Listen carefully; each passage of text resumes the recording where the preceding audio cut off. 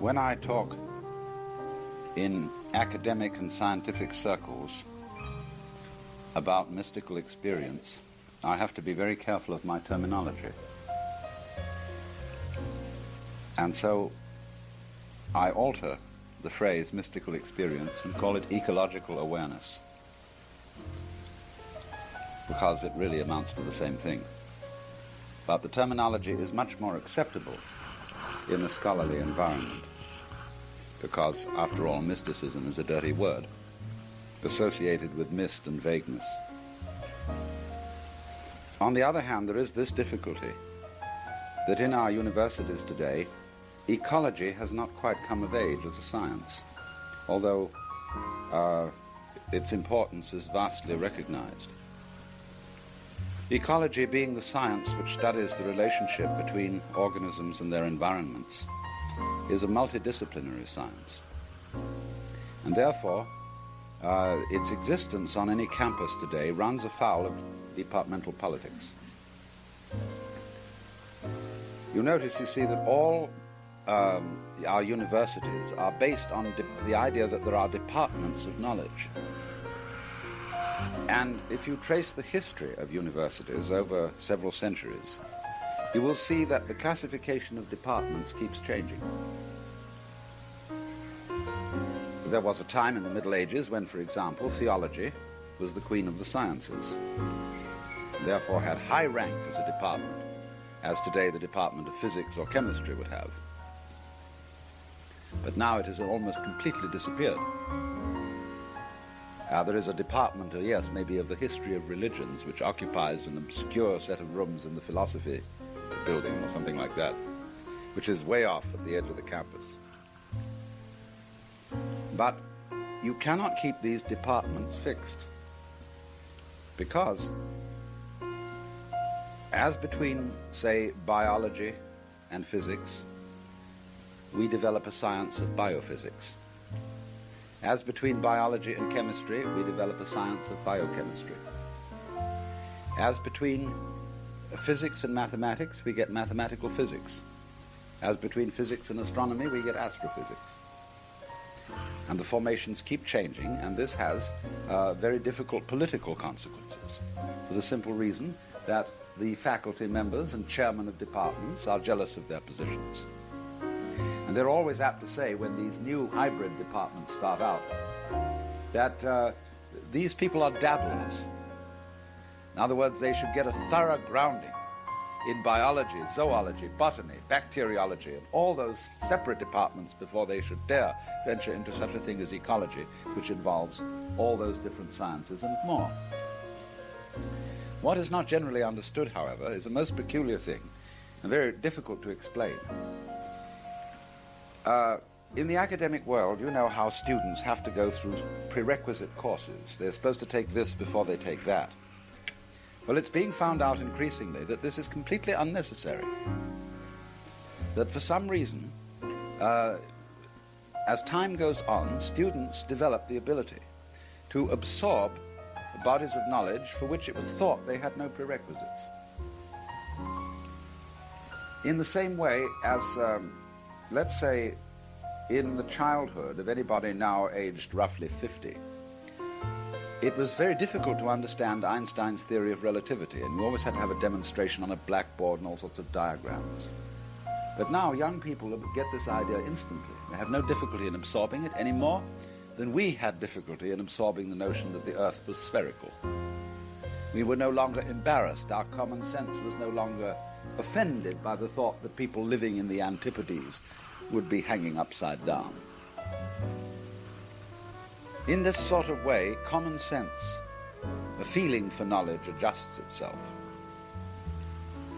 And more it becomes obvious that there have to be ways of linking together the departments of knowledge.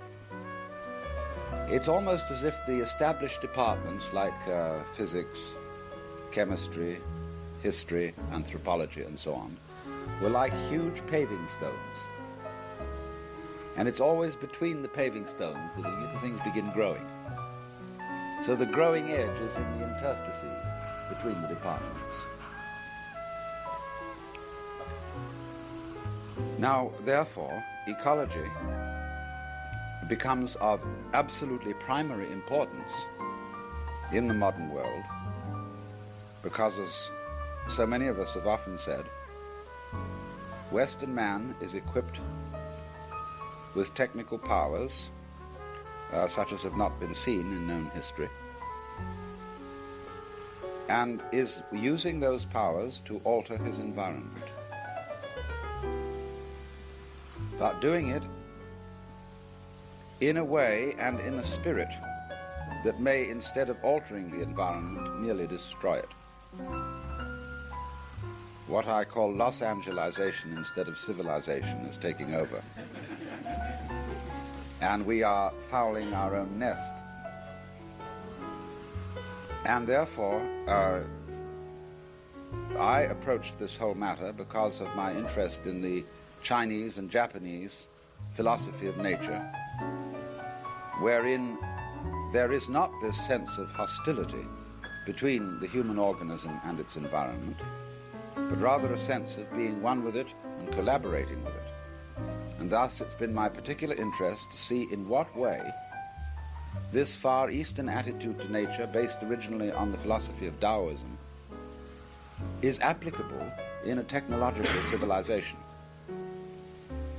Because there is one school of thought which says, of course, we've got to press technological progress as far as possible, and we therefore get a proliferation of so-called growing communities, which are very evident here in California, and remind some of us of the growth of cancer cells rather than the growth of anything of a biologically healthy nature. And this is called progress, and people say, you can't stop progress, don't be sentimental. And on the other hand, there are the people who really do want to stop this. And I find that to some considerable extent among young people who are, shall I say, digging the dropout scene, there is a very definite wish to, as it were, join the American Indians, to get rid of concrete, to go back to green grass. As Gary Snyder put it the other day, when you want to go from Sausalito to Big Sur, don't take the freeway. Don't even take the side roads. Find an old trail and walk it, because the journey will be worth taking then. And he feels, for example, that all the state park rangers should busy themselves with opening up trails so that more and more young people can walk and have stations, a day's walk apart, where they can rest for the night, or where there are congenial farmers and friendly people with homes who will accommodate them. And so we will set up, as it were, a whole network of communications and culture entirely apart from the freeways and the suburban subtopia that sprawls all over the place. Because like any good Indian, American Indian that is, they sit around waiting and watching, as they know that one of these days this whole industrial civilization is just going to disappear into gas, and will leave them as they were in the beginning.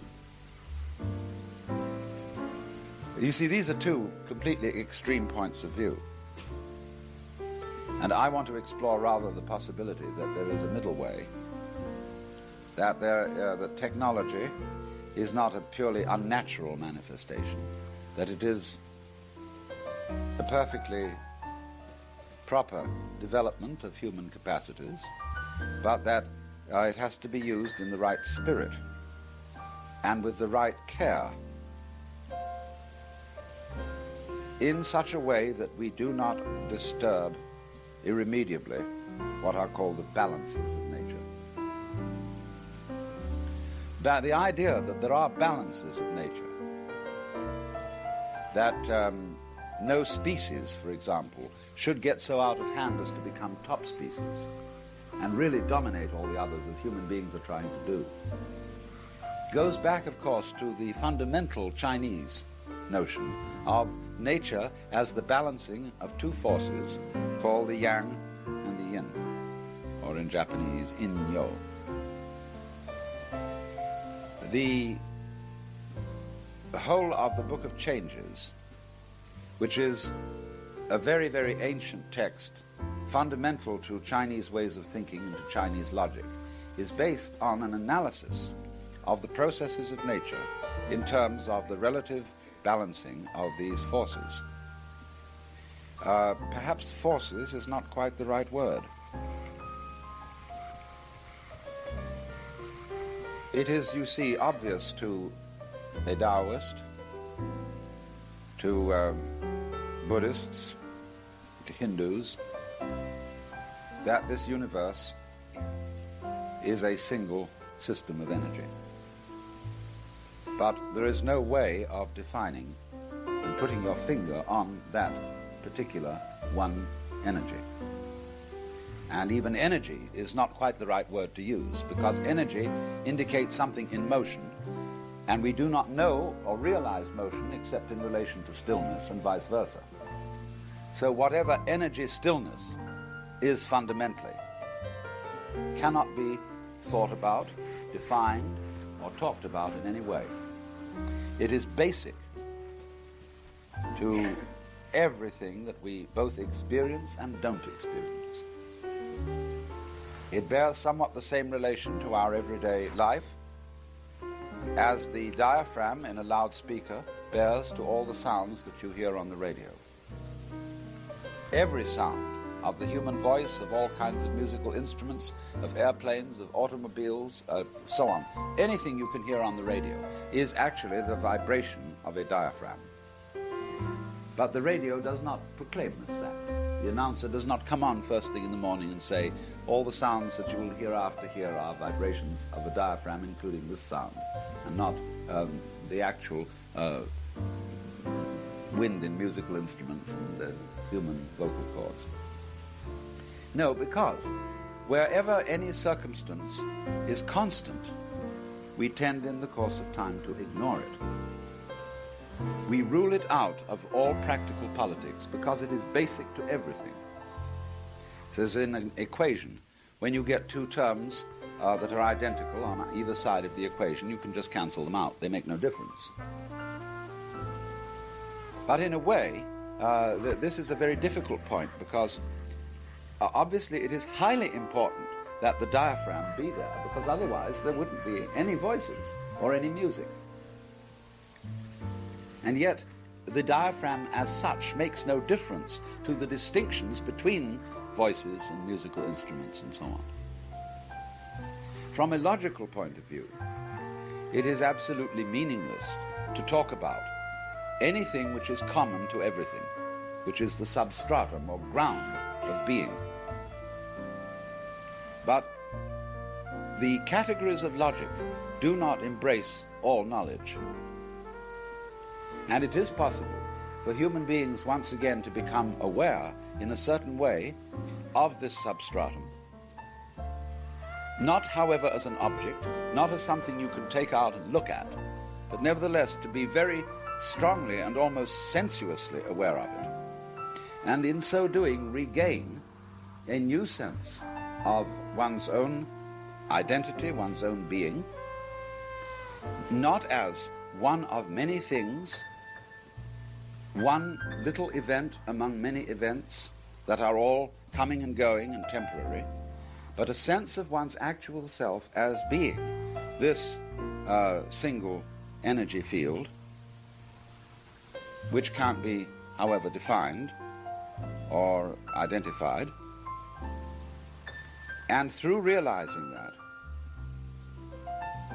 to take away the frantic anxiety that we have to secure ourselves as separate organisms and to fight with other organisms and play these elaborate games of one-upmanship, and above all, to overcome the anxiety which leads us to regard nature itself as our enemy that has to be conquered and subjugated. I shall, of course, return in later sessions to the nature of this realization But I only want to say in passing that there's a very peculiar thing about it. Namely, that the realization I'm speaking of is not something like a belief. It is not an idea, for the simple reason that the fundamental energy of the universe cannot be embraced in an idea. It cannot be embraced in a concept, in a form of words, in an explanation, because it eludes all classification, because it is the which than which there is no whicher, and therefore is not in any class. Secondly, if you try to catch hold of it and somehow possess it, you are doing what is called in Zen putting legs on a snake, because there is no need to possess it. You are it, and if you try to possess it, you imply that you're not. So by trying to catch hold of it, you, as it were, push it away, although you can't really push it away, because the very pushing is all it, you see. So there are people who are divided into two schools of thought: those who believe that by exerting their energies to get hold of it, they can achieve something, and the opposite people who think that by doing nothing at all, one achieves it. But both are wrong, because both the attempt to get it and the attempt to try not to get it are actually attempts to get it. And there is no need to. But nevertheless, by going into this, by meditation and so on, it is possible to realize that we are identical with the fundamental energy of the universe, that that is our real self, and although it doesn't make a difference, because all differences are in a way made by it, therefore it makes no difference to differences. Nevertheless, it's completely basic. You see, it's as if what has happened to us is, supposing you're a gambler, and you've got involved in a game where you're playing actually for peanuts, and you are immensely wealthy. When you get extremely absorbed in the game, even though you're only playing for peanuts, you can lose your temper, and you can be anxious as to who's going to win, who's going to lose. Am I going to lose my peanuts, you see? Whereas you really have nothing to worry about at all. But you've got so absorbed in the details of this game that you've forgotten the larger context in which the game is happening. So in exactly the same way, every individual is so absorbed myopically with his mind in the details of his birth and death that he has completely forgotten the context in which birth and death is occurring. And so, just as the chicken, when you put his beak to a chalk line, can't get off it and is hypnotized, so we have been systematically and progressively hypnotized by our whole upbringing into the sensation that we are only this particular ego in this body. And we believe that and feel it so firmly that the context in which all this has happened is completely repressed. Now, therefore, I want to propose a few things, first of all, in thinking about this. And I would ask you to listen to what I have to say, temporarily postponing the question, what are the practical consequences? What should we do about it? I want to start with a consideration of our ancient ideas about the relation of the individual to the world in terms of fate and free will, or determinism and free will. Because if we actually were aware of all the information that is coming to us through our senses, we would have a very curious sensation which would bug us because we wouldn't be able to find words for it. It would be like this. You would first of all realize that if you didn't be so selective, in other words, if you didn't pay attention to this detail and that detail, but were just simply aware of it all in general, you would get the funny feeling, in the first place, that you were just a puppet. That you were automatically responding to all kinds of physical and social influences around you, and that you couldn't help yourself. You might object to that, or you might alternatively enjoy it. You might get a sensation that you were just floating. You didn't have to do anything.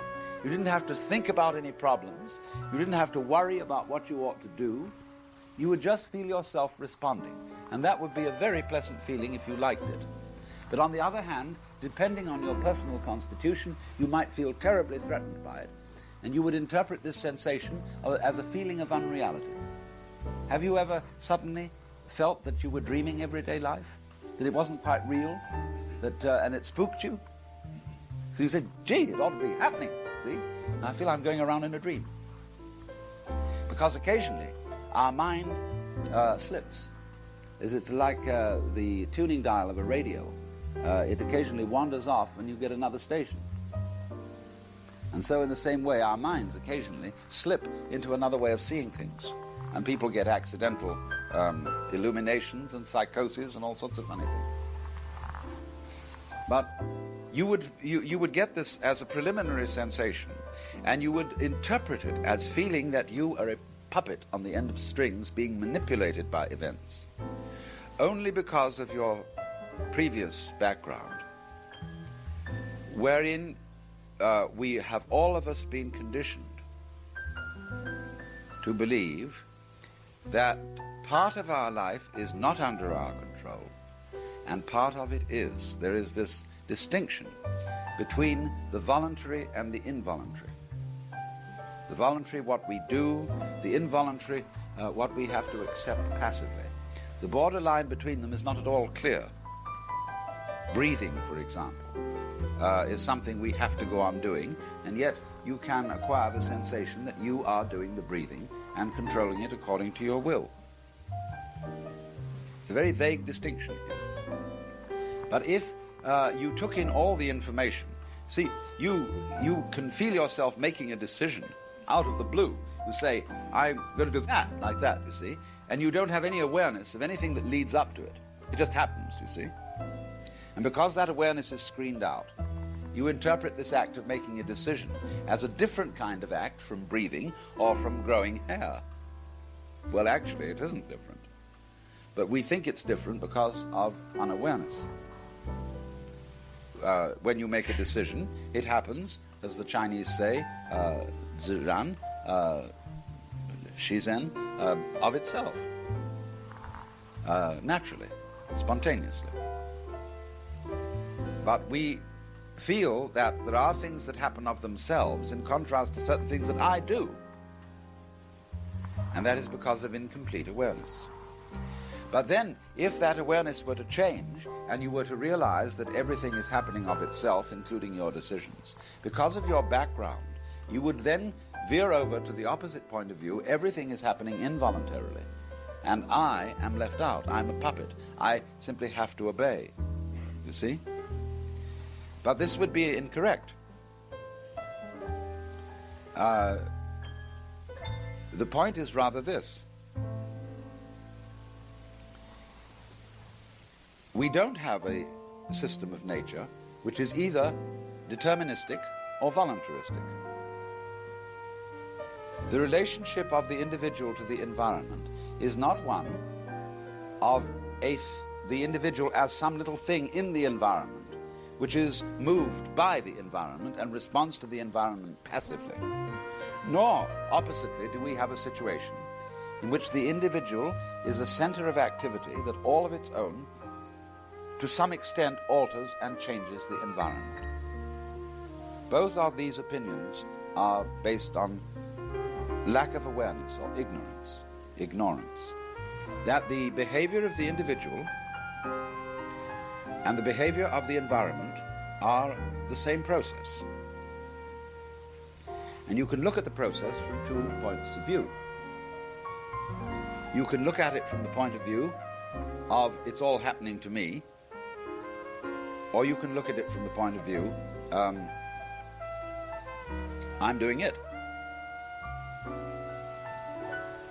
These are just two poles of two ways of looking at the same thing. If, for example, you realize that your neurological organization is creating the external world. In other words, there is no such thing as light, weight, heat, color, shape, except in terms of the human nervous system or some other animal nervous system. Then from that point of view, you can see your nervous system as evoking the whole universe. But you can take an opposite point of view, which is equally true, which is that the human nervous system is something in the external world and is entirely dependent on sun and air and light and temperature and so on and so forth. Both points of view are true, but we have not yet, especially in the West, become aware of a logic which can integrate them. And so when we first come to experience this thing as being so, we tend to interpret it in terms of our old logics and our old ways of thinking. So that one person may say, on feeling this, I feel as if I'm just floating around, passively responding to the operations of nature. And another person going to the opposite extreme will interpret this experience as saying, I suddenly realize I'm God, that I actually govern and control everything that happens. These are two ways of looking at exactly the same thing. The point being, then, that there is just one process which is equally the behavior of the organism and the behavior of the environment. That you can look at this process from many points of view, define it in many ways, but you can't really split it up. And so the consequence of this, although I'm not going into this at the moment in any full way, is to learn to act and behave in terms of this vision of the world. Not as you're acting upon the world, not as it acting upon you, but as the unfoldment of a process which, as you understand it, you become more intelligent and act more intelligently. Intelligence is a function of the degree to which you realize that your behavior is one with the behavior of the rest of the world. The more you realize that, the more, one would say, you appear to be better in control, although you're not actually controlling. The difficulty, the essential difficulty that lies in the way of most people seeing this is the fixed notion that the world consists of separate things and separate events. As Teilhard de Chardin put it, the only real atom is the universe. The word atom, you see, in Greek, is atomos. A, non, tomos, cut. The uncut. It's the same idea as in Lao Tzu, the uncarved block, as a great symbol of naturalness. What cannot be further divided? And so de Chardin says it is the universe that is the only real atom, because if you take anything out of the universe and separate it, you will find it is raveled at all its edges. It is not, in other words, cleanly divisible. But this is something which is left out of our ordinary awareness. Because in our ordinary awareness, we overlook the connections that go between so-called things and so-called events, and make them actually nothing but aspects of one event. It's as if we were looking at everything through a sort of Venetian blind, where intervals are ignored and cut out. Our senses are, of course, as we know, screening devices. The eye responds to a very narrow spectrum of the various forms of light vibrations. We do not see X-rays or cosmic rays. Likewise, our ear responds only to a rather narrow spectrum of sound. We keep screening out. And therefore, not only do we screen with our senses, with the organs of sense, we also screen with the thinking systems by which we interpret what we sense. It's a further act of screening. And so as a result of this, there are gaps. And these gaps are symbolized by the fact that we ignore space. We think, as we all sit around here in this room, you see, that the spaces between each of us as we sit here is nothing at all. It's not important.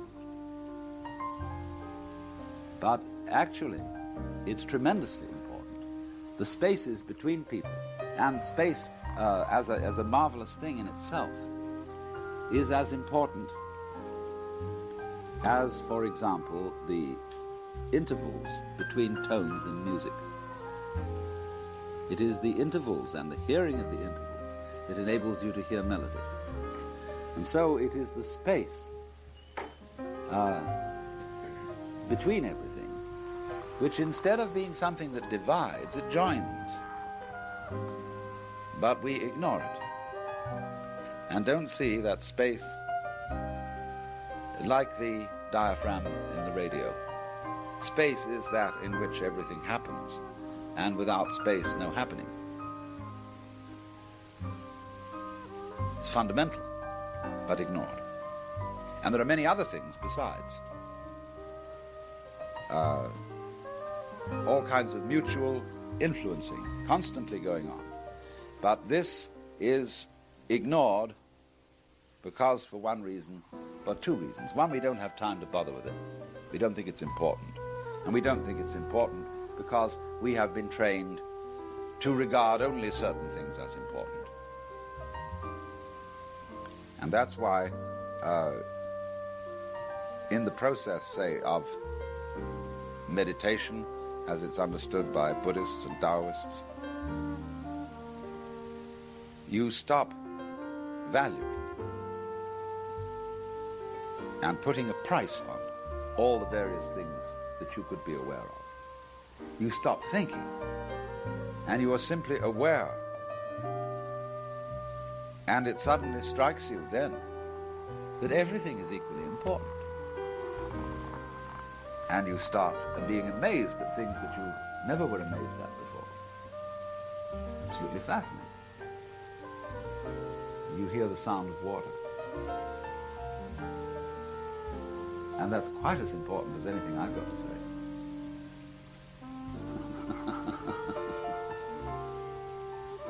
Only you don't translate it, see? The wisest thing I heard in Japan when I was last there, from Morimoto Roshi, he said, the sound of the rain needs no translation.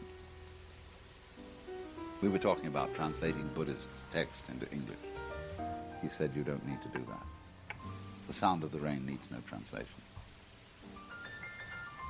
So when you get that perspective and you realize that the divisions of one thing from another are all conceptual, cut out the concepts and see it afresh, and there are no divisions. There are connections. It doesn't mean that in the continuum of the physical world that there are no lines, that there are no solids and spaces and all this kind of thing. It doesn't mean, in other words, that if you saw the world correctly, it would all become a homogenized mass. A lot of people think that that is the nirvana. You know? That doesn't mean that at all. It stays just exactly as you see it now. But it has a completely different sense to it, in which all the wiggles in this world are not separated, but it's a continuous wiggle. I'm greatly interested in the philosophy of wiggles, because this is a wiggly world. Look at the hills. As you fly, as I've just been flying, getting some perspective of nature from an airplane, and it's clouds and mountains, all wiggles. But just every now and then one sees these little squares and rectangular patterns and things, and you know that's human beings, busy trying to straighten things out.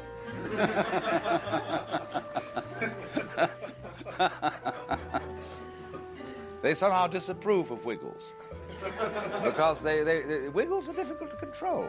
They're slippery. And you want to put that thing there and say, now, come on. But you see, the trouble with a wiggle is, how do you count wiggles? How do you count the wiggles in a cloud? I mean, formally speaking, is one wiggle a smooth curve like that? Does that constitute a wiggle? Or supposing it has bumps on it, are those each a subordinate wiggle? And how many wiggles does the bump have? It has lots when you start looking at it in a magnifying glass. It goes on forever. So wiggles of the world unite. You've nothing to lose but your names. So you see, this is great continuous wiggliness, for purposes of being controlled and managed, is broken down into what we call things and events. But these are no other than conventional, that is to say, socially agreed divisions between the various forms of nature. But nature is really formless, in the sense that it's all one form. Not in the sense that there are nothing that we could stick the name cloud on, but that naming the cloud a cloud does not separate the cloud from the sky, actually. Just as when you pick up water in a sieve, you don't succeed in separating the water into strips like you would if it was cheese going through a sieve. So all our categorizing leaves the world undivided. In fact, it is simply a way of being able to talk about it in order to agree how we are going to control it and what we're going to do with it.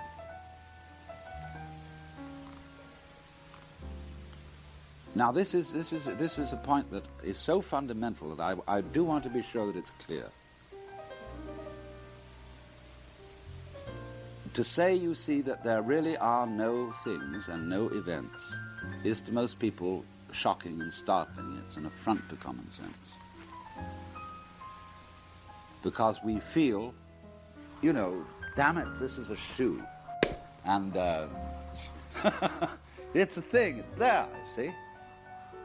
And, but actually, this isn't a shoe at all.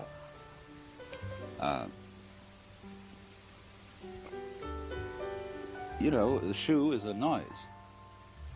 And if this is a noise at all, it's this sort of noise. You can use it for a hat. It has all sorts of possibilities. But it isn't a shoe. Yeah, yeah, right. So,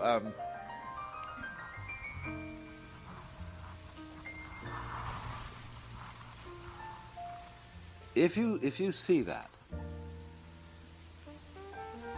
the idea of separate things is an abstraction, let's call it that, then this most of all applies to you. As an organism, you are not a separate thing. You are, first of all, you can look at it from 2 points of view. On the one hand, a living organism is something like a flame. A flame, although it appears on a candle to be constant, is a stream of gas. And a flame is never the same for 2 microseconds. It's a constant flowing of energy. Or take a whirlpool in a stream. It appears to have a constant form, but it's flowing all the time. So in exactly the same way, all our bodies appear to have constant form, but we are a flowing of energy. So we keep coming in and out. Also, It isn't only in this way that we're the constant flow, that you cannot say I'm a separate event. But it's also because everything that could be recognized as a wiggle or a unit of any kind in this world has its existence only in relation to all the rest of them. This is the principle that in Buddhist philosophy is called Jiji Muge, the mutual interpenetration of all things and events. This is very important. I'm sure some of you have recently read in, say, the Scientific American about holograms, a method whereby you can take a small square out of a photographic negative and by the use of laser beams reconstruct the whole negative out of which it was taken. Because the little part is nurtured and comes to be in a field of forces in such a way that all the lines of force within the little part imply the lines of force of the total photograph when it was taken. It can be reconstructed. Maybe Wynne can explain this more accurately than I can. But this essentially is the hologram. Because you see that every part, anything that can be designated as a part of something, implies the whole, just as the whole implies the part. Thus, a clever anthropologist can take a jawbone and can reconstruct from the jawbone, through all his anthropological knowledge, the beast or man to which it originally belonged. You say a jawbone like this, you see, implies this kind of a skull and so on and so forth. So every single thing in this world exists only in relation to the whole system, to all the other things. Because the important point to realize here is that existence is relationship. Relationship is another word for existence. There is no yang without the yin. It is the relationship of yang and yin that enables yang to be possible and yin to be possible, solid to be possible and space to be possible, up and down, life and death, being and non-being. It is a relationship. So that, for example, if I have a drum, but there is no skin on the drum, it doesn't matter how hard I hit it, it will make no sound. Because the sound is the relationship of the drum skin and the hand. And you can carry that principle all the way along. That, in other words, if I shout in a completely non-resonating environment, I will make no noise. In other words, if I shout in a vacuum, there is no sound. Because I have to make waves, you see, and I can't make waves if there's no water. So the existence is relationship all the way along. And fundamentally then, the relationship of all of us together, of all society, constitutes every one of us. We are, as individuals, as personalities, what we are in terms of a human community and of an interlocking complex of communities. And you may remember when you were children, I remember it very vividly, how my personality changed in relation to each community that I went into. In other words, I was one boy at home. I was a completely different boy among my peer group in school. I was another boy altogether when visiting my uncle. And I've realized I had all these different personalities in relation to different communities. And eventually, I put them together in some sort of way and integrated. But I feel still, although I've got them more or less together, I like to come on differently in different sets of people and play the joker, which instead of playing a fixed role, and you can say, well, is that always you? Can we rely upon you always to have this sort of behavior, mannerisms, and reactions? You say, no, I'm not going to get fixed up in that. I'm going to play tricks. But you did notice that, you see, when you were a child, because, you see, you were being defined all the time by the groups you were in.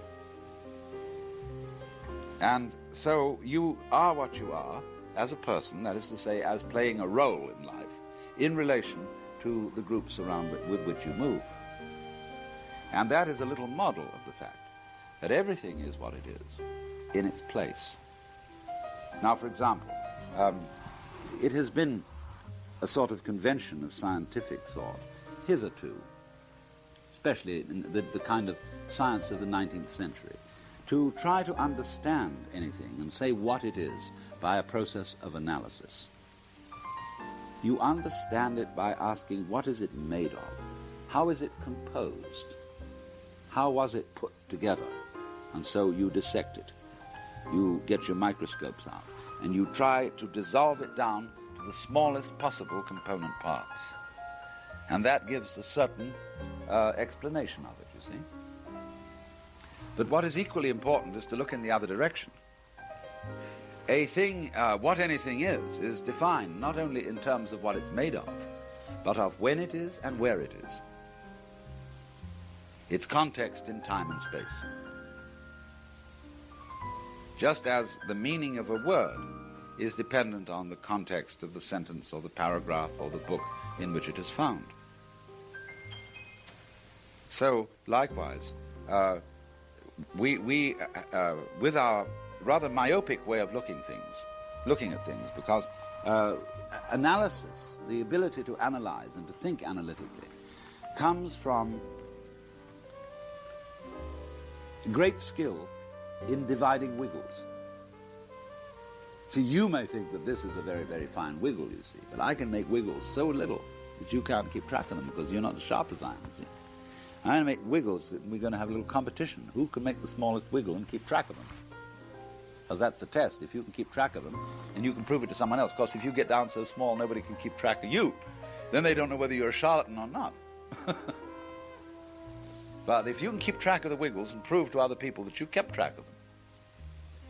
See, this is the whole game of scholarly one-upmanship. If you can keep track of it, same with certain kinds of music, you see, you can do very complicated rhythms, and they'll believe you if you can do it again. And it's not enough to do it once. They say, do that again. Oh, was that a fluke? That shows, you see, you're in control, and you've been able to count out the beats. So, through the analytical mind, which pays attention to the details, we have got great skill in doing that.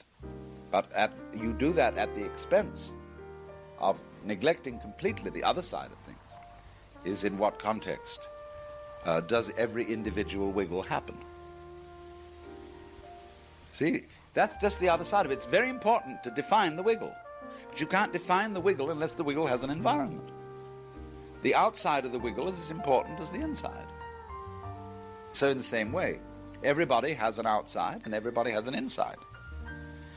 We identify ourselves with what is inside. So that's me.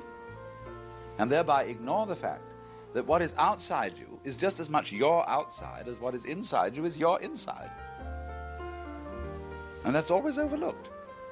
And I mean, when I talk about your outside, I don't mean just the surface of your skin. I mean everything outside your skin. That's your outside. And if that isn't functioning in a certain way, the inside doesn't function either. They go together. It's like when a snake moves. The snake makes a curl, and so one side of it is convex and the other side is concave. Which side moves first? Why, they both move together. And so in the same way, the inside world and the outside world are not different. In the sense that they're not separate. They're different, yes. One's inside, the other's outside, but they're not separate. They move together. Only we're unaware of it, in the ordinary way, through a kind of psychological myopia, of fixing on, of being hung up on certain ways of looking at things. There's a Buddhist word, klesha, in Sanskrit, bonno in Japanese, that we normally translate attachment or defiling passion. The exact translation of klesha in modern American is hang up. It's a perfect word for it, to have a hang up. And so to be hung up on a fixed way of looking at things, that the world is only divided in this way and that way and the other way, is to fail to see what I've been describing then as the going togetherness, the inseparability of all insides from all outsides and vice versa, and of all organisms from their environments and vice versa. You can get this very clearly when you realize that if you get hung up on the viewpoint of separateness, then even your body is not a unity. You are just a mass of cells. And if then you take in physics, you're not even cells, you're molecules. Not even molecules, just atoms. Not even atoms, just subatomic particles, wavicles, or whatever. And you disintegrate everything into that, and you realize that there are vast spaces between all these tiny little wiglets, whatever they are, wavicles. Huge spaces. I mean, if a molecule in your body was magnified to the size of a tennis ball, the nearest one would be quite a way away. Well, what ties all this together? You know? How can you look at that as a unity? Well, it's tied together by space. Fields with force, gravitation. And so in exactly the same way, look at us behaving around here from a larger level of magnification. You can very easily see that we are just as tied together as the molecules in our hands. And that generation after generation, you know, we come and go. You look at the leaves coming on the trees in the spring. And you can say, you can describe this in so many different ways. You can say these are new leaves. Last year's leaves fell off and have fallen into the ground. And now a new generation of leaves come, which are quite different. And if the leaf had an ego, you see, it would say, wow-wee, I've come into being. I'm new. But from another point of view, you could just say, the tree is leafing again. This is something the tree does, like every so often. A man gets up in the morning and he shaves. He's shaving, see? And he stops doing that. Next morning, he's shaving again. Now, is the shaving, is it something that has an ego? When every day's shave is a different shave? It is from one point of view. It is different, but it's also shaving. It's the same. It's because we are so fascinated with the individual details of people that generation after generation we say they're quite different. But somebody who really was from Mars and didn't understand people would say they keep on coming. They're just the same ones coming back. So every year's leaves are the same old leaves coming back, see? They die, they are reabsorbed, and they keep coming back. The thing keeps doing it again. But there are these spaces in it, you see? It's like the troughs between the crests of a wave. And we say, where there are those spaces, we don't see anything, so we say, well, that's finished. So when you die, you think, well, that's finished. Too bad. But you see, what you are really is the energy field, and it keeps doing you. It keeps peopling. And it's you who keep peopling. Who else is responsible? In this morning's session, I was emphasizing primarily the theoretical aspects of ecological awareness, showing how our differentiation between separate things and events is an abstraction, and that the whole world is an inseparable unity, not of separate parts, but of the kind of system in which everything that might be called a part, when we talk about it, everything that might be called a part is in fact an expression or function of the whole thing. And that if we came to our senses,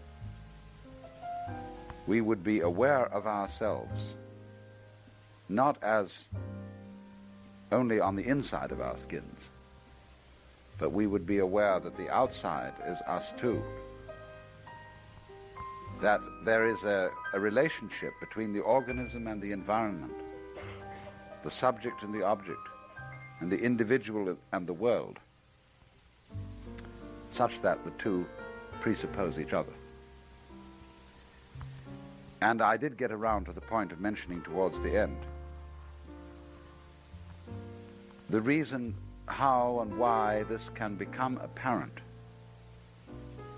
if our minds are not constantly obsessed with verbiage. If, in other words, we can come to contemplating, seeing, feeling the actual world without putting names and labels on it. In other words, to see it directly rather than thinking about it.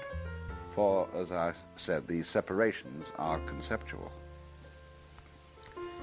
Now, I want to take this into a more practical dimension this afternoon. And that is to say that hand in hand with this whole question of overcoming the hallucination of separateness, there goes also the formation of a new style of relationship to the material present. It's very important, you see, first of all, to realize that all reality is present. That the present moment is where you have always lived and where you will always live. There is no other time than now. Time past and time future are also abstractions. But in our culture in particular, we have a very bad relationship to the material present. And not only to the present, but also to that aspect of the same thing which is material. And this comes out so strongly in the way in which we educate our children. We do not, in our schools, really have anything very much which relates people to the material present. And thus our achievements in regard to the handling of the material present are extremely shoddy. School prepares people for a kind of Brahmin's existence. That is to say, for literary, verbal operations. It educates us to be bureaucrats, insurance salesmen, bankers' clerks, accountants, and lawyers, maybe doctors, and so on. And a person who is going on, say, in high school, and is thought not fit for college, is encouraged to take reluctantly offered courses in trades and manual skills. And in England, where the state of affairs is much worse than it is here even, they always make jokes about American universities where you can get a BA degree in basket weaving. Because that's in for a dig. That is loss of face in an academic community that there should be basket weaving courses. It's bad enough to have a degree in physical education. But the point of the matter is that we are so obsessed with the life of abstractions with problems of status, with problems of the world as symbolized rather than the world to be symbolized, that most of us don't relate to physical existence at all. Now, I remember, and I mentioned this in one of those leaflets I sent out, but I remember very well in 1936 in London at the World Congress of Faiths when Suzuki Daisetsu was present. He's the one who's written all the essays on Zen Buddhism, the great scholar. And he had made a very, very significant contribution to the Congress, various lectures and discussions he had held.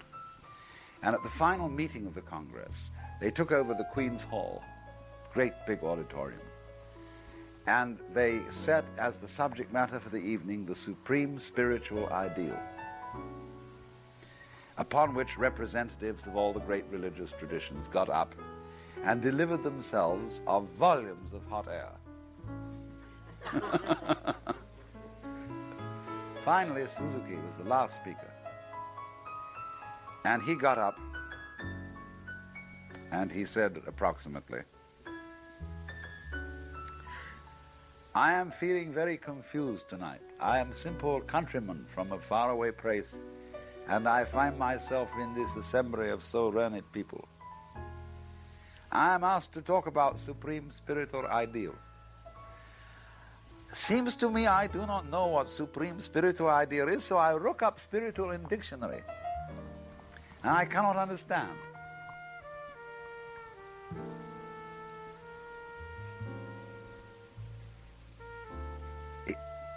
He said, you have around here a very big city, and I walk along the street and very prosperous, but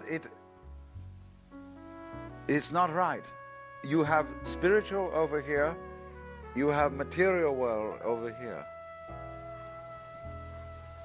and both are unreal." And then he went on to give a description of his house and garden in Japan. And at the end of it, he had a standing ovation. For somehow he was real.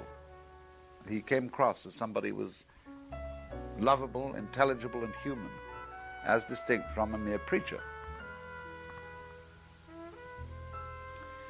And he made this intensely important point,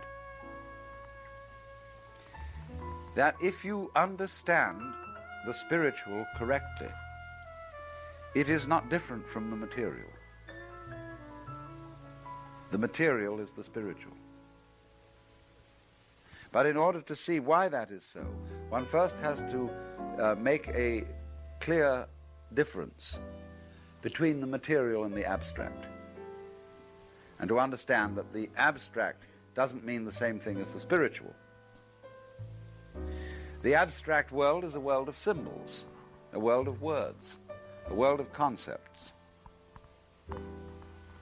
which has the same relation to the physical universe as the menu to the dinner, or as money to wealth. I mean money in the sense of bookkeeping entries in a bank or dollar bills. One must be very careful, therefore, not to confuse the spiritual and the abstract. If by the spiritual we designate the domain of ultimate reality, the unified, or more strictly non-dual energy of the universe that I was talking about this morning, that has nothing whatsoever really to do with abstractions. What we call physical reality, the material world, is much closer to what would be meant by spiritual than anything abstract is. And but the thing is that when we form in our minds, the average person who talks about the physical world, he has a concept of the physical world, which is what really should be referred to as materiality when one uses that word in a put-down way. If, for example, we talk about, I could even say this to theologians and they would eventually understand me. If we talk about the evils of the flesh, the word the flesh doesn't mean the body in the sense of this. The flesh, as something evil, represents a conception of the body as something to be exploited in order to satisfy one's spiritual emptiness.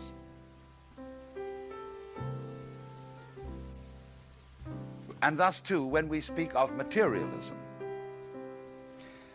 we aren't really talking about materialism. We're talking about an abstract conception of the value of the material world. Real materialism would, of course, be the love of material, which is something quite different from materialism as one sees it in practice. So it's very important to realize that when we say the physical world and we talk about matter as something which is antithetical to the spiritual, you are not talking about this. Because all this doesn't have those kind of qualities that we would call materiality as against the spiritual. If you really get in touch with your senses, with the so-called physical world, you're in for many surprises. First of all, if you go back to the point I made, that there really is only the present, you will see that what we call this physical world is not something expanded in time, stretched out over time. It isn't, and it is not material also in the sense of being composed of stuff. You see, one of our problems in the West is we think about the relationship of the spiritual to the physical by analogy with form and matter, or rather with clay as matter and the form as the pot made out of the clay. And therefore we've never been able to put the two together because our conception of matter as something essentially like clay, a sort of primordial stuff, this has no intelligence, nor does it possess energy.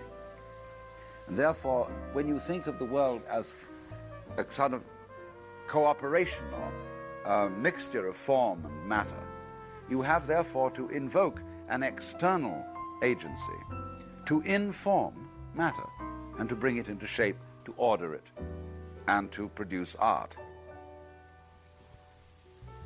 But this dualism of form and matter is really rather meaningless. Nobody ever saw an immaterial form or a formless material. There really is no such thing as stuff out of which the universe is made.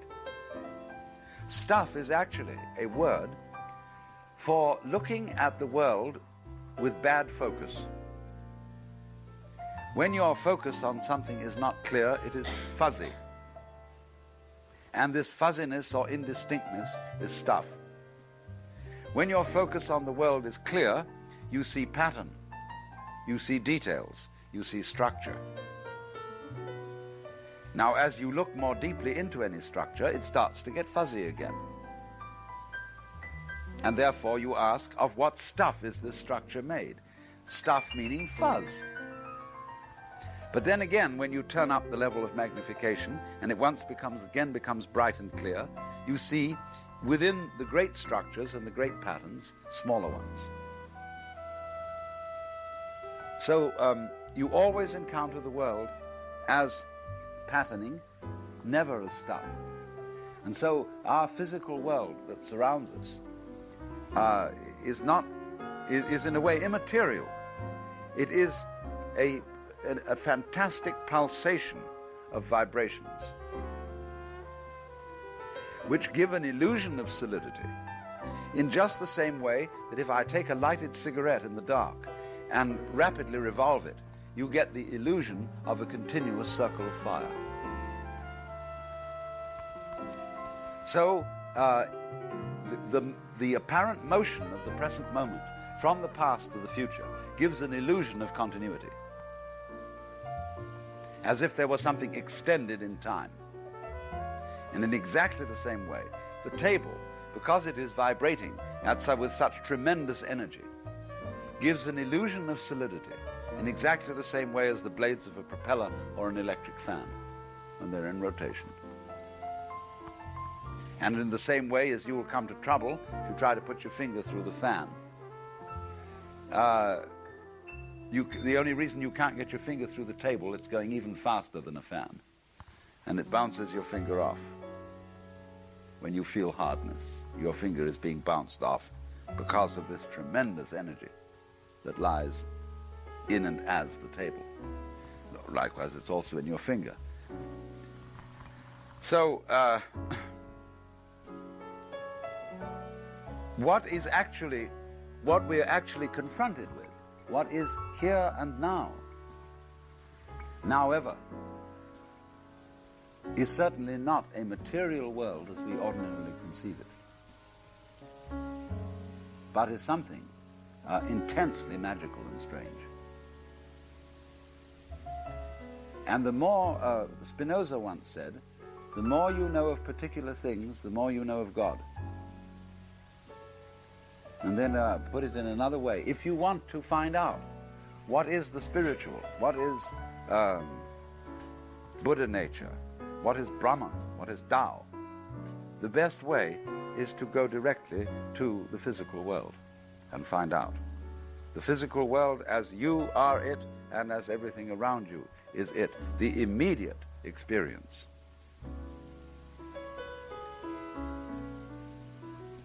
Now to go back, this, as I said, is something which our culture, which WASP culture in particular, neglects, because we are obsessed with abstract attainments.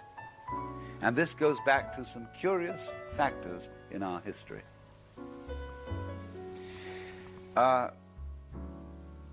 To introduce this matter, I have to refresh your minds about caste, strangely enough.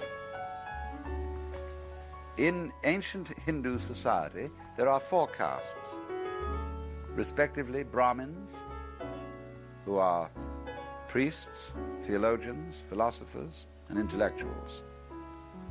Kshatriya, who are warriors and rulers, politicians. Vaishya, who are merchants, and Shudra, who are laborers, blue-collar workers.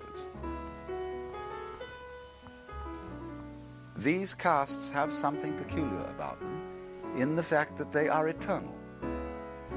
Let me say perennial. They still exist, even though we don't admit it. There are Kshatriya people around, and they are very different from Brahmins.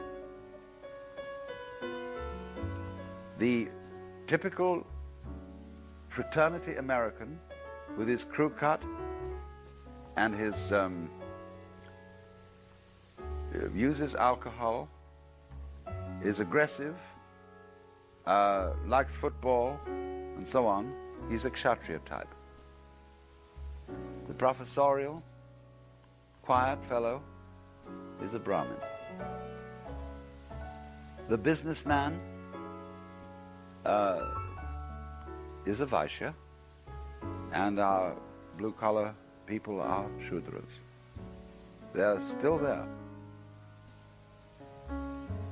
And they are all necessary to each other. They balance each other in a very fascinating way. The Brahmin cannot get on by himself. He needs the Kshatriya, the Vaishya, and the Shudra. And likewise, every one of them needs the others. But there was a curious revolution in Europe at the time we call the Reformation. When the Vaishyas got the upper hand of the Brahmins and the Kshatriyas, the feudal aristocracy began to lose power in the face of, say, the great merchant bankers of Italy and the burghers of Central Europe.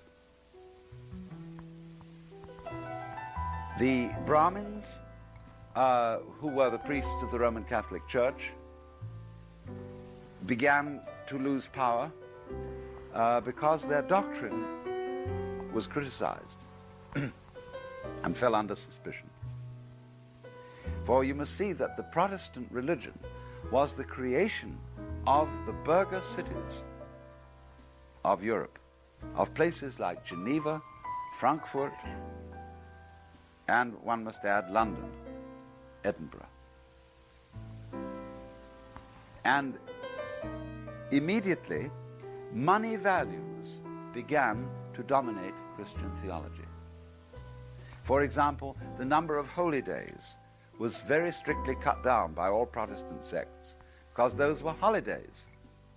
And the merchants didn't want their apprentices taking all these holidays off and not busying themselves. And so, always connected with the Protestant ethic are the virtues of frugality, saving money, saving up for the future, and in such things are Vaishya ideals running a bit wild.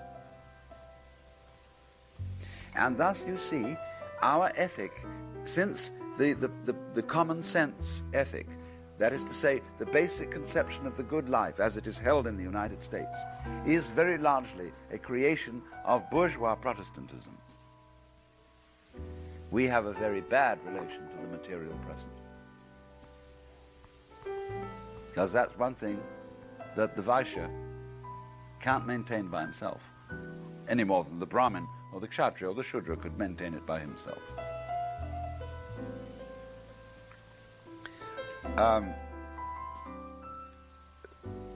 We have a whole world based on this. Two things. Save up. There's a good time coming. So put your money aside, invest it.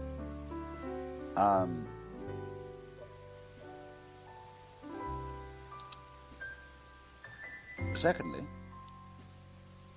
which is somewhat contradictory, happiness consists in the possession of things. A lot of people, when they feel inadequate, bored,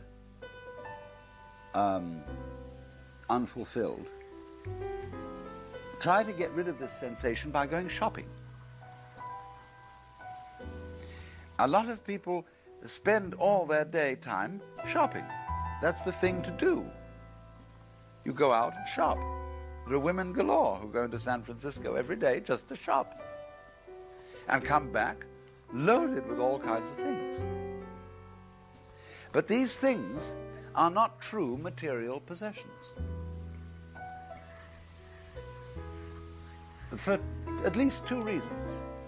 Number one, most of them aren't well made. Number two, you can't use that many things. You can store them, you can put them away, you can show your friends that you've got this and that. But you can't live in 6 houses at once. You can't ride more than 2 horses at a time, unless you're doing some sort of a circus act, no? You can't drive more than 1 car at a time. So we tend to become absolutely overloaded with possessions and have the greatest difficulty, therefore, in moving ourselves around. Because every time we move, we have to carry all the stuff with us. Let's take the comparison between a Japanese living room and a British, American, or German living room. You see the Japanese living room, you have a table and some cushions and the floor. And you don't have any beds. You sleep in a futon, in a quilt, and that's delightful. You don't, therefore, have to haul beds around. You don't have overstuffed chairs, which stand in most rooms like gun emplacements. You know, these huge things. Vast things that have to be pushed around, very heavy. We, in other words, are absolutely cluttered with enormously heavy objects. And it doesn't redound to our true material comfort, because we are always using our muscles to lug them around. They have to be taken care of. They have to be cleaned. The moths have to be kept out of them. They're a perfect pest. So we don't really understand furniture. Now, I would think furniture and a house and a shelter over you is one of the most important things in life. Shelter is fundamental. But when you see what shelter most people in the United States have provided for themselves, you're aghast. Clapboard boxes, miles and miles and miles of them, that you wouldn't want a dog to live in. Have you ever looked at the furniture in Dagwood's home? The absolutely uninspired junk. It has nothing whatsoever to recommend it. It isn't good design, it isn't fun, it's just nowhere. What's something else of material importance that really, after all, we ought to know something about? Clothes. Well, by and large, we are shockingly clothed, as compared with many other people. Men go around looking like funeral directors in the most uncomfortable survivals of military uniforms. Women wear frocks and dresses and things that are to cover up amazing systems of pulleys and blocks and tackles.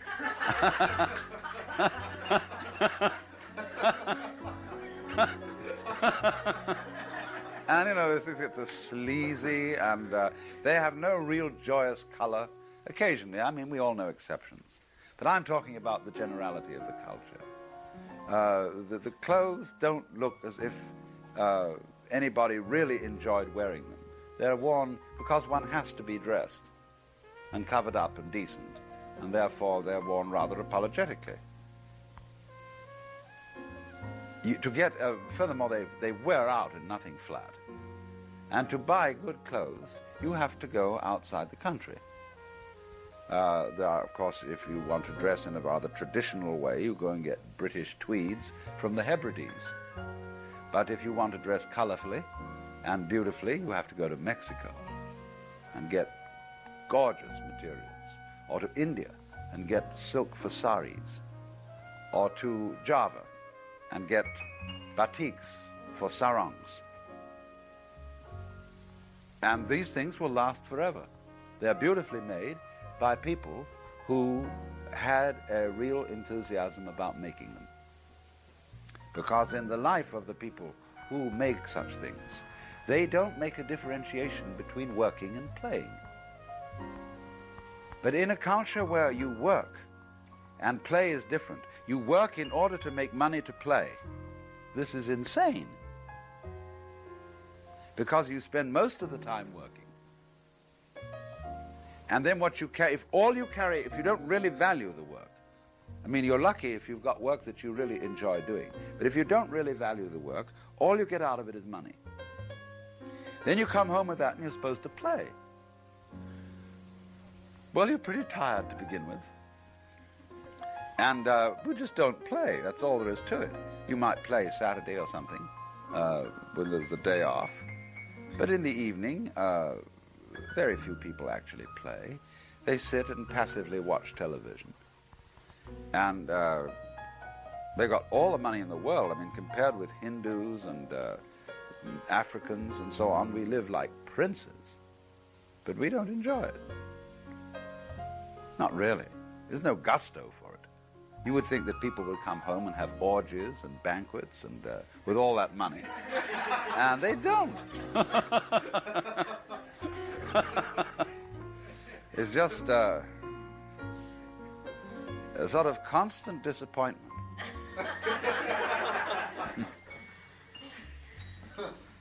Well, going back to clothes, I can illustrate another way in which our clothes are made without regard for material values. Most clothes are made of cloth. Now, when you weave cloth, cloth has a certain nature. It comes out in a long, wide strip, which is rectangular. We take this material, woven this way, and we try to fit it to the contours of the body by shaping, by doing things with rectangular material that rectangular material just doesn't want to do. To fit the sleeves of a man's jacket. It doesn't want to do that. And therefore, our jackets don't fold up properly. Whenever you take them out of a suitcase, they have to go to the dry cleaners to be pressed, or your wife has to iron it. Our shirts, a man's shirt is the most ridiculous construction.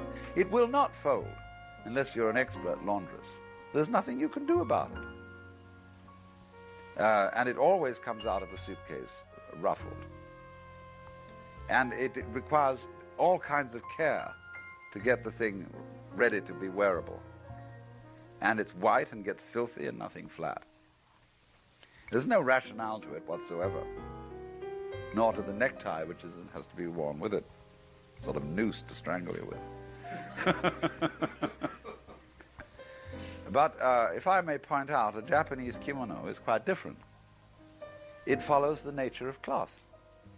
The rectangular forms of the cloth, if you stretch it out like that, it hangs in a rectangle right here from your sleeve, and it falls over you. It hasn't been forced to fit you, and therefore it fits you comfortably.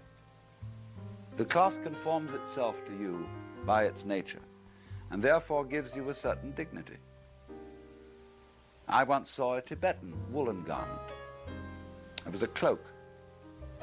And it was prepared by their method, which is they have a method of pounding wool rather than weaving it. And they make it into a great big, again, it's a rectangle. And it's a double rectangle, the front one and the back one. The front one is split down the center. And at the sides, there's a place for the sleeves to go through, and beyond that, it's stitched. So you just got this sort of, if you put it out like that, it looks like a sort of sandwich board. Well, we had this one evening, and we got every man in the room to put it on. And there were about 5 men. And it turned all of them into kings. They looked absolutely regal in this thing. It was so dignified and so exquisitely beautiful. I have a Japanese friend who told me he always wore Western clothes in Japan. And I asked him why. I said, it's absurd. I said, you have the most comfortable clothes anybody ever invented. What on earth do you go around in a Western business suit for? Oh, he said, I wouldn't be seen dead in Kyoto in a kimono. You can't run for a bus in a kimono. It's true. But what a degradation, you see, of the human being. You've got to be someone who's got to run for a bus now, you see. Whereas if you put on a kimono, you're very comfortable, but you have to be leisurely. You have to stroll rather than rush. And that slows you down.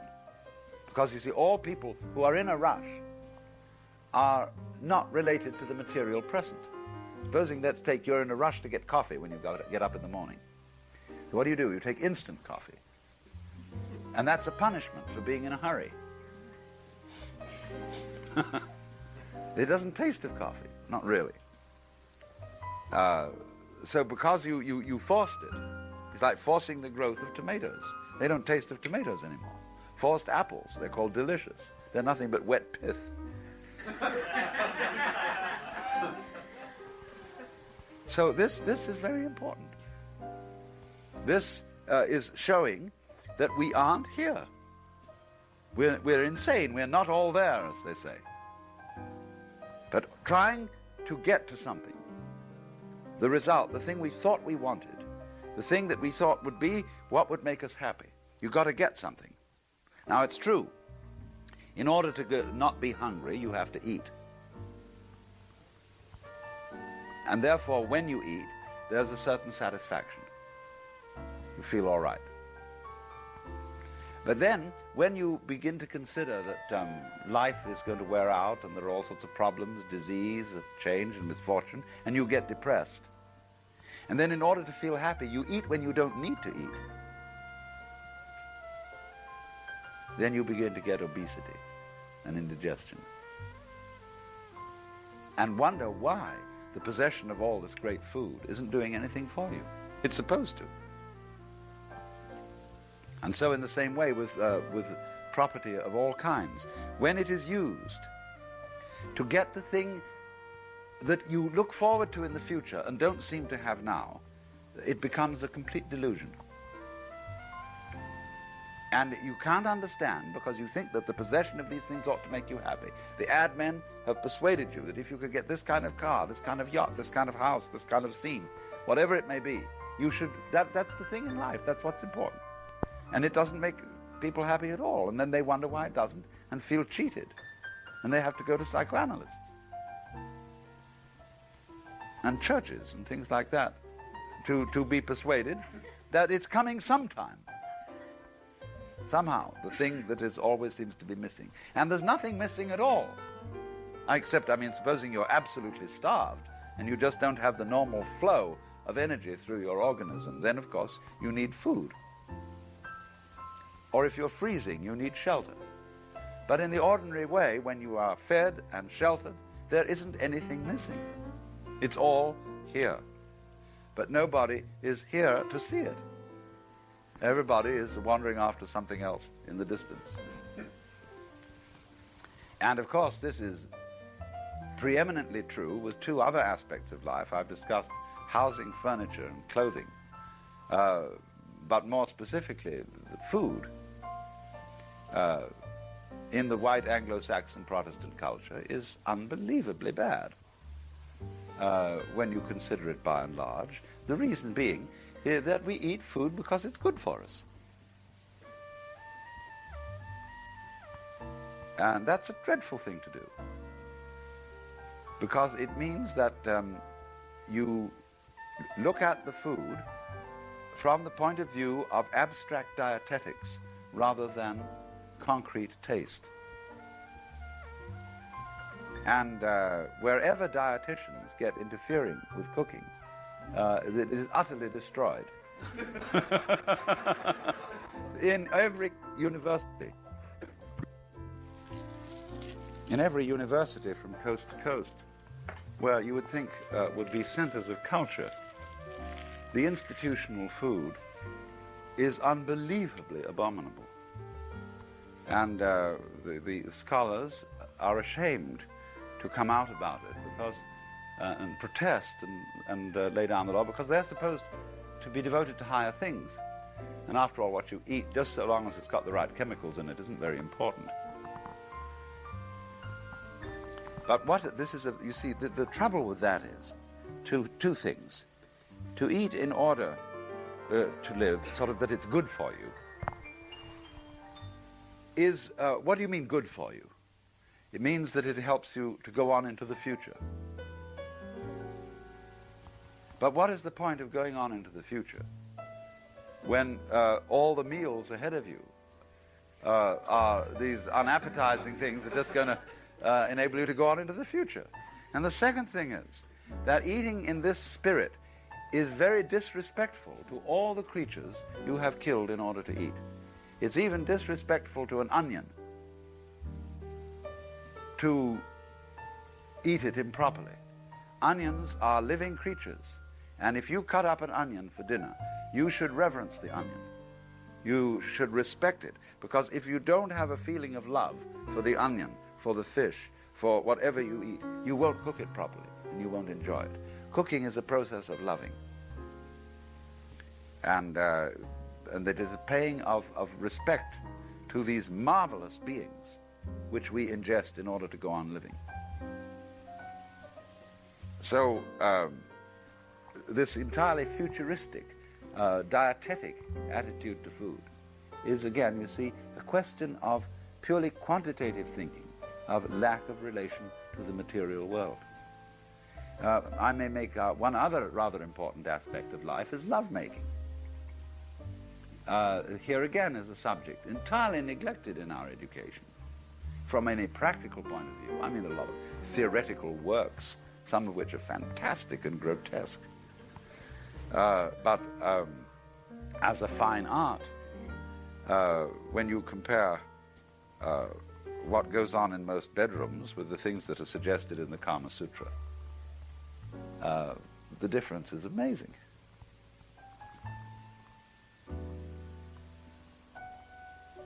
That there could be a real great art as between lovers, husbands and wives and so on, is something, again, that we don't consider, because, once again, although sex is fun, we go about it not really because we enjoy it. We can't admit that, but it's good for us. It's a healthy outlet. And also, it's necessary, of course, for having children. And that's also something for the future, you see? And likewise, when it gets to children, we don't relate to children in the material present very well.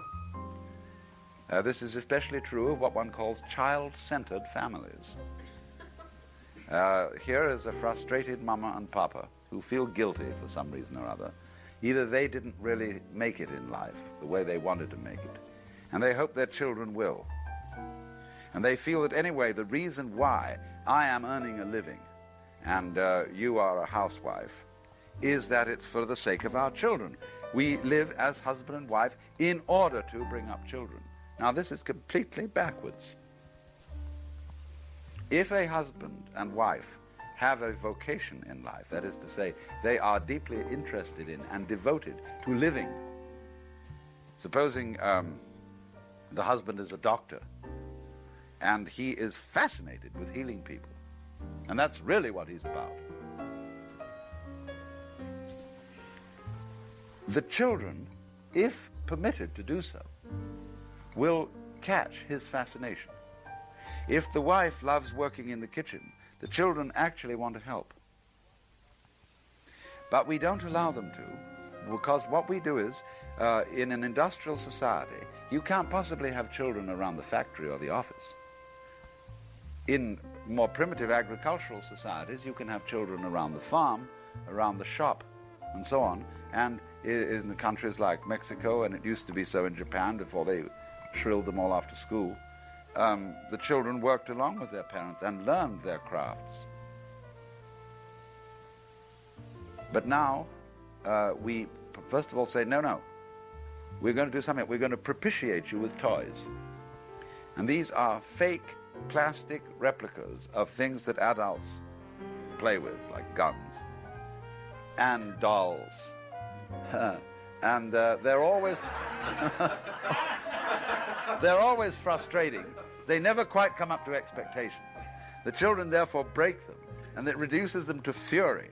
And at the end of the day, every household I know in good, nice American homes where there are children, they are strewn from end to end with disintegrated plastic.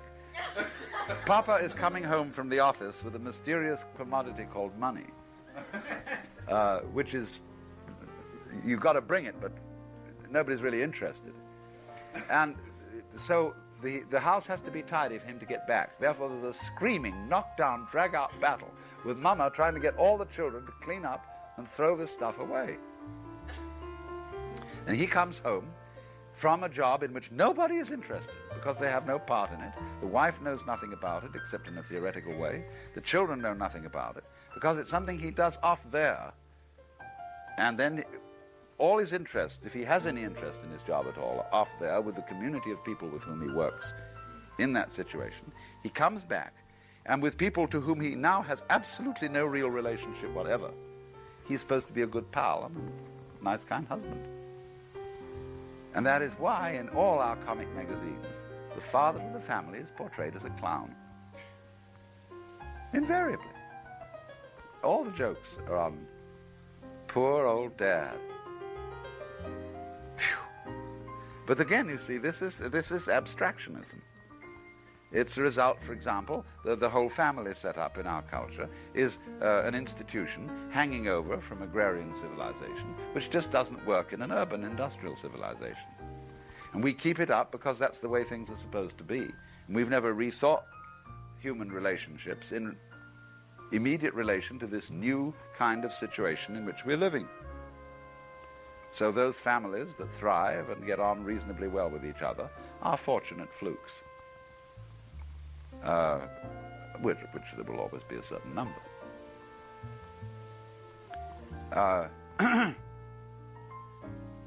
I could go on endlessly with this discussion of our lack of relation. I mean, let's just take our notions of feminine beauty.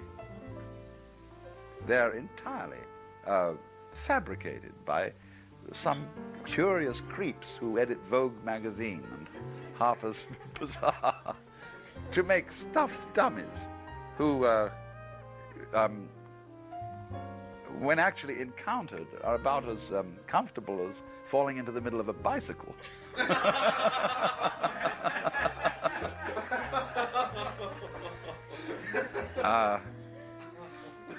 And you know, poor women, they're always having to live up to the image of some movie star or somebody who is the great type of the day, to feel their husbands will be disappointed if they don't look like that.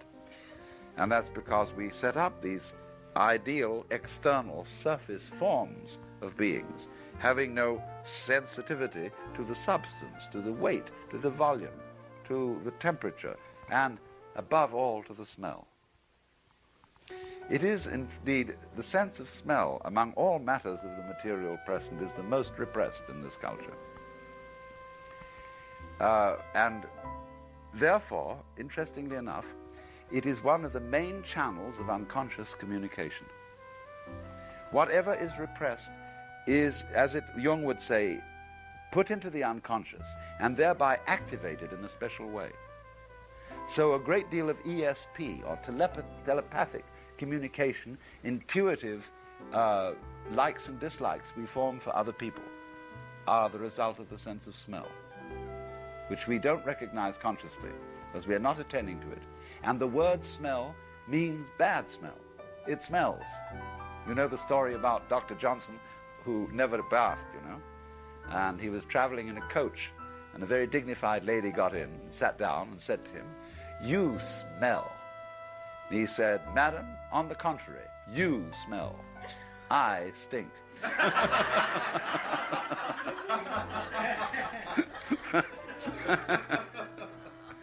But you see, smell is essentially bad smell. In English, there are only 3 adjectives peculiarly used for qualities of smell: fragrant, acrid, pungent. All other adjectives used for smell are borrowed from taste or some other sense. It's a repressed, you see. We're not really aware of smell.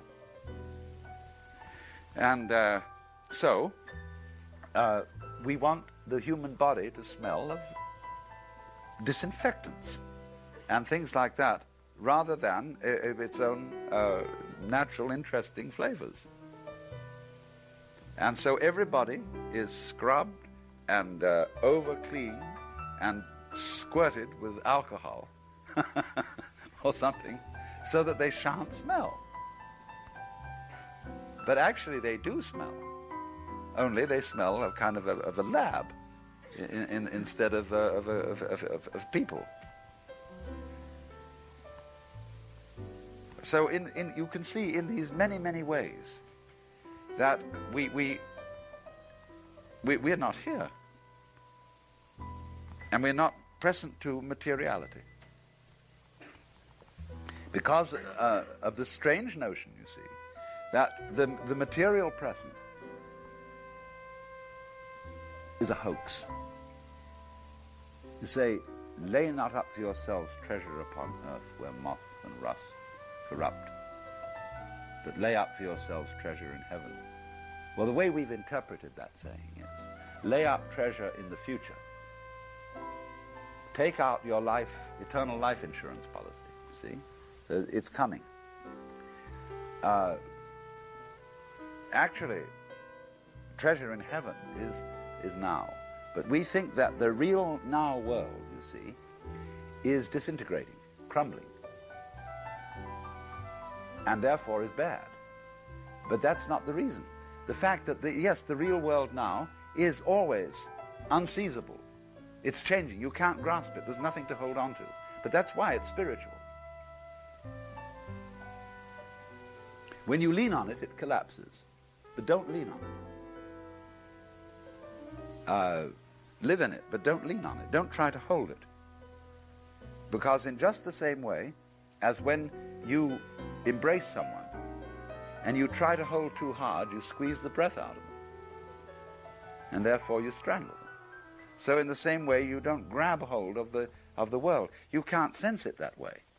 I cannot feel whatever this is by doing this, see? I can't get the maximum taste out of beef by grinding it to pieces with my teeth and forcing my tongue against it. Because what I do is I dull the nerve ends. It's a kind of a light touch. You let it flow through your fingers.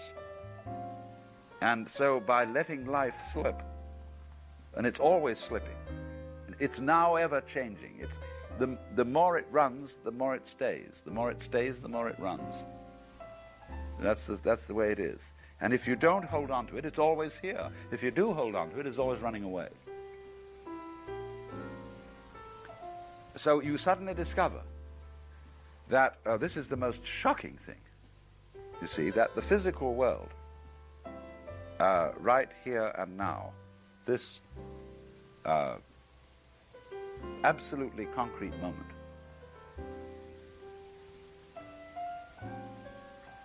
is everything that you could ever have imagined the beatific vision to be. This is quite startling that it's so, if you are really wide awake.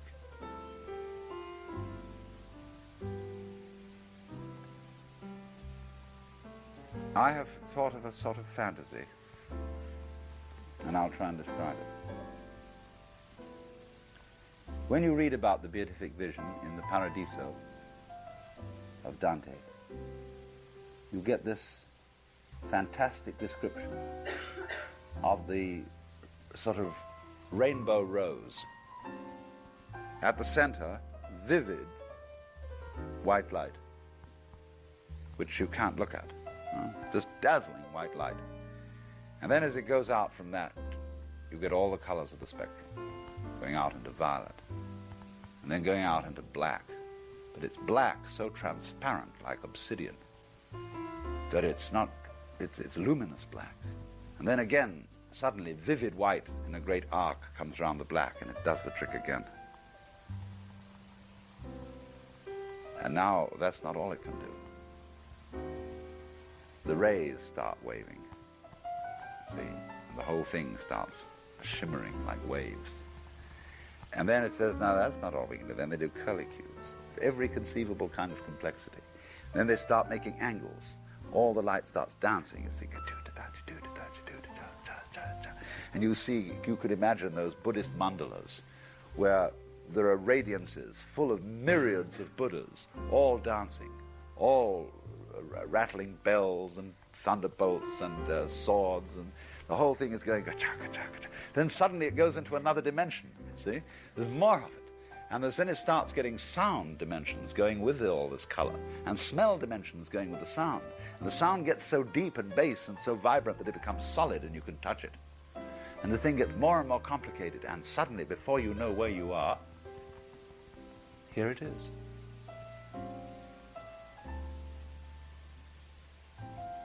we're just that thing, reach this degree of complexity. See? Just like that. But it's never somewhere else, you see. You don't get it anywhere but here. Now, if you try to find it here and say, now, golly, he said this right now. I've really got to pay attention to now, see? And you try to look at that, you see, and bring now into focus and really look at it. You're still pushing it away. It has to come to you. You can't seek now, because the moment you seek it, you're not looking at the real now, you're looking at one just ahead. See? So, in sum, this necessity of relating to the material present is one of the cardinal components of a good ecological attitude. Because greed, which is essentially discontent with the present, admittedly, some people living on the edge of poverty have an inadequate material present from a physical point of view. But it is the greed of the well taken care of that is so terrifying. People who have enough to eat and wear and clothe and are still greedy, and therefore go out to exploit this earth and drag every last ounce of wealth out of it. In yesterday's session, 2 sessions, I covered first the ecological conception of an organism's relationship to its environment, and thus, of course, of the individual's relationship to the universe. And I was trying to show you that this is not a question of 2 systems that are separate, acting upon each other or interacting. It is a question rather of a single system of energy, expressed with great complexity, which is one process, one activity. It is possible to become aware that this is so, not simply theoretically, but as a matter of sensation. And when one becomes aware of it in that way, the feeling is at first curious and is apt to be misinterpreted. It can be felt either as if you were sort of floating, that is, completely passive, not doing anything, not making any exertion of will, but as if all your behavior was simply happening.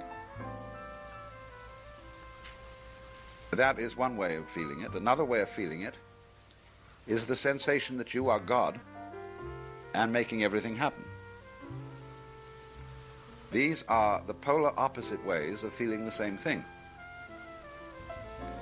And when people, for one reason or another, slip into this kind of sensation, and it can happen by accident, they may jump to very strange conclusions, depending on their background, their religious upbringing, because it is that background which gives them a language in which to express to others and to themselves how they feel. But you must be very clear about this and understand it theoretically thoroughly, just in case this ever happens to you, so that you won't be accused of being crazy. It is not, you see, that your own individual organism is the puppet of everything else, responding to it as a billiard ball responds to being hit by a cue. It is not also that you as an individual are an independent source of energy which pushes the world around.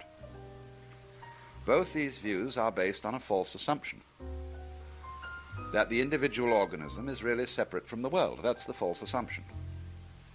And we think about this situation by analogy with billiards, because Newton thought that way. Descartes thought that way. And Newton and Descartes have molded the common sense of the average person living in the 20th century, even though our science has abandoned the mechanics of Newton. Certainly it has in physics, it certainly has in biology, although I find that in psychology, people still talk and think in a Newtonian way, that, for example, Freud structured the organism of psychology of the human psyche by analogy with hydraulics. So you must call Freudianism a form of psychohydraulics. The unconscious is the deeps. Sexual energy is represented like the flow of a river, which can be dammed up, repressed. It has to be provided with outlets. These are all hydraulic terms. And hydraulics is a form of Newton's mechanics. Because you see, in Newtonian mechanics, which is based really on billiards, the balls are standing for atoms, and they bang each other around. And so everything is explained. The movement of ball A is explained by the behavior of balls B, C, D, and E, and so on, insofar as they impinge against it. And you have to go back and back and back trying to figure out how it all got started. Who pushed it first? And who pushed him? You see? Well, this model won't do anymore. Things just don't behave that way because they are not separate from each other in the first place. This is the point I wanted to make clear in this first round of discussion that we had yesterday. That the differentiation of the world is not separation. Any more than when you see many waves on the ocean. They are different waves, but it's all the one ocean waving. And you can't have half a wave, for example, a wave that is crest without trough. Half waves are just not found in nature. And so in the same way, you can't find solids except in space, and you won't find space except where there are solids, because they are aspects of each other in rather the same way as in magnetism. The positive and negative, or north and south poles, are always found together.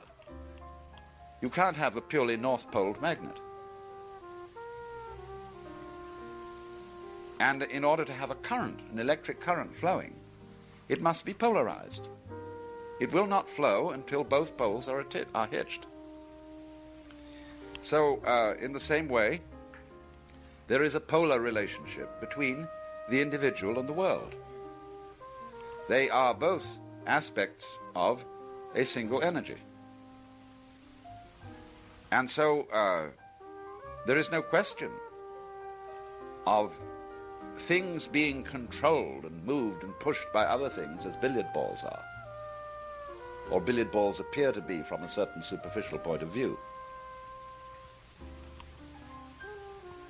We've just got this huge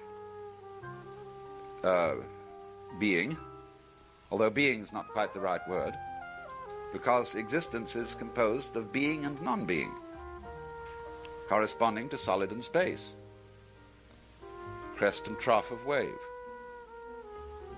And because fundamentally the energy of the world is vibratory. It's on and off. And there is no off without on, and no on without off. To be or not to be is not the question, because to be implies not to be as much as not to be implies to be. So in the Taoist Chinese philosophy, it is said that being and non-being arise mutually. It's like the egg and the hen. You don't find eggs without hens, nor do you find hens without eggs. A hen is, as a matter of fact, one egg's way of becoming other eggs. It all goes together. But we don't see this for the simple reason that we are primarily involved in using a method of perception which is analytic, which spotlights various features of the world and does so with the aid of naming or giving symbols to those features of the world which we consider significant, and therefore ignoring features of the world which we don't consider insignificant, and for which therefore we don't have names. Haven't you noticed how often children point at something and say, "What is that?" And you can't make out exactly what it is they're pointing at. They're pointing out something they've noticed but which adults don't consider important, and they want a name for it. We don't have a special word for dry space. We don't have a special word for the inside surface of a tube. But in American Indian languages have such words. Eskimos recognize 5 different kinds of snow. But the Aztec language has one word for snow, rain, hail, and ice. You can see the geographical reasons for that. So according to what you consider important, you have names. And according to naming, you identify separate things. But they're only separate in a purely theoretical way. They're not materially separate, not physically separate. And so it's immensely important that we become aware of this fact. Because if we're not aware of it, we do the most stupid things. We try to solve problems by altering what are only the symptoms of problems. We try, for example, unilaterally to abolish mosquitoes, forgetting that mosquitoes go with a certain kind of environment and play a very important part in it, not to mention other insects which are killed when we kill the mosquitoes. And so in this way, we are doing things without recognizing that they're going to have unpredictable results in unexpected places. Same way, if you put certain drugs or certain operations in the human organism, you've got to be very careful what you're doing, and you have to study the organism very carefully in order to know what consequences this will have. If you farm in a certain way, without due respect for the ecology of the whole area in which you're working, you can get the most appalling results. And characteristically, our technological civilization is much too heedless of these ecological connections.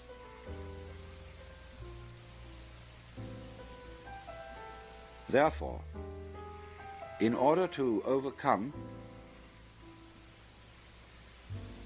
our characteristic sense of hostility to the external world, and to stop conquering nature with bulldozers or conquering space with rockets,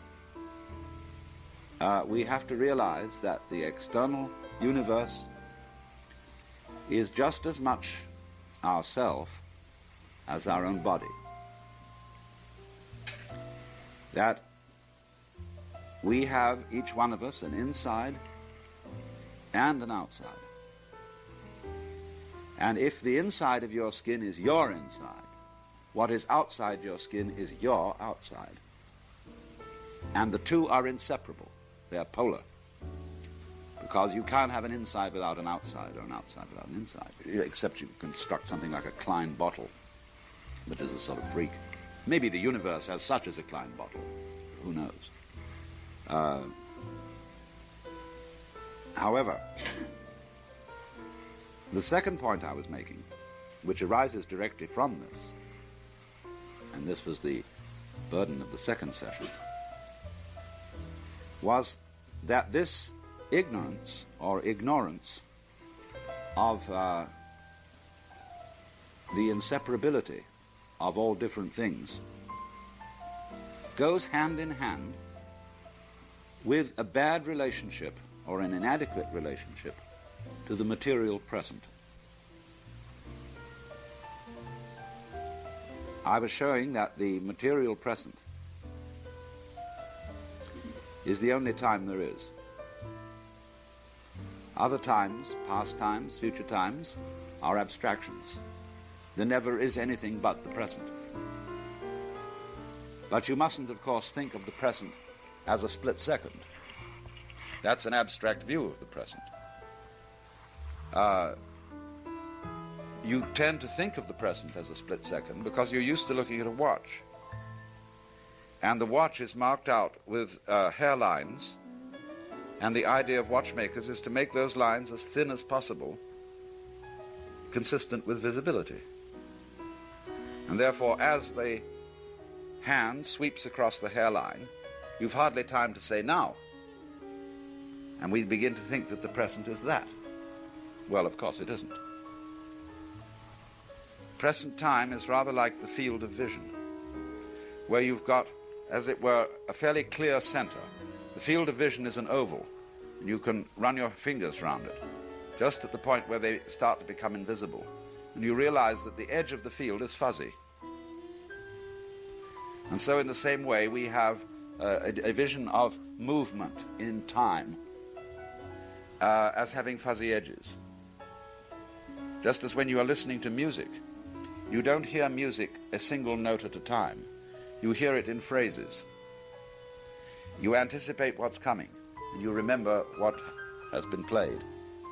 And so you have a kind of wide but fuzzy-edged view of what is called the present. But it's what there's always there, see? And if in a culture we are brought up not to see this, we start living for the future. And we live for the future mainly because our present is inadequate. And it's inadequate because we are not seeing it fully. We are seeing it in terms of abstractions. And if your present is inadequate, and is, as a matter of fact, only an abstract version of life, you are like a person with a non-nutritive diet. You always, therefore, feel hungry. And you keep eating because you want more. So in the same way, more life, please, more time, please, more, because sometime or other it's got to be all right. The thing I've been looking for must happen, I hope. But of course it never does. Not if you live that way.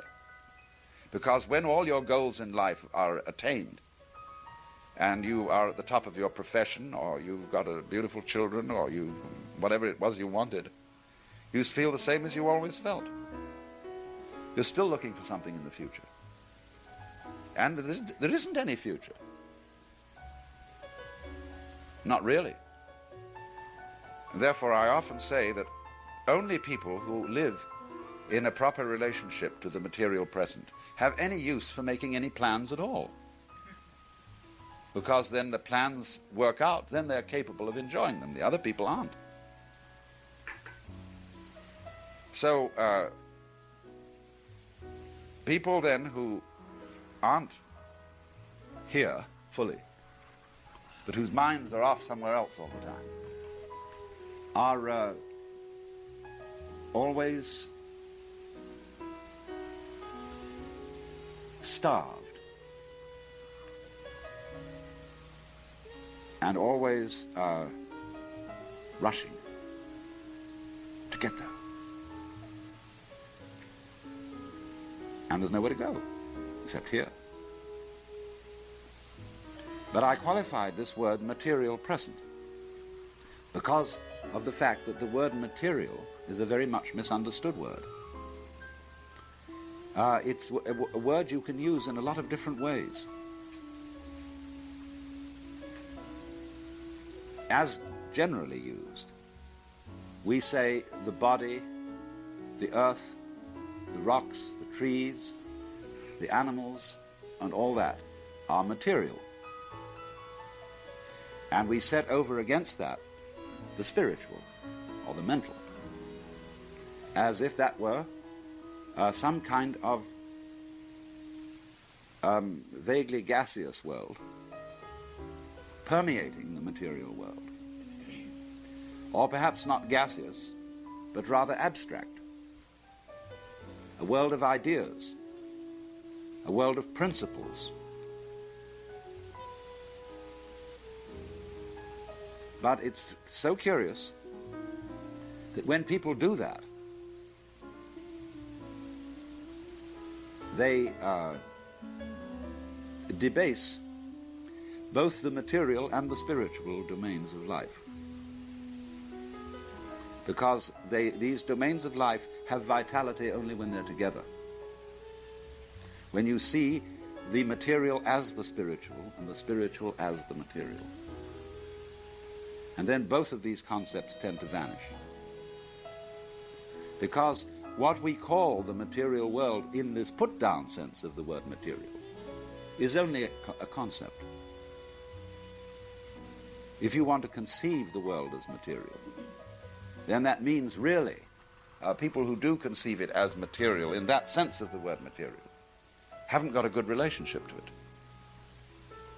But if you have an immediate relationship, if you really are aware of the present, then your vision of the material world is transformed. And you see that it isn't material, it isn't spiritual, it's indefinable. It's what there is.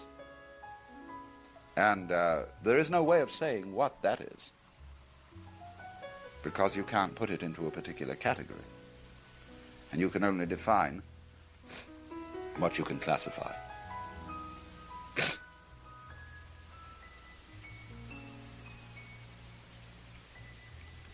Now, I know that is perhaps a little bit of a difficult idea to master because of our confusions of language. We could, if I might try put it in one more way, I would say probably that the correct use of the word material is to mean something like metered, measured. When we say something's immaterial, we can mean both that it doesn't matter, that is to say, it doesn't measure up to anything, it doesn't meter, or that it's spiritual, non-material, immaterial. So I would say the correct use of the word material is the world as measured,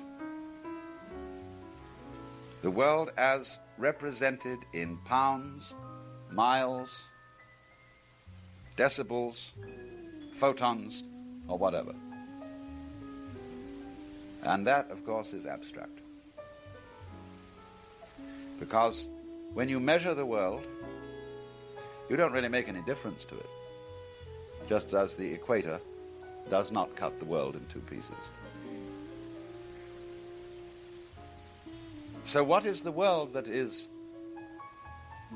existing upon which our measures are imposed? What is it that underlies the network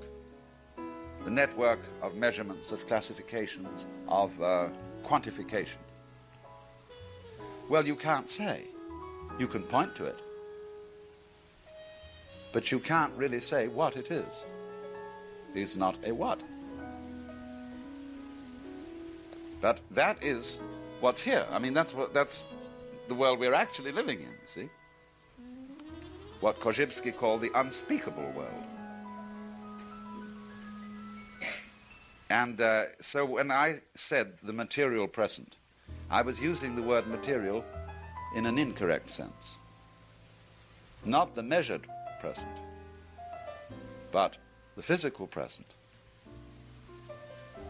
of actual non-verbal being. And people, therefore, who do not relate well to this become incompetent in the practical arts of life. They become bad cooks, bad lovers, bad architects, bad potters, bad clothiers, because they really have no love for anything except abstractions.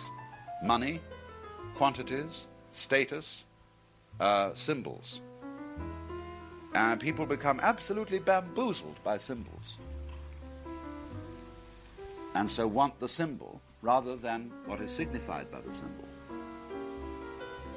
But you see, however, if you want what is signified by the symbol, then you've got the universe by the tail, because everything that is symbolized by a symbol is inseparable from the whole universe.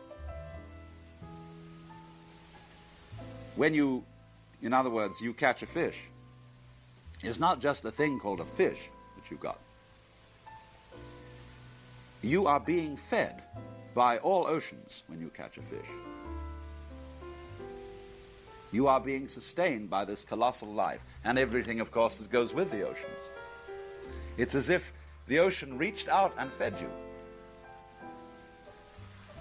And that's why the real reason for giving thanksgiving at meals,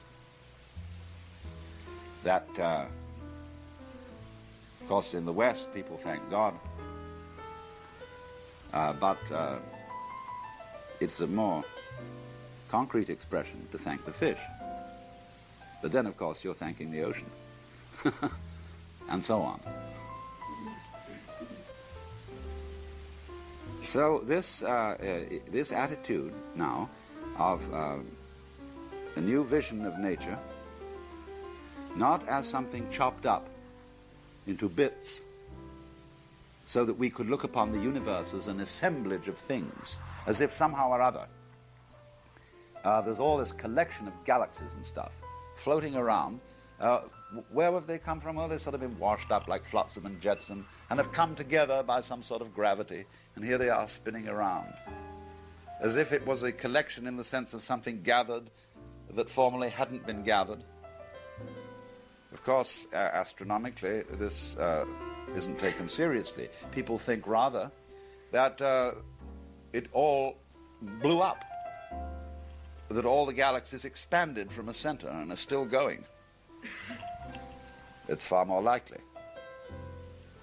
Maybe they'll come back together again and then blow up once more. Who knows? Maybe they'll all fade out. But then things will be where they were before it all started. And what happened once can always happen again. Pulsation, you see, is the very nature of life. Big pulses and tiny pulses. Pulses within pulses, forever and ever. So, this point of view is one which has flourished in the Far East, where the relationship of man to the physical world has been very different from our idea. And this raises some curious problems, because the great civilizations of the Far East, particularly the Chinese and the Japanese, did not, until coming into contact with Europe and the United States, did not evolve a technology. And because they didn't evolve the technology, they had all kinds of problems for which we say that made them backward. They had problems of disease and famine and poverty. And we say, well, the poor benighted Chinese, we have nothing to learn from them because their civilization didn't do the things we've done. But what we don't realize so readily is that this technology which we've produced is very recent. It is only in the middle of the 19th century that we really got going with this. And note that before that date, we permitted as perfectly ordinary procedures judicial torture, slavery, child labor, filth, of unspeakable proportions, and plagues, and all that sort of thing was just the way it was anywhere else in the world, in Europe. But we've forgotten it. We have short memories. We could sing in church, all things bright and beautiful, all creatures great and small, all things wise and wonderful, the Lord God made them all. The rich man in his castle, the poor man at his gate. He made them high and lowly, and ordered their estate. Now that verse is today eliminated from the hymn. Because it's saying, you see, that the stations of life, fortune and misfortune, riches and poverty, are God-given. And since nothing can be done about it. And people tend to accept states of affairs about which nothing can be done. And nothing could be done about it until the Industrial Revolution. And then, of course, the minute that starts, everybody wants it. The Chinese want it, the Indians want it, the Japanese want it, and so on. But the Chinese, for some reason or other, you see, did not develop technology. Now, why didn't they? And why did we? There isn't any simple answer to that question. But one thing that we should note, there are various geographical reasons. And this is not the only reason. But when you look at the map of Europe, you will notice that it's very wiggly. It's full of inlets, harbors, and all like this. See? China, by contrast, is a great solid landmass. So is India. The Europeans were preeminently sailors.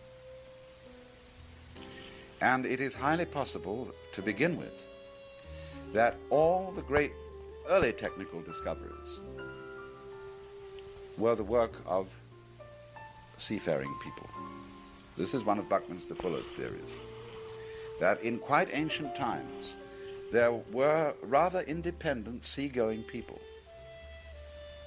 who had their own culture, who knew that the world was round, who had great navigators, and from them we learn such things as the hoist, cranes, that the first real houses were overturned boats,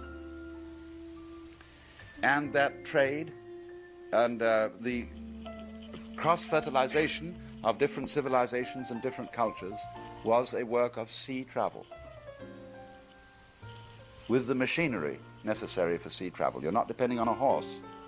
You're depending upon something a human being has made, and upon a very high form of technology, because sailing is a direct exemplification of man and nature in cooperation. Rowing is different. Rowing is a rather unintelligent way of propelling a boat, because it requires a great deal of effort. But sailing is so skillful because you are simply using the energy of nature to move the boat. You are flowing through nature effortlessly by using the forces around you in a clever way. When you want to go against the wind, you tack. You get the wind to blow you into it. And this is what is called in Chinese wu wei, meaning literally non-interference or non-aggression, sometimes translated non-action, but that isn't quite correct. Wu wei is acting in accordance with the field of forces in which you find yourself. Therefore, in splitting wood, you split with the grain, because that is the way the course of things, the Tao, is arranged. So any skillful person will therefore always inquire, what is the nature of the field of forces in which I find myself? The Chinese would ask, what is its li? And the word li means, what is the organic pattern of this situation? And then act in accordance with it. Don't ever force it. Suppose then you are sawing. You will find that if you push the saw, you will make a jagged cut. and you will get impatient.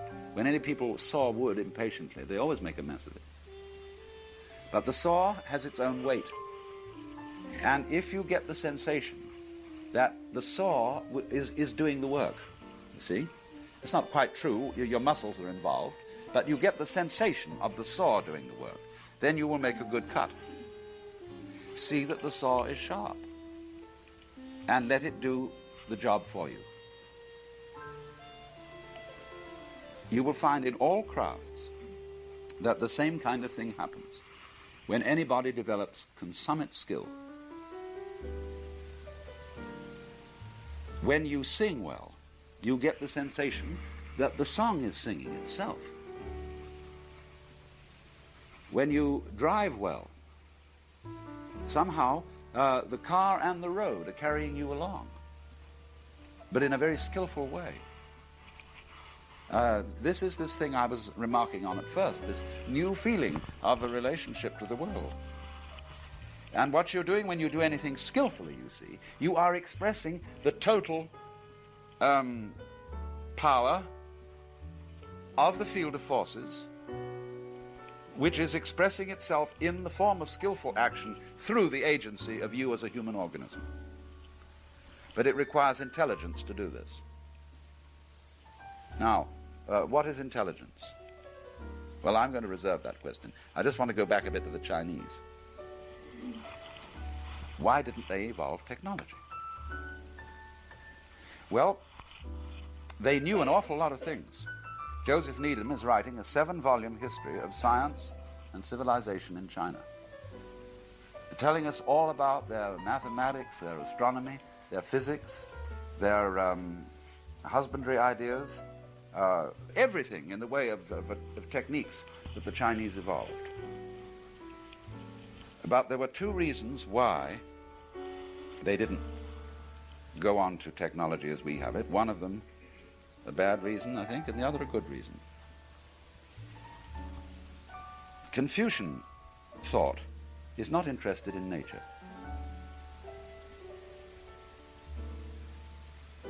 It is humanistic, interested in human relations, but very scholastic, because it's based on a literature. In other words, the great Confucian classics exercised a rigidifying effect upon Chinese culture, even though they were a great principle of order, of social order. But just in the same way as when you get any scripture, the Bible, the Quran, Science and Health with Key to the Scriptures, anything like that, and people set that up, that's the authority, then you're stuck.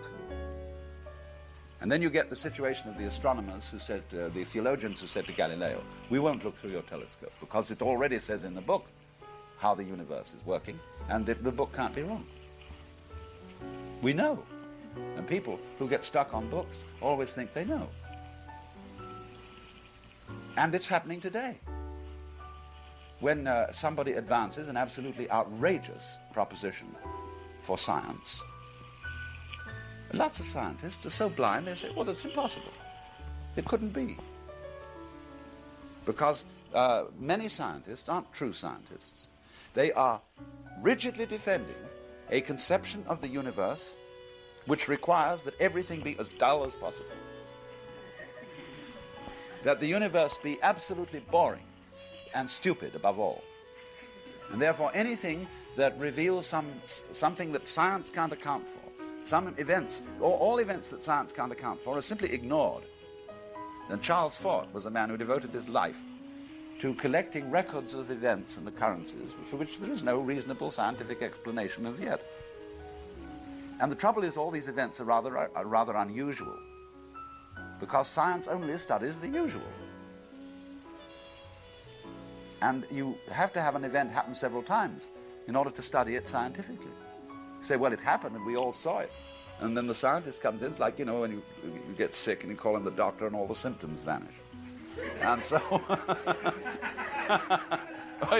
your car goes wrong, and you take it to the mechanic, and nobody can make that funny noise it was making, and so on. So, In the same way, the scientist comes around and says, well, you say you saw this thing happen. Well, I'll observe it. Well, it won't happen. So this is the problem, you see. The Confucians got too hung up on books. That is to say, on a theoretical system, in just the same way that we are hung up on our abstract concept of nature, and are operating in terms of an abstract concept of nature, which is taught to us in school, and in which we are brought up so much so that we are absolutely hypnotized by it, and we can't experience things which our conceptual system doesn't provide for. When the concept system stops working, because it no longer fits the constantly changing pattern of reality, we're in trouble. Well, that, of course, was the trouble for the Chinese. Their Confucian concept system had very serious limitations.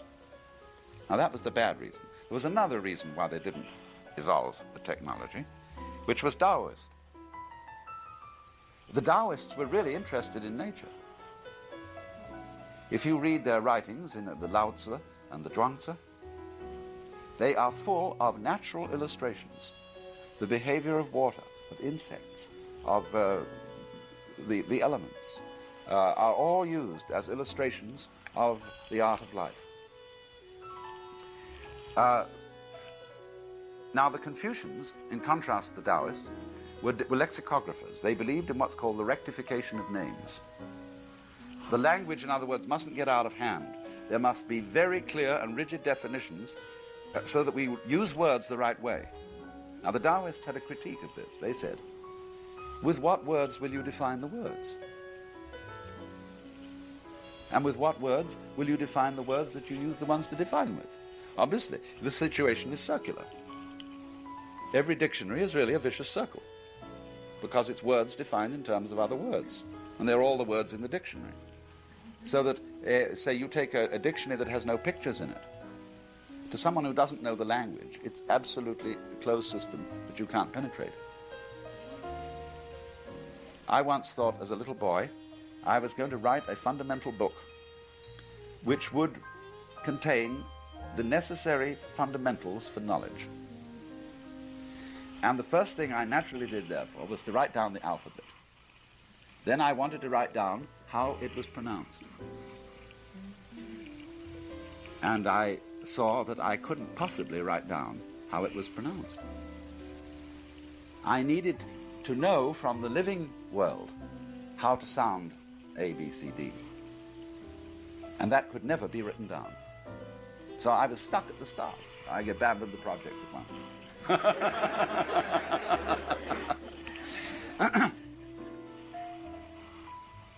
So the Taoists laughed at the Confucians on that account. But also, they felt that nature was organic. It was they saw so vividly that it was a single living organism of immense complexity. And thus, they never thought of it as consisting of separate parts. Just as the head goes with the feet, and as a stomach goes with the brain, they arise mutually, together. They are different, but not separate. And therefore, they were very cautious about interfering with anything. Furthermore, their theory of politics was quite different from the Confucian. Confucian politics is based on the idea of rulership. There is the emperor. There is the family, which is strictly hierarchical structure of authority from above, which must be followed and obeyed by those below. But the Taoists, when they, the first book, the Tao Te Ching, is a manual of advice to the emperor, among other things. And what it says to the emperor is, don't rule. Because the great Tao flows everywhere, both to the right and to the left. It loves and nourishes all things, but does not lord it over them. And when merits are accomplished, it makes no claim to them. Therefore, the emperor is to be retiring, to disappear, to be rather more like, in our own local government, the sanitary engineer than the mayor. to have a kind of anonymous quality, of being underground, and of being the one who allows a democracy. Because the Taoist feeling is that you get cooperation from people best by letting them cooperate rather than compelling them to. Now then, contrast this with a Western theory in which the world is seen not as an organism but as a mechanism. Now what's the difference? A mechanism has replaceable parts. It is fundamentally an assemblage of parts. An organism isn't. Furthermore, a mechanism has a governor. And an organism apparently doesn't. It may have a network of governors, all working together in a kind of reticulate pattern. But take, for example, does the brain run the body or does the stomach? Which is the more important? Well, there's two schools of thought, of course. The stomach people say, well, stomachs are really fundamental. They were what was there first, because an organism, really eating is the important thing. But the brain helps the stomach find food. That's what it's really doing. It evolved in order to develop eyes and ears to sneak around and find out things to swallow. So that's the stomach theory. Then the brain theory is that it's true that the brain is perhaps a later development than the stomach, but that means that the stomach was just the forerunner for the really important character to arrive on the scene. And all the stomach does is it gives fuel to the brain. And the operations of the brain in terms of culture and all that sort of thing are what life is really all about. Now, actually, both theories are right and both are wrong. The arrangement between the head and the stomach is mutual. They arise together. Now, in a system which has a boss, it's different. When you've got the mechanism and the chauffeur or the engineer who puts it together and operates it, then you have a government. You have a monarchical world order. And when you have government and things can be viewed as happening in a mechanical order, you can change it. I order you to behave differently. Do it this way instead. And how do we do that?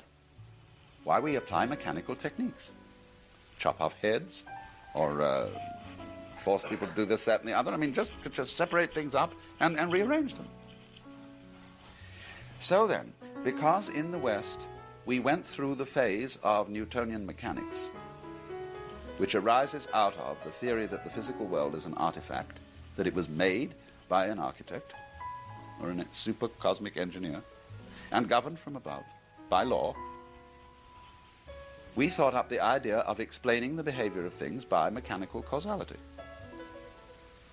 And this led to technology, to steam engines, to automobiles, to hydraulic systems, everything, electricity. But when we reached a certain point in that development, we started wondering.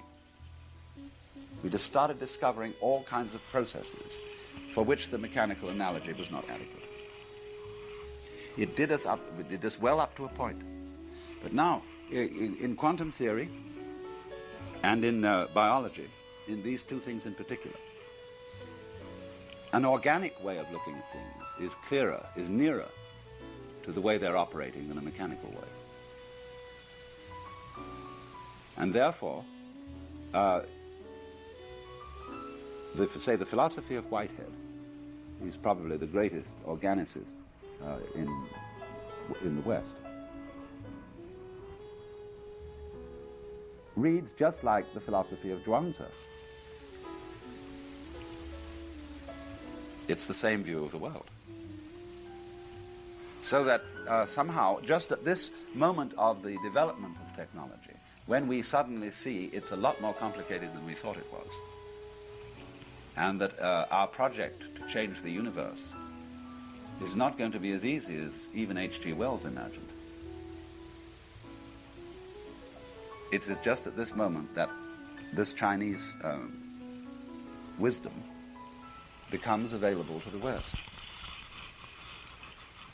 And we can understand it because it's now talking our language. It's talking of the language of relativity. The whole Zhuangzi book starts out with an absolutely marvelous chapter on relativity. Relativity of the opposites. The interdependence, the mutual interpenetration of everything that happens. And we've discovered it.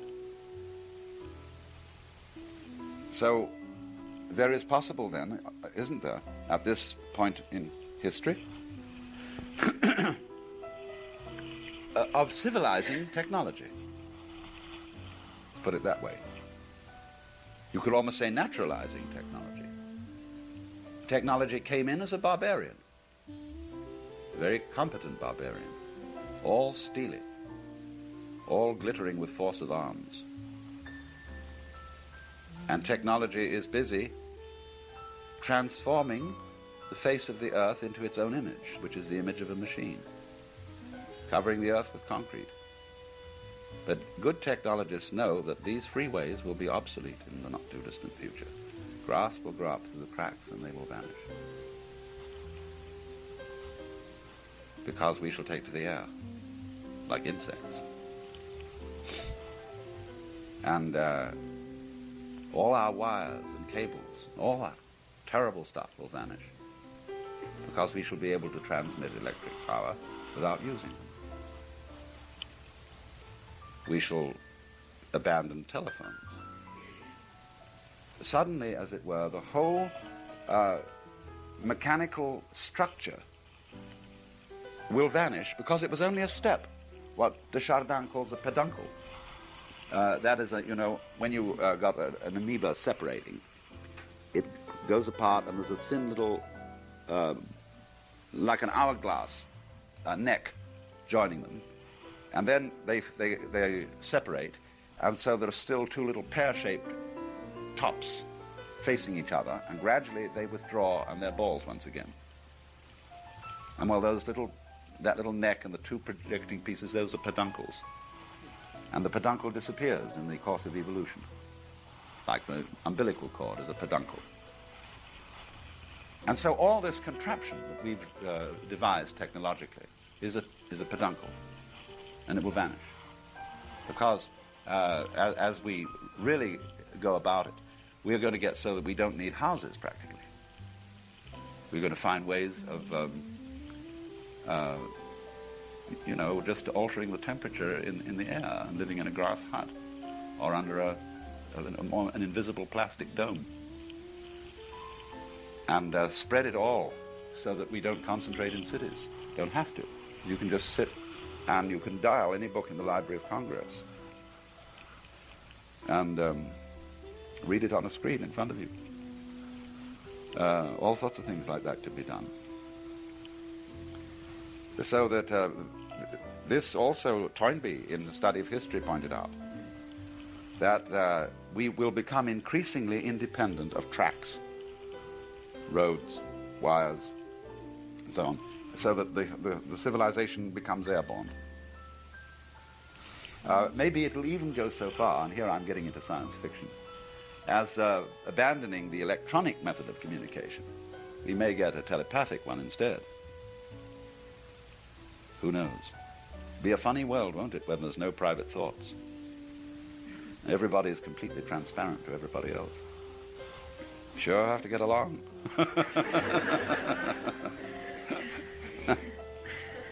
Although, as a matter of fact, this distribution will facilitate privacy, because the thing that really militates against privacy is the city.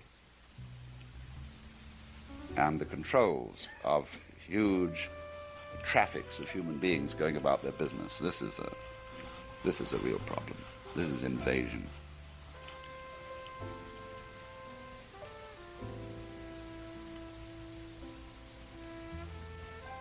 So then, this, however, this technical type of development in order to go along those lines, requires that people who are responsible for technical development be well imbued with an ecological philosophy and see the direction of things, so they will not keep perpetuating anachronisms. If, for example, the automobile is a hopeless anachronism with a gasoline engine, but it's going to be very difficult to get rid of it because people want to sell oil, or because machine tools would have to be completely made over. It would be terribly difficult for the industry to change. And therefore we get anachronisms, which blind us to ingenuity and ability to see what could be done instead. You may think that sounds communistic. It isn't at all, because nothing is more of an anachronism than a bureaucracy. A collectivist state, in other words, is the most hopeless thing to change, because nobody has any responsibility. It is not organic, it's a monolithic machine. That's the pattern that we see in so-called communist countries. And they have just as tough a time producing an innovation as we do. We have to think of new political ideas altogether, ideas that have never been heard of. But the way of thinking about politics, as of thinking about techniques, is by an organic model instead of the mechanical model. The world as one body. But a body, you see, is a highly diversified system with all kinds of division and function, and yet all one. The problem I was discussing this morning was really the relationship of ecology to technology, but I was discussing it in a historical way, raising the problem of why technology originated in the West and not, for example, in China, and showing, first of all, that those people in China who did make some progress in the study of nature, the Taoists, thought about the world in accordance with a different model than people in the West, a model that did not immediately permit of technological development. The West thought about nature by analogy with mechanics, with machines. The Chinese thought about nature by analogy with organisms.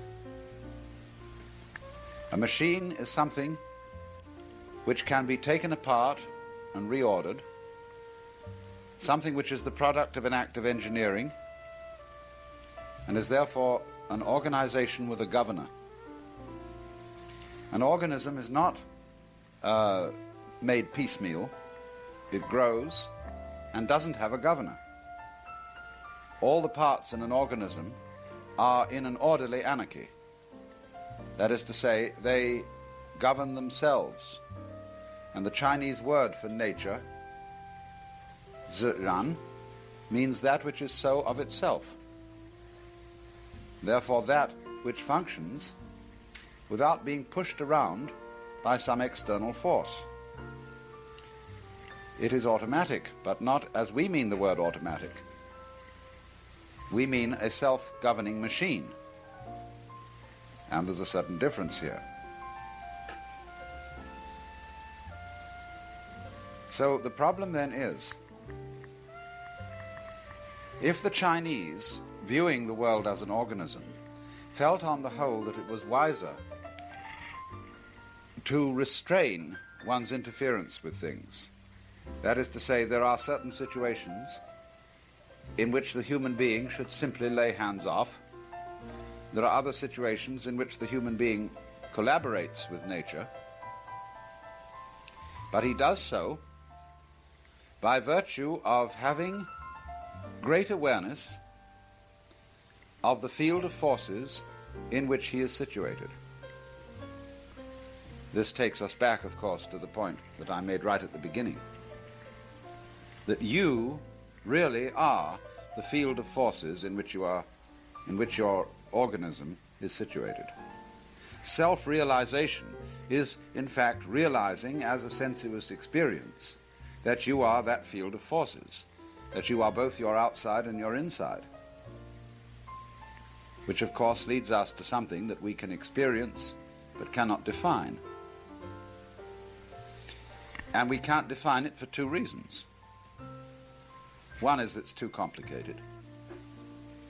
And another reason is, even deeper than that, it leads us to the root and ground of reality. That is to say,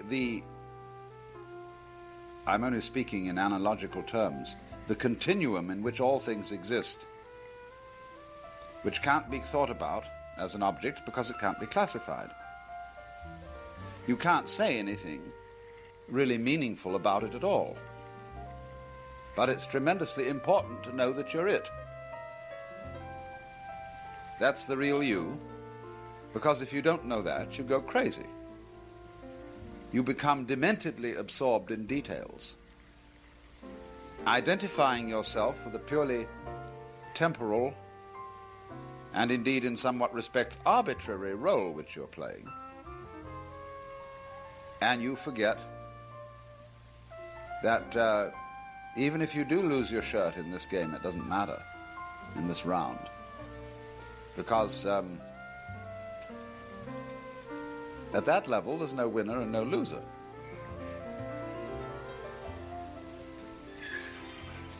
So the question we come to now is, well, how do you go about knowing the field of forces in which you live? How do you know which way the wind is blowing so that you can sail properly, when it isn't as simple a matter as wetting your finger and holding it up and see which side gets cold first? And that's where the wind's coming from. Or is it as simple as that? We know, or think we know, that nature is extraordinarily complicated, and so very difficult to understand. And if you can't understand a very complicated situation, it's immensely difficult to make decisions about it. But there is a point of view from which nature is not complicated, and that, to an educated Westerner, may sound quite astonishing. When Buddhists speak in their philosophy about the world of form and the world that is formless, these two categories correspond roughly to the world as complicated and the world as simple. What makes the world complicated is not its actual physical structure, but an attempt to understand it in a certain way. When you ask, how does it work? Why does it do it? Then you start analyzing a flower, a body, a geological structure, and you are asking the question, really, how can I reproduce in words or numbers what is going on here?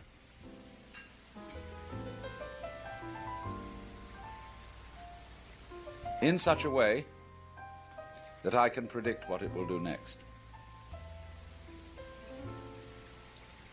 Now, the trouble with words and numbers is that they have some peculiar limitations. It takes time to read.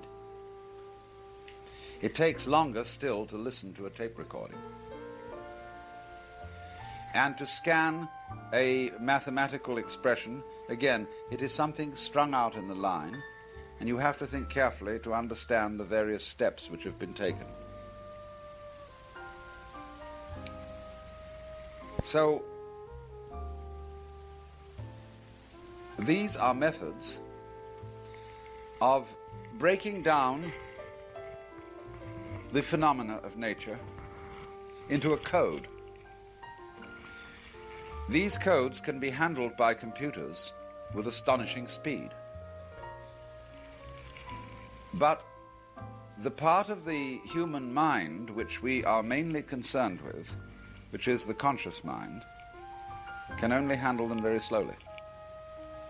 Because the conscious mind has to work in terms of symbols, verbal and mathematical, which are really very clumsy. So that by the time we have really thought about something, it's usually too late to do anything about it. The circumstances have changed. The crisis about which we had to make a decision has already happened. And therefore we have to act without the kind of preparation we think we ought to have and without the kind of knowledge we think we ought to have. Because we cannot comprehend the world in verbal patterns.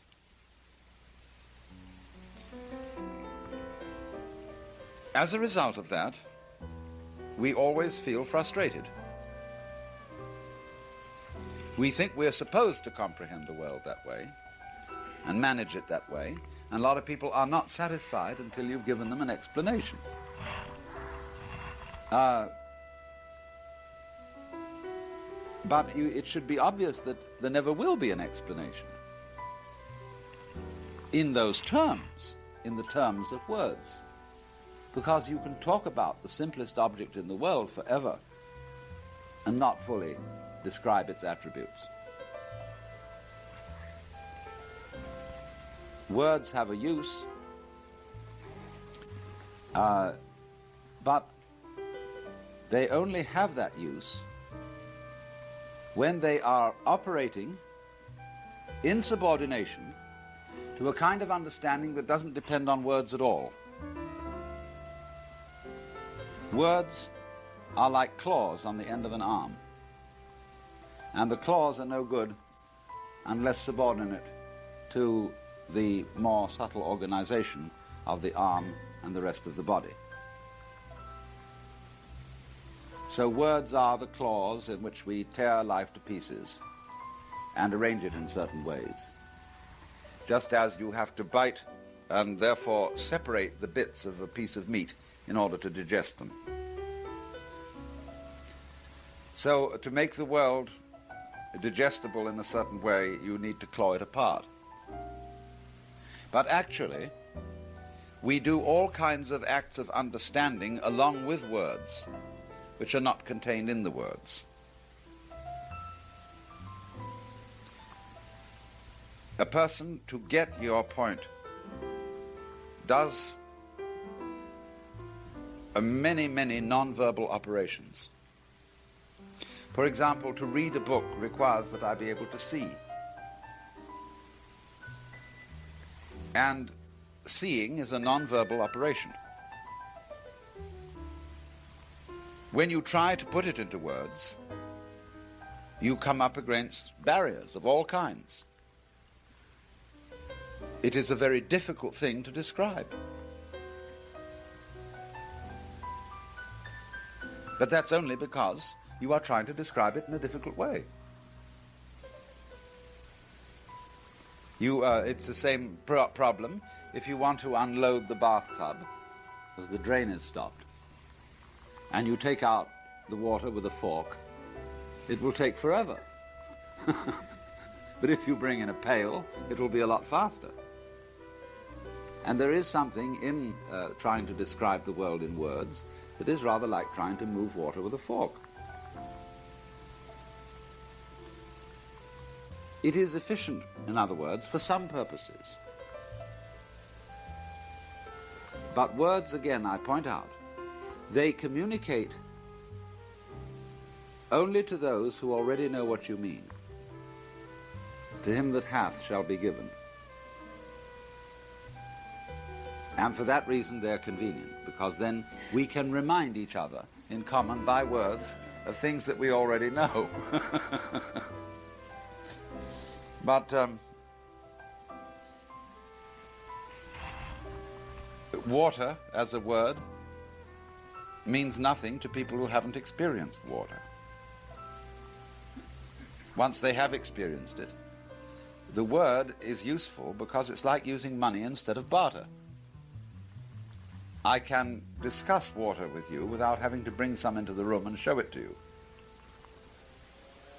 So words provide this kind of a shorthand. And very much, in so many ways, they have the advantages and the disadvantages of money. Money helps us to transfer wealth. Words help us to organize experience and communicate about it with each other. But beyond that, when we try to put our experience into words, and in terms of words comprehend experience, then we run into insuperable difficulties.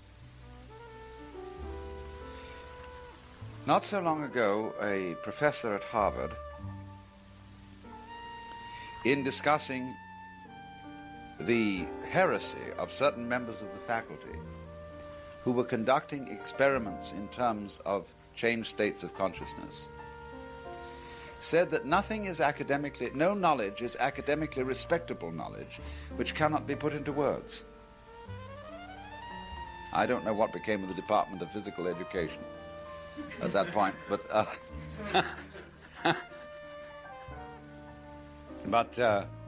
or not to mention fine arts and things like that, and music.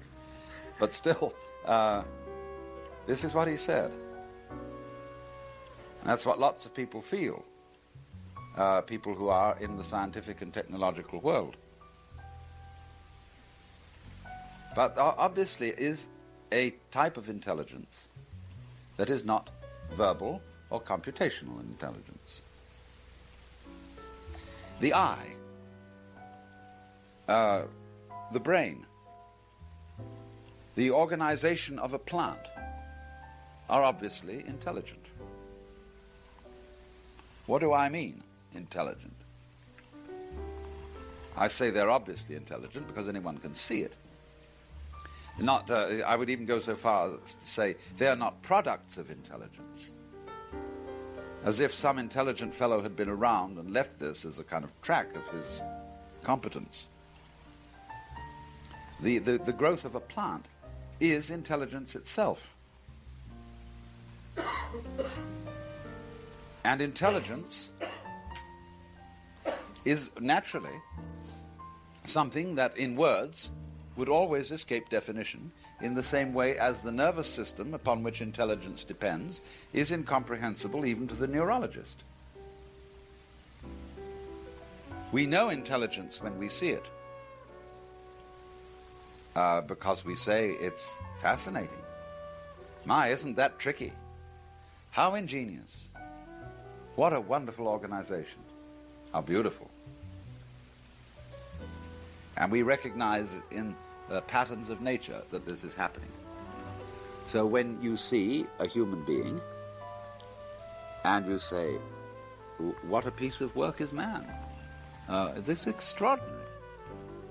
The beauty of the eyes, the marvelous organization and coordination of the limbs. But then you realize that this is you.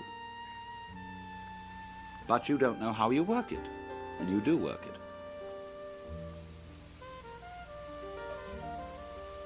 So what it comes to is this, that in your total organization and nervous system, you are expressing a kind of intelligence that is, when looked at from the point of view of conscious analysis, unthinkably complex. And yet, from its own point of view, it's perfectly simple. Because you don't have to make an effort to see. You just see. You don't have to make an effort to hear. The ear does it for you. You don't have to make an effort to hold yourself together. The body holds you together. You do have to make an effort to get food, sometimes to keep warm, sometimes to defend yourself. So some effort is always involved. And in a certain way, the heart, for example, which we don't think about, it does work, and it consumes energy. But you don't have the sensation of making a decision every time your heart beats. Some, you see, people who are studying music probably the wrong way, have to make a decision every time they play a note so as to stay on time and to play the right note. And then they get absolutely worn out, because it's decision after decision after decision. And there's nothing more wearing than that, because with every decision goes anxiety. Was it the right decision? There is no way of avoiding that, because if you are going to decide with the ordinary responsible way of making decisions that we are supposed to do, you never know whether you made a right decision or not until the event about which you've decided is past. Because you never know how much information you need to collect to make the right decision, whether you did indeed collect enough, and whether the information you collected was relevant.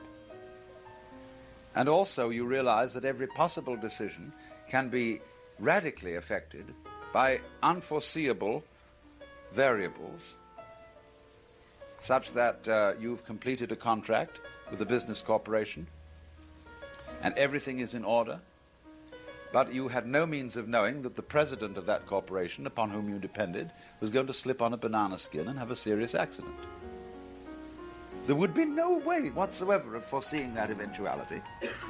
Should you have taken out an insurance policy on him? How comprehensive can an insurance policy be? Is it worth taking out an insurance policy? What are the chances of unforeseen events occurring of such significance and in such number that this sort of insurance policy is worthwhile and you're not just wasting money on paying the premiums? In the long run, all insurance is a swindle. You should read Ambrose Bierce's book, The Devil's Dictionary. He has the most subtle and extremely logical demolition of insurance. But in the short run, in a kind of chancy way, you see it sometimes pays off. But you see, this is the problem, the anxiety with which we are faced in trying to conduct our lives by the exercise of conscious will and control. We realize that it is really beyond our comprehension. We don't understand. We cannot foresee all eventualities. And therefore this sense of frustration through trying to control things gives us a feeling of existence which for thousands of years men have called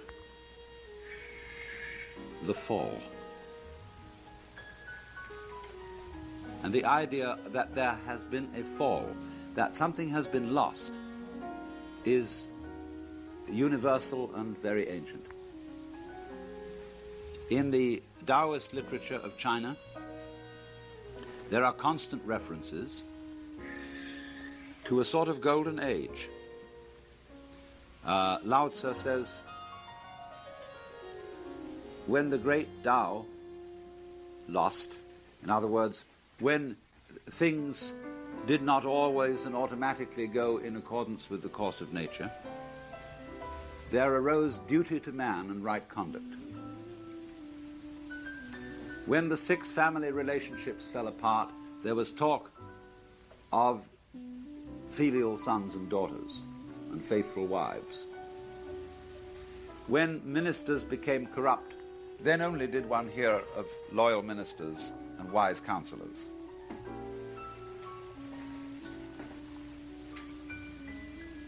Now, therefore, when things have fallen apart, somebody gets up and starts preaching. And if there is one thing quite clear from history, it is that preaching does no one any good. It makes only hypocrites.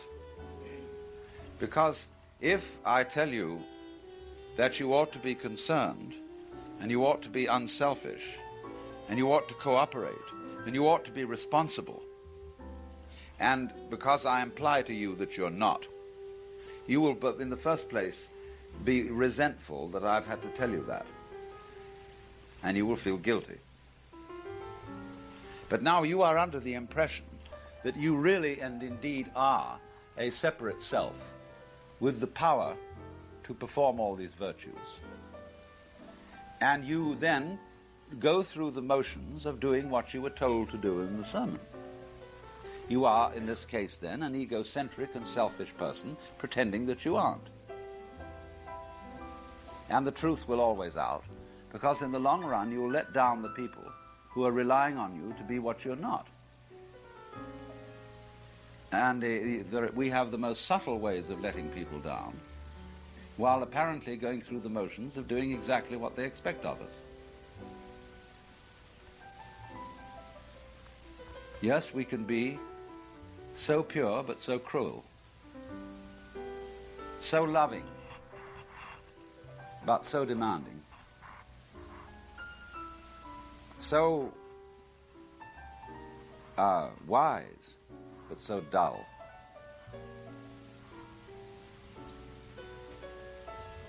So that we take it out on others when we feel that we are forced into doing things for them that are against our own nature. And we do that invariably. But we do our very best not to be conscious of the way in which we do it, because that would puncture the whole balloon and show it up for a farce, and we can't afford that.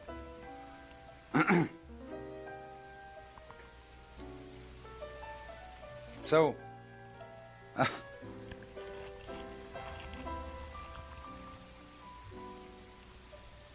there is then this feeling of nostalgia for the golden age,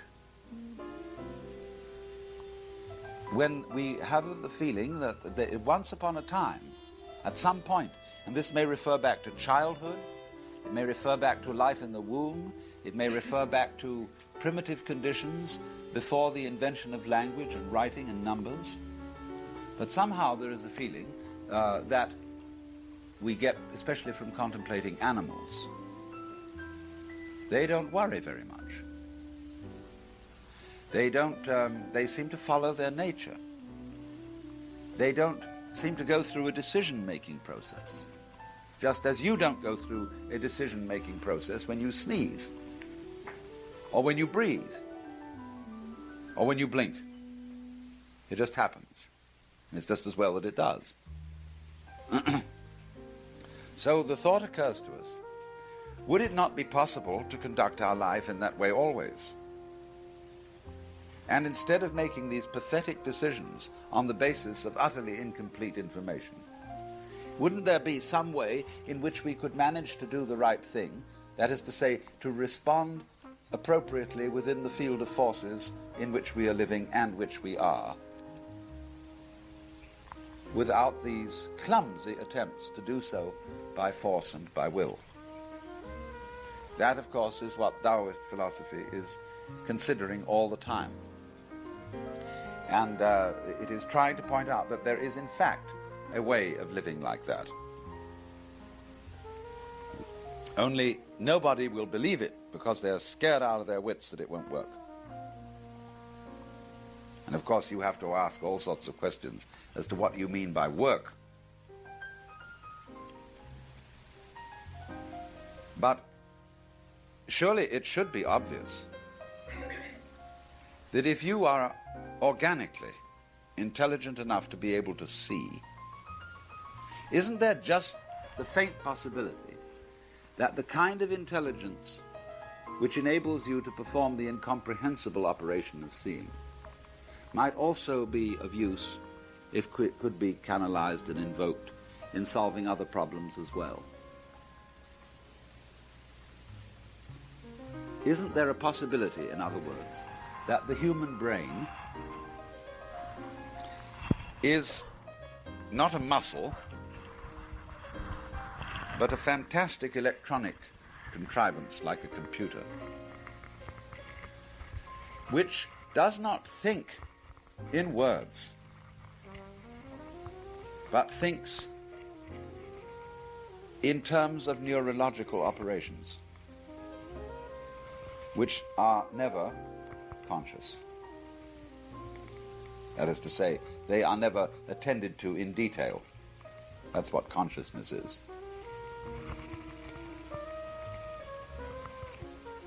In other words, that thinking is not basically, only a small part of thinking is a verbal process.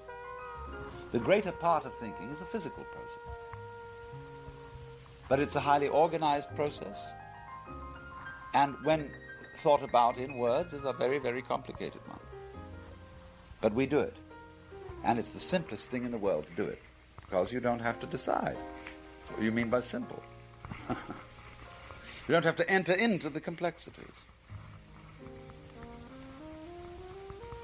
Now, the proposition that this might be so, I have caused the professor to go completely blue in the face with rage at such a suggestion, that it seemed so to him anti-intellectual, undermining the whole nature and dignity of the academic professions, and so forth.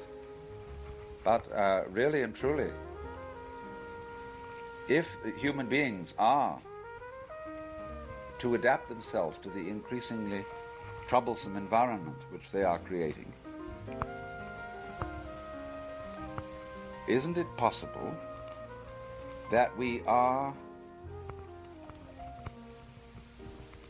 not really trusting ourselves or using ourselves to the full to come to an understanding of our problems? You say, a lot of people say, oh, well, that sounds like the people who simply say, ask God to help you and he'll do it. He'll think it out. He knows. But that's not the case, you see. The case is, it's asking you to do it.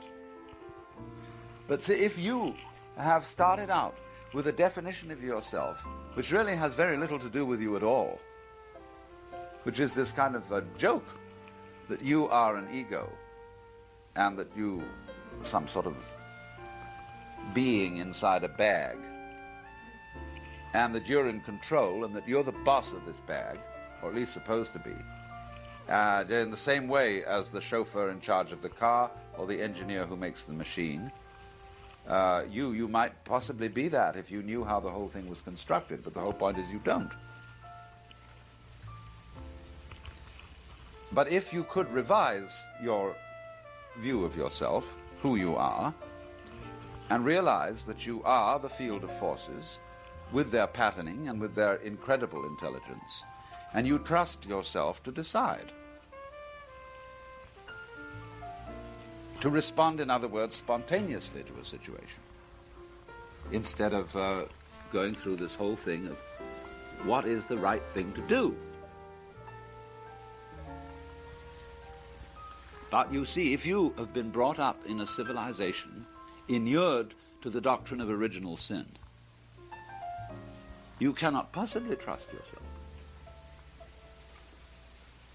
In fact, you see, what happens is this. We know that an airline pilot is a fallible being. And when he is driving a jet, things are happening much too fast for him to make up his mind if he has to make a decision. Therefore, increasingly, we put in all sorts of automated decision-making machines on a jet plane. Eventually, the pilot loses his confidence in himself, more and more, because he doesn't know how the damn thing works. He's just sitting there. And the famous story about the time when they have supersonic rockets, and you get on board, and a tape recorder says, "You are now taking off for London, where we will be arriving in half an hour. All facilities on this aircraft are fully automated. There is no chance of human error, and therefore no need to worry, to worry, to worry, to worry."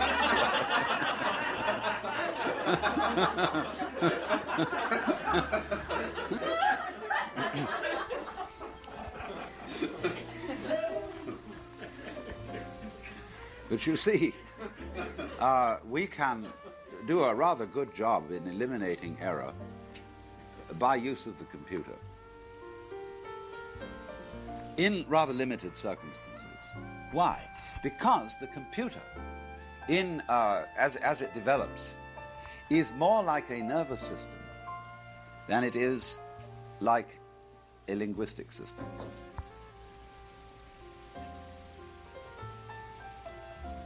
In other words, it is able to deal with ever so many operations at once and to synthesize them. And words can't do that. Words have to go along a single track.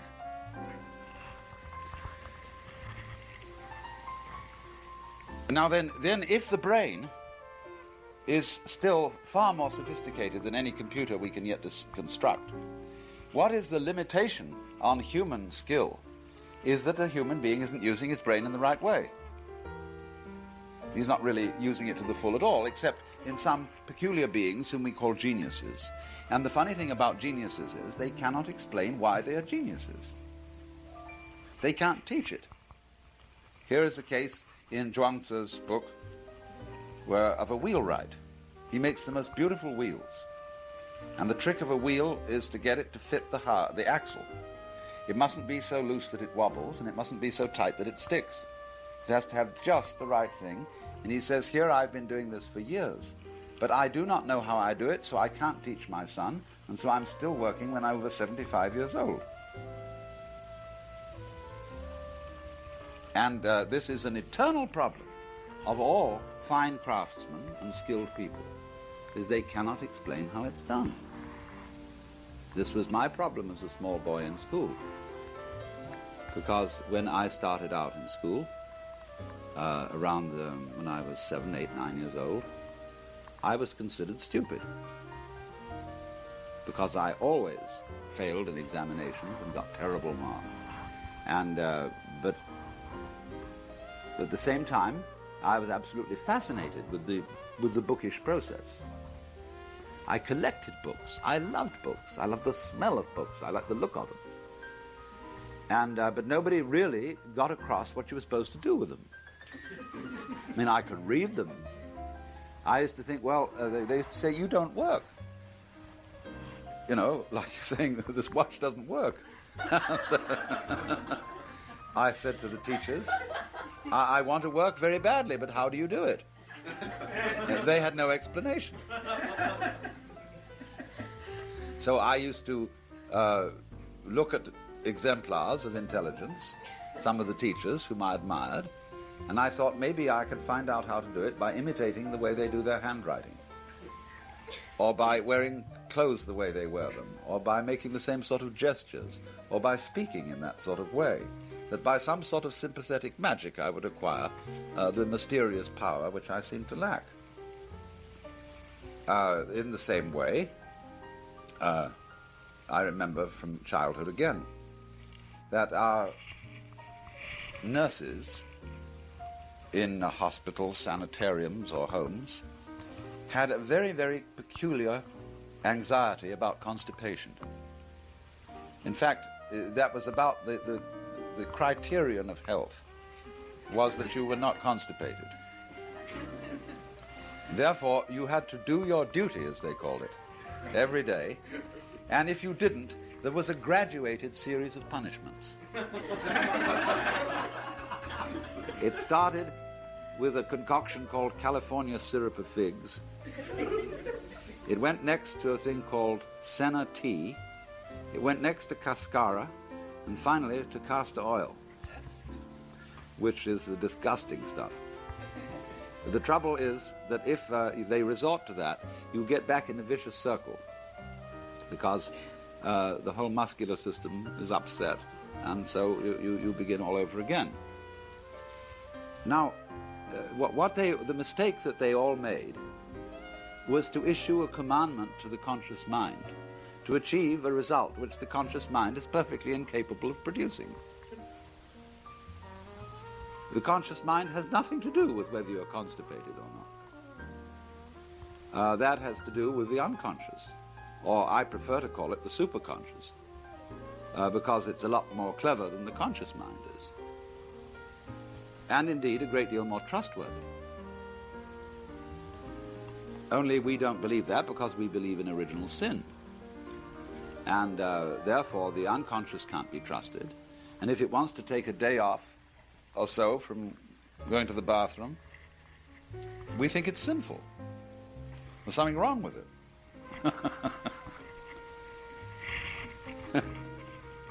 And that attitude, you see, that was reflected in this rather trivial little illustration, ran through everything.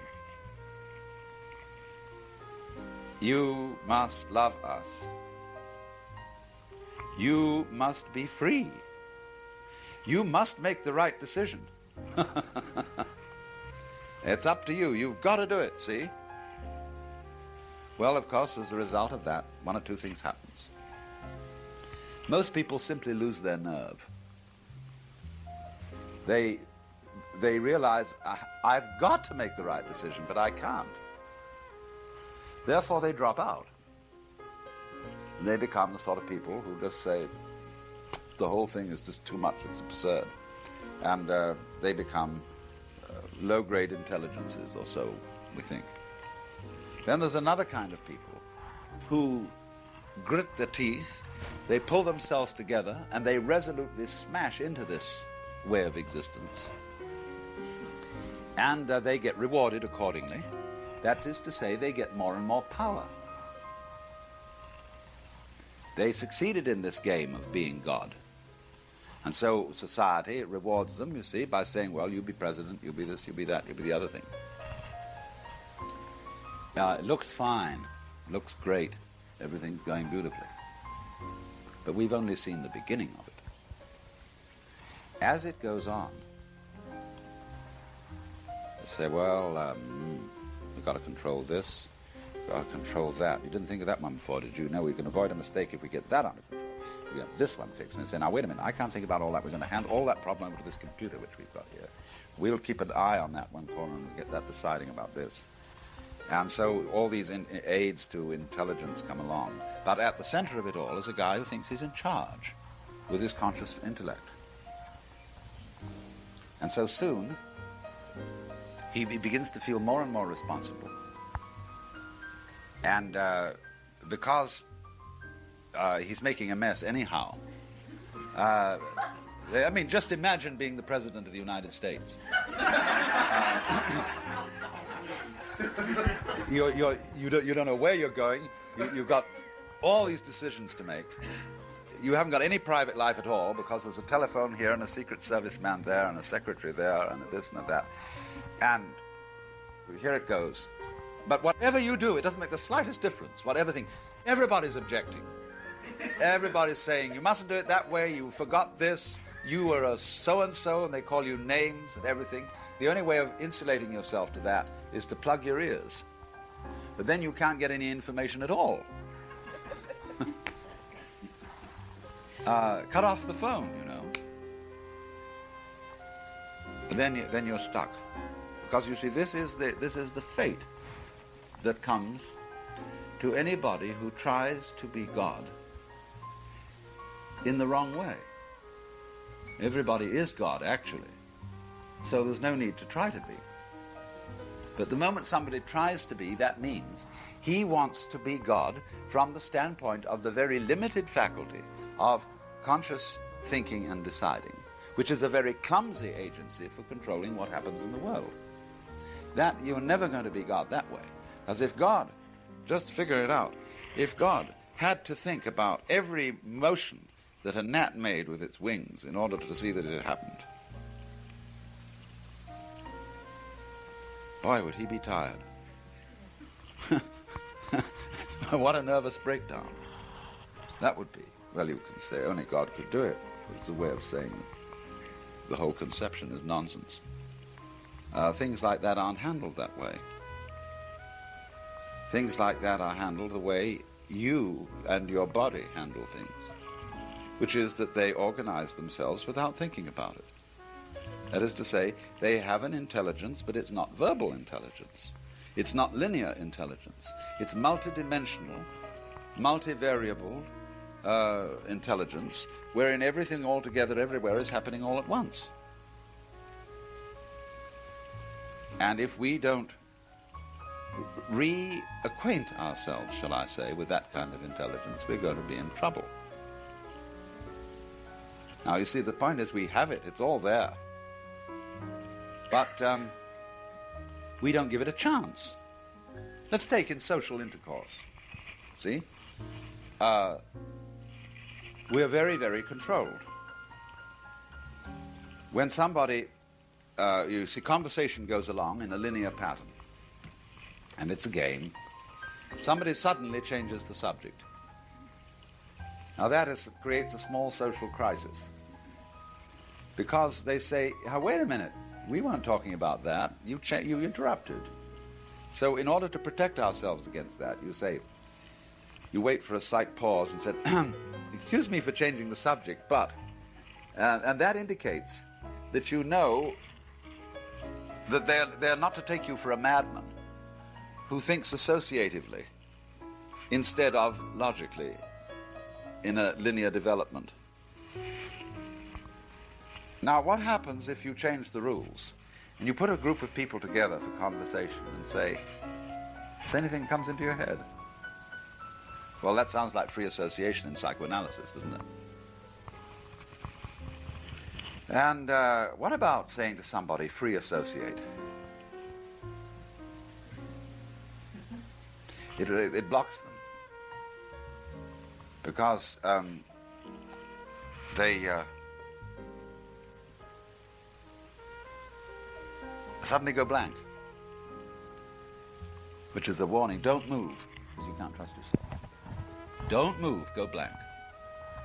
So to help you along, the analyst says, did you dream anything last night? Oh, that's all right. Yes, I did have a dream. So I tell the story of my dream, which is a way of kidding yourself. You're making a statement through a dream for which you're not held responsible, because it was only a dream. You can through that say something about yourself without admitting that you're saying anything about yourself. And without putting you did the free associating in the dream, you see. The dream was an associative process of thinking rather than a logical one. And you can describe it because it's safely past. It's not happening now. Then he can perhaps draw you out a little further. Say, now, what do you think about that dream? Well, if the analyst is a Freudian, you know what to think about the dream. All long things are one thing and all round things are another. And it's as simple as that. If you're a Jungian, it's not so easy. If the analyst is a Jungian, it's much more complicated.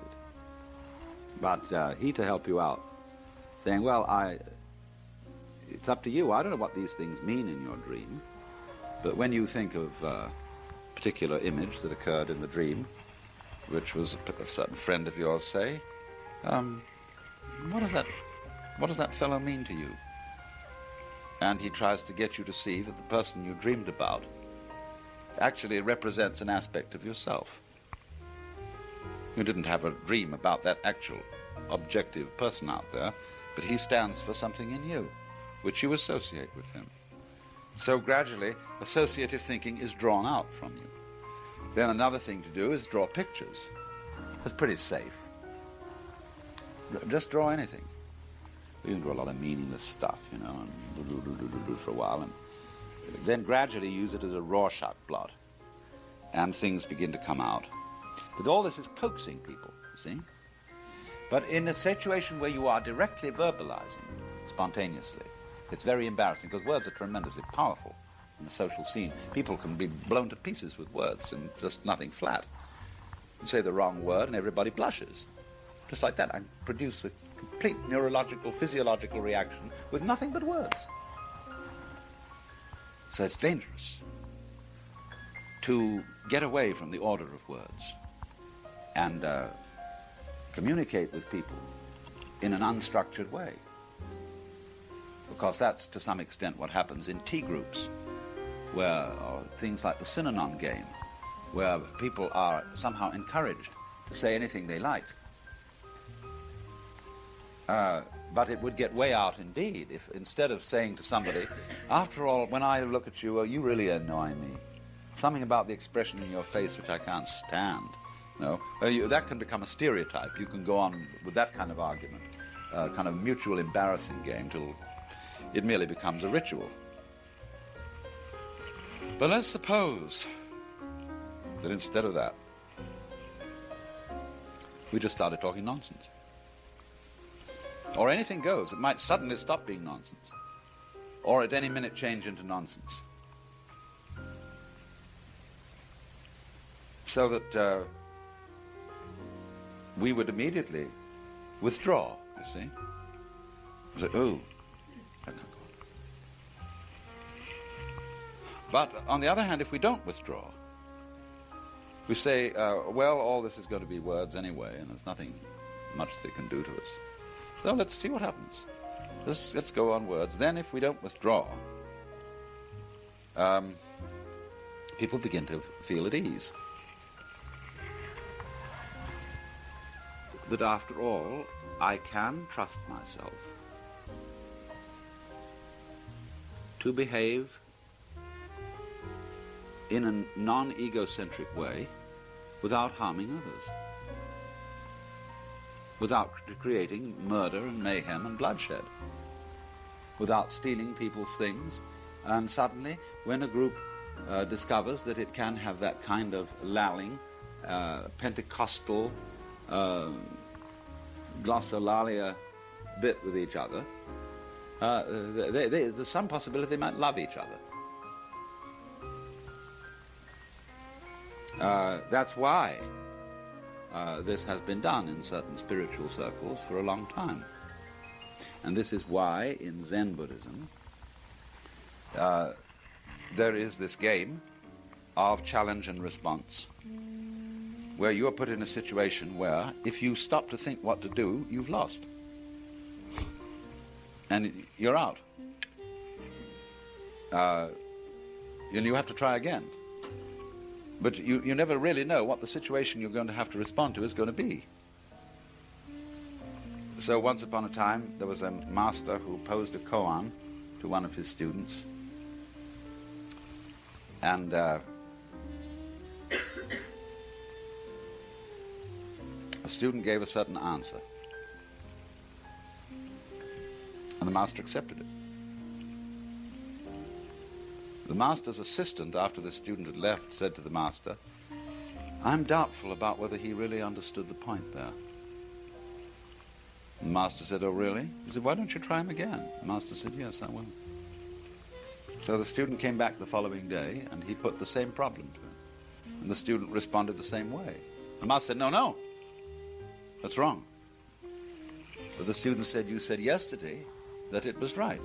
He said, I know. Yesterday it's right, today it's wrong.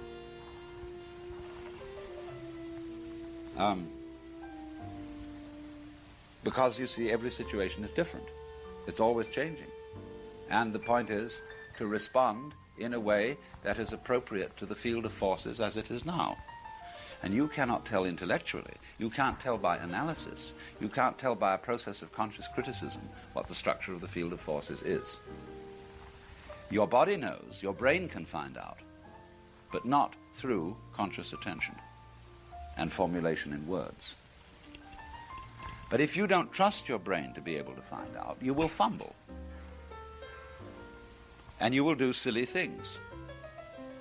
And since you have been habitually brought up not to trust your brain to find out, to get into a pattern of trying to behave spontaneously is, of course, to run the danger of making a great fool of yourself.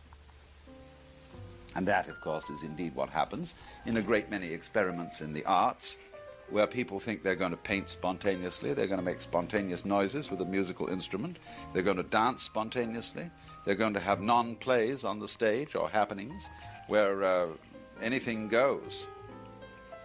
By and large, these things are colossal failures and are completely boring. And it's perfectly understandable why, that namely, they're being done by people who don't really trust themselves and who are doing this in a background of self-mistrust. And who have never, in other words, cultivated because it is a kind of a discipline to trust yourself and let it happen. But you see, when you get a great comedian working, you can't really train to be a great comedian. I mean, how would you go about it? Would you read all available jokes and memorize them? Would you study the great comedians of the past? Remember all their gags, gestures, expressions? The point is, if you did that, everybody would think you were corny. They would say, oh, that's just Mark Twain again. Whatever. It's W.C. Fields. It's his gag. The whole point of a comedian is the element of surprise. The unforeseen joke that nobody expected.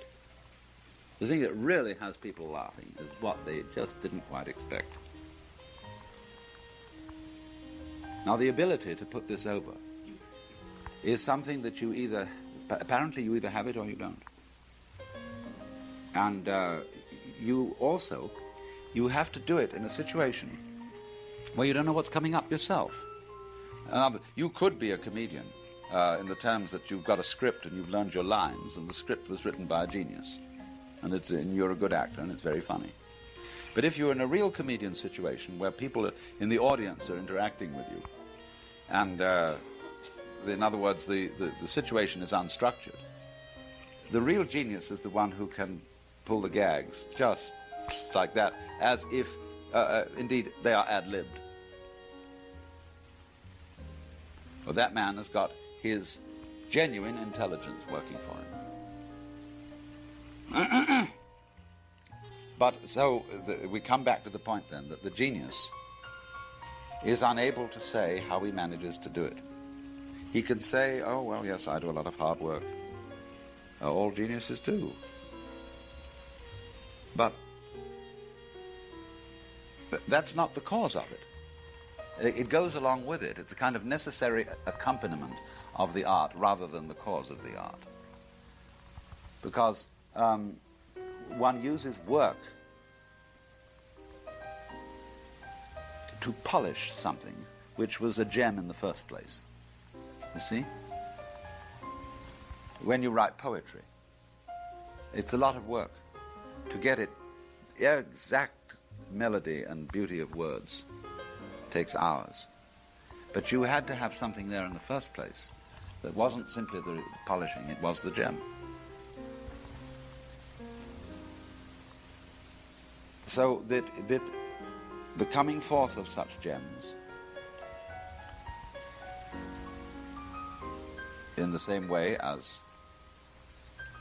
cure for constipation, is something that requires trust in one's own inherent and original intelligence. This was what the Zen master Bankei calls your unborn mind. That is a way of saying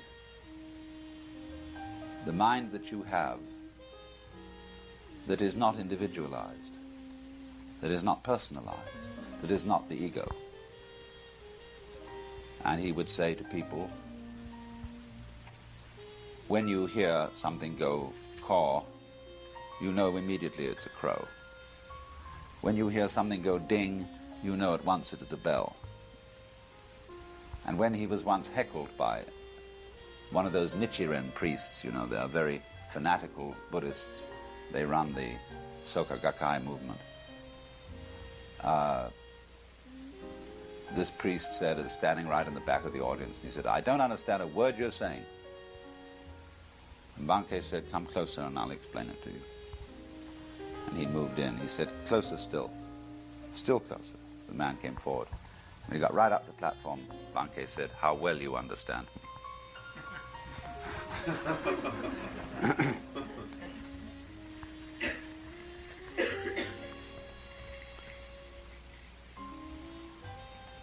So in the same way, once a military man was with a Zen master, and he said to the master, I've heard this story that there was a man who kept a goose in a bottle and grew so large that he couldn't get it out. Now, he didn't want to hurt the goose and he didn't want to break the bottle, so how does he get it out? And the Zen master changed the subject. So finally, the military man, the officer, got up to leave. And just as he got his hand on the screen to go out, the master said, "Oh, officer!" And he turned and said, "Yes?" The master said, "There, it's out."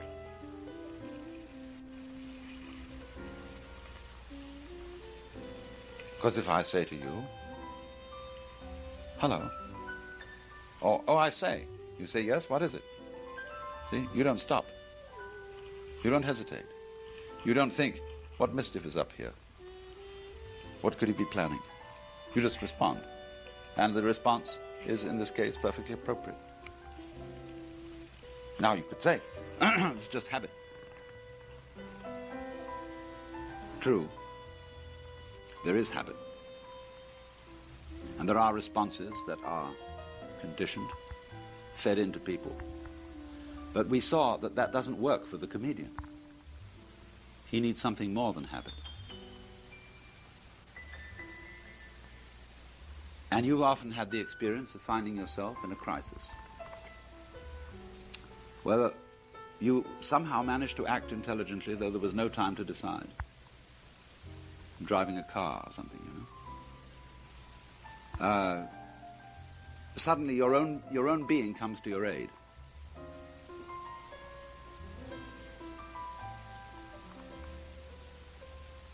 Well, that, of course, is the whole thing. But the basis of it is to realize not that this is something sort of rather heroic, which one really ought to try to do, as if there was some other possibility, as if it would be safer not to do that, as if we could sit back here and say, oh no, let's not get mixed up with that adventure. Let's be safe and rational and believe in original sin and mistrust ourselves. If we do that, we are finished. We go straight by that method. With the kind of technology we have, we go straight into the totalitarian state and all that goes with it. The total police state. Everything got to be controlled. Somebody's going to win at the God game. And the end of that, of course, as everybody knows, is every great totalitarian state destroys itself. Because it becomes too rigid. And it consumes itself with its own fury and frustration. It has to take its hostility out upon itself. So actually, it isn't a question that this is something that we really ought to do, or that to have faith in oneself is something virtuous, or something, you know, like psychologically integrated, and you hope you can be more psychologically integrated than the other people you know. It isn't like that at all. It's something that you really cannot avoid. That you actually, although one, you know, sort of doesn't believe it, you do it all the time. Only when it comes to your attention, then you think you shouldn't. But when it doesn't come to your attention, you are functioning intelligently without thinking. When it does come to your attention, you say, oh, I better not do that. It's like, you know, we work for certain bosses. And you know, one thing you mustn't do, if you could possibly get away with it, is never ask their advice. Go ahead and do your job. But if you take it to them and say, should I do it this way or that, then suddenly everything is held up while they think about it. And then they can't make up their minds. You go this way and they go that way and say, no, don't ask. Just go ahead and do it.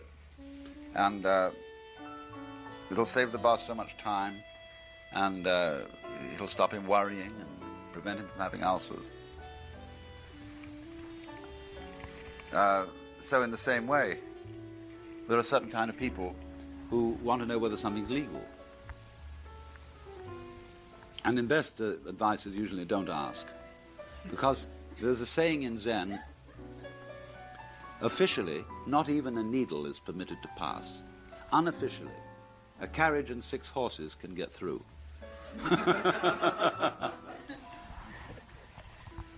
So if the law is not challenged and are asked to make a decision on this, forget it. You can probably get away with it. So in the same way, then, if you realize that trusting in your own organic skill and intelligence is something you can't really avoid. You can try to avoid it and get mixed up. You can get so mixed up that if you think you can't trust yourself, then it follows that that idea itself is untrustworthy because it's one of your ideas. If you think you can't trust your brain, how can you trust the logic which your brain makes possible?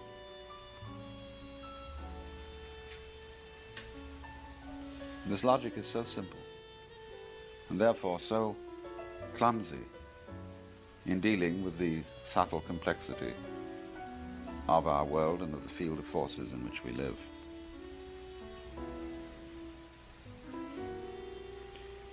So, you cannot let go, Say, no, I'm going to let go, see? Today I'm going to let go. You don't do it that way. You remember,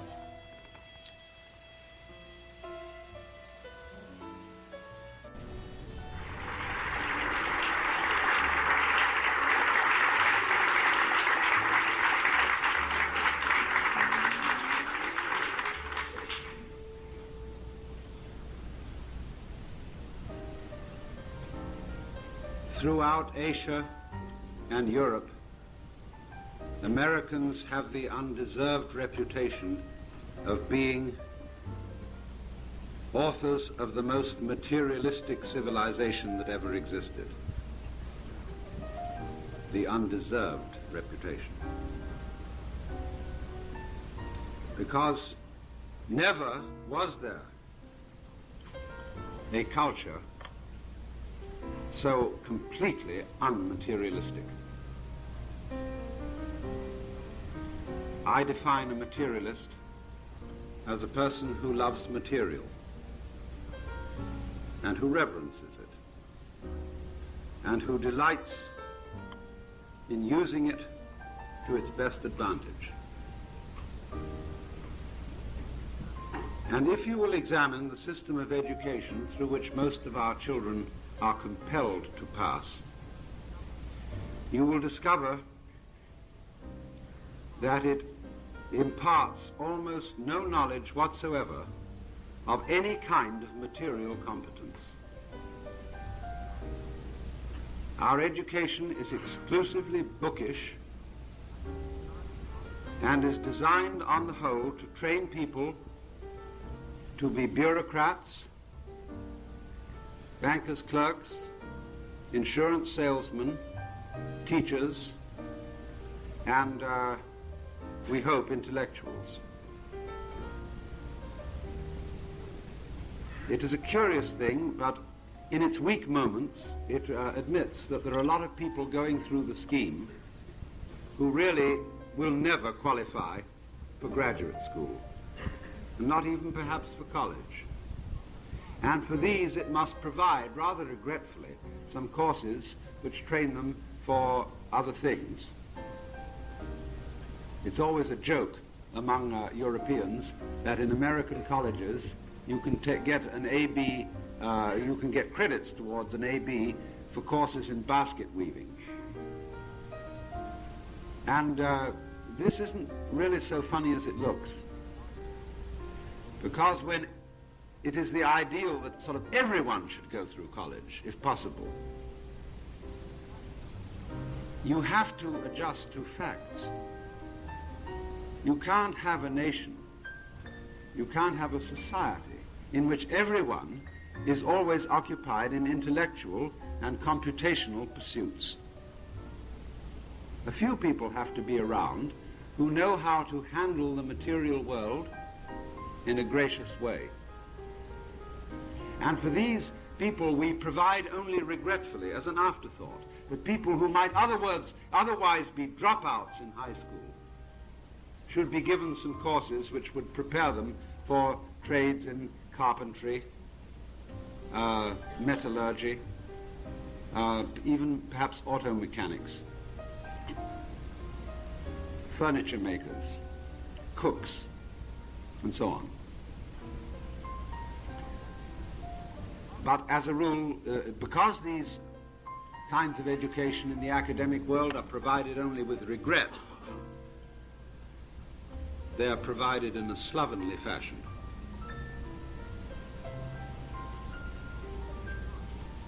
We simply do not relate to the material world. And we are increasingly lacking in any kind of competence in handling physical matter, except in such far-out cases as people who make jet aircraft and certain very sophisticated types of scientific instruments, where it is absolutely necessary that there be the highest degree of mastery. Aside from that, because of the lack of material competence, our life is extremely drab. It is simply astonishing that the wealthiest nation on earth simply does not know how to enjoy itself in a material and obvious way. Now, you would think, you see, if you were just an ordinary kind of a horse sense kind of person, that the richest nation on earth would have a whale of a good time. You would think that with all the money one earns, even at doing a factory job, that when the hours of work are over, that people would go home with all the money that they earn, which makes them princes by comparison with Indians and Chinese, that they would go home to fantastic banquets, marvelous orgies, and riots of pleasure all the night through. Now, this would simply be common sense to people who did not suffer from a Protestant ethic.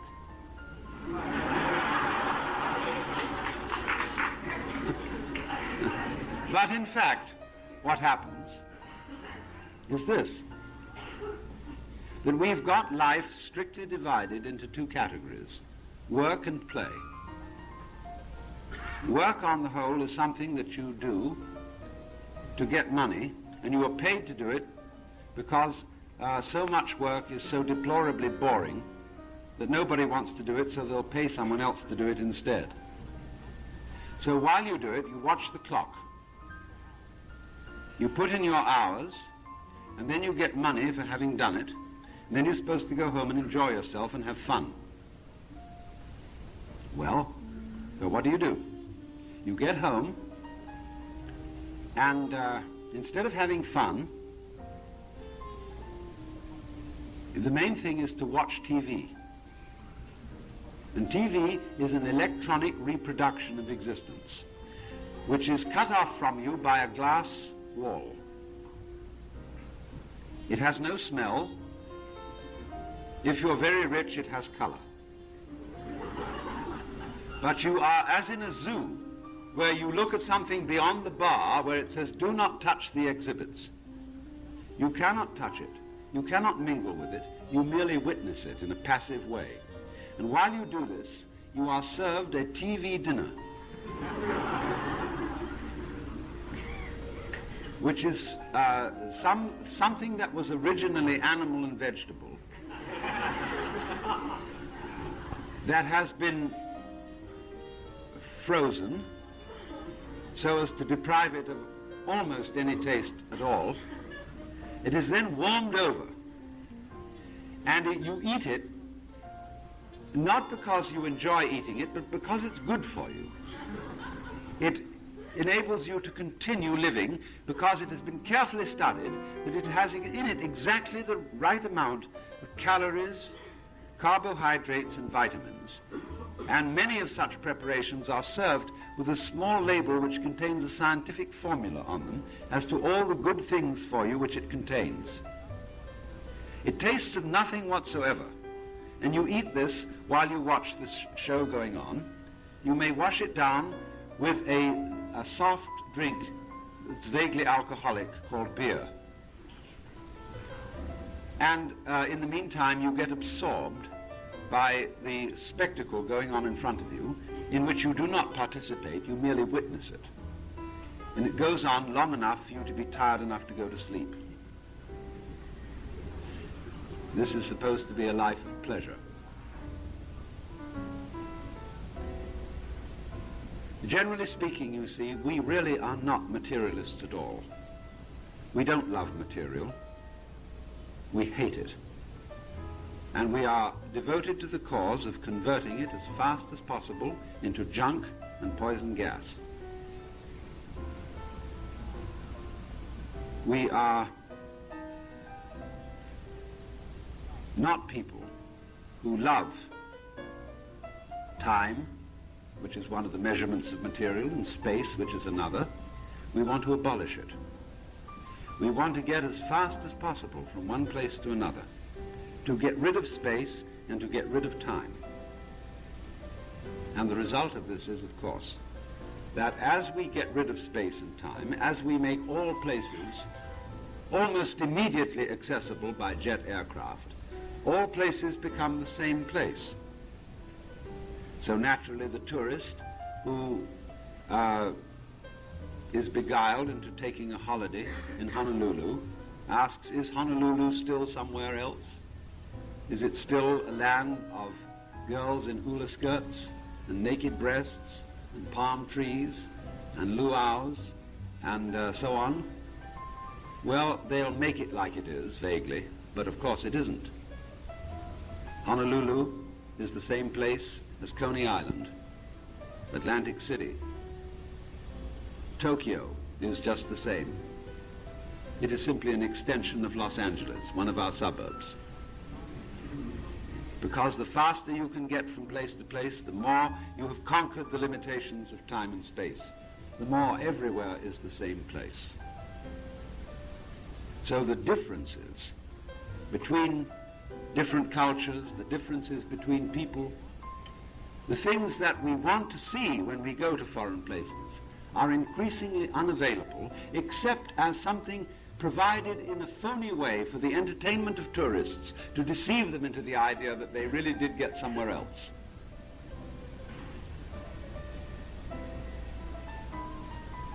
Now look at another aspect of this. One of the basic things about material existence is, of course, eating, food.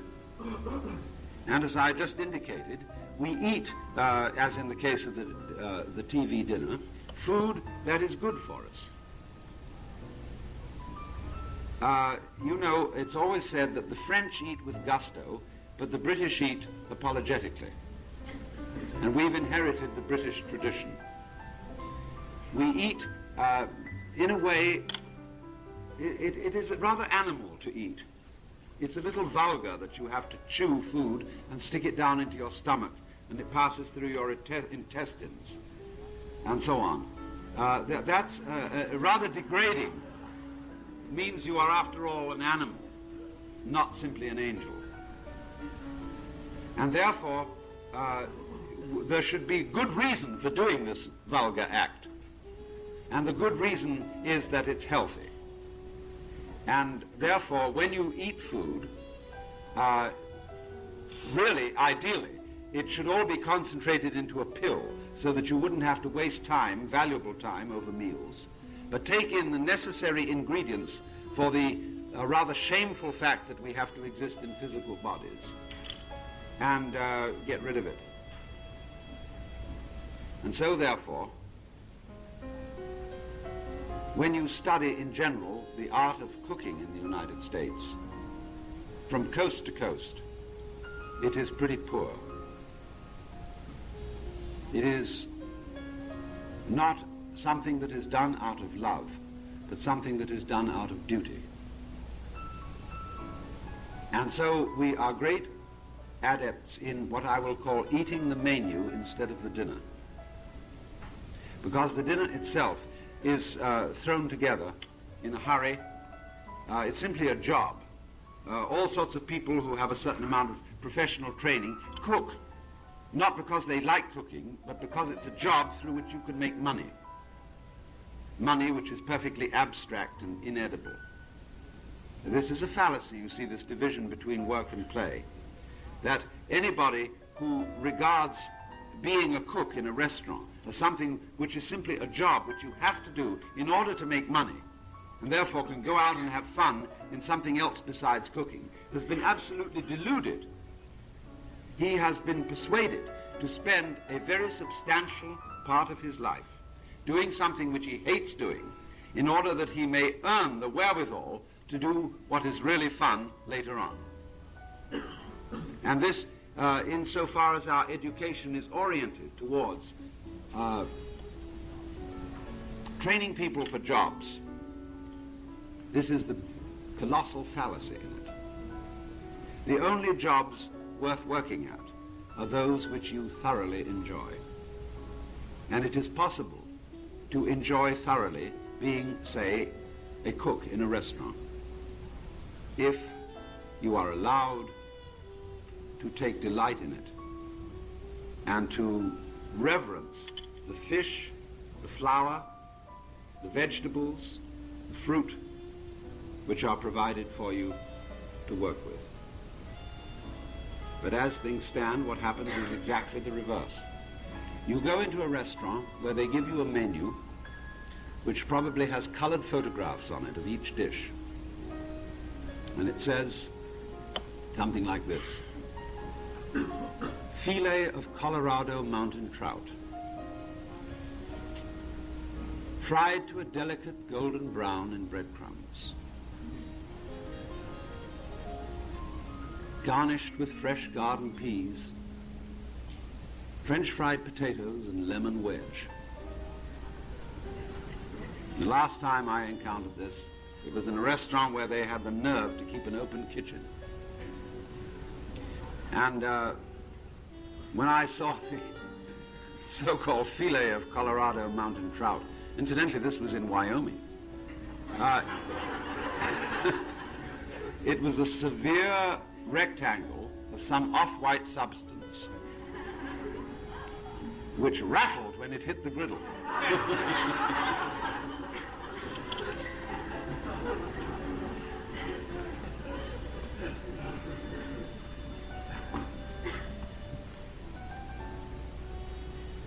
You know, the whole thing was completely mechanical, because there was in this process absolutely no love for the work itself. The cook, in other words, was wasting his precious time in life by going through the motions of being a cook in order to get money for enjoyment.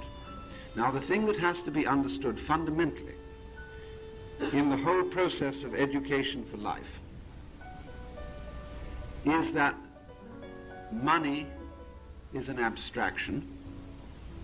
It cannot of itself buy any pleasure whatsoever, because all pleasures involve skill and love. Enough love to discipline yourself to enjoy the pleasure. I live in, as was told you in the introduction, in Sausalito, which is a lovely waterfront town north of San Francisco, and we have harbors galore, filled with pleasure craft, sailing boats, motor cruisers, which for the most part nobody ever uses except for cocktail parties aboard when they're tied up. Very few people go out on them, because sailing is a difficult craft. These boats were advertised as something you ought to have to enjoy yourself, but when you got them, you found that you couldn't enjoy yourself unless you knew how to sail. Well, you didn't have time to do that because you were so busy making money. So all these boats just stand around. And nobody really enjoys them at all because they won't take the trouble. But having been persuaded that money is wealth. Take another case of this delusion. You can make a lot of money, say, in the grocery business by turning out shoddy products in excellent packages. You cheat on the weight and you cheat on the quality. You make more and more money. Fine. But when you've got it, what are you going to buy with it? Other people's shoddy products. We have cars with built-in obsolescence, which are nothing but toy rocket ships. We have, as I said, various kinds of foodstuffs, which are increasingly lacking in nutritive elements. We have houses, which are made of ticky-tacky.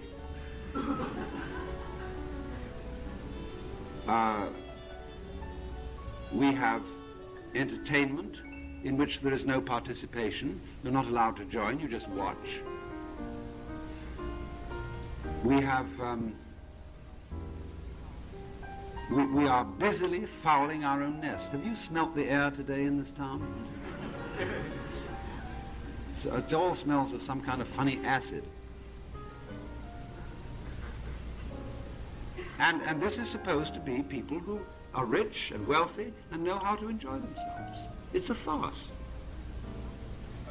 And to some extent, the reason for this farce is the whole philosophy of education through which our children are being processed. I want to look at this, but I want to look at it first of all from the standpoint of bringing up children in this culture and the whole structure and nature of the family. Because that's where the puzzle begins. Have you noticed that over many years, a large number of the jokes in most of our popular magazines where they print cartoons have to do with father as a clown? Take Dagwood in the comic strip. The incompetence of Dad, who is always some kind of an idiot, whereas Mom has to handle the real problems of the family and is therefore the realist in the picture. Dad is a clown. Why? Because he goes away to a mysterious place called the office or the factory, in which the family as such have no part and no real interest. He brings back a thing called money, and they want more of it, see, back at home. They don't care how you get it, just so long as you bring it back, because they're not interested in what you as a man do. And when you come back from the various rat races in which you are engaged making money, you're supposed to be a good pal to the children, play with them, and look after your wife and appreciate what she's done all during the day. But they have no interest in what you do. They couldn't care less. And furthermore, you as a father and you as a mother are expected to live for your children. Americans have an enormous sense of guilt because they have not done right by their children. And they're trying more and more to do right by their children. And they always feel they haven't quite succeeded somehow. We are child-centered families. Guilty, constantly feeling guilty because we haven't brought them up. And therefore we call in every kind of specialist and expert and advisor to tell us what we should do with our children. The difficulty is that the family as an institution is not surviving in industrial culture. It is an institution designed for an agrarian culture. The family was built around the farm, where the children worked on the farm and understood and were brought up into the interests of the farm. The small shop or the workshop, such as you find in an agrarian culture. It's fascinating to notice today the transition from agrarian to industrial culture in a country like Japan, where it's been extremely rapid. Let's take the craft of carpentry in Japan. The Japanese have been some of the best carpenters in the world, absolutely marvelous, knowing how to make the most complex joinery constructions without even using a blueprint, doing it by feel and by eye. In order to train a person to do this kind of carpentry, he has to begin to learn when he's 7 years old. But as it is now, because Japan has transferred to being an industrial culture, you may not bring up your child in your profession as a carpenter. You have to send the child to school where it can learn to be an insurance salesman. The child gets through school, goes through high school. When the child gets out, it's not interested in carpentry, it's interested in girls. Has to fool around with that for a while and then get married and then begin to learn the carpenter's trade, and it's too late to be anything but somebody who follows a blueprint. And therefore this marvelous craft, which the Japanese cultivated for centuries, is being lost. For what? I know many carpenters in the United States today who take enormous pride in their work, who love to produce a beautifully finished object made of wood, but they cannot find jobs because no employer can afford that time for his workman to finish a product. It has to be turned out looking good on the surface with a sort of veneer and varnish, but anything thrown together on underside. So it'll wear out and they have to do another one. So nobody has any satisfaction in the job. And the reason is that the family no longer holds together, because the family, the man in the family has to go away and earn a living that has absolutely no relation to his living relationship with his wife and his children. And therefore, naturally, he's regarded as a clown. When he comes home, he's not really a very good pal to his children, because the children would find a real relationship with their father in joining in his work with him. Every little child wants to join in his parents' work. They go into the kitchen. They would much rather play with the pots and pans than anything else. They want to help. They naturally want to join in, but they cannot. And therefore, instead of being allowed to join in with the real work of their parents, they are given propitiatory objects called toys. You may have a toy stove. You may have toys, dolls, and pretend that they're babies. You may not actually look after the baby because there might be an accident. So the children are propitiated with every kind of fake plastic thing that adults are supposed to use. Especially those real adults who go out and fight the wars, you know. Then they have the plastic gun. And the children are not satisfied with this. They are absolutely frustrated with it because all these toys fall apart in a hurry. They don't really work. They don't do what's expected of them. They are not real. And the child knows they're not real. And you should see Christmas Day when you really think about Christmas Day in the average family and realize that after the children have opened all their fake presents, which were dolled up to look as if they were the treasures of princes, and they get the plastic toys and they find everything doesn't work, and by time for Christmas dinner they're in a screaming tantrum because they know inwardly that they've been insulted. They are not allowed to participate in the real world. You are children. See, you don't really count. And so as the whole educational process continues, they are educated for unreality, for non-entity, by being progressively fooled. You see, it works like this. You know this story of a donkey who has a carrot suspended in front of him, and it's attached to a stick which is fastened to the donkey's collar.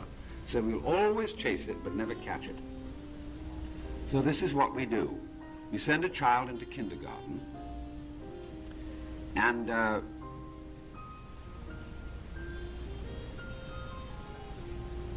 make him literate, more or less. Run, spot, run, and all that. And then the inducement is, if you learn this, you'll get into first grade. And wowee, if you do well there, you'll get into second grade. And so summer's a kind of a come-on, see? You'll go through the step-by-step educational process, and there's going to be a big event when you get out of grade school and you go to high school. And the pace is coming on now, see? And you're going to get step-by-step up through high school because there's something at the end of the line. You haven't got it yet. There's a thing coming. Go to college. Whew. Made it that far. And step by step you go on, and you get to graduate school.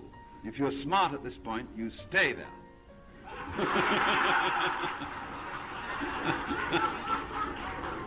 But if you don't get into graduate school so that you can just stay in the academic scheme of things, you go into business. That's getting out into the world. That's graduation.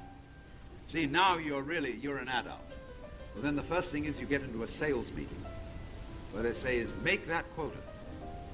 And if you do, they're going to give you a higher quota. And if that thing is at the end of the line, it's there, and all the advertisements say, well, by the time you earn this and get that, you'll be able to have the right kind of car, the right kind of speedboat, the right kind of track lot, the right kind of clothes and everything, the right kind of drinks, and you'll be there.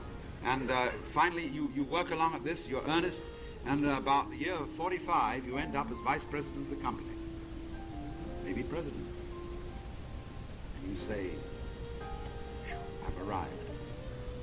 I'm there. But I feel vaguely cheated, because I feel just the same as I always felt. I'm there, but I haven't caught up with that thing I was always promised. And suddenly an insurance man comes around and says, wait a minute. You're going to retire at 65. And we got a program for you. So that you'll be just right. When you're 65, you'll be able to drop all this business and do what you really want to do. At that time, you're not interested. Prostate trouble, bad teeth. Oh, you're just falling apart because you ate all the stuff that you were making to make money with. And money goes nowhere, it's absolutely useless. So you end up feeling you've been cheated. And the reason was simply this: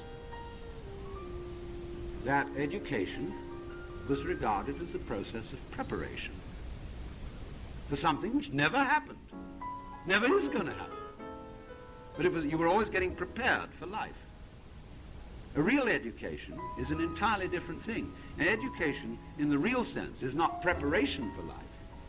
It is actually living. It is It is the child participating in adult concerns, and doing it now, and realizing that the point of the process in which the child is engaged is not to prepare the child for the future, but to enjoy doing the thing today. Because the whole point is that there is no point whatsoever in making plans for the future, except for those people who are capable of living in the present. If you are not capable of living in the present, plans are useless. Because when those plans come to fruition, you will be incapable of enjoying that fruition. Don't worry. If you are not capable of living in the present, don't make any plans. If you are capable of living in the present, then some plans may be useful, because they will produce something which you can enjoy and take part in. But it seems to me that the absolute point of any educational system that has any worth whatsoever is the progressive allowing of children to participate in activities that adults consider real and important. And that should begin very early. Instead of saying to children, no, you go away and play while we do what's important, let them in on what we consider important at once. Now, this is very difficult in what we call the child-centered family. If you regard what you do in life as not the, say, your profession, your vocation, your job, if you regard that merely as a means to an end, supposing you are making money in a factory, producing something worthless and trashy, but it pays, and you justify this on the grounds that it will give you money to bring up your children to do something better than you are doing, you are fooling yourself.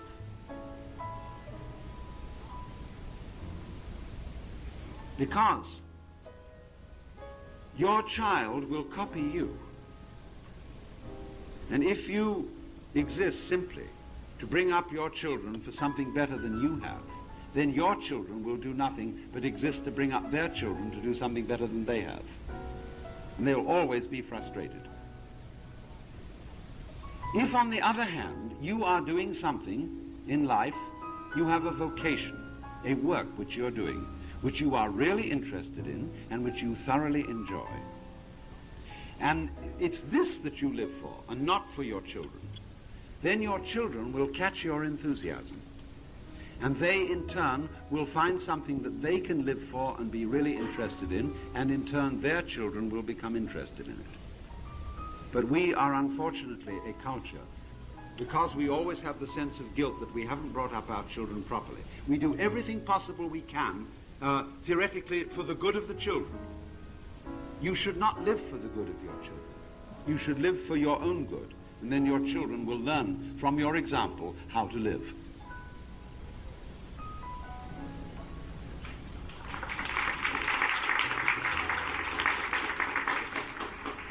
So then, education then is a progressive letting of children in to adult life, not a preparation for adult life. The whole idea of preparation should be discarded. There is simply increased participation in what we're doing. I have just come from Mexico, from a very primitive area, where the educational system is sloppy, thank goodness, and I watch builders at work,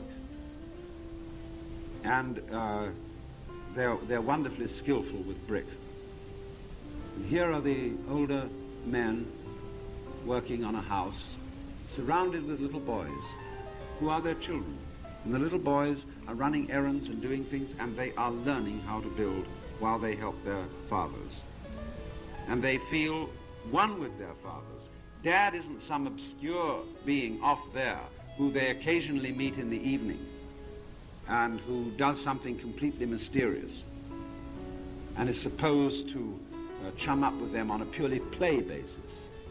See, what it is in our family is Dad comes home and he plays with the children about something trivial. He reads them a story about the mousie and the teddy bear. And having done that, he's satisfied his duty, he's done his penance, having had them. And but these so-called primitive Mexicans have their children working along with them. And those Mexican children, I'm not, of course, speaking of Mexico City and the great industrial slums of Mexico. I'm speaking of a very far-out village where they're mostly Indians. And those children are not children in the sense of cutie children. They're little men, the boys are, with a curious competence and a curious wisdom. Little men who can be trusted to do all kinds of things,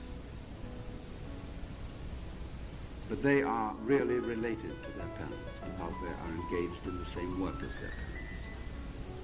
But you see, we have abandoned all responsibility for our children by sending them away to be educated by other people and other children, especially by other children.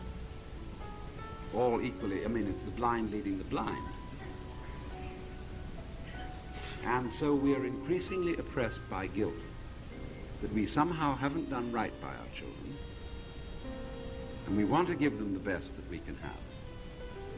But it's the whole trouble is we are, may I say, ass backwards. We are living for the children with nothing to give them, because we do not have a real enthusiasm for our own vocation or profession or whatever it is in life. If you make it central, the idea of the Hindus of yosvadharma, or in the Christian terms, vocation, and that's the thing you really live for, not children. If you really have that with you, the children will catch it from you and be inspired by it and join in with it. But the problem is, you see, that in industrial culture, there are very few opportunities to bring about that state of affairs. Imagine going to the bank and bringing your children along with you to peek over the counter while you hand out the cash, put in the checks. You see, in any important thing we do, we get rid of our children. We get the babysitter. And when we're going to have fun in the evening, get the babysitter and keep the children out of it, for heaven's sakes. And this is simply symbolic of the fact that children are utterly excluded from real life. And they are put in these completely artificial schools where they learn to be cerebral and merely literate. They learn nothing of the fundamental art of handling matter. Now, what are the fundamental arts that we need in this life? If we are to be comfortable, if we are to enjoy ourselves, we need good food, well cooked. Isn't that fundamental? Do you live to eat or do you eat to live? Both, of course. But if you don't live to eat, the food that you eat won't be very nutritive to enable you to eat to live. You won't take any trouble over it. You won't love it. Look, when you get materials, you've got some onions, you've got some fish, you've got a slice of beef. You can't cook that properly unless you love it. All those are dead creatures which have died in your honor. What are you going to do about that? The only way to deal respectably with a creature that has died in your honor is to give it an honorable cooking. The dead cow you are eating is becoming you, and the least you can do for it is to let it enjoy itself as you. And therefore, the stove in the kitchen is an altar, and you are a priest at that altar. And you should reverence that gorgeous thing. Look at a beautiful mackerel that has been caught and prepared for you, handed out by the supermarket. You've got this thing. It's a living being that's died to give you life. The best thing you can do for it is to prepare it royally. And you should brood over your stove with an act of love and see that it's exactly right. Most people have no idea how to cook fish in this country. They overcook it so that it's dry and tasteless because they don't watch it. They don't wait till the exact moment when it's right. Because cooking is regarded as a chore. Something that poor wives have to do. Kicked off. Look at the kitchen. Most kitchens are like bathrooms. You know, you go into the bathroom to clean up, to excrete and so on, which is sort of nasty, so you put it out of the way. The kitchens also in most homes are whitewashed places with white refrigerators and white washing machines and white sinks that look like surgeries or bathrooms. I've always found a formula. Wherever you find a colorless kitchen, you will find tasteless food. Now, in any real life, in a real home, the kitchen is the center of the house. There's a great hearth where things are bubbling, and everybody gathers around that, waiting with eager appetites while they watch this thing prepared that's going to be just great. Everybody is just waiting there, sitting around the fire to begin. And instead of having... You see, most houses are nowadays designed so that you pretend you still have servants. So there's the parlor, or the living space, which is prepared off from the kitchen, where you are ladies and gentlemen, see? And then you have a room downstairs where the children play, the basement, the rumpus room.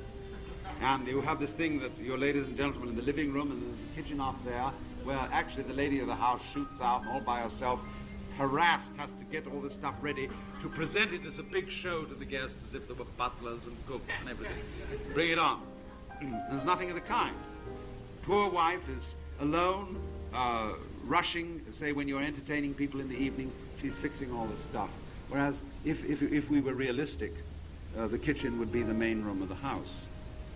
And everybody would gather around and watch it all being done, because nothing increases your appetite more than watching cooking. And we would treat this as a sacrament, the beautiful thing being done to get the food ready for us. But this simply doesn't happen, except in very few far-out bohemian homes where they've returned to this kind of thing.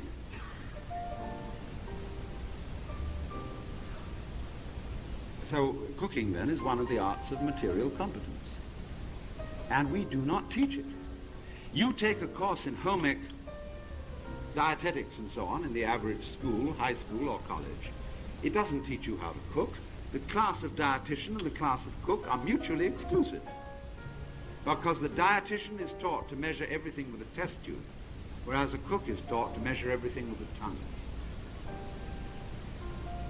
And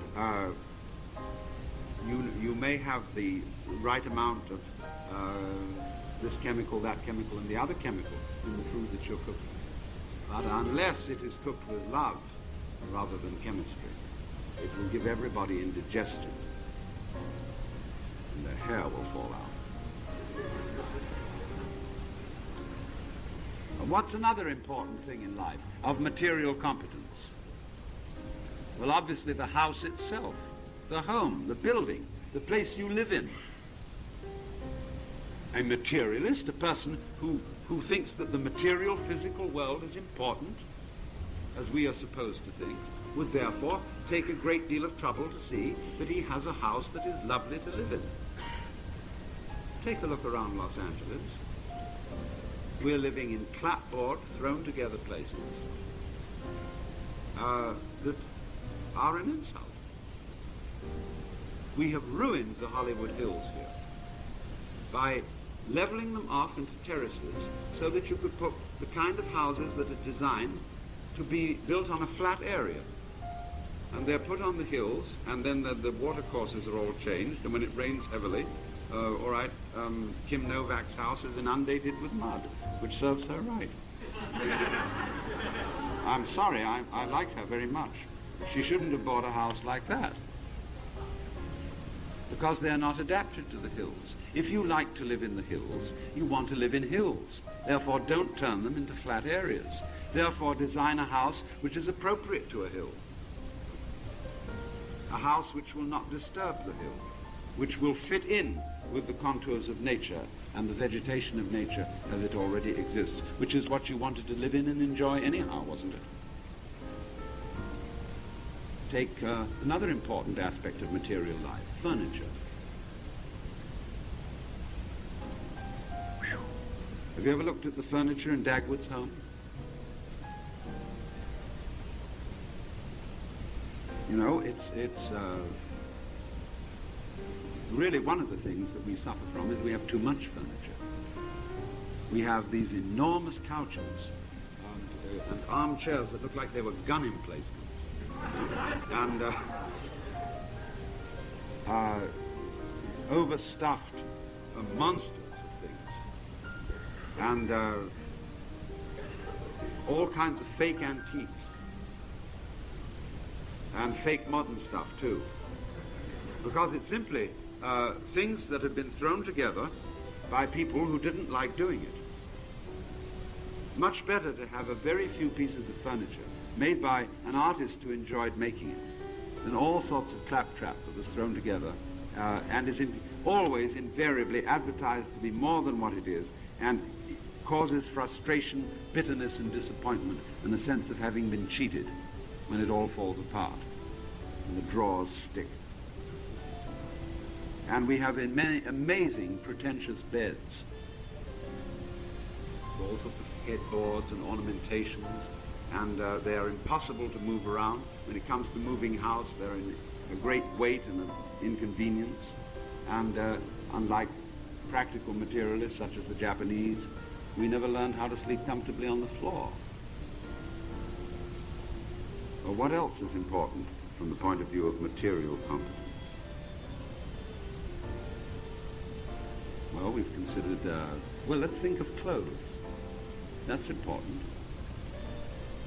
Here we come across something fantastic. We just don't know how to dress. All men in the United States, with some exceptions on the West Coast, look like funeral directors.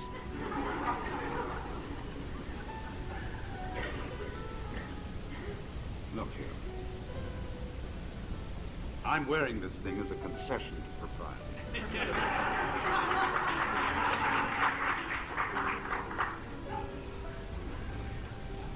I don't know what's the matter, but it absolutely is a violation of the nature of cloth. Cloth, naturally, is a two-way system with warp and woof, and it's woven in rectangles. That's the convenient way to weave cloth. And therefore, cloth is straight stuff, which will hang upon the human body with great dignity and fall naturally into folds if made in, say, the form of a Japanese kimono. But this thing is a bastard uniform with buttons on the sleeve which serve no other purpose than a relic of the days when they were there to prevent servants from wiping their noses on their uniforms. This thing simply cannot be folded or packed away without making it a muff so that it has to be sent to the cleaners, or your wife has to iron it in order to be fit to wear. Because it is a fake which is designed to fit the human body, to fit the contours of the male figure, which is not in the nature of cloth. Cloth should hang on you, and then it is dignified. But when it is shaped in this way, it doesn't fit you. You have violated the nature of cloth, and therefore you've got yourself a kind of a silly garment. And furthermore, it is not comfortable. Let's take, for example, trousers. Trousers are designed for women, not men. Not all women look good in trousers. But certainly they are very uncomfortable for men. Men should wear freely flowing skirts, because that suits their anatomy. But we could consider that sissy for purely abstract reasons. We wear all kinds of complicated neckties and buttons and everything to make us uncomfortable. And furthermore, our clothes are mostly badly sewn, rottenly put together, and very quickly fall apart. So that if you want really good clothes today, you must buy them from peasants. You can go, for example, to Mexico and get gorgeous woolen clothes, serapes, sweaters that are absolutely beautiful. You can still go to the Orient and buy magnificent clothes made by people who enjoy making. Whereas here, we dress in a colorless, drab way. And we wear this symbolic necktie, which is really a noose to be strangled with. We, in other words, don't enjoy clothing. We ought to enjoy clothing. What's the point of going around in clothes unless you enjoy clothes? What else is a matter of fundamental material competence that everybody ought to know about? Well, let's take lovemaking. That's very fundamental. But this is something that our children learn through whispered hearsay, or through a few courses in hygiene in high school, which tell the bare facts, but nothing of the art. And this is picked up in a sloppy, slovenly way because of this weird, I mean, here is the real payoff in this culture where we say we are materialists. Ha ha. In fact, what happens is this. Everything to do with sexuality is regarded as fundamentally dirty. It's associated with the toilet. And therefore, it's something basically prohibited. But men brought up in the WASP culture know that it's really supposed to be fun, and so they sort of snicker about it. And it's always on the side. It's something that you don't really enjoy unless you feel it's dirty. And you're doing something you're not supposed to do, then it's kind of fun. And so there's a perpetual hypocrisy play about the whole thing. And nobody ever, I mean, the most banned, the most reprehensible thing you could do in this culture is to come out, say, with a book on the art of loving, which would be comparable to a book,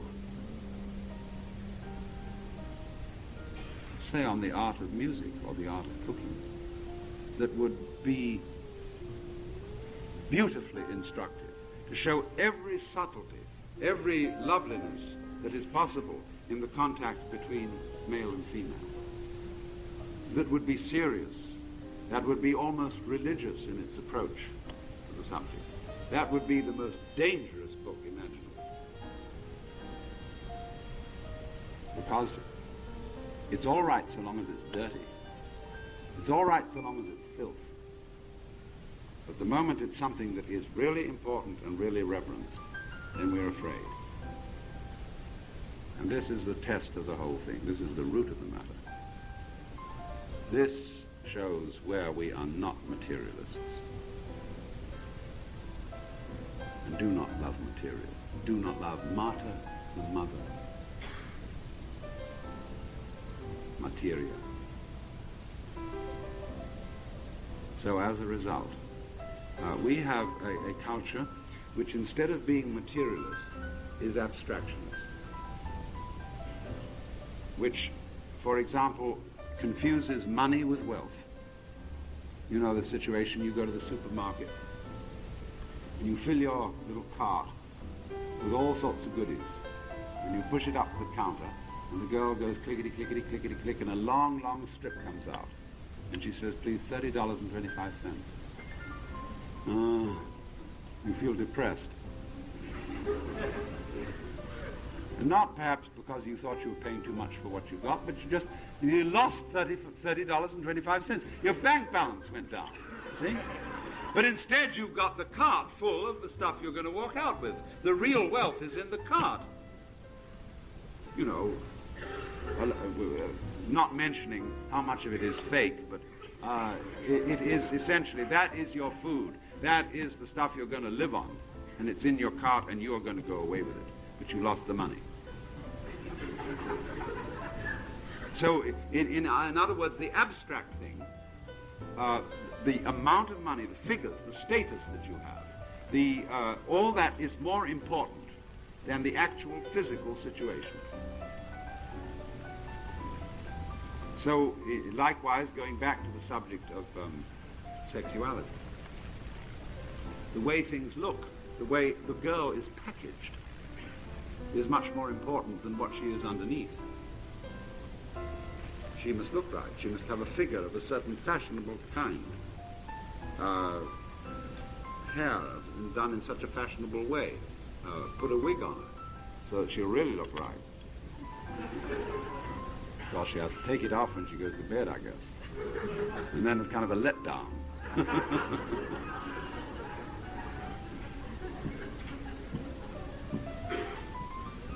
In other words, the point to understand that I'm trying to get across is that while we are priding ourselves on being masters of the material world, we have not mastered it at all, except in a few engineering dimensions where we really have done a good job. A jet plane is a remarkable triumph, even though it abolishes distance, even though it makes every place the same as every other place. It is in itself a triumph of material competence. But in all the fundamental things of life, in clothing, in cooking, in housing, in raising children, in lovemaking, we are the biggest material incompetence that ever existed, because our values are abstract instead of concrete. How it looks rather than how it feels. How it appears rather than how it tastes. And so I would think what I'm saying is that we need an education which brings us back to nature in the sense not of the birds, the bees, and the flowers, and all that sentimentality, but of being focused on the material present. And knowing that this is where you live, and this is what you have to deal with. To be completely related to the physical, natural, material, or whatever you want to call it, here and now. To know that's the only place you live. You don't live anywhere else. And to be able to live richly and fully in that situation, instead of constantly preparing children for something else later altogether.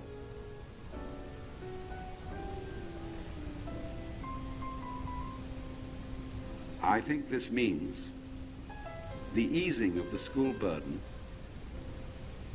first of all, by throwing a lot of it back on the parents.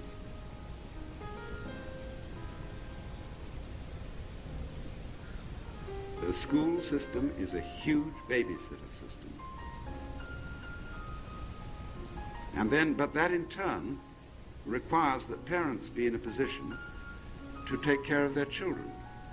As it is, you see, they're engaged in occupations which necessarily take them away from their children. What does that go back to in the line of cause and effect? It goes back to the fact that people are engaged in occupations which simply make money and which they do not really enjoy and which they do not really live with. And that is why among young people today, under 25, there is increasingly unwillingness.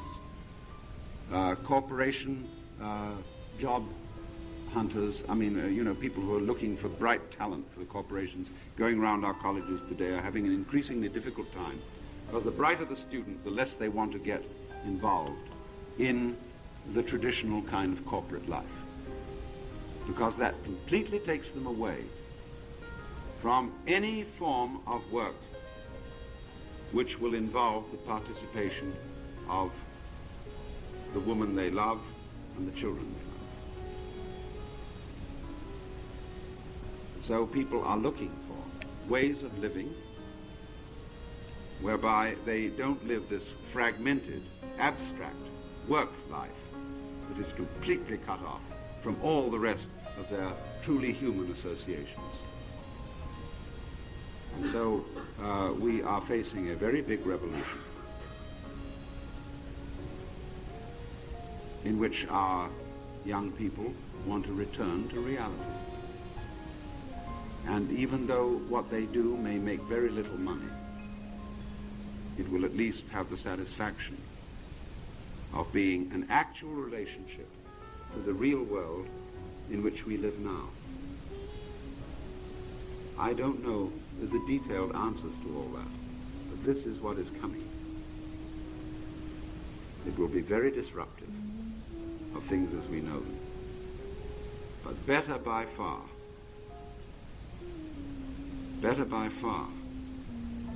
to live in contact. I find it a little difficult to say what the subject matter of this seminar is going to be, because it's too fundamental to give it a title. I'm going to talk about what there is.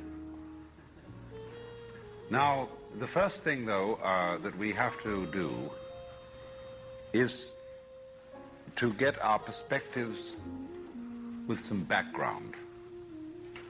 about the basic ideas which, as Westerners living today in the United States, influence our everyday common sense, our fundamental notions about what life is about. And there are historical origins for this which influence us more strongly than most people realize. Ideas of the world which are built into the very nature of the language we use and of our ideas of logic and of what makes sense altogether. And these basic ideas I call myth, not using the word myth to mean simply something untrue, but to use the word myth in a more powerful sense. A myth is an image in terms of which we try to make sense of the world. Now, for example, a myth in a way is a metaphor. If you want to explain electricity to someone who doesn't know anything about electricity, you say, well, you talk about an electric current. Now, the word current is borrowed from rivers. It's borrowed from hydraulics. And so you explain electricity in terms of water. Now, electricity is not water. It behaves actually in a different way, but there are some ways in which the behavior of water is like the behavior of electricity, and so you explain it in terms of water. Or if you're an astronomer and you want to explain to people what you mean by an expanding universe and curved space, you say, well, it's as if you had a black balloon, and there are white dots on the black balloon, and those dots represent galaxies. And as you blow the balloon up, uniformly, all of them grow and grow farther apart. But you're using an analogy. The actual universe is not a balloon with white dots on it. So in the same way, we use these sort of images to try and make sense of the world, and we at present are living under the influence of two very powerful images, which are, in the present state of scientific knowledge, inadequate. And one of our major problems today is to find an adequate, satisfying image of the world. Well, that's what I'm going to talk about. And I'm going to go further than that. Not only what image of the world to have, but how we can get our sensations and our feelings in accordance with the most sensible image of the world that we can manage to conceive. All right, now, the two images which we have been working under for 2,000 years and maybe more are what I would call two models of the universe, and the first is called the ceramic model, and the second, the fully automatic model. The ceramic model of the universe is based on the book of Genesis, from which Judaism, Islam, and Christianity derive their basic picture of the world. And the image of the world in the book of Genesis is that the world is an artifact. It is made. As a potter takes clay and forms pots out of it, or as a carpenter takes wood and makes tables and chairs out of it. Don't forget, Jesus is the son of a carpenter, and also the Son of God. So the image of God and of the world is based on the idea of God as a technician, potter, carpenter, architect, who has in mind a plan and who fashions the universe in accordance with that plan. So basic to this image of the world is the notion, you see, that the world consists of stuff, basically. Primordial matter, substance, stuff, as pots are made of clay. Now, clay by itself has no intelligence. Clay does not of itself become a pot, although a good potter may think otherwise. Because if you were a really good potter, you don't impose your will on the clay. You ask any given lump of clay what it wants to become, and you help it to do that.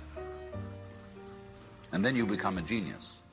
But the ordinary idea I'm talking about is that simply clay is unintelligent. It's just stuff. And the potter imposes his will on it and makes it become whatever he wants. And so in the book of Genesis, the Lord God creates Adam out of the dust of the earth. In other words, he makes a clay figurine, and then he breathes into it, and it becomes alive. Because the clay becomes informed. By itself it is formless, it has no intelligence, and therefore it requires an external intelligence and an external energy to bring it to life and to put some sense into it. And so in this way, we inherit a conception of ourselves as being artifacts, as being made. And it is perfectly natural in our culture for a child to ask its mother, how was I made? Or who made me? And this is a very, very powerful idea. But, for example, it is not shared by the Chinese or by the Hindus. A Chinese child would not ask its mother, how was I made? A Chinese child might ask its mother, how did I grow? Which is an entirely different procedure from making. You see, when you make something, you put it together, you arrange parts. Or you work from the outside to the in, as a sculptor works on a stone, or as the potter works on clay. But when you watch something growing, it works in exactly the opposite direction. It works from the inside to the outside. It expands, it burgeons, it blossoms, and it happens all over itself at once. In other words, the original simple form, say, of a living cell in the womb, progressively complicates itself. And that's the growing process. And it's quite different from the making process. But we have thought historically, you see, of the world as something made in the idea being that trees, for example, are constructions, just as tables and houses are constructions. And so there is, for that reason, a fundamental difference between the made and the maker. And this image, this ceramic model of the universe, originated in cultures where the form of government was monarchical. And where, therefore, the maker of the universe was conceived also at the same time in the image of the king of the universe. King of kings, Lord of lords, the only ruler of princes, who dost from thy throne behold all dwellers upon earth. I'm quoting the Book of Common Prayer. And so all those people who are oriented to the universe in that way feel related to basic reality as a subject to a king.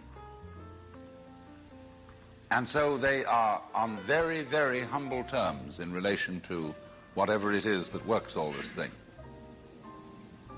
I find it odd in the United States that people who are citizens of a republic have a monarchical theory of the universe.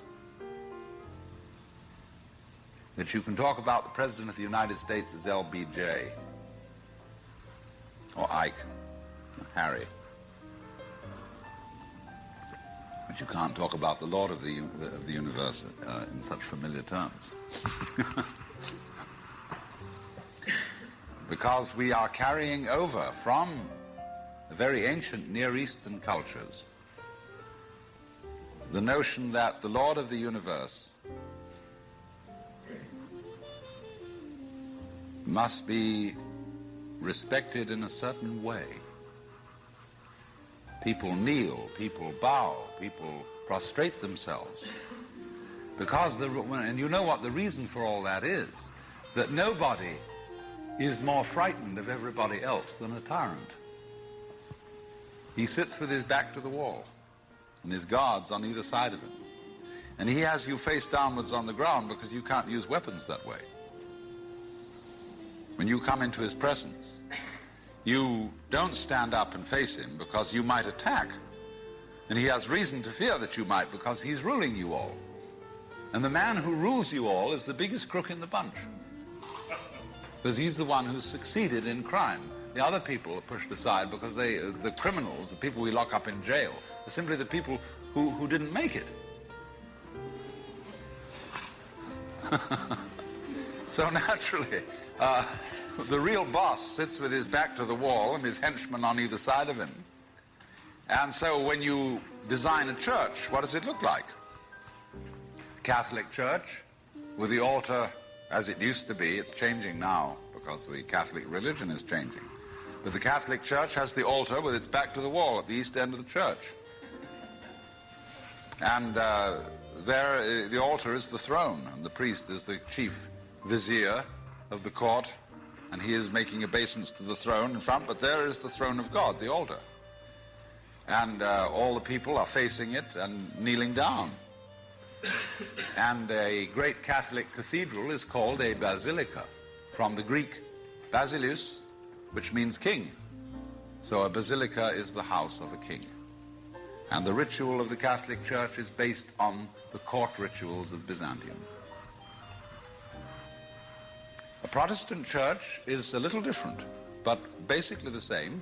The furniture of a Protestant church is based on a judicial courthouse. The pulpit, the judge in an American court wears a black robe. He wears exactly the same dress as a Protestant minister. And everybody sits in these boxes. Like there's a jury box, there's a box for the judge, there's a box for this, a box for that, and those are the pews in an ordinary kind of colonial-type Protestant church. So both these kinds of churches, which have an autocratic view of the nature of the universe, decorate themselves, are architecturally constructed in accordance with political images of the universe. One is the king and the other is the judge, Your Honor. There's sense in this. When in court you have to refer to the judge as Your Honor, it stops the people engaged in litigation from losing their tempers and getting rude. There's a certain sense to that. But when you want to apply that image to the universe itself, to the very nature of life, it has limitations. For one thing, the idea of a difference between matter and spirit. This idea doesn't work anymore. Long, long ago, physicists stopped asking the question, what is matter? They began that way. They wanted to know, what is the fundamental substance of the world? And the more they asked that question, the more they realized they couldn't answer it. Because if you're going to say what matter is, you've got to describe it in terms of behavior. And that is to say, in terms of form, in terms of pattern. You tell what it does. You describe the smallest shapes of it that you can see. Do you see what happens? You look, say, at a piece of stone, and you want to say, well, what is this piece of stone made of? Well, you take your microscope, and you look at it, and instead of just this block of stuff, you see ever so many tinier shapes, little crystals. So you say, fine, so far so good. Now, what are these crystals made of? And you take a more powerful instrument and you find that they are made of molecules. And then you take still more powerful instruments to find out what the molecules are made of, and you begin to describe atoms, electrons, protons, mesons, all sorts of subnuclear particles. But you never arrive at the basic stuff, because there isn't any. What happens is this: stuff is a word for the world as it looks when our eyes are out of focus, fuzzy. Stuff, the idea of stuff is that it's undifferentiated as some kind of a goo. And when your eyes are not in sharp focus, everything looks fuzzy. When you get your eyes into focus, you see a form, you see a pattern. But when you want to change the level of magnification and go in closer and closer and closer, you get fuzzy again before you get clear. So every time you get fuzzy, you go through thinking there's some kind of stuff there. But when you get clear, you see a shape. And so all that we can talk about is patterns. We never can talk about the stuff of which these patterns is supposed to be made, because you don't really have to suppose that there is any. It's enough to talk about the world in terms of pattern. It describes anything that can be described. And you don't really then have to suppose that there is some stuff which constitutes the essence of the pattern in the same way that clay constitutes the essence of pots. Clay, and so for this reason, you don't really have to suppose that the world is some kind of helpless, passive, unintelligent junk which an outside agency has to inform and make it into intelligent shapes. So the picture of the world in the most sophisticated physics of today is not formed stuff, potted clay, but pattern. A self-moving, self-designing pattern, a dance. And we haven't yet, our common sense as individuals hasn't yet caught up with this. Well, now, in the course of time, in the evolution of Western thought, the ceramic image of the world ran into trouble and changed into what I call the fully automatic model or image of the world. In other words, Western science was based on the idea that there are laws of nature. And it got that idea from Judaism and Christianity and Islam. That, in other words, the potter, the maker of the world, in the beginning of things, laid down the laws. And the law of God, which is also the law of nature, is called the Logos. And in Christianity, the Logos is the second person of the Trinity, incarnate as Jesus Christ, who thereby is the perfect exemplar of the divine law.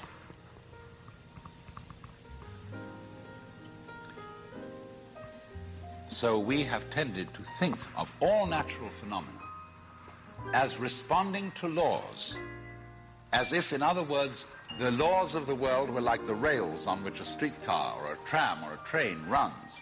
And these things exist in a certain way, and all events respond to these laws. You know that limerick, there was a young man who said, "Damn, for it certainly seems that I am a creature that moves in determinate grooves. I'm not even a bus, I'm a tram." So, here's this idea that there's a kind of a plan, and everything responds and obeys that plan. Well, in the 18th century, Western intellectuals began to suspect this idea. And what they suspected is whether there is a lawmaker, whether there is an architect of the universe. And they found out, or they reasoned, that you don't have to suppose that there is.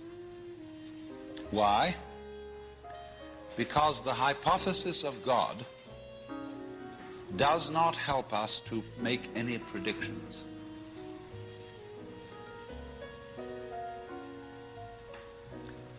Nor does it, in other words, let's put it this way. If the business of science is to make predictions about what's going to happen, science is essentially prophecy. What's going to happen? By studying the behavior of the past and describing it carefully, we can make predictions about what's going to happen in the future. That's really the whole of science. And to do this, and to make successful predictions, you do not need God as a hypothesis,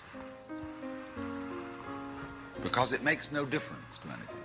If you say everything is controlled by God, everything is governed by God, that doesn't make any difference to your prediction of what's going to happen. And so what they did was simply drop that hypothesis. But they kept the hypothesis of law. Because if you can predict, if you can study the past and describe how things have behaved, and you've got some regularities in the behavior of the universe, you call that law. Although it may not be law in the ordinary sense of the word, it's simply regularity. And so what they did was they got rid of the lawmaker and kept the law. And so they conceived the universe in terms of a mechanism. Something, in other words, that is functioning according to regular, clock-like mechanical principles. Newton's whole image of the world is based on billiards. The atoms are billiard balls, and they bang each other around.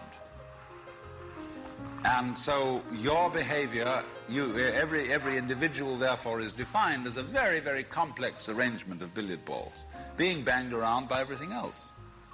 And so behind the fully automatic model of the universe is the notion that reality itself is, to use the favorite term of 19th century scientists, blind energy.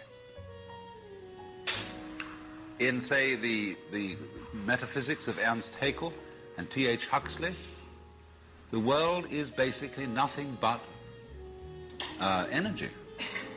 Blind, unintelligent force. And likewise, in parallel to this, in the philosophy of Freud, the basic psychological energy is libido, which is blind lust. And it is only a fluke. It is only as a result of pure chances that, resulting from the exuberance of this energy, there are people with values, with reason, with languages, with cultures, and with love. Just a fluke. Like, 1,000 monkeys typing 1,000 typewriters for 1,000,000 years will eventually type the Encyclopedia Britannica. And, of course, the moment they stop typing the Encyclopedia Britannica, they will relapse into nonsense. And so in order that that shall not happen, because you and I are flukes in this cosmos, and we like our way of life, we like being human, if we want to keep it, say these people, we've got to fight nature, because it'll turn us back into nonsense the moment we let it. And so we've got to impose our will upon this world as if we were something completely alien to it from outside. And so we get a culture based on the idea of the war between man and nature. And we talk about the conquest of space, the conquest of Everest. And the great symbols of our culture are the rocket and the bulldozer. The rocket.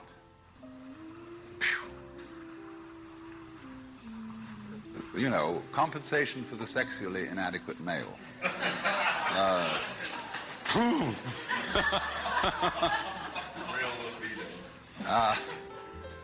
So we're going to conquer space. You know, we're in space already, way out.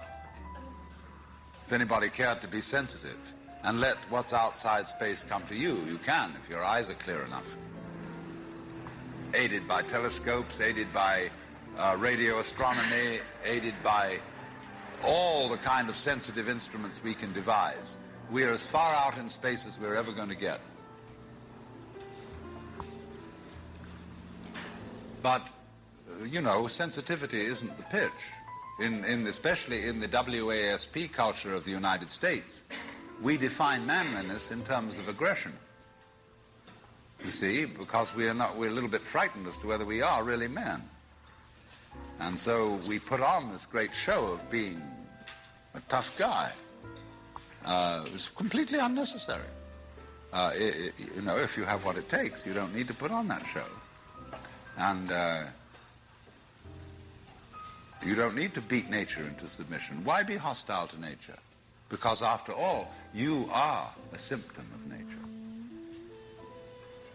You, as a human being, you grow out of this physical universe in just exactly the same way that an apple grows off an apple tree. So let's say the tree which grows apples is a tree which apples, using apple as a verb. And a world in which human beings arrive is a world that peoples. And so the existence of people is symptomatic of the kind of universe we live in. Just as spots on somebody's skin are symptomatic of chickenpox. Just as hair on a head is symptomatic of what's going on in the organism.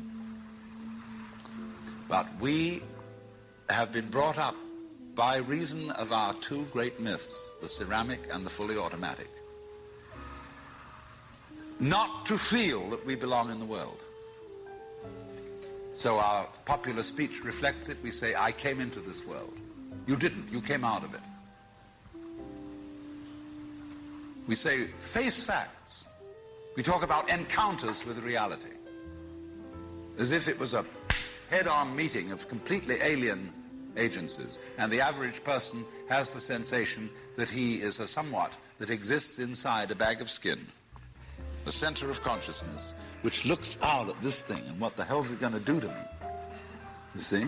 I recognize you. You kind of look like me, and I've seen myself in a mirror, and you look like you might be people. So maybe you're intelligent. Maybe you can love too. And perhaps you're all right. Some of you are anyway. If you've got the right color of skin, or you have the right religion, or whatever it is, you're okay. But there are all those people over in Asia, Africa, and they may not really be people. When you want to destroy someone, you always define them as unpeople. Not really human. Monkeys may be, idiots may be, machines may be, but not people. So, but we have this hostility to the external world because of the superstition, the myth, the absolutely unfounded theory that you yourself exist only inside your skin. Now, I want to propose another idea altogether. You know, there are astronomers. There's two great theories going on in astronomy about the origination of the universe. One is called the explosion theory, and the other is called the steady state theory. The steady state people say there never was a time when the world began. It's always expanding, yes, but always as a result of free hydrogen in space. With the free hydrogen coagulates and makes new galaxies.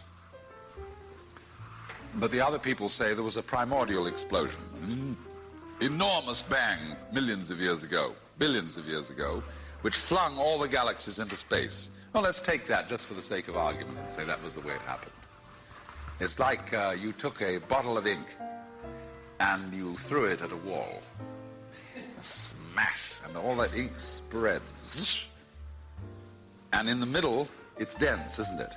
And as it gets out on the edge, the little droplets are finer and finer and make more complicated patterns. See? So in the same way, there was a big bang in the beginning of things, and it spread. And you and I, sitting here in this room, as complicated human beings, are way, way out on the fringe of that bang. We're the complicated little patterns on the end of it. Very interesting. But so we define ourselves as being only that.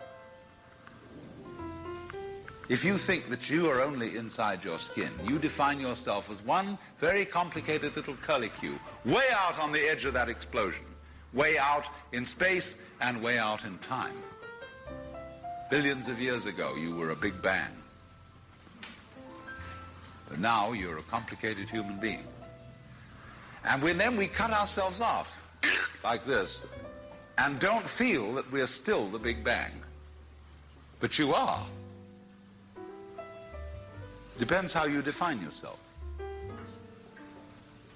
You are actually, if this is the way things started, if there was a Big Bang in the beginning, you're not something that is a result of the Big Bang. You're not something that is a sort of puppet on the end of the process. You are still the process. You are the Big Bang, the original force of the universe, coming on as whoever you are. See, when I meet you, I see not just what you define yourself as, Mr. So-and-so, Miss So-and-so, Mrs. So-and-so. I see every one of you as the primordial energy of the universe coming on at me in this particular way. I know I'm that too. But we've learned to define ourselves as separate from it. And so what I would call a kind of a basic problem we've got to go through first is to understand that there are no such things as things. That is to say, separate things or separate events. That is only a way of talking. And if you can understand this, you're going to have no further problems.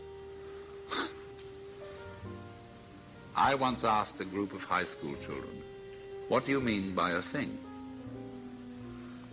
And first of all, they gave me all sorts of synonyms. They said it's an object, which is simply another word for a thing. It doesn't tell you anything about what you mean by a thing. And finally, a very smart girl from Italy who was in the group said a thing is a noun. And she was quite right. A noun isn't a part of nature, it's a part of speech. There are no nouns in the physical world.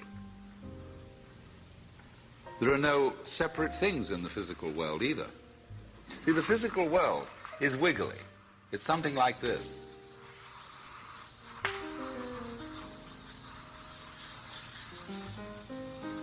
Maybe that's a cloud. But clouds, mountains, trees, people are all wiggly. And only when human beings get working at things, they build buildings in straight lines and try and make out that the world isn't really wiggly. But here are we sitting in this room all built on straight lines, but each one of us is as wiggly as all get out.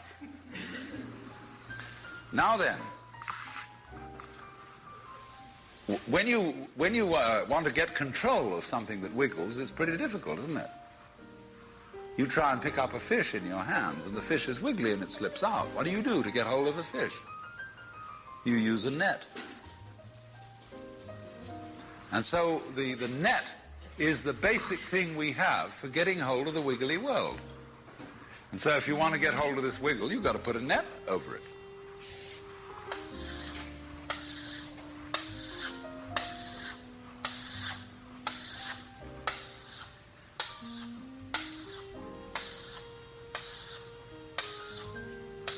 You see? Now what's going to happen?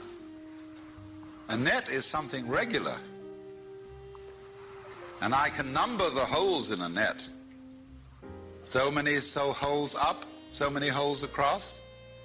And if I can number these holes, I can count exactly where each wiggle is in terms of a hole in that net. And that's the beginning of calculus, the art of measuring the world. But in order to do that, I've got to break up the wiggle into bits. And I've got to call this a specific bit, and this the next bit of the wiggle, and this the next bit, and this the next bit of the wiggle. And so these bits are things or events. Bits of wiggles, which I mark out in order to talk about the wiggle, in order to measure it, and therefore in order to control it. But in nature, in fact, in the physical world, the wiggle isn't bitted. Like you don't get a cut-up fryer out of an egg. But you have to cut the chicken up in order to eat it. You bite it. But it doesn't come bitten. So the world doesn't come thinged. It doesn't come evented. You and I are all as much continuous with the physical universe as a wave is continuous with the ocean. The ocean waves, and the universe peoples. And as the wave, I wave at you and say, you! The world is waving at you, at me with you, and saying, hi, I'm here. But our consciousness, the way we feel and sense our existence, being based on a myth that we are made, that we are parts, that we are things, our consciousness has been influenced so that each one of us does not feel that. We feel we have been hypnotized, literally hypnotized, by social convention into feeling and sensing that we exist only inside our skins. That we are not the original bang, but just something out on the end of it. And therefore we are scared stiff. Because my wave is going to disappear. And I'm going to die. And that would be awful. We've got a mythology going now, which, as Father Maskell put it, we're nothing but something that happens between the maternity ward and the crematorium. And that's it. And therefore everybody feels unhappy and miserable. You know, this is what people really believe today. You may go to church, you may say you believe in this, that, and the other, but you don't. Even Jehovah's Witnesses, who are the most fundamentalists, they're polite when they come round and knock at the door. But if you really believed in Christianity, you'd be screaming in the streets. But nobody does. You'd be taking full-page ads in the paper every day. You'd have the most terrifying television programs. The churches would be going out of their minds if they really believe what they teach. But they don't. They think they ought to believe what they teach. They believe they should believe, but they don't believe it, because what we really believe is the fully automatic model.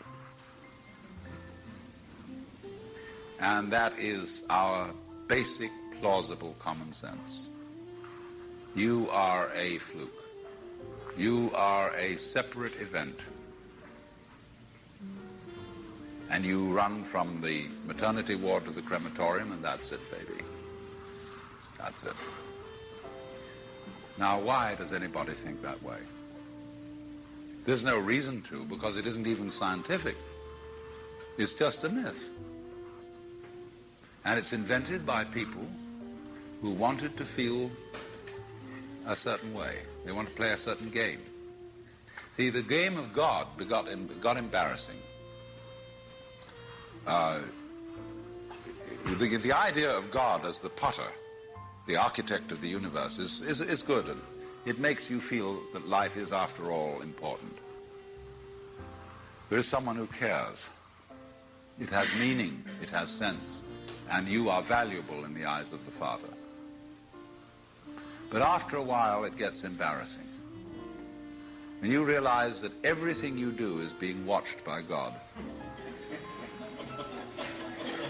He knows your tiniest, inmost feelings and thoughts, and you say after a while, quit bugging me. I don't want you around. So you become an atheist, just to get rid of it. Then you feel terrible after that, because you got rid of God, but that means you got rid of yourself. You're just nothing but a machine. And your idea that you're a machine is just a machine too. So if you're a smart kid, you commit suicide. Camus said there is only really one serious philosophical question, which is whether or not to commit suicide. I think there are 4 or 5 serious philosophical questions. The first one is, who started it? The second is, are we going to make it? The third is, where are we going to put it? The fourth is, who's going to clean up? And the fifth, is it serious? But still, should you or not commit suicide? This is a good question. Why go on? And you only go on if the game is worth the candle. Now, the universe has been going on for an incredible long time. And so, really, a satisfactory theory of the universe has to be one that's worth betting on. That's it seems to me, absolutely elementary common sense. If you make a theory of the universe which isn't worth betting on, why bother? Just commit suicide. But if you want to go on playing the game, you've got to have an optimal theory for playing the game. Otherwise, there's no point in it. But the people who coined the fully automatic theory of the universe were playing a very funny game. What they wanted to say was this: all you people who believe in religion are old ladies and wishful thinkers. You've got a big daddy up there and you want a comfort and thing, but life is rough. Life is tough. And success goes to the most hard-headed people. That was a very convenient theory when the European-American world was colonizing the natives everywhere else. They said, we are the end product of evolution, and we're tough. See? I'm a big, strong guy because I face facts, and life is just a bunch of junk, and I'm going to impose my will on it and turn it into something else, you see? And I'm real hard. See, that's a way of flattering yourself. And so it has become academically plausible and fashionable that this is the way the world works. In academic circles, no other theory of the world than the fully automatic model is respectable. Because if you're an academic person, you've got to be an intellectually tough person. You've got to be prickly. See, there are basically two kinds of philosophy. One's called prickles, the other's called goo. And prickly people are precise, rigorous, logical. They like everything chopped up and clear. Goo people like it vague. For example, in physics, prickly people believe that the ultimate constituents of matter are particles. Goo people believe it's waves. And in philosophy, prickly people are logical positivists and goo people are idealists. And they're always arguing with each other. And what they don't realize is that neither one can take his position without the other person. Because you wouldn't know you advocated prickles unless there was somebody else advocating goo. You wouldn't know what a prickle was unless you knew what goo was. Because life is not either prickles or goo, it's gooey prickles and prickly goo. And they go together like back and front, male and female. And that's the answer to philosophy. See, I'm a philosopher. And I'm not going to argue very much, because if you don't argue with me, I don't know what I think. So if we argue, I say thank you. Because owing to the courtesy of your taking a different point of view, I understand what I mean. So I can't get rid of you. But however, you see, this whole idea that the universe is just nothing at all but unintelligent force playing around, not even enjoying it, is a put-down theory of the world. People who had an advantage to make, a game to play, by putting it down, and making out that because they put the world down, they were a superior kind of people. So, that just won't do. We've had it. Because if you seriously go along with this idea of the world, you're what is technically called alienated. You feel hostile to the world. You feel that the world is a trap. It is a mechanism, it's electronic and neurological mechanisms into which you somehow got caught. And you, poor thing, have to put up with being in a body that's falling apart and that gets cancer, that gets the great Siberian itch, and it's just terrible. And these mechanics, doctors are trying to help you out, but they really can't succeed in the end. And you're just going to fall apart, and it's a grim business, and it's too bad. So if you think that that's the way things are, you may as well commit suicide right now. Unless you say, well, I daren't. Because there really, after all, there might be eternal damnation in the back of the thing if I did that. Or then I identify with my children or something, and I think of them going on and without me and nobody to support them. But of course, if I do go on in this frame of mind and continue to support them, I shall merely teach them to be like I am. And they'll go on dragging it out to support their children, and they won't enjoy it, and they'll be afraid to commit suicide, and so will their children.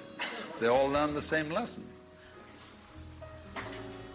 So you see, all I'm trying to say is that the basic common sense about the nature of the world that is influencing most people in the United States today, the fully automatic model, is simply a myth. If you want to say that the idea of God the Father with his white beard on the golden throne is a myth, in the bad sense of the word myth, so is this other one. It's just as phony and has just as little to support it as being the true state of affairs. Why? And let's get this clear. If there is any such thing at all as intelligence and love and beauty, well, you found it in other people.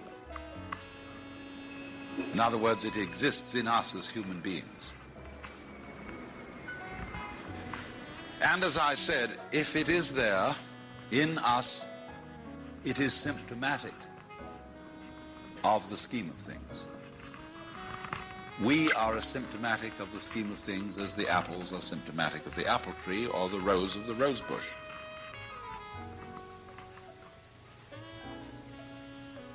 The earth is not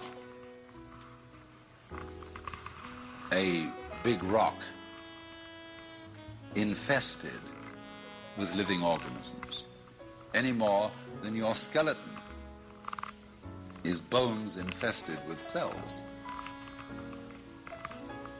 The earth is geological, yes, but this geological entity grows people. And our existence on the earth is a symptom of the solar system and its balances, as much as the solar system in turn is a symptom of our galaxy. And our galaxy in its turn is a symptom of the whole company of galaxies. Goodness only knows what that's in. But you see, when as a scientist you describe the behavior of a living organism, you try to say what a person does. It's the only way in which you can describe what a person is. Describe what they do. Then you find out that in making this description, you cannot confine yourself to what happens inside the skin. In other words, you can't talk about a person walking unless you start describing the floor. Because when I walk, I don't just dangle my legs in empty space. I move in relationship to a room. And so in order to describe what I'm doing when I'm walking, I have to describe the room. I have to describe the territory. So in describing my talking at the moment, I can't describe this just as a thing in itself, because I'm talking to you. And so what I'm doing at the moment is not completely described unless your being here is described also. So if that is necessary, if, in other words, in order to describe my behavior, I have to describe your behavior and the behavior of the environment. It means that we've really got one system of behavior. That what I am involves what you are. I don't know who I am unless I know who you are. And you don't know who you are unless you know who I am. There was a wise rabbi once said, if I am I because you are you, and you are you because I am I, then I am not I and you are not you. In other words, we're not separate. We define each other. We're all backs and fronts to each other. You know, you can't, for example, have two sticks. You lean two sticks against each other and they stand up because they support each other. Take one away and the other falls. Or, you know, Ballantine beer trademark, also a symbol of the Holy Trinity, where there are three interlocked rings. If you pull one out, the other two separate. They interdepend. And so in exactly that way, we and our environment, and all of us and each other, are interdependent systems. We know who we are in terms of other people. We all lock together. And this is, again and again, the serious scientific description of how things happen. And to such an extent that any good scientist knows, therefore, that what you call the external world is as much you as your own body. Your skin doesn't separate you from the world. It's a bridge through which the external world flows into you, and you flow into it. Just, for example, as a whirlpool in water, you could say, because you have a skin, you have a definite shape, you have a definite form. All right? Here is a flow of water, and it suddenly does a whirlpool. And then it goes on. The whirlpool is a definite form, but no water stays put in it. The whirlpool is something the stream is doing. And exactly the same way, the whole universe is doing each one of us. And I see you today, and I recognize you tomorrow, just as I would recognize a whirlpool in a stream. I'd say, oh yes, I've seen that whirlpool before. It's just near so-and-so's house on the edge of the river, and it's always there. So in the same way, when I meet you tomorrow, I recognize you. You're the same whirlpool you were yesterday. But you're moving. The whole world is moving through you. All the cosmic rays, all the food you're eating, the stream of steaks and milk and eggs and everything is just flowing right through you. When you're wiggling the same way, the world is wiggling, the stream is wiggling you. But the problem is, you see, we haven't been taught to feel that way. The myths underlying our culture and underlying our common sense have not taught us to feel identical with the universe, but only parts of it, only in it, only confronting it, aliens. And we are, I think, quite urgently in need of coming to feel that we are the eternal universe, each one of us. Otherwise, we're going to go out of our heads. We're going to commit suicide, collectively, with courtesy of H-bombs. In last night's session, I was discussing an alternative myth to the ceramic and fully automatic models of the universe. I'll call the dramatic myth. The idea that life as we experience it's a big act, and that behind this big act is the player. And the player, or the self, as it's called in Hindu philosophy, the Atman, is you. Only you are playing hide and seek, since that is the essential game that's going on. It's the game of games, the basis of all games, hide and seek. And so since you're playing hide and seek, you are deliberately, although you can't admit this, or won't admit it, you are deliberately forgetting who you really are, or what you really are, and the knowledge that your essential self is the foundation of the universe, the ground of being, as Tillich calls it, is something you have as what the Germans call a Hintergedanke. A Hintergedanke is a thought way, way, way in the back of your mind, way back here somewhere. Something that you know deep down, but can't admit. So,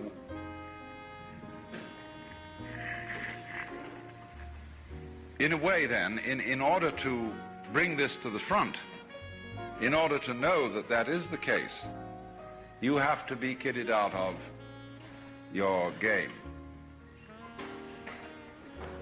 And so what I want to discuss this morning is how this happens. Although before doing so, I must go a little bit further into the whole nature of this problem. You see, the problem is this. We identify in our experience a differentiation between what we do and what happens to us. We have a certain number of actions that we define as voluntary, and we feel in control of those. And then over against that, there is all those things that are involuntary. But the dividing line between these two is very arbitrary. Because, for example, when you move your hand, you feel that you decide whether to open it or to close it. But then ask yourself, how do you decide? When you decide to open your hand, do you first decide to decide? You don't, do you? You just decide, and how do you do that? And if you don't know how you do it, is it voluntary or involuntary? Let's consider breathing. You can feel that you breathe deliberately. You can control your breath. But when you don't think about it, it goes on. Is it voluntary or involuntary? And so we come to have a very arbitrary definition of self. That much of my activity which I feel I do. And then that then doesn't include breathing most of the time. It doesn't include the heartbeats. It doesn't include the activity of the glands. It doesn't include digestion. It doesn't include how you shape your bones, circulate your blood. Do you or do you not do these things? Now, if you get with yourself and you find out that you are all of yourself, a very strange thing happens. You find that your body knows that you are one with the universe. In other words, that the so-called involuntary circulation of your blood is one continuous process with the stars shining. If you find out that it's you who circulates your blood, you will at the same moment find out that you are shining the sun. Because your physical organism is one continuous process with everything else that's going on. Just as the waves are continuous with the ocean, your body is continuous with the total energy system of the cosmos. And it's all you. Only you're playing the game that you're only this bit of it.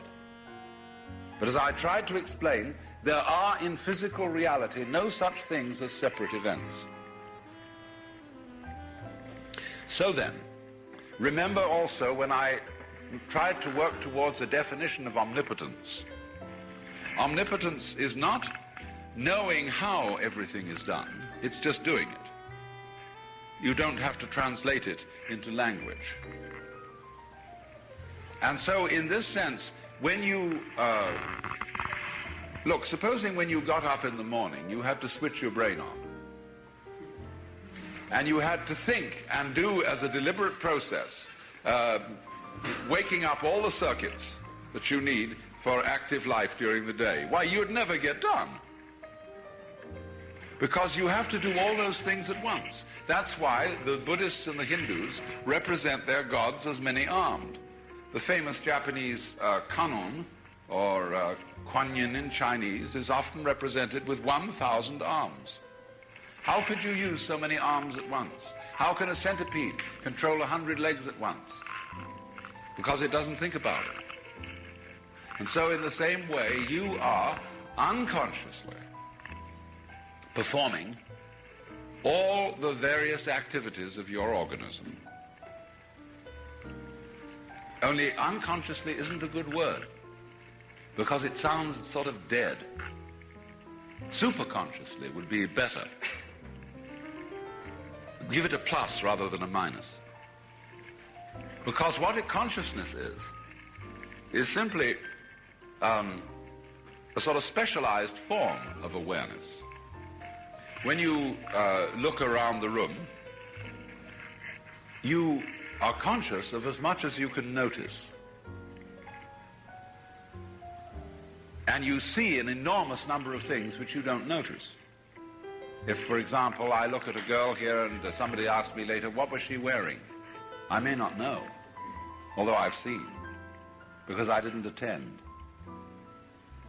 But I was aware, you see.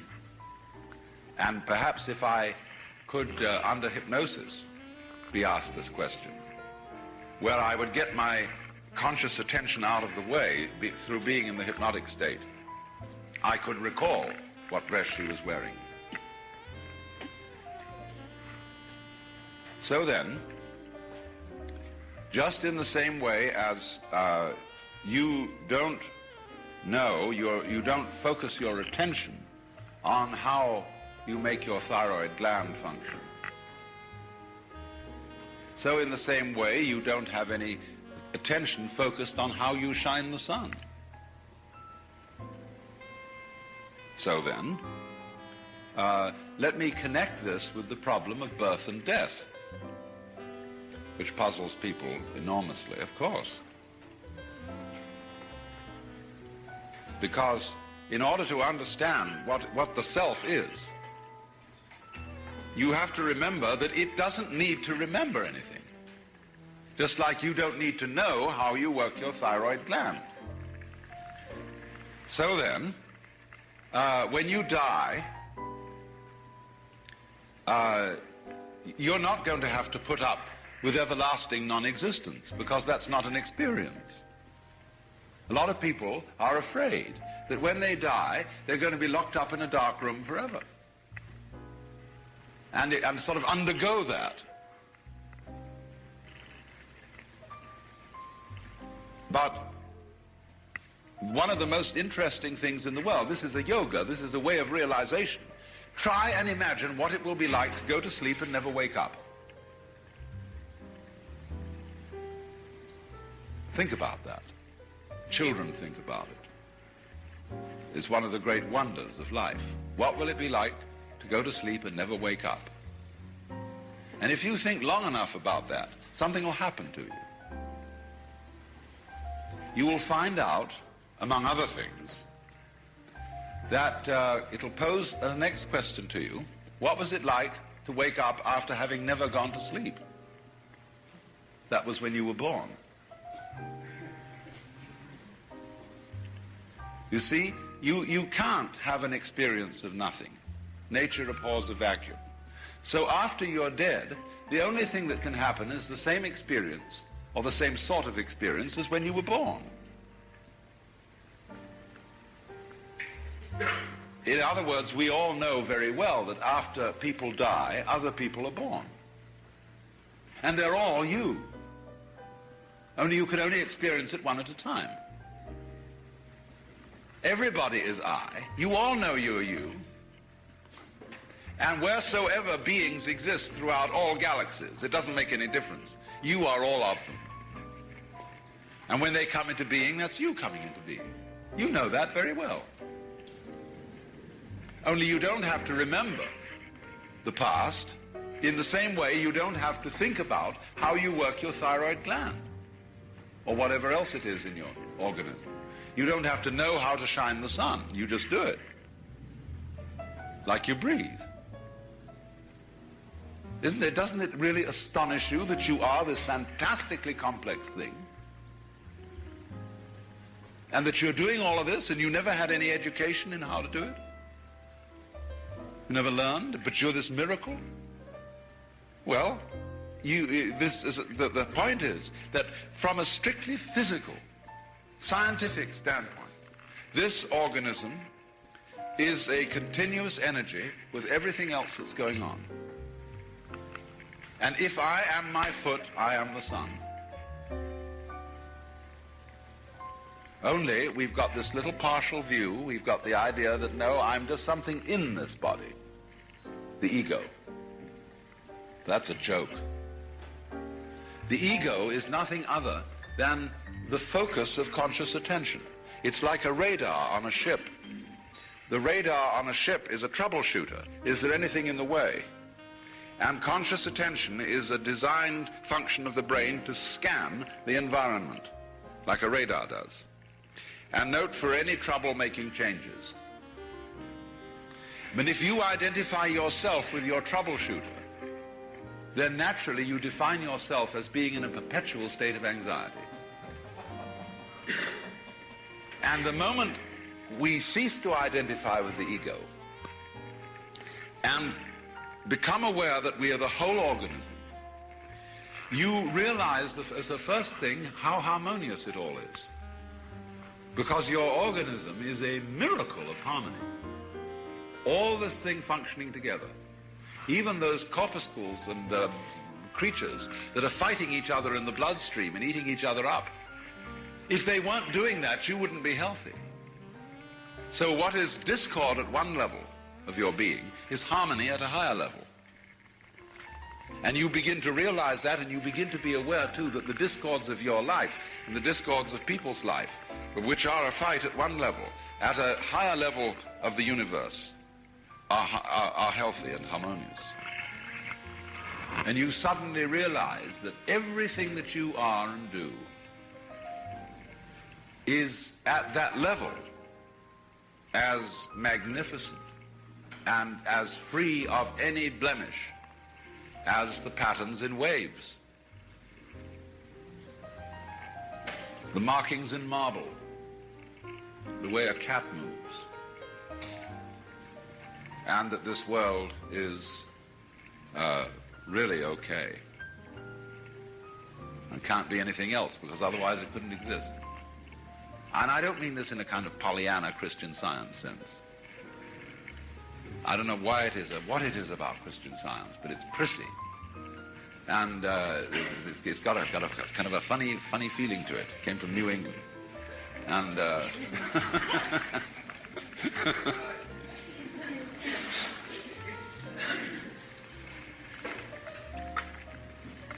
but the reality underneath physical existence, or which really is physical existence, because in my philosophy there's no difference between the physical and the spiritual. These are absolutely out-of-date categories. It's all process. It isn't stuff on the one hand and form on the other. It is pattern. Life is pattern. It is a dance of energy. And so I will never invoke spooky knowledge. That is to say that I've had a private revelation, or that I have sensory vibrations going on a plane which you don't have. Everything is standing right out in the open. And it's just a question of how you look at it. So you do discover, when you realize this, the most extraordinary thing to me that I never cease to be flabbergasted at whenever it happens to me. Some people will use a symbolism of the relationship of God to the universe, wherein God is, say, brilliant light, only somehow veiled, hiding underneath all these forms that you see as you look around you. So far, so good. But the truth is funnier than that. It is that you are looking right at the brilliant light now. That the experience you are having, which you call ordinary everyday consciousness, pretending you're not it, that experience is exactly the same thing as it. There's no difference at all.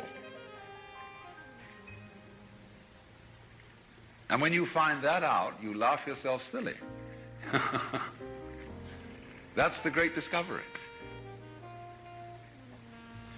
In other words, when you really start to see things, and you look at an old paper cup, and you go into the nature of what it is to see, what vision is, or what smell is, or what touch is, you realize that that vision of the paper cup is the brilliant light of the cosmos. Nothing could be brighter. 10,000 suns couldn't be brighter. Only they're hidden in the sense that all the points of the infinite light are so tiny when you see them in the cup. They don't blow your eyes out. But it is actually, see, the source of all light is in the eye. If there were no eyes in this world, the sun would not be light. So if I hit as hard as I can on a drum which has no skin, it makes no noise. So if the sun shines in a world where there are no eyes, it's like a hand beating on a skinless drum. No light. You evoke light out of the universe. In the same way, you, by virtue of having a soft skin, evoke hardness out of wood. Wood is only hard in relation to a soft skin. It's your eardrum that evokes noise out of the air. You, by being this organism, call into being the whole universe of light and color and hardness and heaviness and everything, you see? But in the mythology that we've sold ourselves on during the end of the 19th century, when people discovered how big the universe was, and that we live on a little planet in a solar system on the edge of a galaxy, which is a minor galaxy, everybody thought, we're really unimportant after all. God isn't there and doesn't love us, and nature doesn't give a damn. And we put ourselves down, see? But actually, it's this little funny microbe, tiny thing, crawling on this little planet, that's way out somewhere, who has the ingenuity, by nature of this magnificent organic structure, to evoke the whole universe out of what would otherwise be mere quanta. There's jazz going on. But you see, this little ingenious organism is not merely some stranger in this. This little organism on this little planet is what the whole show is growing there, and so realizing its own presence. Does it through you, and you're it. Only you because you got, you know, when you put a chicken's beak on a chalk line, it gets stuck. It's hypnotized.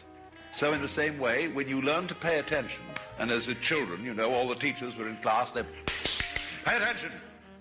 And all the kids stare at the teacher. And we got to pay attention, you see. That's what's putting your nose on the chalk line. And you got stuck with the idea of attention, and you thought attention is me, the ego, attention. So if you start attending to attention, you realize what the hoax is. That's why in Aldous Huxley's book Island, the Raja had trained the minor birds on the island to say, attention, here and now, boys. See? Realize who you are. Come to, wake up. Well, now here's the problem. If this is the state of affairs, which is so, and if the consciousness state you're in at this moment is the same thing as what we might call the divine state, if you do anything to make it different, it shows you don't understand that it's so.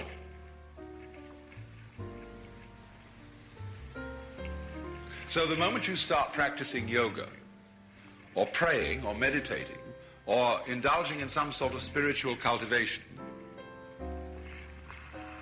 you are getting in your own way. Now this is why, this is the Buddhist trick. The Buddha said, we suffer because we desire. If you can give up desire, you won't suffer. But he didn't say that as the last word. He said that as the opening step of a dialogue. Because if you say that to someone, they're going to come back after a while and say, yes, but I'm now desiring not to desire.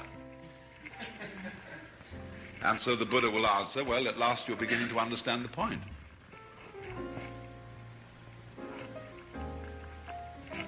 Because you can't give up desire. Why would you try to do that? It's already desire.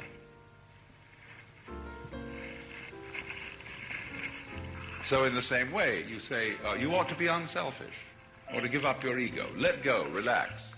Why do you want to do that? Just because it's another way of beating the game, isn't it? But the moment you see you hypothesize that you are different from the universe, you want to get one up on it. But if you try to get one up on the universe, and you're in competition with it, it means you don't understand you are it. You think there's a real difference between self and other. But self, what you call yourself and what you call other, are mutually necessary to each other, like back and front. They're really one. But just as a magnet polarizes itself in north and south, but it's all one magnet, so experience polarizes itself as self and other, but it's all one. So if you try to make the North Pole defeat the South Pole, or get the mastery of it, or the South Pole get the mastery of the North Pole, you show you don't know what's going on. So there are two ways of playing the game.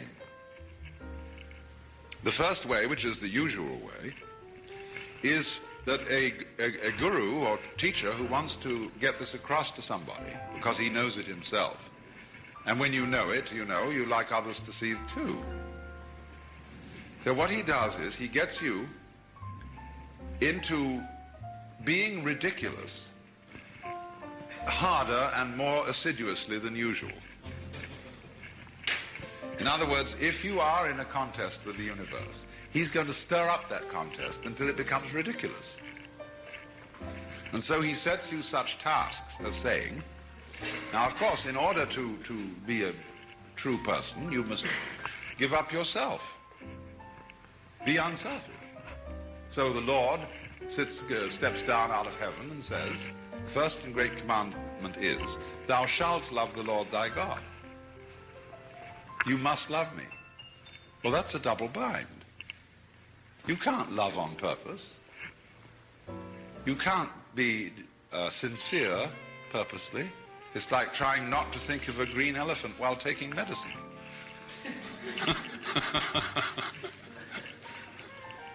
But if a person really tries to do it, so, you know, this is the way Christianity is rigged, you should be very sorry for your sins. And though everybody knows they're not, but they think they ought to be, and so they go around trying to be penitent, or trying to be humble. And they know the more assiduously they practice it, the phonier and phonier the whole thing gets. So in Zen Buddhism, exactly the same thing happens. The Zen master challenges you to be spontaneous. Show me the real you. One way they do this is getting you to shout. Shout the word mu. And he says, now I want to hear you in that shout. I want to hear your whole being in it. And you yell your lungs out, and he says, pff. That's no good. That's just a fake shout. Now I want to hear absolutely the whole of your being, right from the heart of the universe, come through in this shout. And these guys scream themselves hoarse. Nothing happens. Until one day they get so desperate that they give up trying, and they manage to get that shout through, when they weren't trying to be genuine, because there was nothing else to do. You just had to yell. And so in this way, It's it's called the technique of reductio ad absurdum. If you think you have a problem, you see, and that you're an ego and that you're in difficulty, the answer that the Zen master makes to you is, show me your ego. I want to see this thing that has a problem. When Bodhidharma, the legendary founder of Zen, came to China, a disciple came to him and said, I have no peace of mind. Please pacify my mind. And Bodhidharma said, bring out your mind here before me and I'll pacify it. Well, he said, when I look for it, I can't find it. So Bodhidharma said, there, it's pacified. See, because when you look for your own mind, that is to say your own particularized center of being, which is separate from everything else, you won't be able to find it. But the only way you'll know it isn't there is if you look for it hard enough to find out that it isn't there. And so everybody says, all right, know yourself. Look within. Find out who you are. Because the harder you look, you won't be able to find it. And then you'll realize that it isn't there at all. There isn't a separate you. Your mind is what there is. Everything. So, but the only way to find that out is to persist in the state of delusion as hard as possible. That's one way. I don't say the only way, but it is one way. And so almost all spiritual disciplines, meditations, prayers, etc., etc., are ways of persisting in folly. Doing resolutely and consistently what you're doing already. So if a person believes that the earth is flat, you can't talk him out of that. He knows it's flat. Look out of the window and see it. Obviously it looks flat. So the only way to convince him that it isn't is to say, well, let's go and find the edge. And in order to find the edge, you've got to be very careful not to walk in circles. You'll never find it that way. So we've got to go consistently in a straight line, due west, along the same line of latitude. And eventually, when we get back to where we started from, you've convinced the guy that the earth is round. But that's the only way that'll teach him. Because people can't be talked out of illusions. Well, now, there is another possibility, however. But this is more difficult to describe.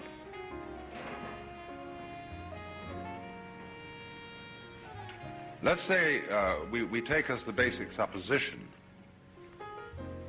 which is the thing that one sees in the experience of Satori or awakening or whatever you want to call it, that this now moment in which I'm talking and you're listening is eternity.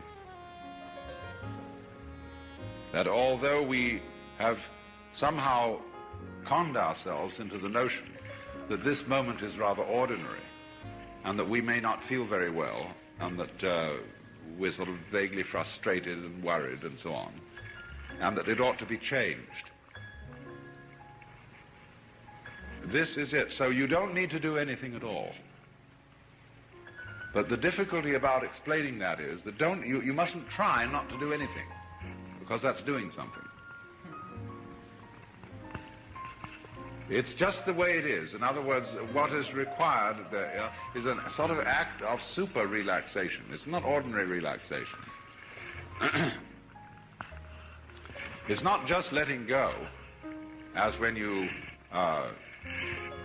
lie down on the floor and imagine that you're heavy, and so you get into a state of muscular relaxation. It's not like that. It's being with yourself as you are without altering anything.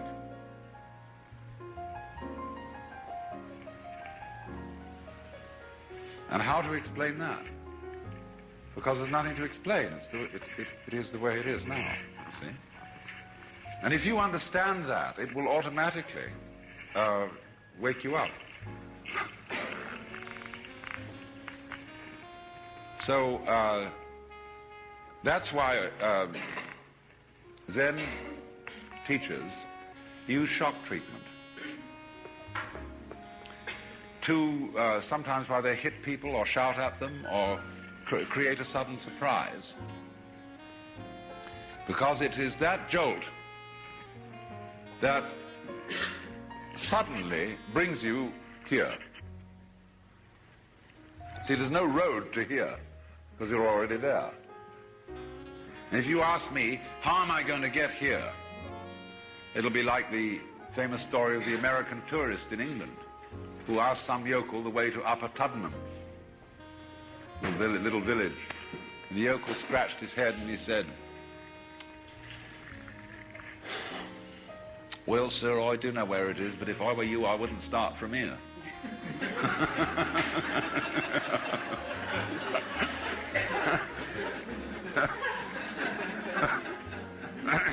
So you see, when you ask, how do I attain the knowledge of God? How do I attain nirvana, liberation? All I can say is it's the wrong question. Why do you want to attain it? Because the very fact that you're wanting to attain it is the only thing that prevents you from getting there. You already have it. But of course, it's up to you. It's your privilege to pretend that you don't. That's your game. That's your life game. That's what makes you think you're an ego. And when you want to wake up, you will. Just like that. If you're not awake, it shows you don't want to. You're still playing the hide part of the game. You're still, as it were, the self, pretending it's not the self. That's what you want to do. So you see, in that way, too, you're already there.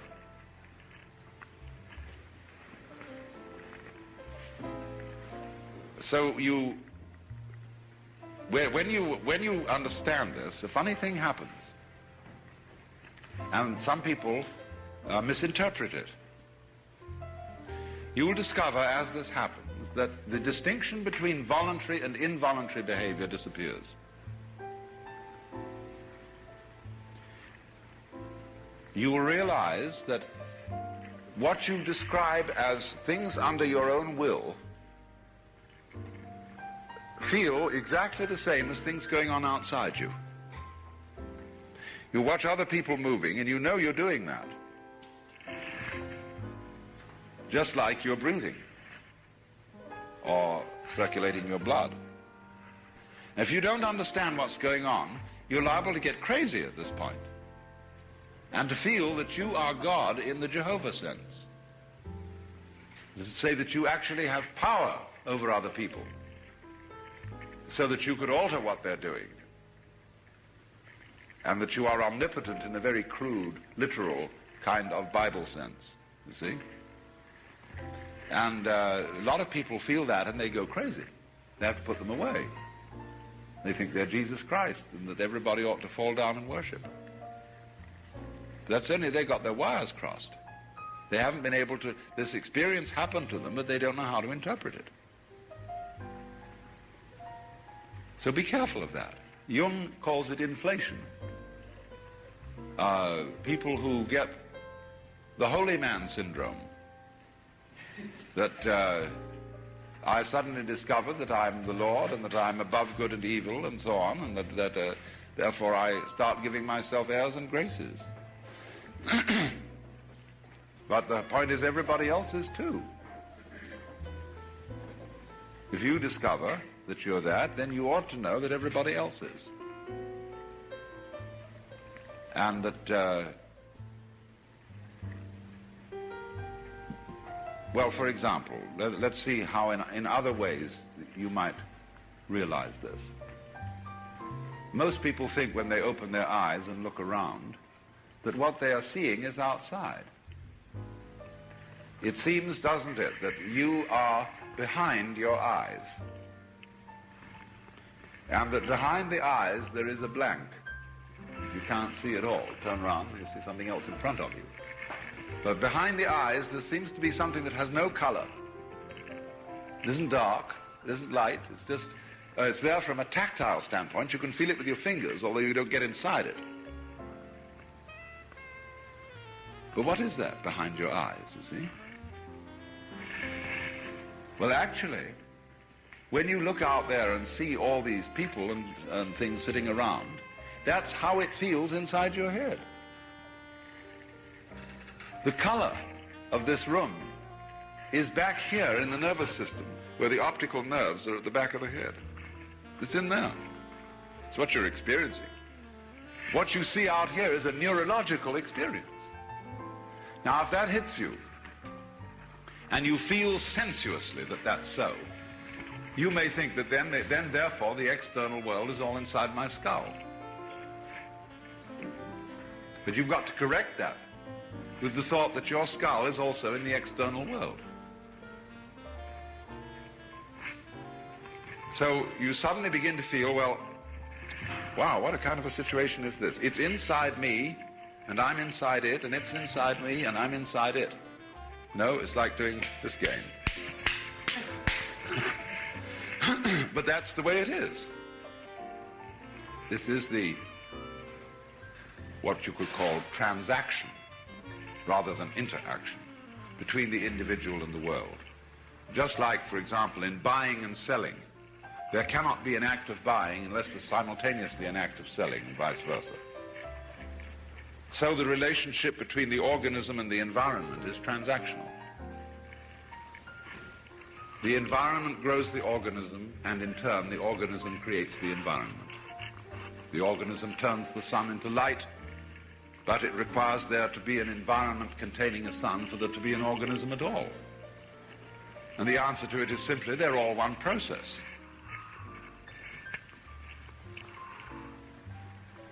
And it isn't that organisms by chance came into this world. Put it rather that this world is the sort of environment which grows organisms. It was that way from the beginning. Just in the same way, the organisms may in time have arrived in the scene or out of the scene later than the beginning of the scene. But from the moment it went bang in the beginning, if that's the way it started, organisms like us sitting here, were involved in it. You see, look here, let's take the propagation of an electric current. I can have an electric current running through a wire that goes all the way around the Earth. And here we have our power source. And here we have a switch. All right. Here's the positive pole. Here's the negative pole. Now, before that switch closes, the current doesn't exactly behave like water in a pipe. There isn't current here waiting to jump the gap as soon as the switch is closed. The current doesn't even start until the switch is closed from the positive pole. It never starts unless the point of arrival is there. Now, it'll take an interval for that current to get going, and circuit, it's going all the way around the Earth. It's a long run. But the finishing point has to be closed before it will even start from the beginning. In a similar way, although in the development of any physical system, there may be billions of years between the creation of the most primitive form of energy and then the arrival of intelligent life. That billions of years is just the same thing as the trip of the current round the wire. It takes a little time. But it's already implied. It takes time for an acorn to turn into an oak. But the oak is already implied in the acorn.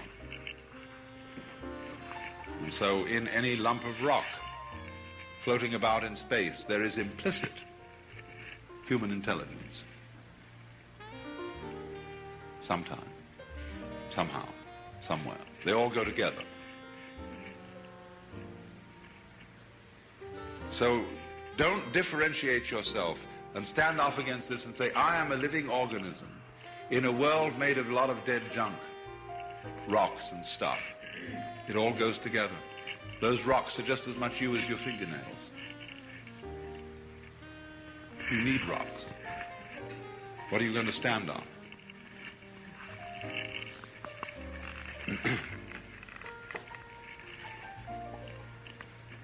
So, what I think, awakening really involves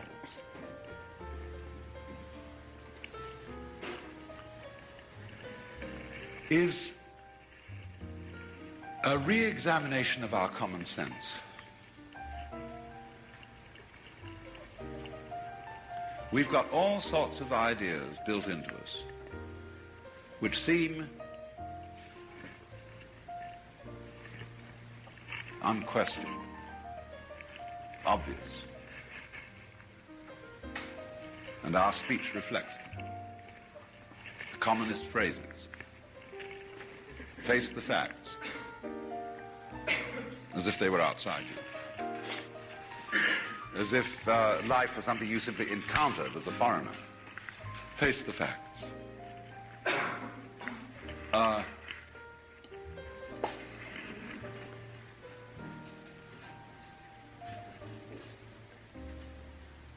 Our common sense has been rigged, you see,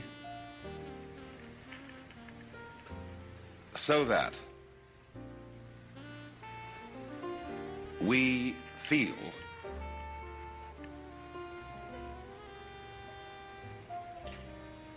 strangers and aliens in this world.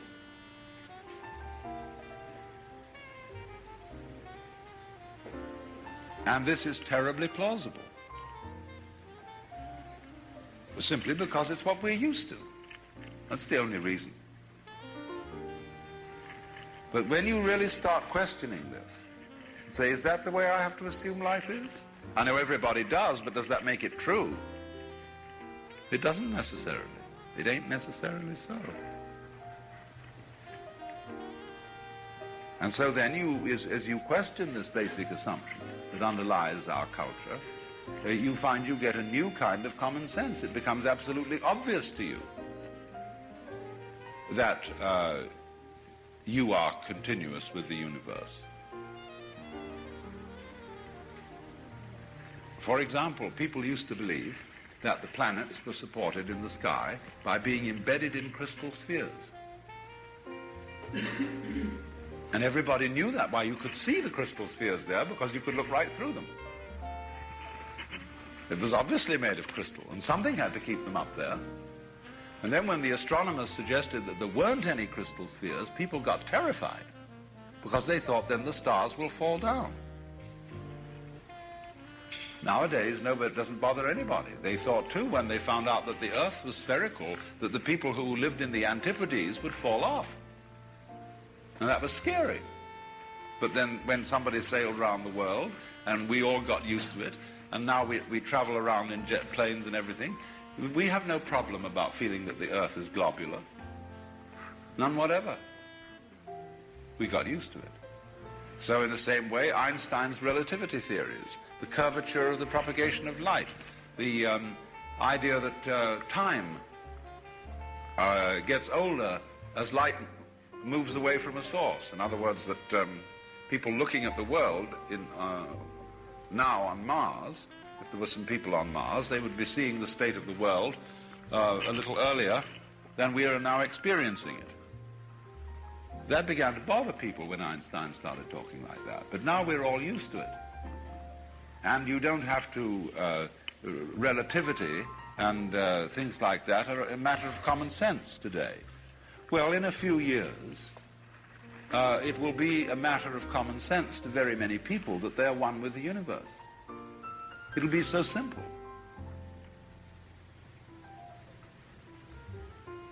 And then maybe, if that happens, Buddhist philosophy speaks of the four invisibles.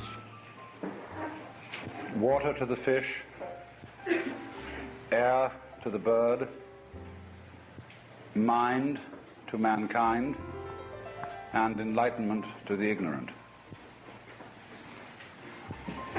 Because you see, you never know your own element.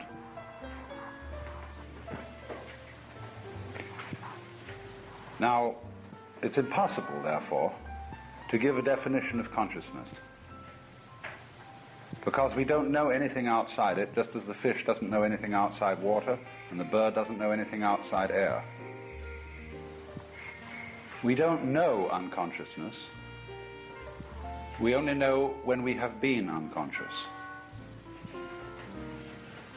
And so we are in a very difficult fix to attempt to define the subject of this seminar.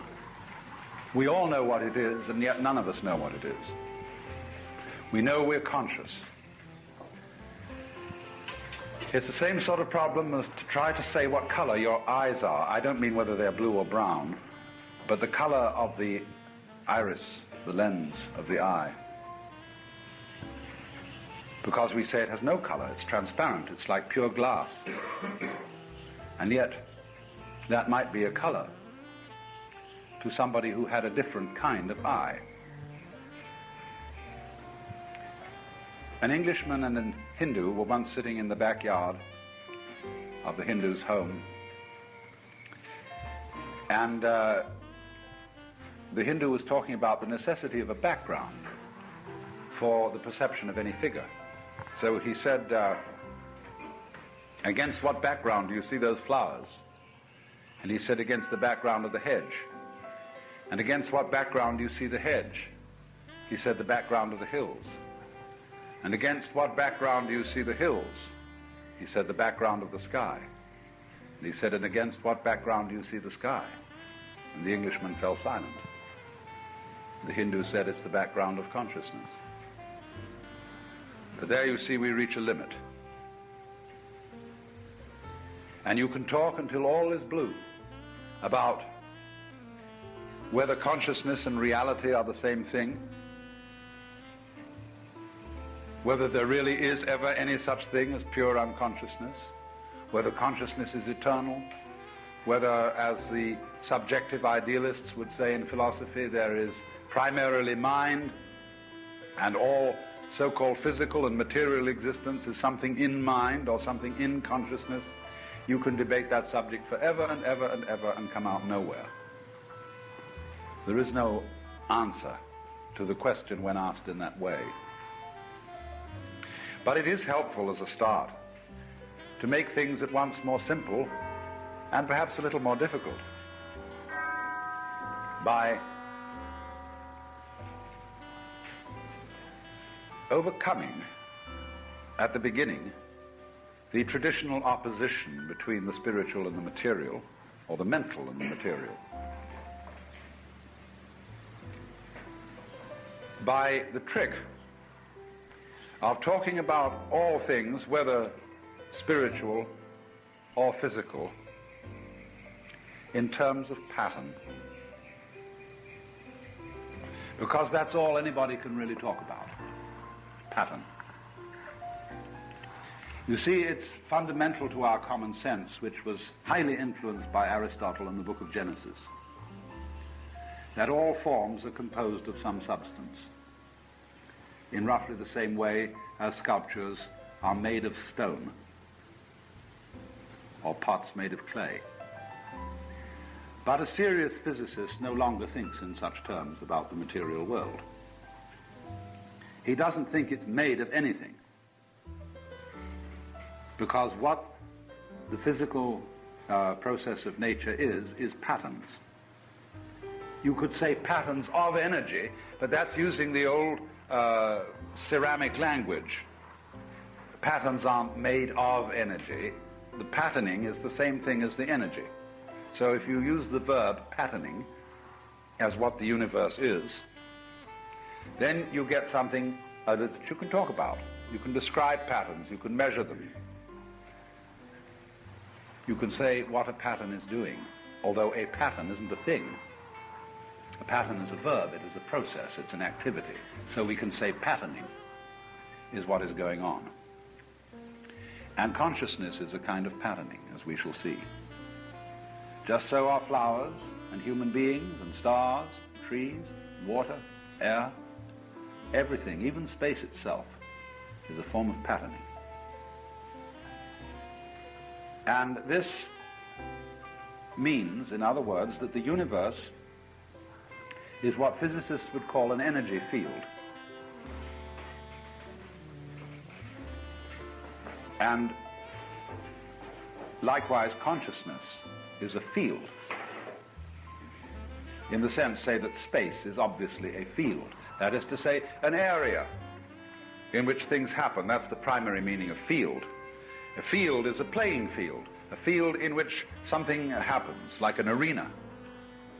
Only when you use the word field more in the sense of physics, you mean a field of forces, like a magnetic field, like a gravitational field. And the curious thing about fields is that they exercise their energy in a non-mechanical way. For example, if gravity were non-field, that is to say, if it were the ordinary sort of exercise of energy, like the propagation of heat, or like someone pulling, then when you put something on the ground, you put a good heavy lead plate on the ground, that would be absorbing so much gravitational energy, and therefore anything you put on top of the plate would be less acted upon by gravity than the lead plate itself, and then anything on top of that would be still less, and you would reduce the energy of gravity by piling things up. But you don't. It doesn't make the slightest difference to the gravitational field.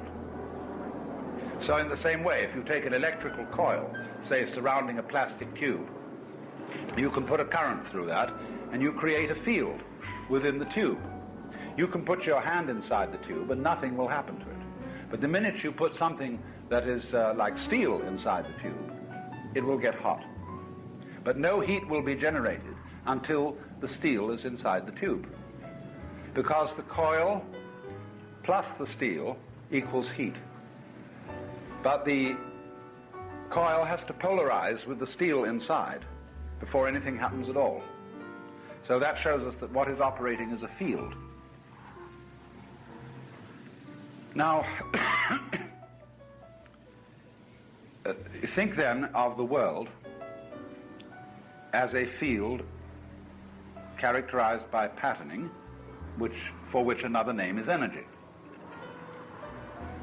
And we are going to have to treat consciousness in rather the same way. Now, one thing that is characteristic of all energies whatsoever, all patterning whatsoever, is that we find it convenient to think about it in terms of the spectrum. So there is a spectrum of light, the visible spectrum running from red to violet, and beyond the visible spectrum there is a very big invisible spectrum, because our eyes respond only to a small section of the measurable spectrum of light. So we have infrared rays at one end and ultraviolet at the other, and then so on out to cosmic rays, gamma rays, hard X-rays, all sorts of things on the invisible bands of the spectrum. So in exactly the same way, there is a spectrum of sound. And if anybody was a sufficient scientist of cookery, they would devise a spectrum of taste. There are certainly spectra of other kinds of vibration than sound and light. And there are likewise conceivable spectra of shapes, spectra of emotions. So we could talk too of a spectrum of love, ranging at the red end from lust or the Freudian libido to divine love at the violet end, divine charity. And in the middle greens would be things like friendship and endearment and so on. Each emotion, as a matter of fact, could be thought of as having its own spectrum. Now then, the curious thing about the world is that it's a kind of interlocking of spectra, of which the best analogy would be weaving. The interesting thing about weaving is that you've got the two groups of cross threads which give you the pattern, the warp and the woof. And if you pull out either one, there is no pattern, nor is there any cloth. It all falls apart. It needs both the warp and the woof for there to be any pattern at all. And they together constitute the cloth. Now let's look at a similar illustration in the ordinary everyday world of this interlocking of patterns. Let's take the photograph of a face in a newspaper.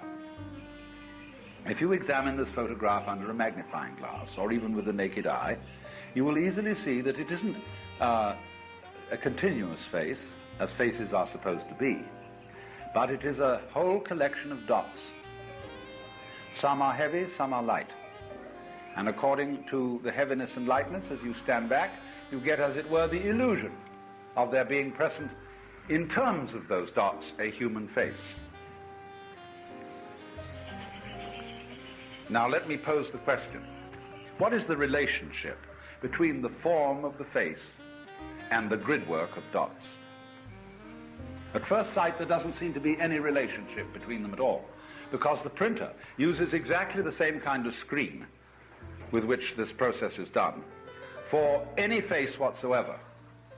So the kind of screen he uses makes no difference at all to whose face it is. Anybody's face can be on it, or any other shape. So you might say the fact that he is using a grid is completely irrelevant to the form of the face. Take still another illustration, the radio. When you turn on your radio and it comes on first thing in the morning, the announcer does not say, "The sounds you are now hearing are vibrations of a diaphragm activated by electromagnetism. This is mediated to you through a network of transistors and a broadcasting station with such and such features." He just does not intrude the mechanics of radio. He comes right on saying, "This is station so-and-so, welcome, this is this morning's news," or whatever he begins with. So it would seem that the structure of the radio, the wiring, the transistors, the speaker, have absolutely nothing whatsoever to do with the message that's coming across it. They are in two different worlds altogether, so it would seem. Then take another possibility. What about the brain? Is thought, emotion, or consciousness itself a function of the brain? If we knew a great deal about the anatomy of the brain, would that tell us a great deal about the patterns of human thinking?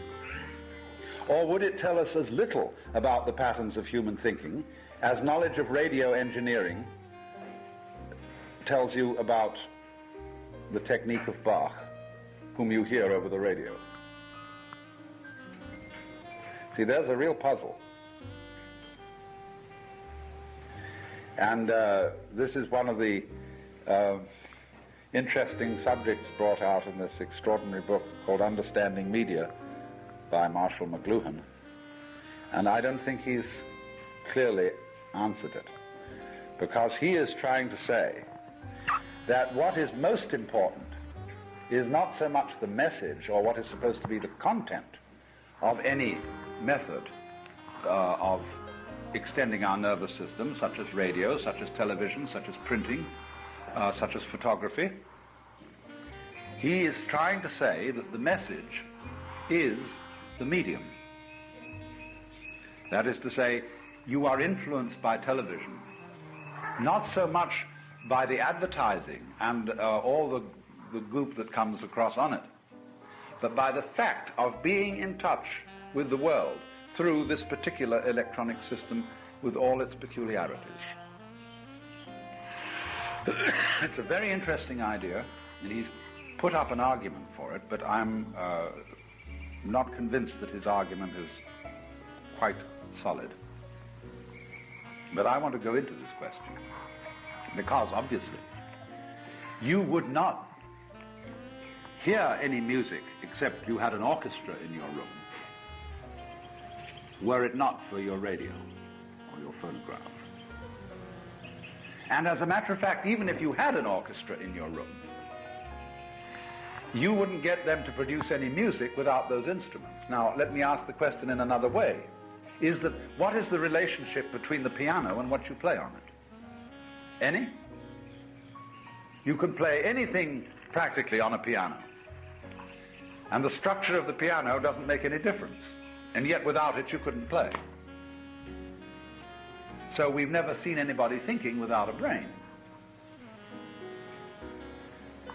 So what is the relationship between them? Well, again, you see, it's rather like warp and woof. The warp goes one way, and the woof goes the other. But by the interlocking of the two, you get something.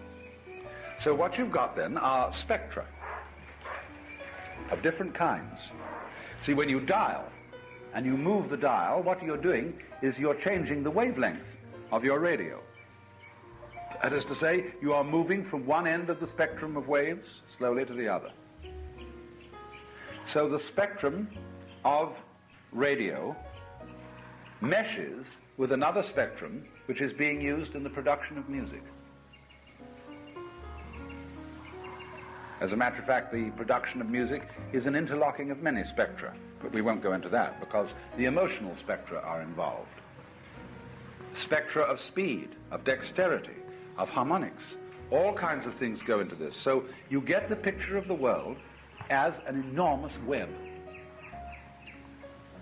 where spectra mesh with spectra of all kinds, and they're all mutually interdependent, and through them it all hangs together. And the peculiar fact of these spectra is that they come into being together almost. The world is not, you don't see things appearing in nature except with certain insects and birds that actually practice weaving. But you don't see plants and trees being exactly woven. What seems to happen more than that is that warp and woof come into being together at the same time, in rather the same way that back and front necessarily come into being together at the same time. Or head and tail. You don't see a creature born as a head and then later developing a neck, a trunk, feet, and tail. It just doesn't work that way. It comes in together, head and tail. Even the spermatozoon has a head and a tail.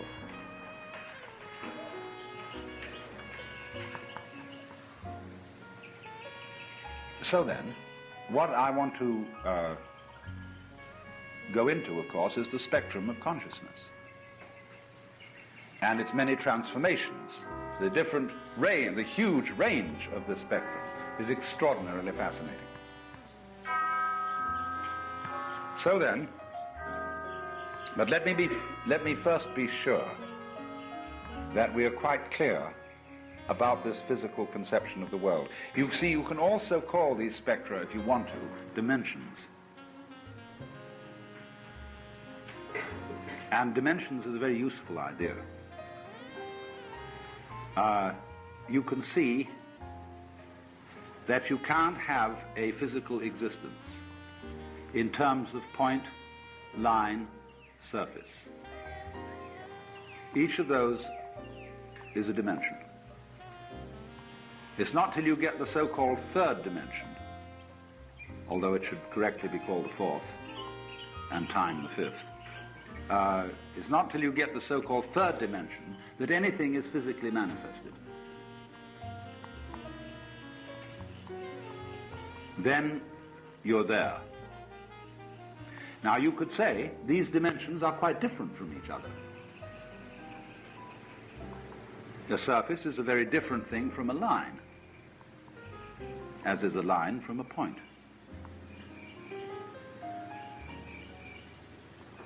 But somehow they all go with each other in a way that we don't normally think of as a kind of, in other words, dimensions don't seem to bear the same sort of relationship to each other as do opposites. at least not in our ordinary thinking. We think that opposites are mutually exclusive, and that you can't have something that is hot and cold at the same time. It's either hot or cold. But dimensions are not mutually exclusive. Dimensions are always dimensions of the same field or the same thing. And so then you have to think, therefore, of what we've hitherto called the mental and the physical, the spiritual and the material, as dimensions of the same thing. Dimensions of patterning, dimensions of energy.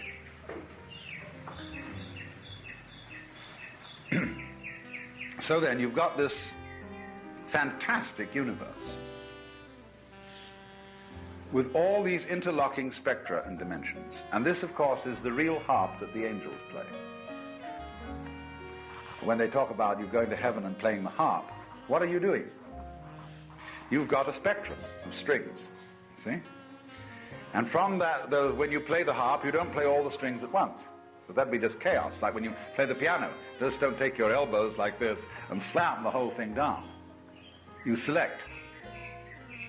So throughout nature, all these spectra that are interlocked are being selected from. That is why the eyes select only a narrow band of the spectrum of light, while the ears select a narrow band only of the spectrum of sound. And further than that, by the use of attention, we screen out all sorts of things we don't want to notice. Our senses are further selective, you see, influenced by thought. And so this is analogous to plucking the strings of a harp, where you make choices as to which strings you will pluck. So when the angels play their harp, the music is everything you see. So that's the real meaning of what you do in heaven when you go and play the harp. You become one with God and you create the universe, you see. That's the real meaning. Well, now, what about the spectrum of consciousness? I'm going to designate, I couldn't avoid it. I tried to, but I couldn't. A sevenfold spectrum.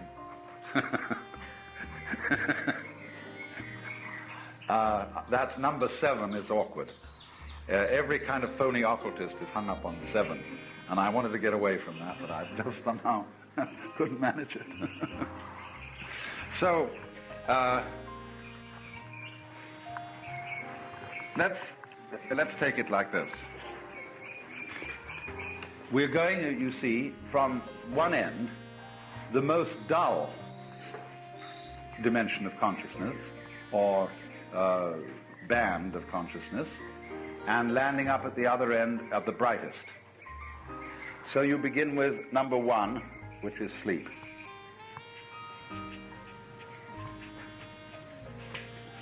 And of course there are 2 kinds of sleep. Dreamless and dreaming.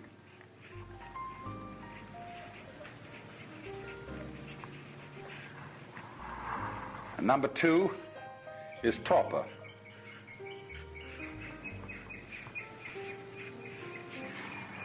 As in the state of going to sleep or under the influence of alcohol, you feel no pain at all, or you're sort of anesthetized and your senses are dull and blurred, and you don't feel like being very active. 3, waking consciousness.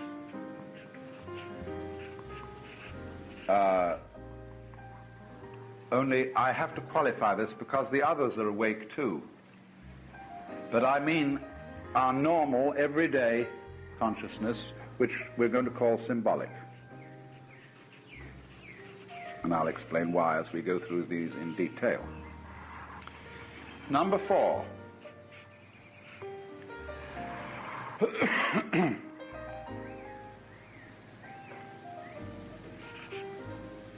Sensory consciousness. Number 5, cellular.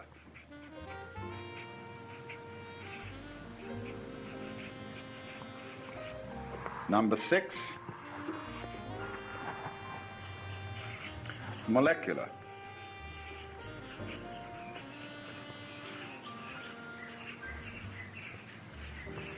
And number 7, we'll just give the name light to it. Now, I want to make it perfectly clear that these names that I have used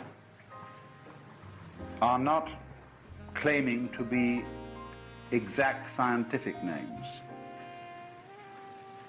They are simply suggestive. We do not yet have a science of consciousness in the sense, the Western sense of science. It doesn't exist. And that's one of the things we shall eventually have to do. So these names are rather symbolic names than exactly scientific names, and you must keep that in mind. Now, it's rather interesting that this particular spectrum should best be drawn not on the usual way a spectrum is drawn, which is simply a band, but it should be drawn as a circle, of which each of these is, as it were, a cut in the pie. So that beyond here is again sleep. Deep sleep, dreamless sleep. Because you know the Hindus have a way of classifying the states of consciousness which isn't quite the same as this. They start out with number 1, this one, the waking state. Then they take number 2, the dreaming state. Number 3, the dreamless state. And number 4, this one, which is called Turiya simply, which means the fourth, and which cannot be described.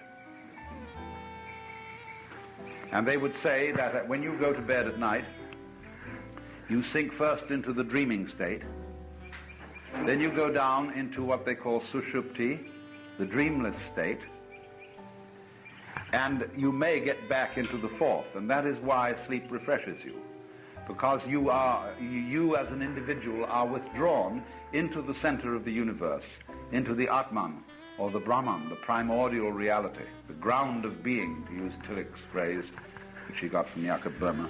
And so that's why you are refreshed every night. That's there you know who you are, really, deep in. Because, as the Hindus teach, everybody is really it. That is to say, the Godhead. Playing at being, dreaming at being, whoever is your particular personality. And then it's only at night, then, when you sleep, that you go back again to being the undivided, one and only single essence of the universe. Only when you wake up, you forget about it. Why? Because in the primordial state, there's nothing to remember. There's no time. And you have to have time working for memory to work.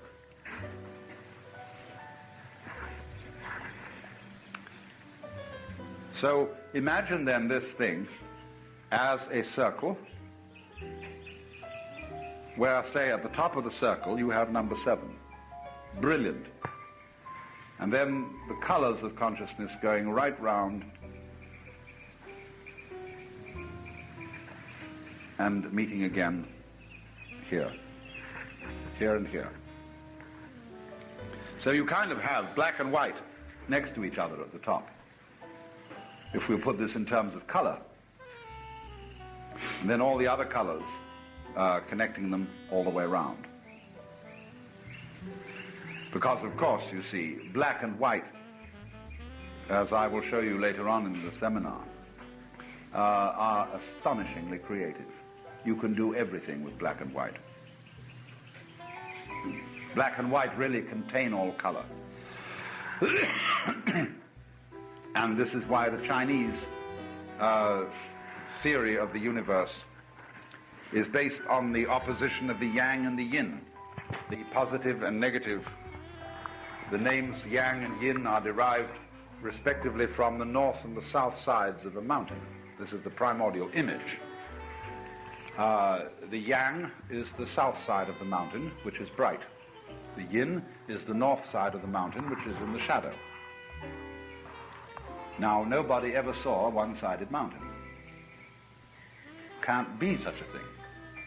So in the same way, you cannot have yang without yin. The symbol of the yang-yin, you know well, I don't even need to draw it. The two interlocked commas, one black, one white, and each with the opposite color as its eye, so that they look like two fishes chasing each other.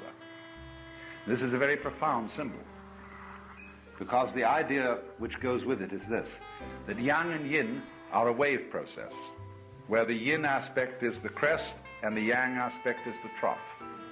And likewise, in the same way as you can't have a one-sided hill, you can't have half a wave. Half a wave doesn't exist anywhere in nature. There are no half waves of light, no half waves of sound. There are always complete waves, or none. Because you cannot have the crest without the trough, and you can't have the trough without the crest. It just won't work. Now, however, there is a pulse in this. There is a point where the yang force reaches an ascendancy and then begins to drop into the yin, where the yin force reaches an ascendancy and begins to rise into the yang. And the Chinese are always thinking about this in relation to tendencies in natural and human affairs, where, for example, the yang force of a storm will reach a peak point where it must drop over into the yin force of calm, where the whole book of changes, they call the Yi Jing, is based on this. The Yi Jing is a marvelous play with yang and yin. You see, just let me say this about it in parenthesis.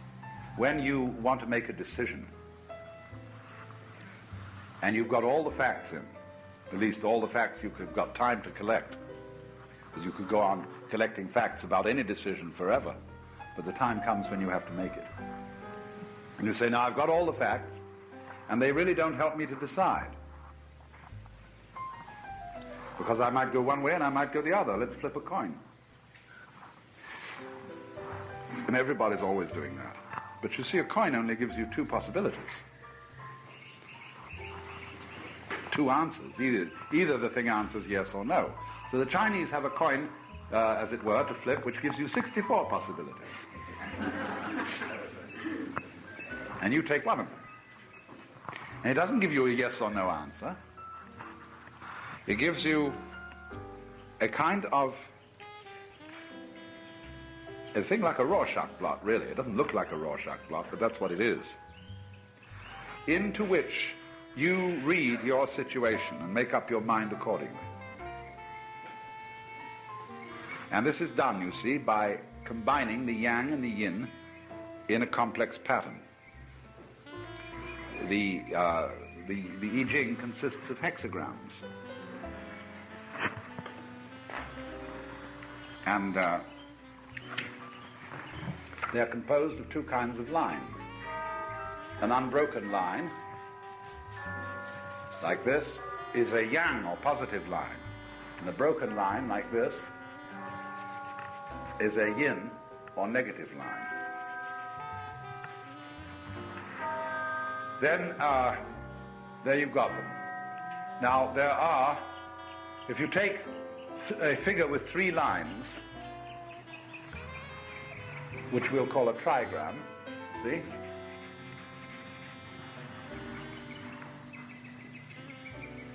There are 8 ways of making such a trigram with yang and yin lines.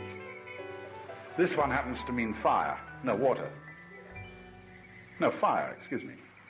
Fire. 2 positive and 1 negative in the middle. Now, if you've got 8 trigrams, there's a possibility of making out of those 8 trigrams 64 hexagrams. So this one would be water, and you'd get one which was fire and water together. See? So, to each of those, the Book of Changes attaches an oracular remark. And if you look up the book, when you've by a certain process, got your hexagram, it gives you some light on your decision and the direction it should take by bringing it out of you by its remarks, in the same way as a Rorschach blot brings out your psychological disposition. So that's 64 ways of tossing a coin. If you had a 64-sided coin, you could do it that way. If you could make such a thing, you probably could. It would be spherical. So, from yang and yin, from the extremes of polarity, because you see, light is as intensely alive as you can get. But if you go too far into light, it'll burn you up, and you'll get darkness. The people don't know, and they don't realize that the farthest you can get into darkness, it'll start getting bright. Because you can't have darkness without light any more than you can have light without darkness. So when we were babies, we were never told this. And it's the secret that light and dark go together. It is the only real secret there is.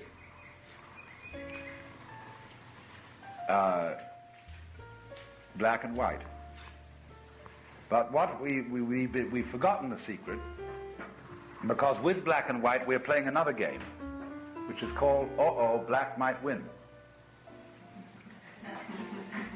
See, that's what makes everything a thrill. If you knew you would always win in any situation, it would be just a pushover, and life would suddenly cease to have any interest whatsoever. You would be, imagine yourselves in total control of everything that happens, a kind of Jehovah type. You would be bored to death. Just everything would do just what, no surprises, nothing. You see, when in a game, you're playing a game, and the outcome of the game becomes known, supposing in course of bridge, the four players all suddenly realize together that one of them has all the cards that will take the tricks. What do? They don't play the game, they cancel it and begin again, shuffle the pack. When in chess, two pundits are sitting there meditating, one of them suddenly says, well, it's obvious, in 53 moves you're going to win. They cancel the game. So in the same way, an omniscient God who knew the whole future would cancel the universe and say, think up another. So it is fundamental to the game of black and white that it must seem that black will win and eat up white. That, in other words, non-existence will triumph over existence. Or rather, let me put it this way, non-being will triumph over being. Because the secret is that existence is being and non-being, oscillating. So that for every time you get being, you get non-being. Just as everything is vibration. And these spectra are vibrations. Light is vibration. If I sit next to a girl at the movies and I want to make flirtations with her, and I put my hand on her knee, and I leave it there, she'll cease to notice it. But if I gently pat her knee, she'll know I'm there all the time, because I go on and off, on and off, on and off, on and off, on and off. And that is energy, you see, that's something happening. And so everything is on-off. Only sometimes on-off happens so fast that you don't notice the off. For example, light is a pulsation, but all light seems to be constant. And so we don't notice the off because our retina is retaining the image of on while the off is happening in the light. So we don't notice the off, except if you get an arc light. You can notice a little flicker to it. And that's why they don't allow arc lights in sawmills. Because sometimes the flickering of the arc light can synchronize with the movement of the teeth on the saw in such a way that the saw seems to be still when it's actually moving, and people get very serious accidents that way. But everything is on-off. Now then, sometimes, you see, we don't notice the off, but at other times we don't notice the on. And that is when we're asleep, when, in other words, or when we're dead, when the trough, the off section, takes a long spin. Because you see, there are big vibrations and little vibrations. Some vibrations happen so fast that we can't measure them. Others happen so slowly that it takes a century. It may take 1,000,000 years for a single swoop of the curve that goes down or that makes the upcrest of the wave. You see, when you look at the wave pattern, you must realize that the crest is measured from the top to the middle of each trough, and that the trough is measured from the top of each crest to the bottom of the trough. They overlap. So if you can argue it's all trough, and you can argue it's all crest, it's a funny world. So the argument that it's all trough and that maybe just a little bit of crest, about poing like that, poing. These are the people who say, well, we are flashes in an eternal darkness. It's a pessimistic point of view. And then there are the people who say there really is no death at all. Death is just an illusion that seems to happen. This is the optimistic point of view. And the optimistic point of view is essential to the pessimistic, as the pessimistic is essential to the optimistic. Because you wouldn't know who you were, you see, if you didn't have both points of view. I'm not going to see, and when I teach, I don't try to persuade anybody. And everybody's at liberty to disagree, because I wouldn't know what I was thinking unless there were people to disagree with me. So in the same way, supposing you're in a social scene, like here in La Jolla, there are nice people, and there are not so nice people. There are various kinds of nice people, various kinds of not so nice people. There are, for example, nice people who belong to the country club set. There are nice people who belong to the arty set. Nice people who belong to the social service set, and so on. And then there are nasty people who may variously be defined as the poor, the beatniks, the generally disrespectable people who live on the wrong side of the track or the wrong part of the hill or whatever it is, or the wrong town. And but the nice people boost and maintain their collective ego by talking about how dreadful the nasty people are. And the nasty people boost their collective ego by talking about what frightful bourgeois squares the nice people are. But they don't, neither group realize it, that they have a symbiotic relationship, just like bees and flowers. Only, whereas the bee-flower relationship is harmonious, the symbiosis of differing social groups is disharmonious, because each group needs the other to know who it is. Because if you were the only kind of people there were, you wouldn't know who you were. See, in a totally conformist society, someone sitting next to you is just like you, so there's no point talking to him, because you might just as well talk to yourself. In other words, really and truly, to be yourself, you need other. You don't know what you mean by self unless you know what you mean by other. So this is how yang and yin, the polarities, generate everything. And are absolutely essential to each other. Now, the funny thing is this. If you belong to a certain group of saved or elected people, and you know you're saved and elect because of the damned people outside, whether this is a social salvation, a spiritual salvation, or any kind of salvation you want to think of, financial salvation, whatever. When you realize that you only know who you are because of the, as it were, adversary or enemy or outgroup, you start laughing. Because that's very funny. It's the contrast from suddenly thinking, you know, wow, those bastards outside, and suddenly realizing that they are enabling you to take this pose of coming on tough, which you think is great. And you start laughing. And this is why society, as we now know it, is afraid of this ever getting let out. This is really subversive. This is terrible subversive stuff. I mean, all that Marxist is just the same thing as us, backwards. It's the collectivist idea of the state as opposed to the individualist idea of the state. But The individualists become collectivists through huge corporations. Lenin said he would love to see these great corporations growing up because it would be just so much easier for the state to take over. They had already provided the organization. So you see, there is a tendency within our economy to become a collectivist economy, just by progressing with its own whatever it's doing, with its so-called free enterprise. And there will be naturally, therefore, be a tendency in a collective economy to fall apart because it all gets so boring, and start everybody out on his own initiative again. This thing goes round and round. But the important thing is that, supposing you believe in a free enterprise economy, you must have, in order to maintain your solidarity, especially in a very great country, you must have an external enemy. And if there wasn't one, you'd have to invent one. Because that keeps everybody on their toes, it keeps us from slacking on the job, and they say, got to beat those fellows. And they're terrible. So we've got to be very serious about that, see? And of course, you lose your sense of humor. When you get so serious, you don't really know underneath that it's a game. And you become a bircher on one extreme or a communist on the other.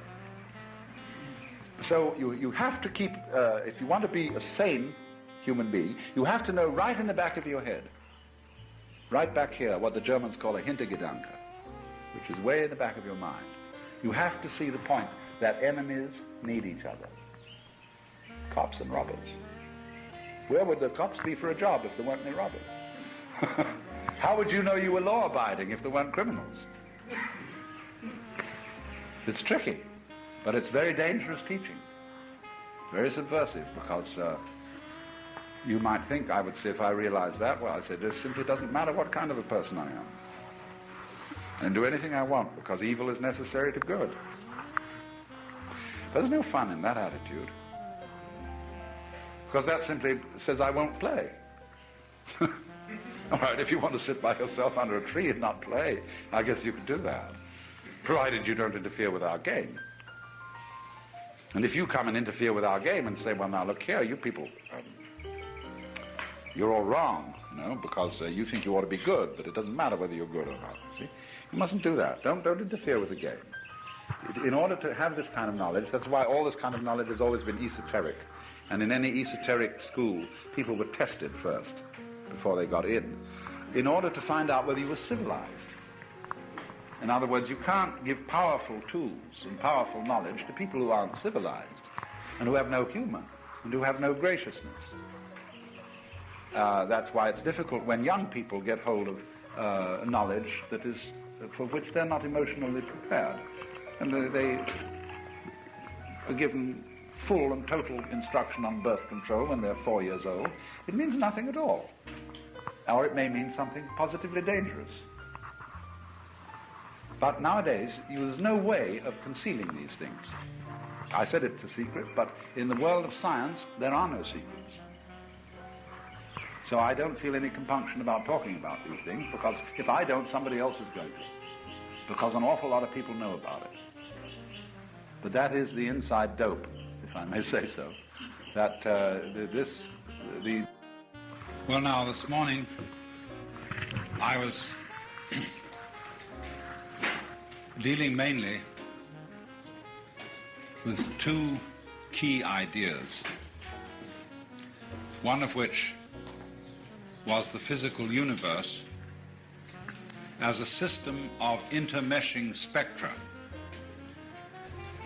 depending on each other and playing with each other in the same way as warp and woof in weaving. And I underlined the notion that these spectra are different dimensions rather than components of the physical world.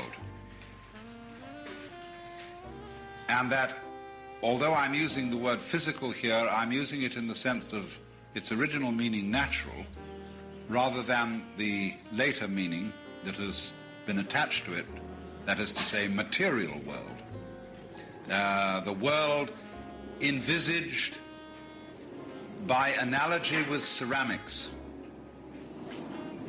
The material world considered as a world made out of stuff. You see, as we all know, stuff is supposed to be something inert and stupid, which can't do anything. And therefore, in order that stuff may be found in intelligent shapes, it has to be informed by an external energy, an external intelligence, so as to be brought into shape. And this is the idea of the world based upon the analogy between creation and carpentry, or creation and ceramics, or creation and sculpture. Just in parenthesis, good ceramists and sculptors don't treat their medium as if it was stupid. They know the potter who is a good potter knows that there is life in clay, and that he has to respond to that life in order to do the work of pottery properly. But those who are not themselves artists don't know this, and therefore the public has been bamboozled for centuries on the notion that patterns have to be composed of some sort of basic stuff. Now I was trying to substitute for that sort of conception of the world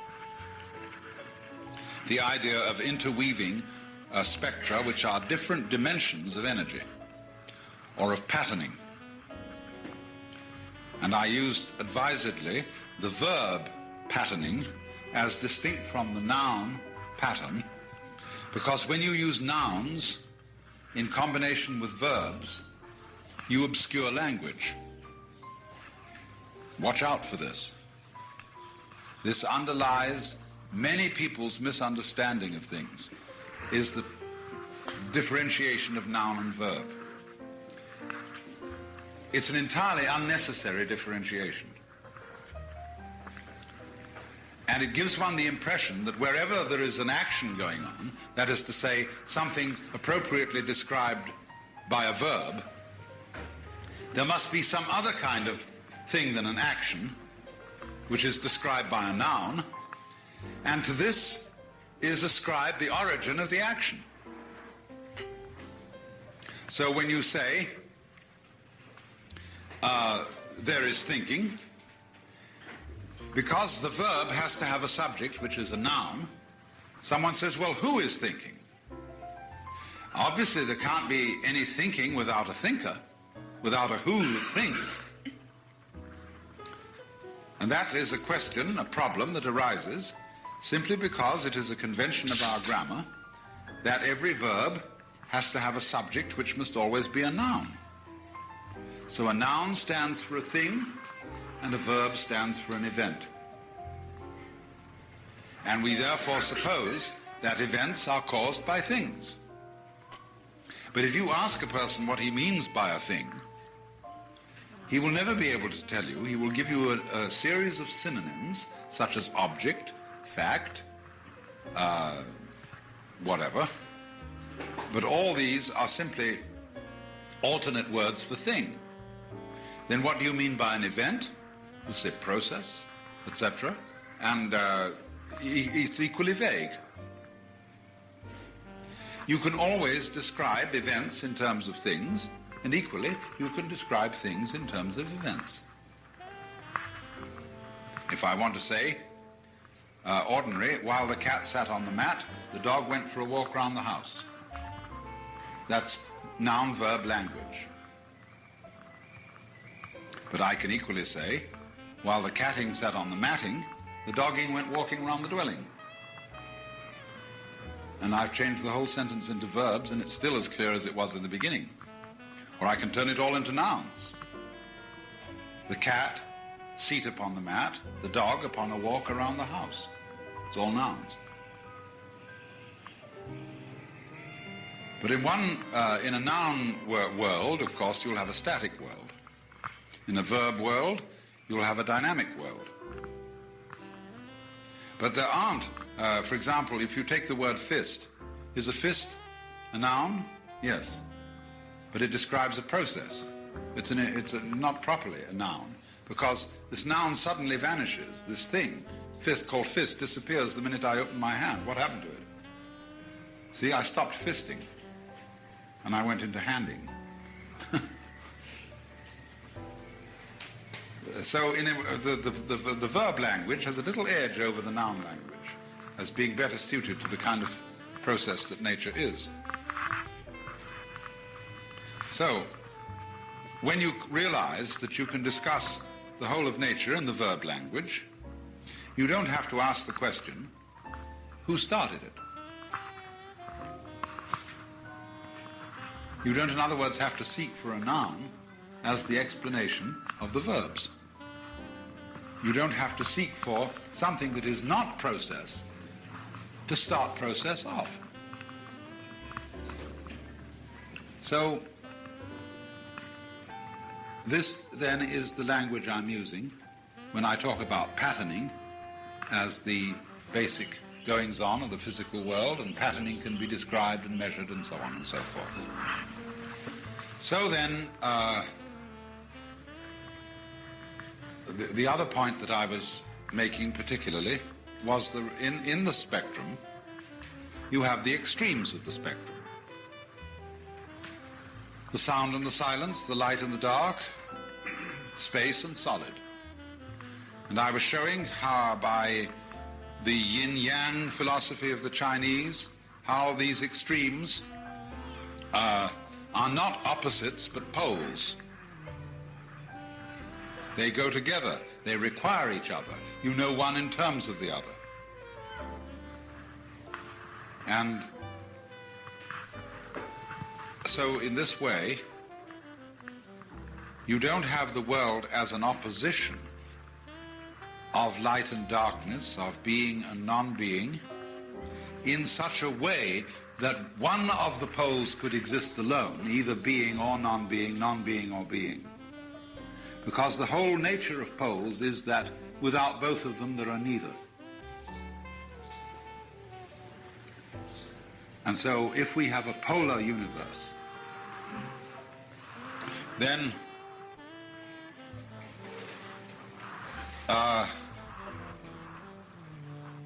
you don't, as it were, have to worry, as if this was something to worry about, that the play, the music of existence, might cease forever and ever and ever. In that kind of cosmology argument that's now going on, you know, there are two dominant theories of cosmology among physicists. One is the steady-state theory, and the other is the explosion theory. The steady-state people want to make out that hydrogen, free hydrogen in space, is all the time, as it were, coagulating and forming itself into new bodies. Whereas the explosion theory people, who have the edge of the argument at the moment, say there was originally an enormous concentration of energy which blew up and expelled all the galaxies from it, which went floating out, and the whole thing is gradually dissipating itself radioactively until it will reach a state of quiescence. And of course, if you have a Judeo-Christian mind which thinks of time in a linear way instead of a circular way, you'll think that's awful, because the whole thing is running down, and when it's finished, that'll be it. But you see, I always want to ask the question, well, what was it like before the Big Bang went off in the beginning? Probably pretty much the same state of affairs as when it all petered out in the end. In other words, whatever happened once can always happen again, given enough time or given enough something or other. I'll settle for either the steady-state theory or the Big Bang theory. It doesn't make much difference, except by way of describing the pattern, how it happens. The question of whether it happens, I always figure that whatever did happen could happen again. You know, I like to think about myself. Well, I'm a kind of a funny phenomenon that this universe is doing. And it's done me this time. It may do me again later on, maybe a million years from now. It'll do me again, not quite the same way, but rather like me, near enough to be me. You know, like you play the piano, and you play a certain piece, and then you stop, and the piece is dead. Then you think, well, let's play it again. And you play the same piece again. It's the same piece, but it's a different playing. Play the tape recorder. Well, I've got the tape on here. I can play it. Then it stops. Then several days later, we can put it on and play it again. It's a little different, probably, but same process. And every time the universe plays any one of you, each one of you it plays is I. See, everybody calls himself I. And you feel like you're I just as much as I feel I'm I. That is to say that you're the middle, the sensitive center, out of which everything looks. And you call yourself I, well, that's my name. And everyone is I. The only trouble about being I is that you can only be one at a time. See, when a child asks, who would I have been if my father had been someone else? Mummy. Well, the funny questions children ask. Well, you had to be someone in order to be anyone. But every someone is I. And it's all, as it were, the same I, looking out through different eyes. Like you put an electric light inside a black sphere and make holes in the sphere, and all the holes are different, but the light at the bottom of it's the same. Something like that. That's a kind of a rough analogy. But anyone knows from a physical point of view that every organism is simply a pattern of behavior which can't be separated from the pattern of behavior which we call its environment. It's all one pattern, except the one pattern, like every one pattern. Give me a pattern, and every pattern, look at these bamboos. There's a pattern. And every pattern has wiggles in it, and sub-wiggles, and sub-sub-wiggles. See, the main wiggle is the stem. Then the twig come out as a sub-wiggle. The leaf comes out as a sub-sub-wiggle. And if you look into the leaf, there are sub-sub-sub-wiggles. And that's the way it goes. They all belong to the pattern. It's difficult, too, to say who's wiggling what. Is the stem wiggling the leaves, or are the leaves wiggling the stem?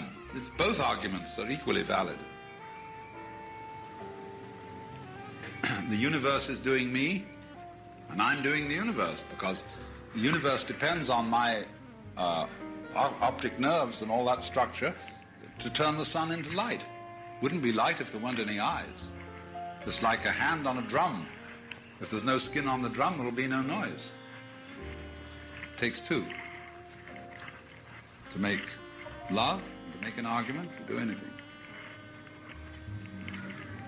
That's the yang and the yin. Well, now, let's go through this spectrum, or begin to go through it. I'm not going to go all the way through it this afternoon.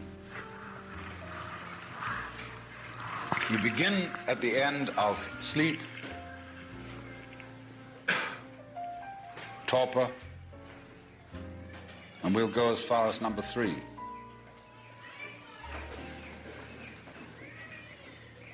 Do you know that sleep is a very mysterious subject? Scientific students of sleep are not yet at all sure what sleep is. Apparently people need it, but nobody really knows why they need it from a strictly scientific point of view. And we apparently need to dream in sleep also. People who are deprived of dreams get very, very restless and unhappy. But we're not quite sure why we need dreaming. I mean, we've got all sorts of theories, the Freudians and the Jungians and so on. They think they know why we need to dream. But it hasn't been really rigorously established scientifically why we do, or why we need to sleep. But from a naive point of view, you can say, of course I need to sleep. Because after I've had a whole day of business and friends and work and so on, it's too much. There's too much input. I want to digest it. And while I'm digesting it, I don't want any more input. I don't want any more information. So I want to be turned off. That's, one of those simple common sense things that everybody knows, but has not yet been fully explained. So sleep is this marvelous thing that we have, which is a forgettery process that is apparently essential to our psychic health every 12 hours or so. And if you don't get it, you start getting worried. As a matter of fact, insomnia is a thing that is rather curious. Because if you do get insomnia, the worst thing of all to do is to worry about it. Invariably, if I can't sleep, I don't try to go to sleep, I get up and work. Or do something. Or I read a very difficult book, especially one that is big and weighs a lot. This is a good way to go to sleep. But if you have insomnia, don't ever try to go to sleep. Nobody can try to go to sleep. Lots of mothers think they can get their children, and they say, darling, try to go to sleep. Didn't your mother say to you, try to go to sleep? Because she wanted to get you out of the way. That was the only reason she said, try to go to sleep. Or she thought perhaps it was good for you, and that you ought really to get your sleep.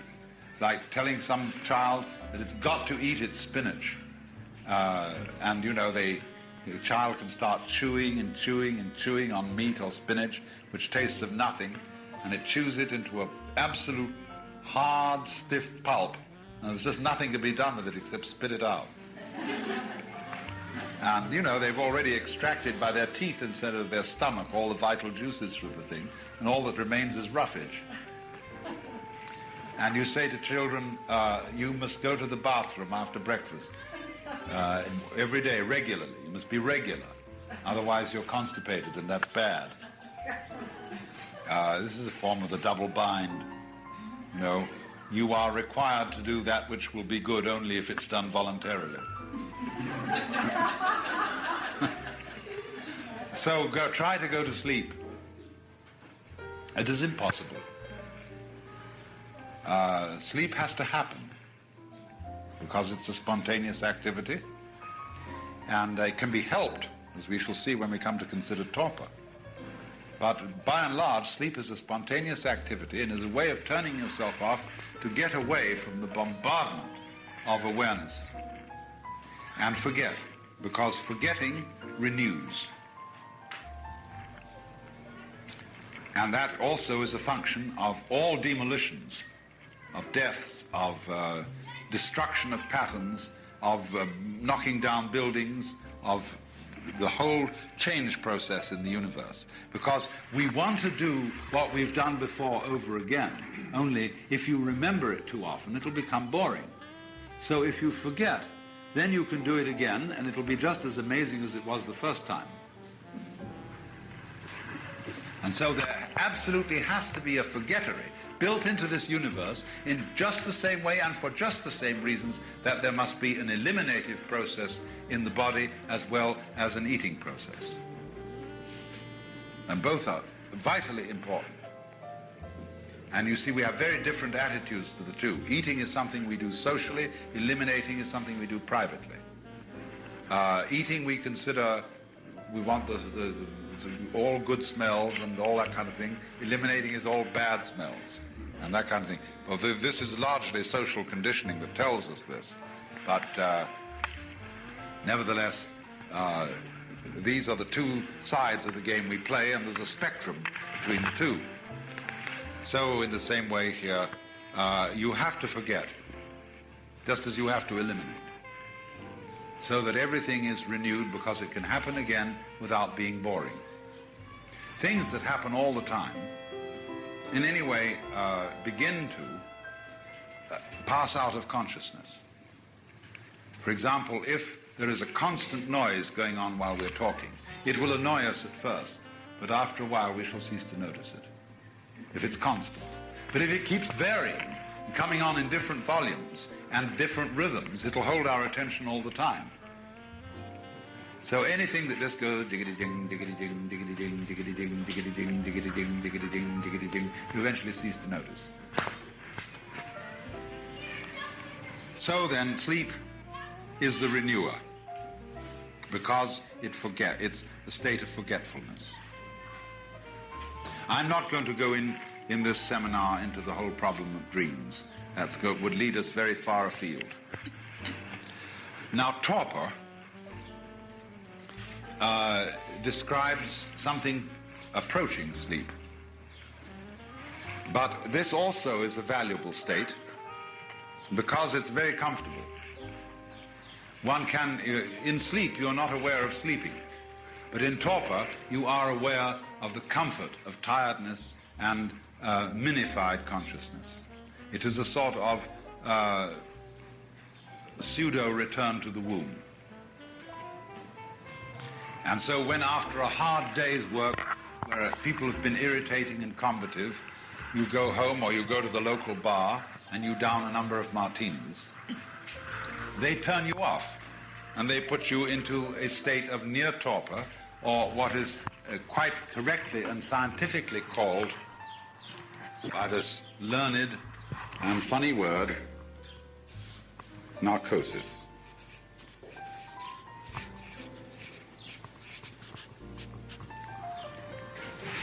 Narcosis, Narcissus, is connected with narcosis.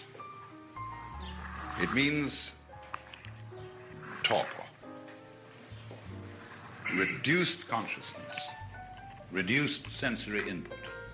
And the reason why Narcissus is associated with narcosis is that Narcissus, when he saw his reflection in the water, didn't know it was himself. And he became so fascinated by this image in the water that he became unaware of everything else. He got hung up, or shall we say, to use current slang, hooked on his own image. And he didn't know it was his own image. That was the only reason he could get hooked on it. So Narcissus and narcosis are associated. And so the permissive narcotic in our culture is alcohol. And other narcotics like opiates exist. But you must remember that you can only correctly use the word narcotic of something inducing the state of consciousness which is torpor. Now you can do it by massage, by relaxation exercises, by hot tubs, many, many ways of inducing torpor. You're not in torpor, you're not truly relaxed, because you tend to lose muscular tonus, which you always retain in true relaxation. But you begin to go like a limp rag. Now there's a place for that in life. And it's good as a way of sleep induction for people who have insomnia and are so anxious that they don't allow themselves to be turned off. I would want to say, in general, a good word for sleep and torpor, because a lot of people are against them. Uspensky, who was Gurdjieff's sort of St. Paul, and as much as a misinterpreter in a way too, always felt that his life was a war against sleep, that intense light consciousness should conquer darkness. Now that's a stupid idea. To be a human being, you have to love the light, but you also must trust yourself to the darkness. Be able to let yourself go in the faith that you'll arrive back all in one piece. I have a friend her name is Charlotte Selver, and she does a kind of work for which there is no name, she calls it sensory awareness.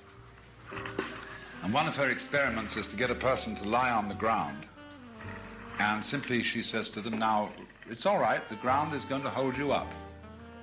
So just lie down, and there's nothing else you need to do, because the ground is firm and it will hold you there. Then she examines the person's body after a while and says, look, do you know what you're doing? You're trying to hold yourself together, as if your skin weren't strong enough to contain you.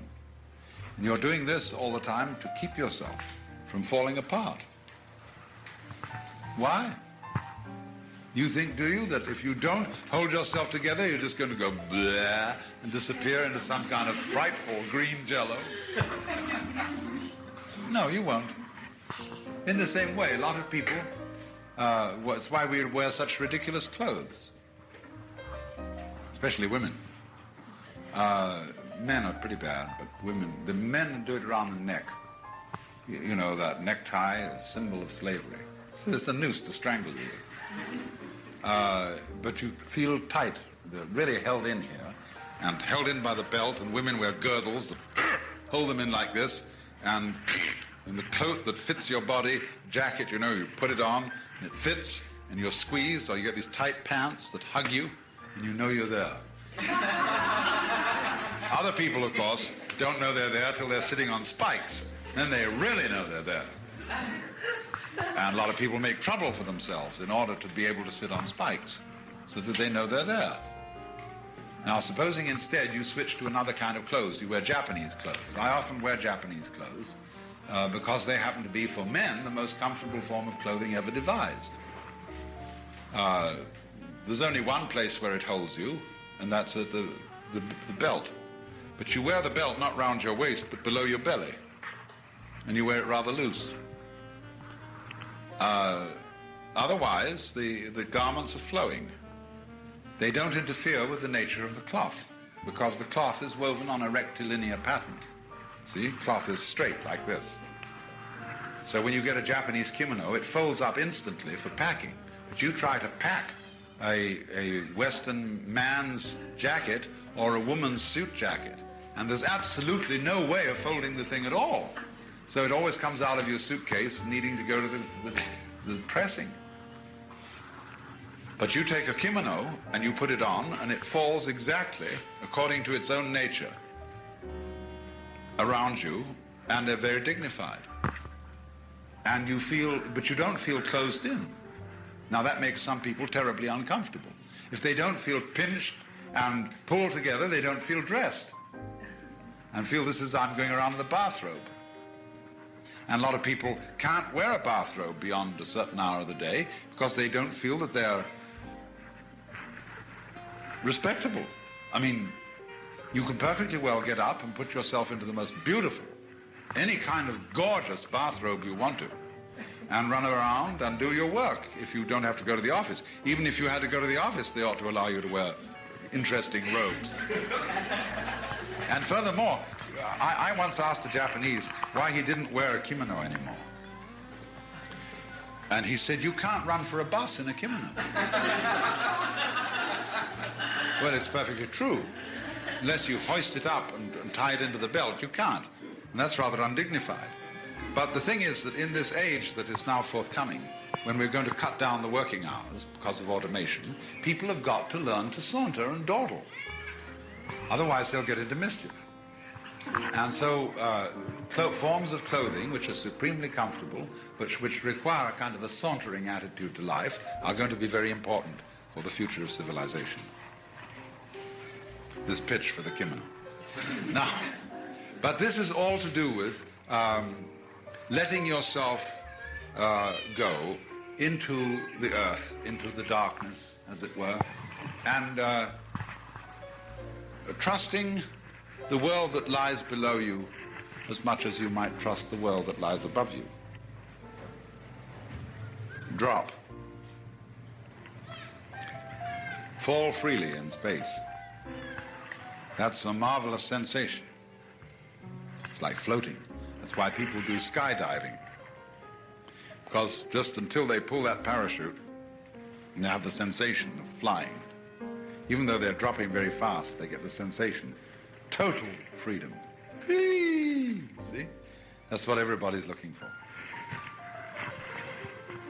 So we get that in a way in sleep. The arms of Morpheus. And the idea of sleep as healing. Some psychiatrists are very keen on the idea of putting their patients, by hypnosis and other methods, into long, long periods of sleep, where they feel completely secure and looked after, nothing to worry about. I have a favorite sleeping place. It's a house on top of the hills in Hollywood, where there's a great eucalyptus tree, and underneath this there is a deck. And I like to get a sleeping bag and lie on my back underneath this eucalyptus tree and look up at the stars through the shadows of the leaves and just go. See, it is a marvelous feeling. Well, now we come now to the things of sleep, where I will say this one thing about dreaming and about torpor. We know the motto, in vino veritas. In wine the truth comes out. Of course, it also has a subtle double-take meaning. All popular sayings have many levels of meaning. And it's a Christian saying, in vino veritas, belongs to the Western culture.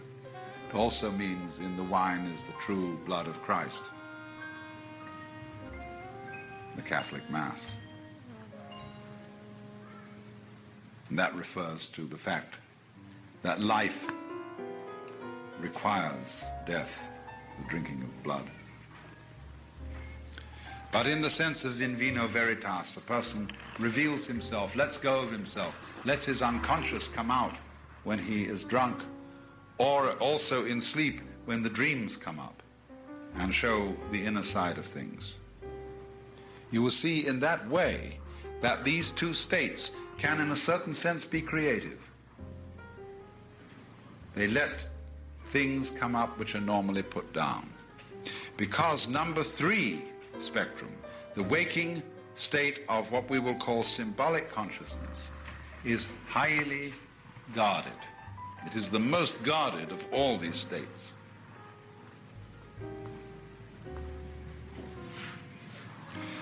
Now then, I want you to understand then that the ordinary state of consciousness, what you call normal consciousness, is by no means a frank, objective awareness of the real world. Not by any means at all. It is a state of highly cultivated, hothouse-reared, special ways of perceiving the world, in accordance with symbolic formulae.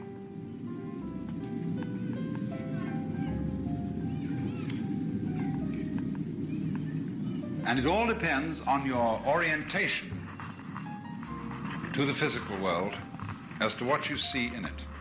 You know the story of the tailor who went to see the Pope? And they asked him, what was he like? He said he was a 41er.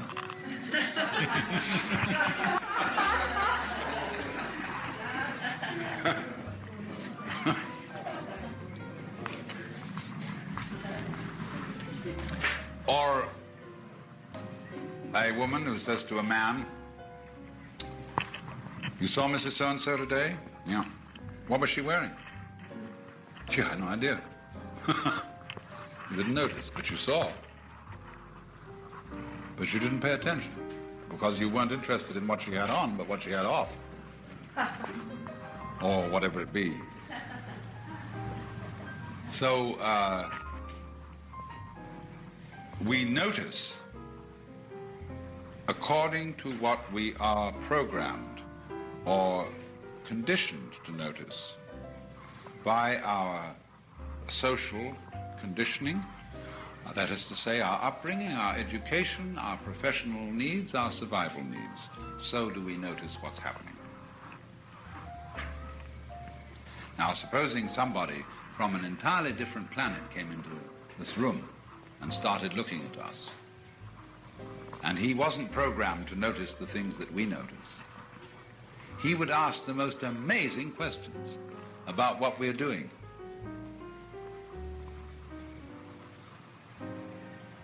He had noticed that most of us have standard ways of holding our hands.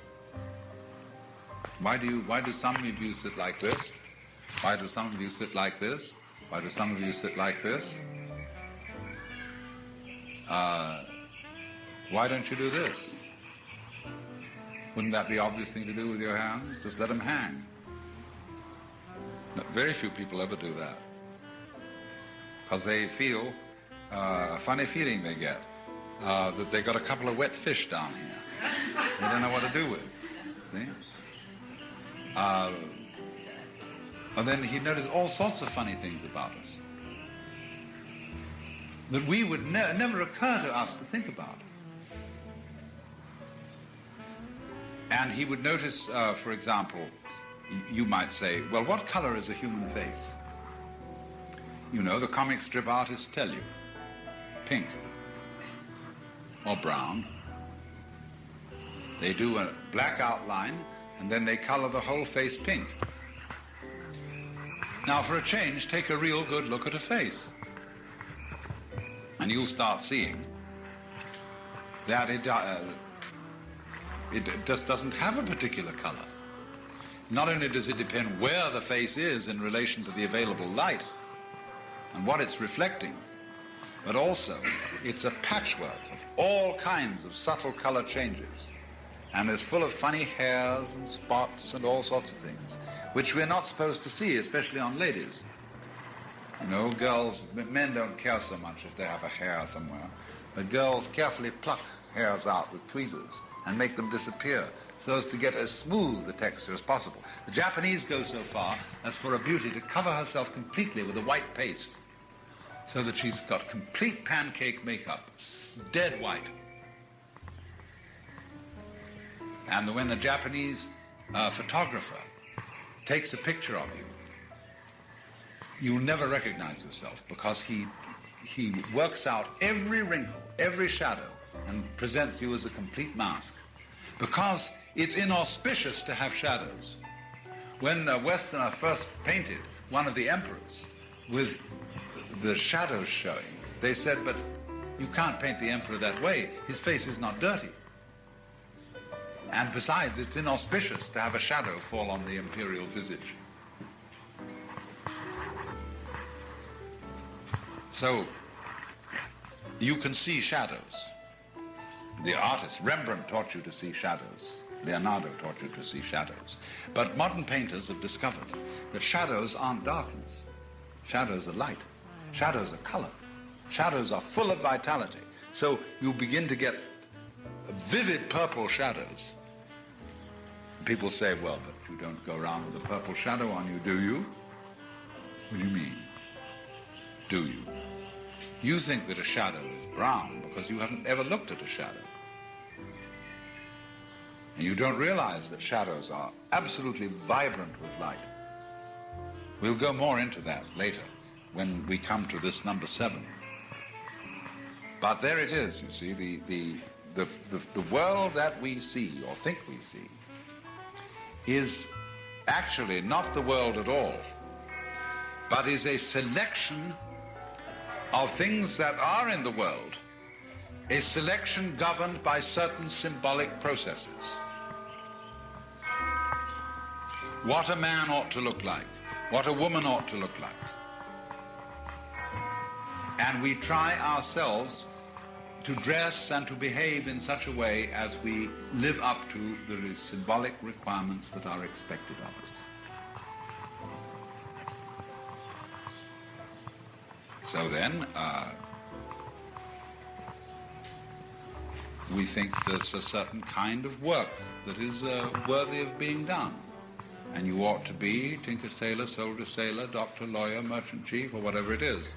And you ought to fit into one of these roles. Of course, there are innumerable things one might do. Infinite. But we like to get classified. We want to know whether you're a Republican or whether you're a Democrat.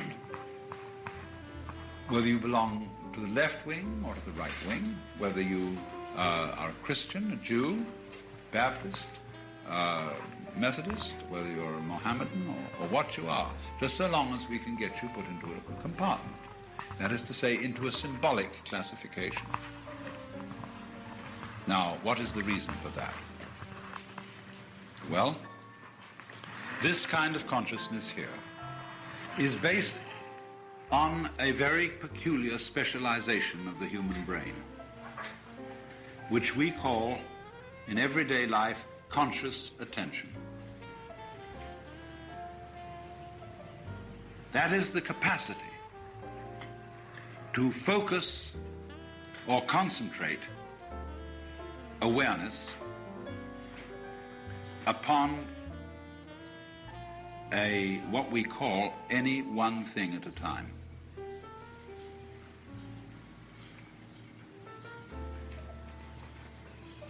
It's as if, in other words, conscious attention were a spotlight, and that the rest of awareness were a floodlight. In other words, every nerve end in your body is receiving input all the time, is in that sense energized, is aware of everything that comes to into its periphery. So you are taking in the totality of your surroundings. But conscious attention is flipping from point to point to point to point to point like this, and is making sense out of what it sees by adding it up with memory.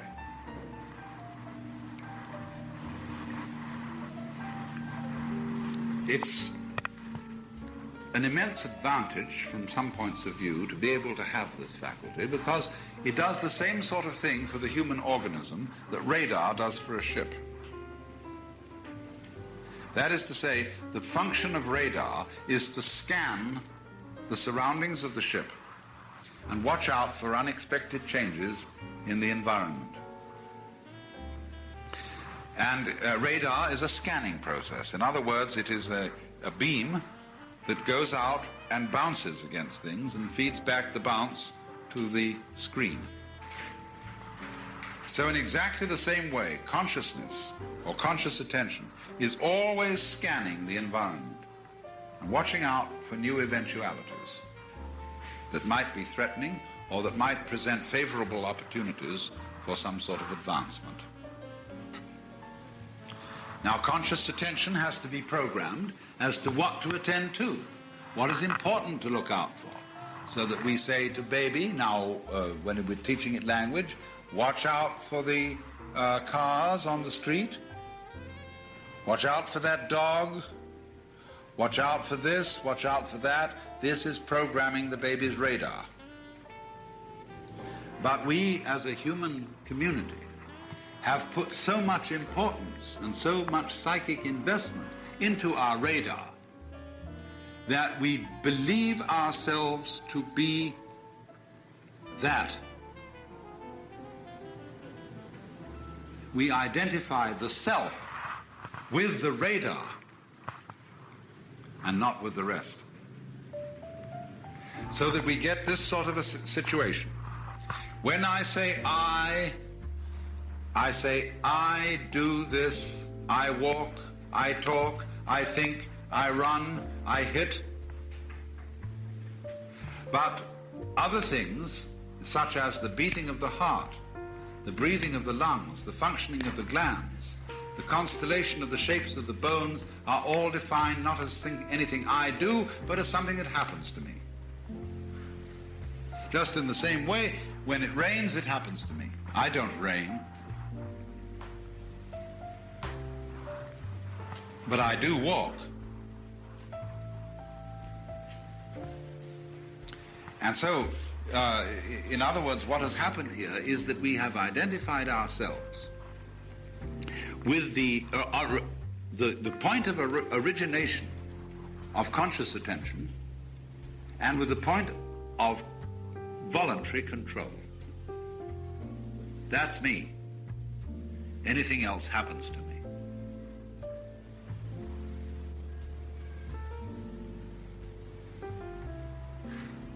So in this way, we have disowned most of ourselves. It's not me. The body you have is merely a vehicle that you go around in like an automobile. So if I would say to some young woman, "Gee, you're beautiful," she might well reply, if she were highly influenced by our culture, "Oh, you're so like a man. All you think about is bodies. I may be beautiful, but I got my body from my parents. And I want to be admired for myself and not for my chassis." See, she's a poor little chauffeur. That's how she defines herself. She disowned herself. She disowned her body and said, "It was given to me by my parents. I'm not responsible for it." Or a child in rage can say to its parents, "I never asked to be born. It was you who brought me into this world." And that child doesn't know that when the father was going after the mama and there was just an evil gleam in his eye, that evil gleam in your father's eye was you. Just as it was you, that was the little spermatozoon that made it. It was you that was that fetus. Just as if your heart is you, all that was you too. But you see, this waking consciousness, symbolic consciousness, ignores that altogether. Because it sets limits, and rather arbitrary limits, to what you are. You are just that voluntary center. You are that beam of consciousness that sweeps over the environment and sees things in series, one after another. Especially if you use a language which uses an alphabet. Alphabets spell everything out one after another. And you see, in other words, these sort of words strung together into sentences which build up meanings. Whereas on the other hand, if you work in terms of an ideographic language, although it's true that an ideograph has parts like words do, the parts of a word always follow each other in this direction. Whereas the parts of an ideograph may go in an entirely different direction. See? This, which is the Tao in Chinese, I take it in all at once. I need a sentence to translate that word in English. But it's more of a picture than it is like ordinary words. And as you grasp all the elements of the picture simultaneously, you see the form altogether at once. That is nearer to the way nature exists. Nature, things in nature exist altogether at once. Everything's happening altogether everywhere all at once. You know? And we say, well, in words, it won't stop for you to describe it. Take too long. By the time you've described it, it's all different. So, we do, you see, luckily for us, have an aspect of our organism which is paying attention to all the things we don't notice. This is how you can walk without stumbling, how you can drive a car downtown and at the same time carry on a conversation with a friend, because it is your subconscious, as it were, or whatever you call it, that is taking care of the driving and is watching out for the red and green lights and for the other cars, while your consciousness is preoccupied with the conversation. So, however, in a culture where the value of spotlight consciousness is exalted, and that is you, then do you see you have an exceedingly great need for state number 2, for torpor. Because the spotlight is so bright, and you can have too much of it so fast. And also, if you identify yourself with that only, you identify yourself with the troubleshooting aspect of your organism, and you become relatively unaware of the amazingly harmonious and happy states of your organism that are going on all the time.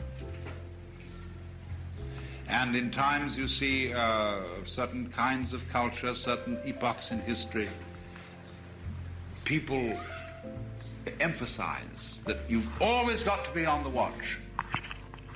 And they regard it as very sinful to relax into the beautiful, wonderful processes that are going on in us that are harmonious constantly.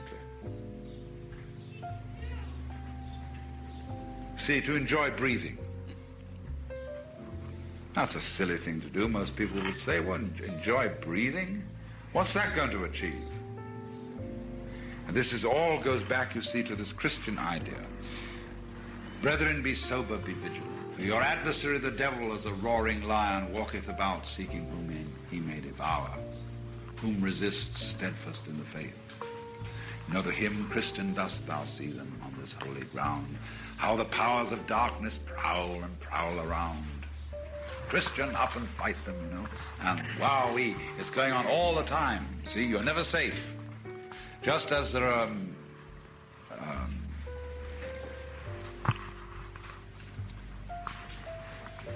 termites in the basement, gnawing away. Parasites in your blood. Probably few little cancer cells kicking up somewhere. Go to the doctor, inspect, check up. Once every 2 months, watch. It's coming, see? It's coming. And you've got to correct it here, correct it there, keep everything going. Otherwise the weeds keep coming in. If you don't watch out, the birds are all over the roof. Birds, you know, keep watching human beings. And the minute the birds got any idea that a house is really vacant, they're going to move in. Squirrels, rats, everybody is waiting. And so on the spiritual level, there are the demons. They're just waiting, watching for you. So stay awake. Don't dare go to sleep. Don't ever relax. Because if you do, in it will come. Watch therefore and pray. You never know when it's going to happen. So this is the complete identification of man with his troubleshooter, which has got to be on the watch. Now, the only difficulty about this is that when you manage to protect yourself so successfully against all the powers of darkness, you reach a point where you become the kind of creature that's no longer worth protecting. It's the same sort of thing that happens, that if to defeat the Nazis you have to become Nazis, what was the point of the fight? If to defeat the Gestapo and the Secret Service of the Red Chinese and all that plot, we have to have a secret police ourselves, who are going to be just as bad as theirs, what is gained? What are you protecting? See? The biggest farce of all is this, that if you want to know the real lowdown on the next war, join the Air Force and be safe. Because the only people who are really going to be protected are the guards. You know, you'll be able to have either be way up there, or else you'll be in great, vast basements in Nevada, where they've built under-mountain airports with all sorts of oxygen tanks and supplies and things that last forever. Because what a farce the whole thing has become. The original idea of guards and soldiers was to protect the women and the children. Now what we do is we have the women and children bombed out of existence in the cities, whereas the guards are guarded. So all guarding eventually becomes guarding of guards. It's circles of defense protecting circles of defense. And in this way, mammals turn into mollusks. A mammal is so constructed, you see, that the hard stuff is on the inside and the soft stuff on the outside. A mollusk is the other way around, with the hard stuff on the outside and the soft stuff on the inside. Well, nature favors a bit mammals over mollusks, because a mammal is more sensitive, more responsive. See, a mollusk, you go donk on it and it doesn't feel anything.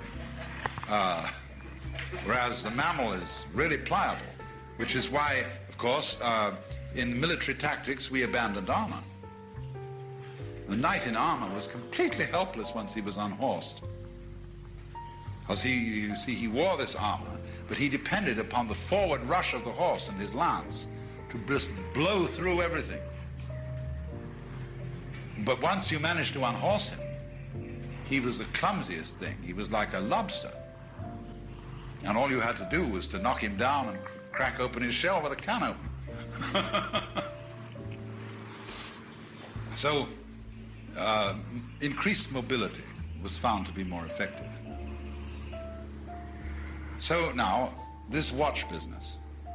Watch, guard, always be watching, see? As I say, it creates, it protects, it encourages a style of life which eventually is not worth living, because it is like being the great dictator. It is like trying to be God. If you're the great dictator and you're in charge of everything, you should read a Hindu book called the Artha Shastra. This deals with advice to a man who is a Chakravartin, that means a turner of the wheel, or we would say a big wheel, who is the supreme ruler. And it tells him, first of all, that he mustn't trust anyone. No friends for you, my boy. No intimacies. Keep your own counsel. And especially, watch out for women. They have a way of worming secrets out of you for their favors which you want so much. So don't ever get too close to a woman. You can have concubines and prostitutes and everything like that to satisfy your physical needs. But don't fall in love. And trust no one. Then arrange it so that everybody around you mistrusts everyone else. You have set up what's called a kind of negative mandala. A mandala is a circle of power. And you so arrange it that your immediate ministers are at odds with their subordinates. Why? Because if your immediate ministers do anything to betray you, their subordinates who want to occupy the superior position will sneak on them to you. Then you knock off the Grand Vizier and put someone in his place, because he's fool enough to want to get up there, but still. Then outside that rank you have another rank of people at odds with those, and so all the way down. Divide and rule.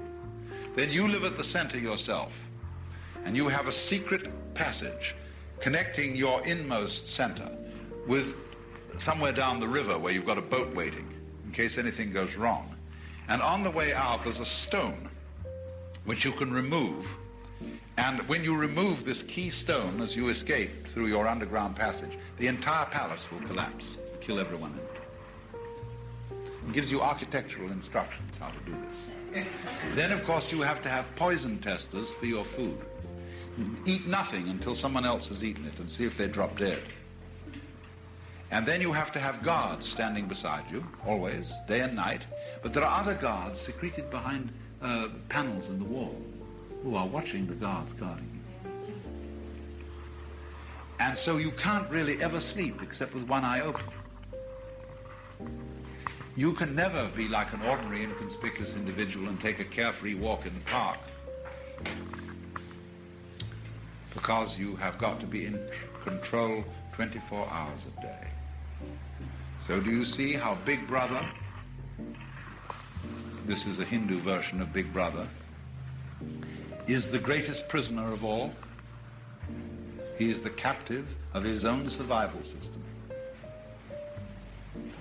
He can never go this way.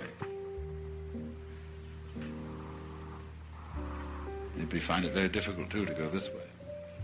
He has to be all the time playing God, playing the personal, autocratic monarch of the universe. Now, you may think this very courageous, and so on, but in the end, the game isn't worth the candle. It has to fall apart.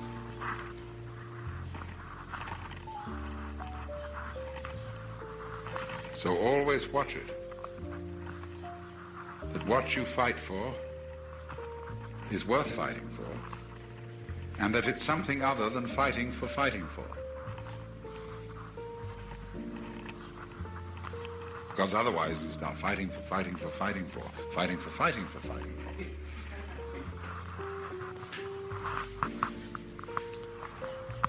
for. So these then, in sum, are the advantages and limits of waking consciousness. That it is a version of the world where what is important is what is valuable for survival, where we live for a future, where we live always watchful for trouble, because death is the thing most of all to be avoided. But this is a form of life which is always in danger of becoming not worth living, and which totally ignores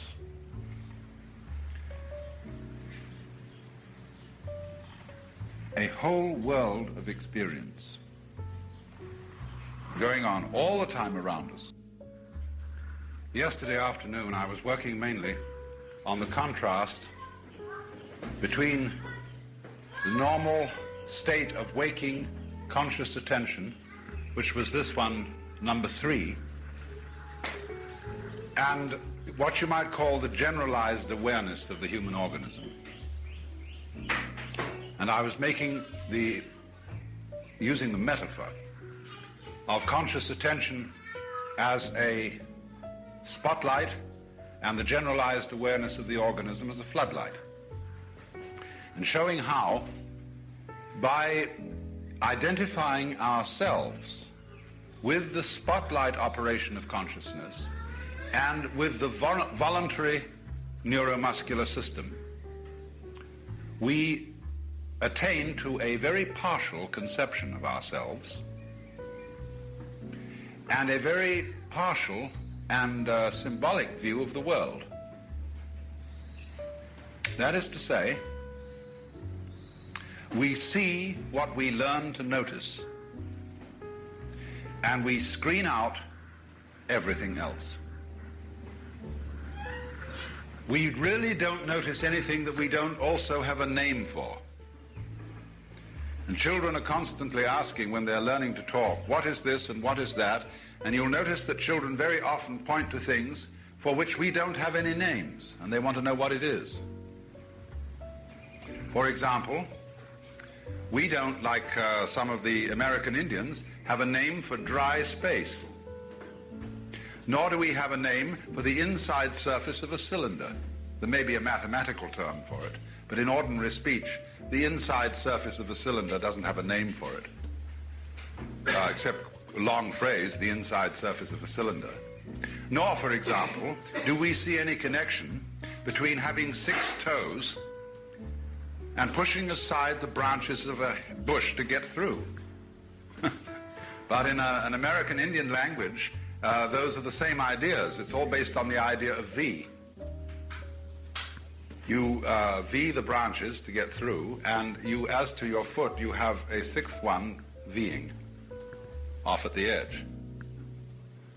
You see, now, what you notice, the way the world seems to you, the way its logical connections seem to you, depend on whether you have words for it or whether you have symbols for it. So then, what happens is, as a result of concentrating on, or of using, shall I say overusing, over-exercising the faculty for conscious attention, we come to have a sensation of our own existence as beings definitively separate from the outside world, the world beyond the skin, and from most of what goes on in our own bodies. And this state of affairs we could call alienation. When this state of affairs exists all by itself, but it is not necessary for that state of affairs to exist all by itself. The spotlight consciousness can be supplemented by increasing use of the floodlight consciousness so that it becomes balanced. We assume that the baby, before it has learned conscious attention and before it has learned any words, is all the time using floodlight consciousness with a little bit of spotlight, and therefore would feel, as Freud supposed, oceanic, that is to say, at one with its surroundings. When later words are used and it is taught to be itself and to construct the outside world as society constructs it and conceives it, then the baby develops a sense of having a separate ego. And this development is brought about by means of a stratagem, which gives the infant a great deal of confusion. Because since the baby is given a sense of identity by parents and teachers and relatives and other children, it is unable to resist the pressure put upon it by the social group. The pressure of a group, even upon an adult, is enormously powerful. Much more so on a child. So the odd thing is that by the commanding pressure of this group, the child is informed that it is free. That is to say, that it is an independent agent and an originator of actions for which this separate identity is to be held responsible. And in that, you see, there is a weird gimmick, because the baby is told that it must be free. You are ordered to be free. That is to say, you are required to do actions which will be acceptable only if you do them voluntarily.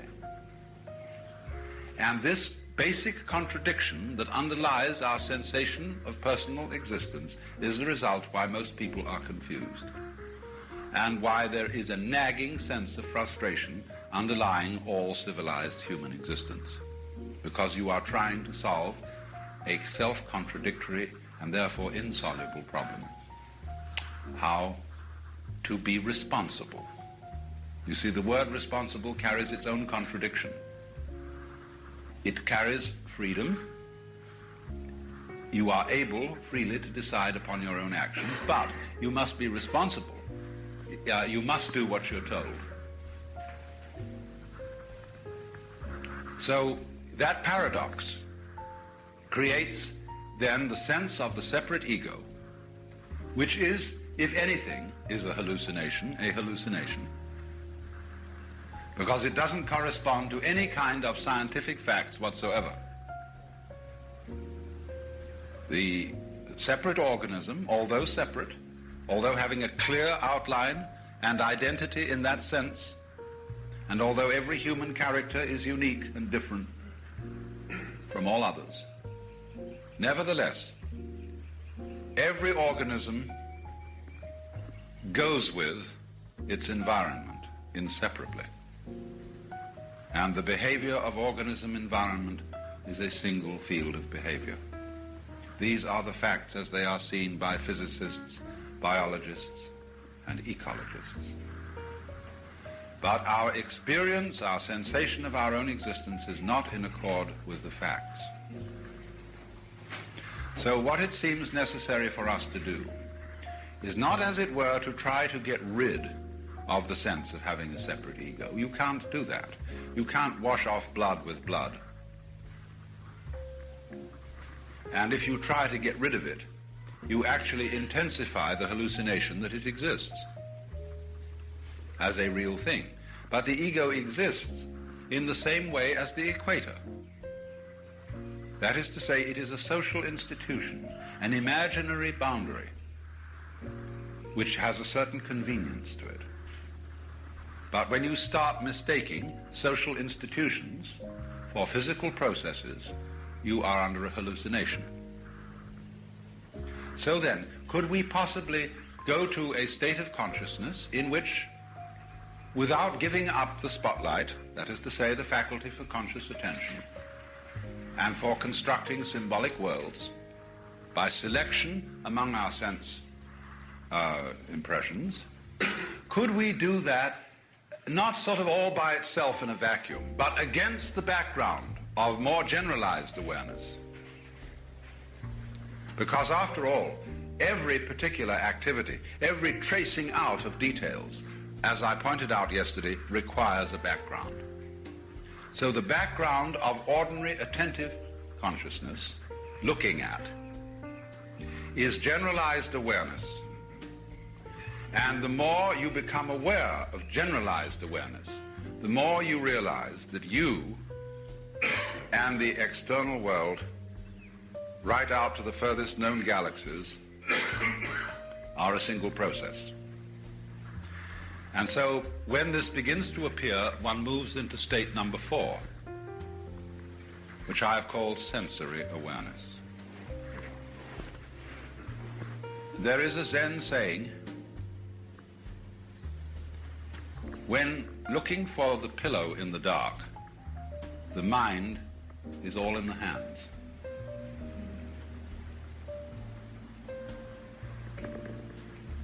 Now, it's very interesting how you can, as it were, shift your mind all over yourself.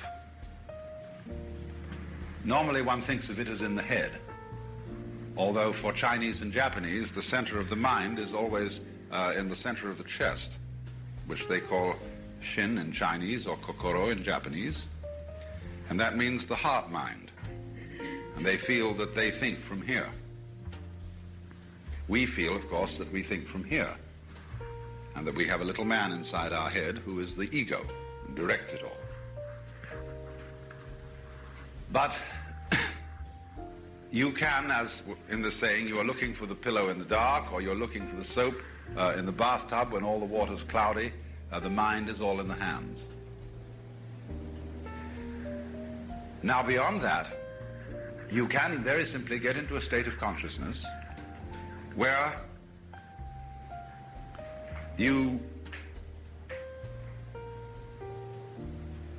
mind seems to be all over you,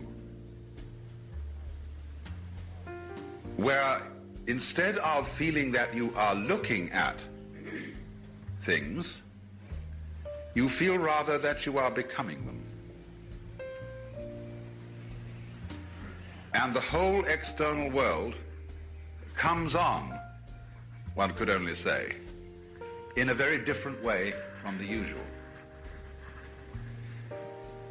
The reason why this can happen is, of course, that all that we feel about the external world is in fact a state of our own bodies. What you are seeing now in front of you is how it feels inside your head, in the optical nervous centers.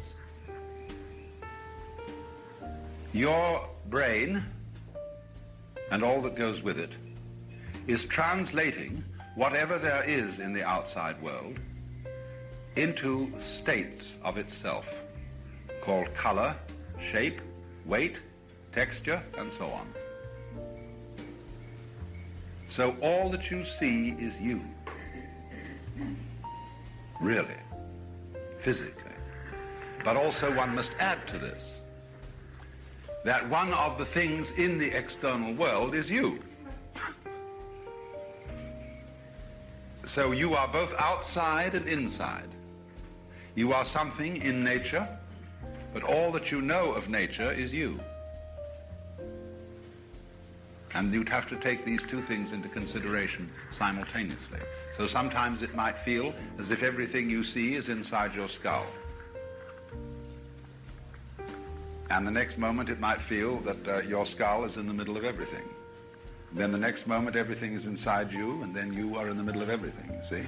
A sort of capping process like this. So, in this state, you find that you less and less discriminate between what is important to be looked at and what is not important to be looked at. In order to enter this state, the first thing that is necessary is to slow down, to suspend judgment on what you ought or ought not to be doing. And here I would say then that I'm describing the initial stage of a process of meditation. And in talking in general about meditation, it is absolutely essential to understand that one cannot meditate correctly if you do it as a preparatory exercise for something else. Meditation is not self-improvement. Do not enter into it under any such delusions. There is no one to be improved. Meditation is a form of enjoyment. It's a way of digging the universe, if I may put it so slangily. Meditation is not meditating on anything. This always bothers Orientals. When somebody says, well, while we do this or that, we meditate. Well, a Westerner always says, what do you meditate on? An Oriental can't understand that. We don't meditate on anything. Meditation isn't about anything. It isn't like thinking about. It's simply a clarification of consciousness, and can be about anything or nothing. And so to enter the state of mind which is called jhana, which when translated into Japanese becomes Zen. Jhana is a yoga word. The first thing that's necessary is then to slow down and to abandon notions of what it is important to do and what it's not important to do. And instead of closing your eyes, keep them open, keep your ears open, keep all senses open, but don't program them. That is to say, don't tell them what they're supposed to look at. Let them simply fall upon, or let everything that is there to be heard or seen arrive by itself, and let the senses work by themselves. That is to say, let your eyes see whatever they want to see, let your ears hear whatever they want to hear, let your nose smell whatever it wants to smell, and let your sense of touch feel whatever it wants to touch. And in general, let your mind do whatever it wants to do. Of course, as a matter of habit, the mind tends to be incessantly chattering. Words set up constant circuits, and one's skull is full of voices. They're not always your voice. Your mother's voice, your father's voice, your Aunt Matilda's voice, your teacher's voice is still talking to you when you think. And if you listen very carefully to your thoughts, you will hear other people in your head, because you see, you are not you. You are an amazing collection of what George Herbert Mead called the interiorized others. And all this chorus of voices is constantly directing your life and propagandizing you. You have now to tell them to shut up. And try to let thinking, that is to say, interior talking, stop. Now, you can't force it to shut up. And that is why one of the classical aids to meditation is concentration.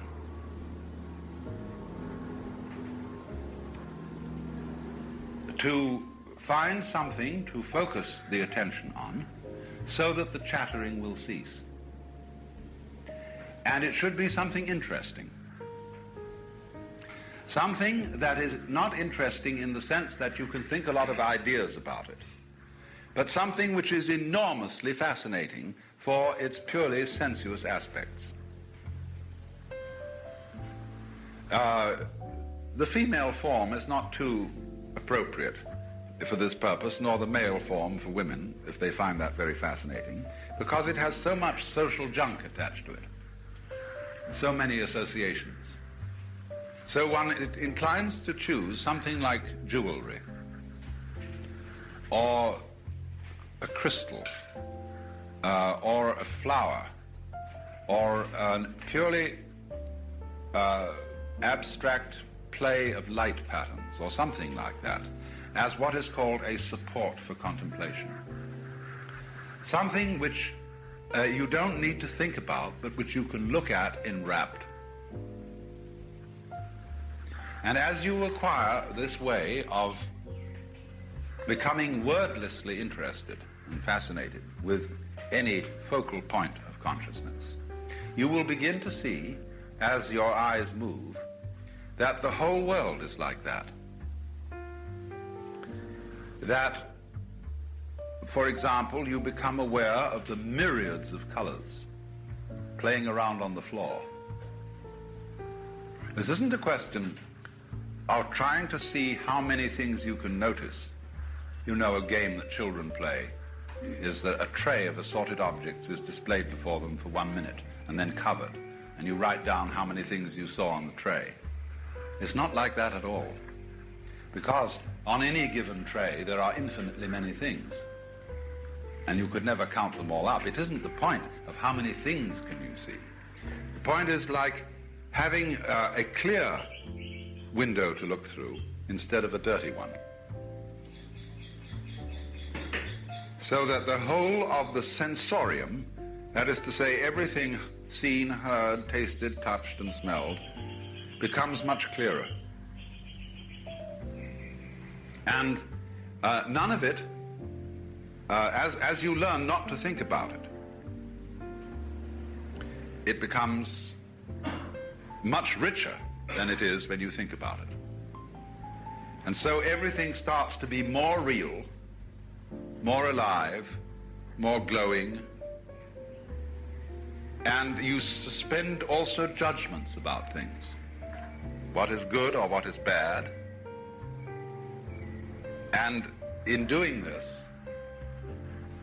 you introduce yourself to a fascinating world. That is why some Indian yogis practice what is called mauna, which is silence.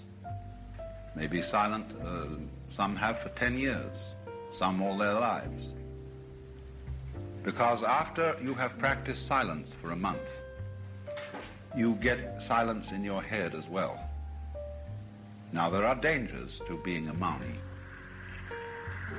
When you see the clouds, you become the cloud.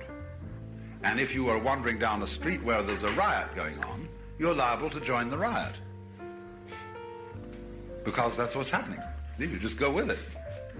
So one doesn't enter into mauna without a guru and without some kind of a discipline which protects you, as it were, builds a protective wall around your experiment, just in the same way as a bird builds a protective wall, the shell, round the young chick when it is before it's ready to hatch. So, in the ordinary way, therefore, you can't expect a Western person negotiating a high civilization to be a mauni, or to be silent all the time. But for the sanity of any Western person involved in this kind of civilization, it is very important for him to be silent some of the time. And I mean silent inside the head. Just as you must stop talking occasionally if you want to hear what anybody else has to say. So you must stop thinking in order to find out what there is to think about. If you talk all the time, you will have nothing to talk about except talking. If you think all the time, you will have nothing to think about except thinking. And so you will exhaust yourself and come to a dead end, which is called psychosis. So for health, it is very important to stop thinking. Not always. So that you will find that you get a non-thinking state as background to the thinking state. And this corresponds to floodlight awareness as background for spotlight awareness. In Zen Buddhism, the word, the non-thinking state is called munen. This is Japanese. Munen. Mu. No.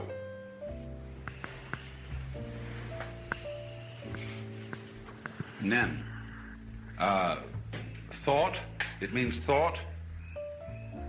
And it also means blocking.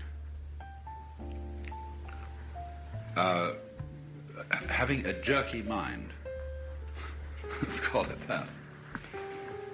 So this state I'm describing is the state of munen, of no thought. But it doesn't mean a kind of anti-intellectual attitude. Hakuin, the 17th century master, writes in one of his poems, he uses the phrase, taking hold of the no-thought in the midst of thoughts. So that means having a mind that is in a way like a mirror.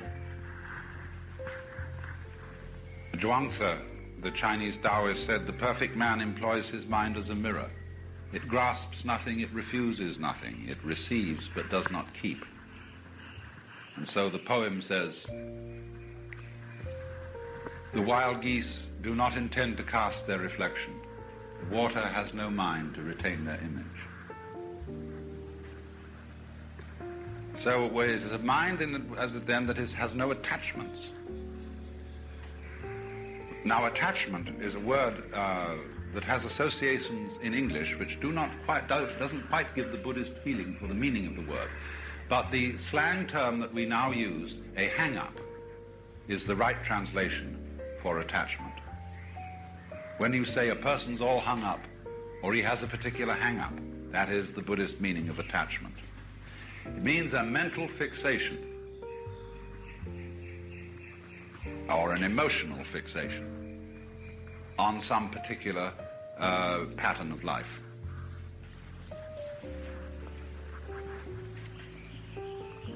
So to get rid of hang-ups, one must first get rid of thinking.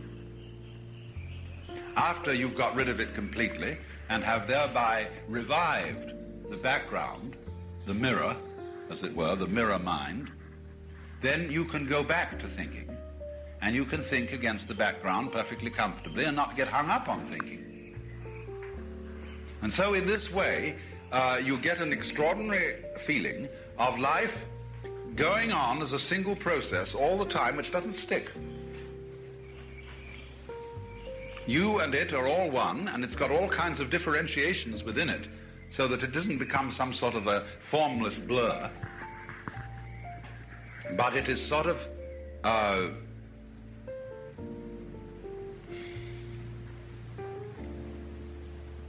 it flows like water. As water has all the patterns in it, the network of sunlight, the ripples, so on, so in the same way the world has all this, but it constantly flows because there are no hang-ups. So then the royal road to this state is giving up the sense of urgency, that you ought to do something. Something is required of you. And understand, for example, that looking at a rubber band on your fingers can be quite as important as anything else you can do. In other words, being here at this moment and listening to the sound of my voice without paying the slightest attention to what it means can be as important as anything there is in the universe. Why not? Is the tree outside important? It's beautiful. Is it worth looking at? Why, certainly. But it's not achieving any great mission in life. It's just being a tree.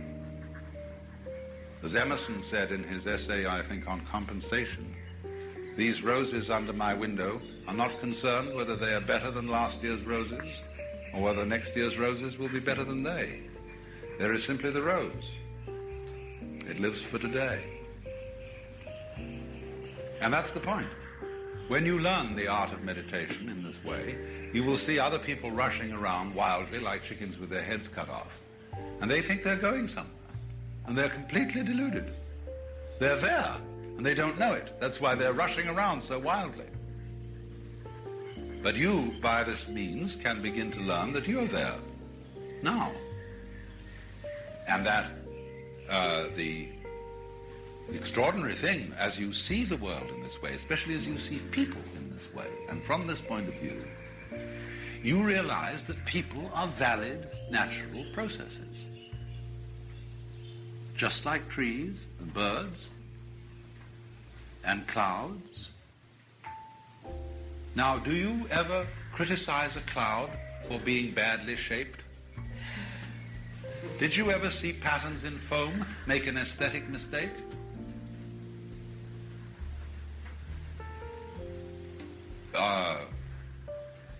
Well, no, one just doesn't. There was once an 18th century classicist, one of those people who enjoyed formal gardens and kind of Greek palaces, who criticized the stars for not being symmetrically arranged. But that would never occur to us today. We don't want to see our stars in wretched geometrical patterns. We love to see the scatter of them and the curious groupings through the sky in a marvelous, irregular order, a marvelous, orderless order, you might call it. The funny thing about clouds and stars and mountains and all natural outlines is that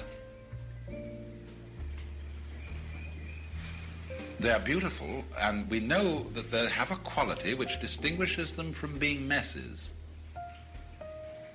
When you know a mess when you see it. But these things don't apparently make messes. So in a way, human beings don't either. And when you see human life as something that is just the same kind of thing as the shape of a tree or a cloud or like that, you stop judging it. And you have to know that about yourself. And this is the beginning of everything. This is the beginning of every kind of wisdom. To see that you really don't have to go anywhere. You don't have to get any better than you are, because with all your defects, your selfishness, your neuroses, your sicknesses and everything, well, fish have neuroses and sicknesses and so on, and so do plants. You've often seen plants that have got bumps on them or some queer little diseases and so on. And they all have those sort of troubles. That's life. But when you realize that you are an authentic projection of the universe, just as you are at this moment, then there's nowhere to go, there's no need to do anything.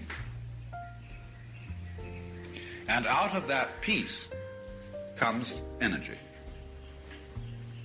Real energy, instead of phony energy, which is trying to lift yourself up by your own bootstraps.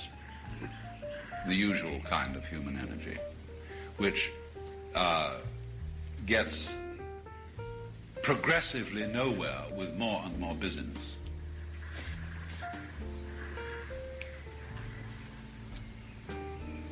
Now, beyond this state, there is going to follow another, which I have numbered 5. I called it cellular awareness.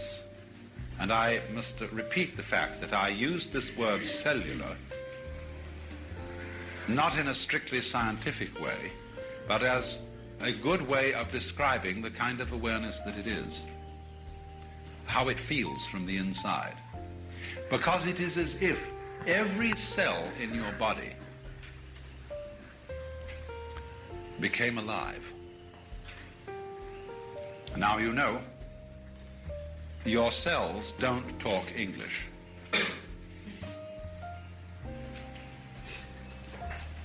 But they are a very, very subtly and highly organized things.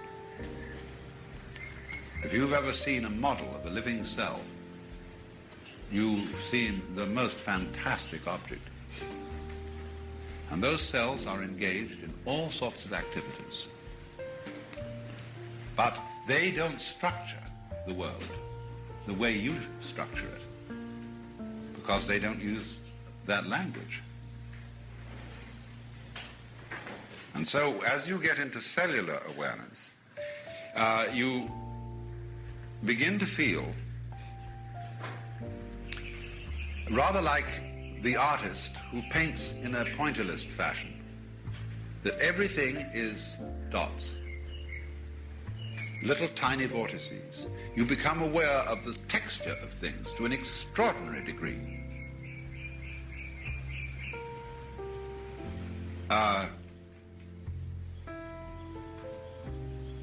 It's almost as if the world had been photographed through a screen which put into the senses a feeling of intense detail, as if every one of your nerve ends was now detected in sending its separate message to the brain. And so this makes the world look highly textured. There are no more such things as blank green or blank white or spaces. All space is rich. And that is what those painters are representing in doing spaces with dit of the brush like this.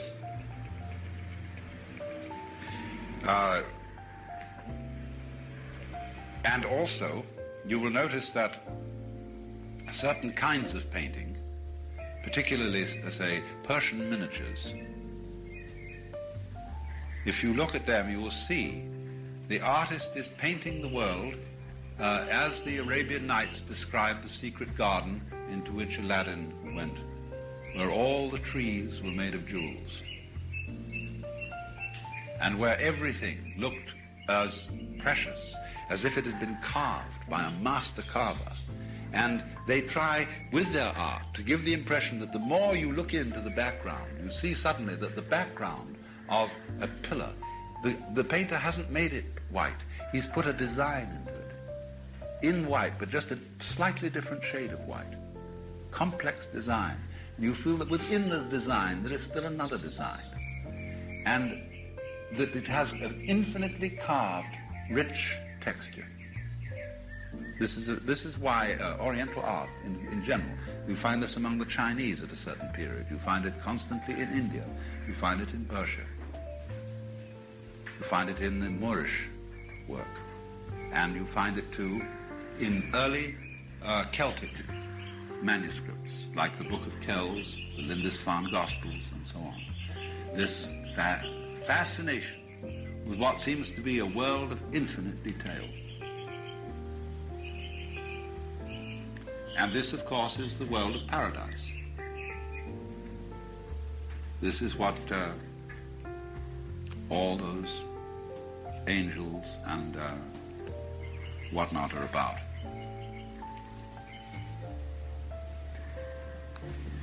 Now, from cellular consciousness, you can pass to what I would call, again, symbolically, molecular consciousness. Not that you are going to be aware of molecules. No. But it is as if suddenly, this is the state which Buddhists, or part of the state which the Buddhists call suchness.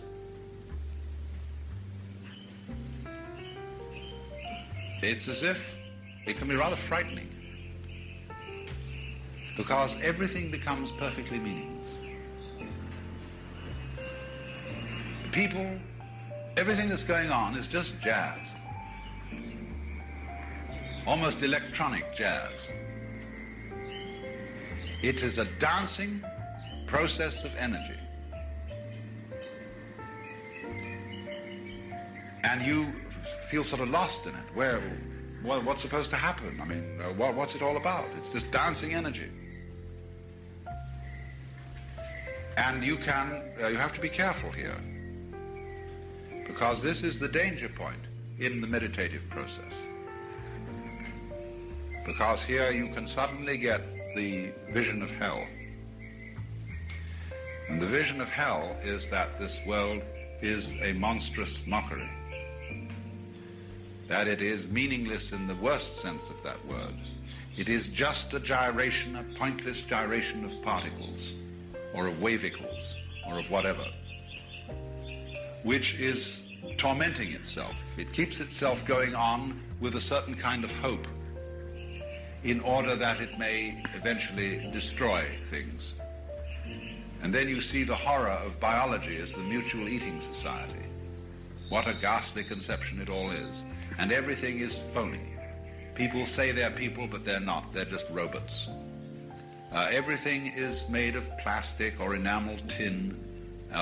Everything is just buzz. That's a danger, you see, here. But if this happens to you, and you get the feeling that everything is pointless, everything is just mechanical buzz, what you do is what an Arab does in a sandstorm. He knows there is no possibility of conquering the sandstorm. So he kneels down, sort of in a fetal position, and takes his wool burnous and covers himself completely and waits until the storm is over. If he gets covered by sand, it is usually porous enough to admit some air for breathing. Or in the same way as an ocean liner in a typhoon, they just turn off the engines and drift. It's the only thing to do. So in the same way, if you ever get into this particular kind of psychic horrors, drift. Just let it be, and it will resolve itself.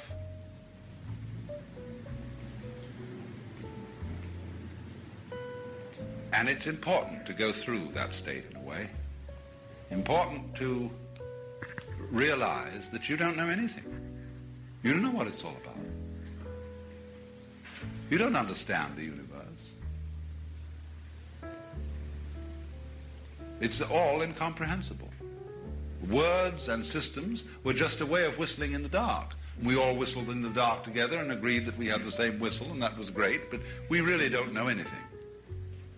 Anybody who poses as an authority about anything at all is just making an authoritative noise. And he may be able to make some remarkable demonstrations. For example, by interfering with diseases in various ways, we can make people healthy for a time, until we can't make them healthy anymore. This may be a good thing. It may not be a good thing. It might be best not to interfere with nature, but simply to let human beings alone and regulate by a kind of inner natural homeostasis their own population level, and let's let it happen. There's no way of proving conclusively that our way of dealing with these things is better than doing nothing. But life is, in a way, an experiment all the time. One's whole existence, the very shape of one's body, is just coming on. You see? You've got to come on somehow. And so one way is this. We all come on together looking like each other and having certain common characteristics. Well, look at a snake's skin.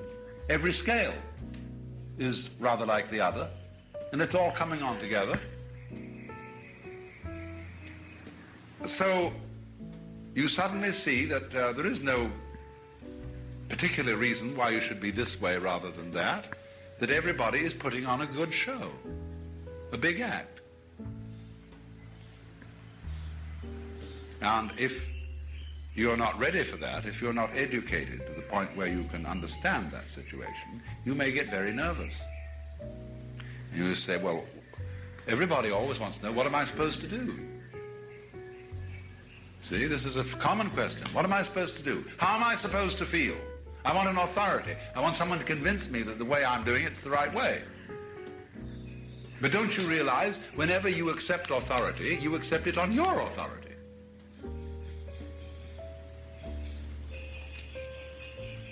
You say, I believe the Bible. Because why do you believe the Bible? Because it says, Jesus says in the Bible that we should believe the Bible. Yeah, but it's your opinion that is an opinion to be accepted. It's on your own authority. You create the power of your own teacher. And you create the power of your own government. That's the saying, the people gets what government it deserves. And if you don't like it and you don't overthrow it, well, then that's your problem. But always, you see, authority springs from you. So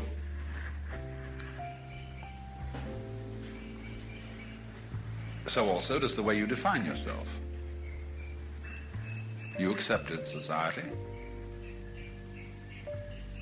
and its suggestions, always rather tacitly, but you did. So here, in this amazing moment of seeing the world as a big act, as a big buzz, as jazz, doing this, it's all vibration.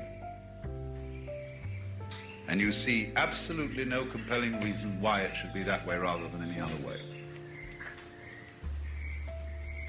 Well, if you don't panic, you see, then you get into the domain that Buddhists call suchness.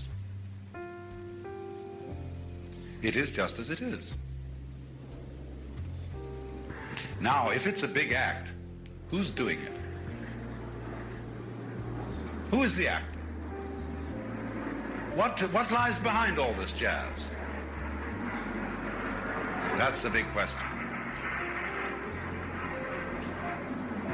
And it is through asking that question that we move from 6 to 7 into the state that I called light. Because when you become aware of energy jazzing this way and that way, and on top of this you have already, don't forget, become aware that you and the outside world are a single energy system.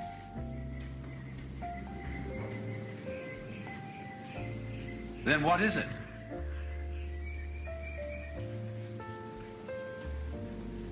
You realize, for example,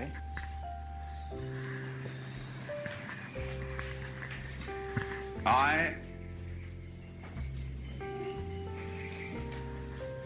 do not exist as I at all, unless there's something else that's other. And that immediately is the clue to the fact that self and other are polar. They go together. Well, how do they go together?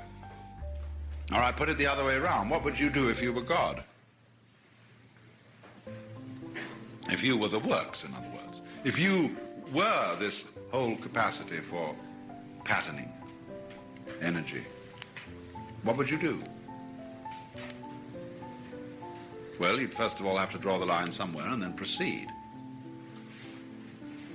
You'd have to make a difference. Because if something doesn't make a difference, it doesn't matter, does it? So if you want to make matter, you've got to make a difference. Well, if you take that along and you try all the amazing differences that can be tried, and you differentiate this from that and so on, from so forth, among all the possibilities of being God, you will eventually arrive at what you're doing now. Till you be just this sort of circumstance. Because this will be one of the infinitely many things to do, with certain restrictions on you, which of course you have tacitly originated, because you wouldn't know where you were without them. And then you suddenly see with this astounding clarity that the energy may symbolize itself to you as a sensation of intense light. You see, our understandings have a way of representing themselves to us in sensuous imagery. We say when very happy, I was walking on air. You could have knocked me down with a feather. He saw the light. Everything became clear, i.e. transparent. Now, these are not necessarily meant literally, but in intense cases of insight, there is a literal sensory feeling corresponding to the insight. And when something becomes utterly clear in a way that is emotionally and intellectually overwhelming, you are liable to have the feeling of intense light inside your head. Or sometimes a feeling that everything looks transparent, as if it were glass, but it's still there. You don't actually see through it. You don't see the pattern on the chair behind somebody's head. But they look transparent because things have become clear. And it has become, at this point, light, shatteringly clear that everything is it, the light, the energy, coming on at you in different ways. And you're coming on at it, and it's all one coming on. You can see that light is the basic component of black things. There is nowhere that isn't light. And if you can't see it, you can hear it. It comes on at you in all kinds of disguises.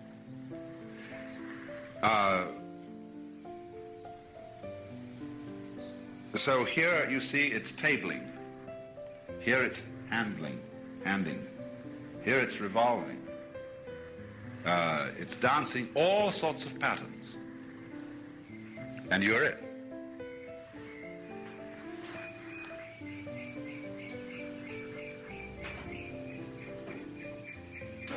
Now,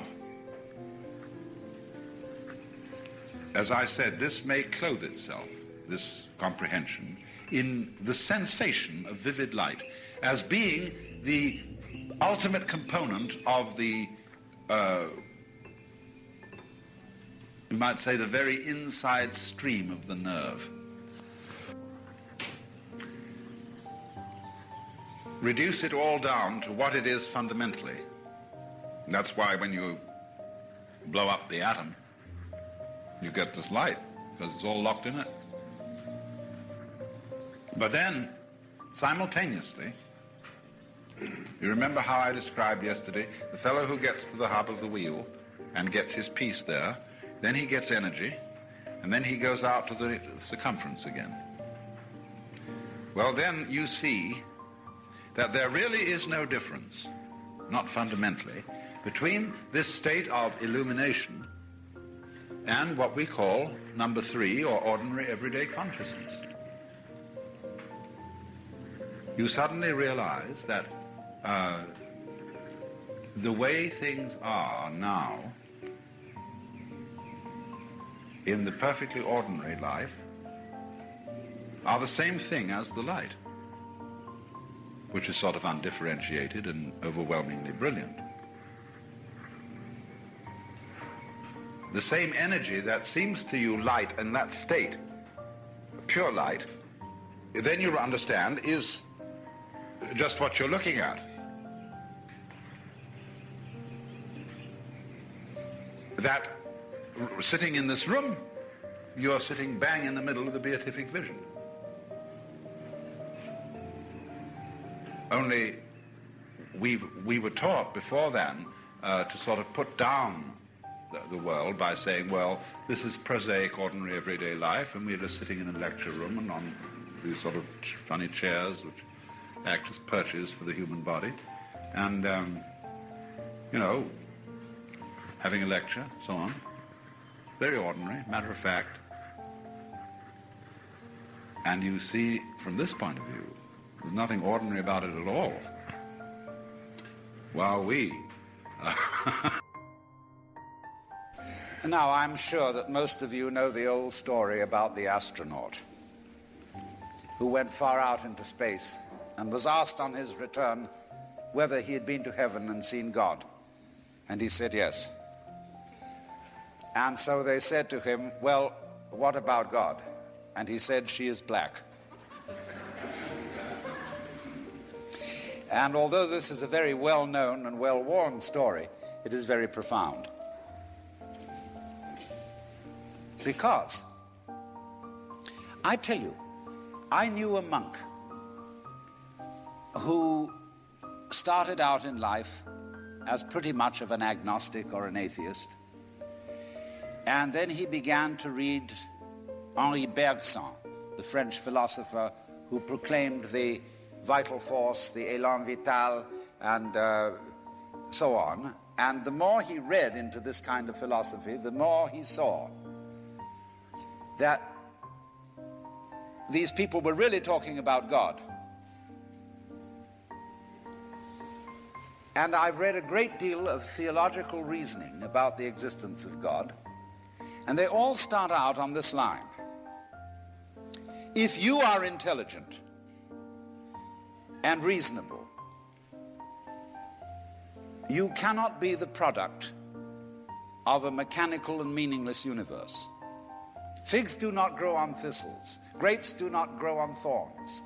And therefore, you, as an expression of the universe, as an aperture through which the universe is observing itself, cannot be a mere fluke. Because if this world peoples, as a tree brings forth fruit, then the universe itself, the energy which underlies it, what it's all about, the ground of being, as Paul Tillich called it, must be intelligent. Now, when you come to that conclusion, you must be very careful, because you may make an unwarranted jump. Namely, the jump to the conclusion that that intelligence, that marvelous designing power which produces all this, is the biblical God. Be careful. Because that God, contrary to his own commandments, is fashioned in the graven image of a paternal, authoritarian, beneficent tyrant of the ancient Near East.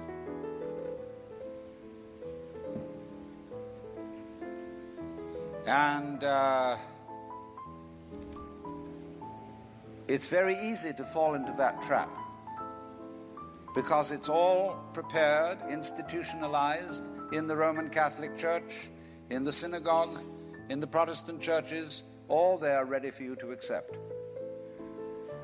And by the pressure of social consensus and so on, it is very natural to assume that when somebody uses the word God, it is that father figure which is intended. Because even Jesus used the analogy, the Father, for his experience of God. He had to. There was no other one available to him in his culture. But nowadays, we are in rebellion against the image of the authoritarian father. Especially this should happen in the United States, where it happens that we are a republic and not a monarchy.